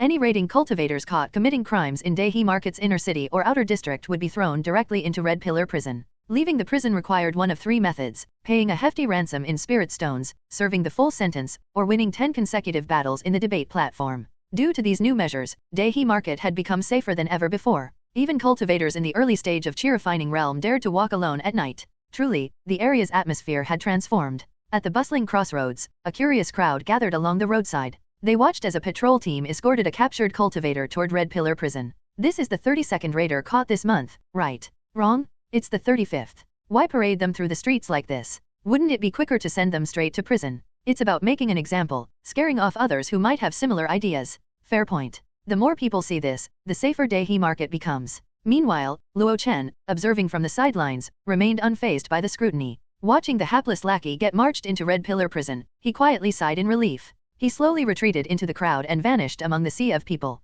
The tale following me has been dealt with, thanks to the Jade Cauldron Sword Pavilion. But that's only temporary. When Gao Tingyuan has free time, my troubles will surely start again. Wearing a straw hat, Luo Chen walked at an unhurried pace, veering further off the main path and into the labyrinth of alleyways. He wasn't heading home at all but deliberately chose the opposite direction. This was all thanks to Sun Xiao showing him many properties back when he was house hunting, especially the larger ones. Luo Chen had a good memory, particularly for those spacious homes in desirable areas. Envious as he was, he had memorized their locations. He had even planned to move into one someday when he had enough spirit stones. This time, that sharp memory came in handy. His home was a small Sihyun courtyard in the northern part of the city. The place he visited earlier was in the southern section near the Rogue Cultivator Market, an expansive three-part Sihyun. Such a spacious, serene, and safe property wasn't something he could afford even with years of hard work. But it worked perfectly for throwing off any pursuers. Escaping was also easy, he just had to climb over a courtyard wall. Still, this is just a temporary fix. I'll need to keep setting up my stall to sell pills, and no matter how careful I am, my address will eventually be exposed. Unless I hire some underlings to sell pills for me and stop showing my face altogether. There was a solution, but unfortunately, Luo Chen was only at the 4th stage of chi refining. How could he recruit anyone? In the end, it all came down to his lack of strength. If he had Wang Yuan's power, he could silently sneak into Gao Tingyuan's place and finish him off with a single strike. When he returned home, the courtyard was still filled with a rich, savory aroma. It was the blood fiend tiger bone soup that Mirong Qinglian had been simmering earlier that morning. But the courtyard was empty now, and the Qin family's west wing doors were shut tight. He walked into his back room, now transformed and filled with signs of life, and stood silently for a moment. Perhaps, when trouble came again, he'd have to move out like a stray dog. He couldn't help but feel reluctant to leave this house, even if it was a bit chilly. Nor could he bear to part with his neighbors. There was Gu Kai's enthusiasm, Fu Xiaoxiu's gentle grace, Bai Meiling's lively spirit, and Qin Liangshan's hearty directness. Oh, and Sister Feng Xia, who rarely spoke due to her damaged voice. He took out a qi-nourishing pill, swallowed it, and began circulating the long spring art. The powerful medicinal energy spread instantly, its gentle spirit essence coursing through his meridians and finally converging in his danshan. His spirit power grew noticeably stronger. Luo Chen opened his status panel at just the right moment. Status panel. Name, Luo Chen. Lifespan, 27/75. Spirit roots, gold, wood, water, fire, earth. Realm, Chi Refining Realm Stage 4, 96/100. Achievement points, 13. Techniques. Long Spring Art, Perfection, 499/500. Spells. Fireball, Grandmaster, 700/1000. Carefree Wander, Grandmaster, 512/1000.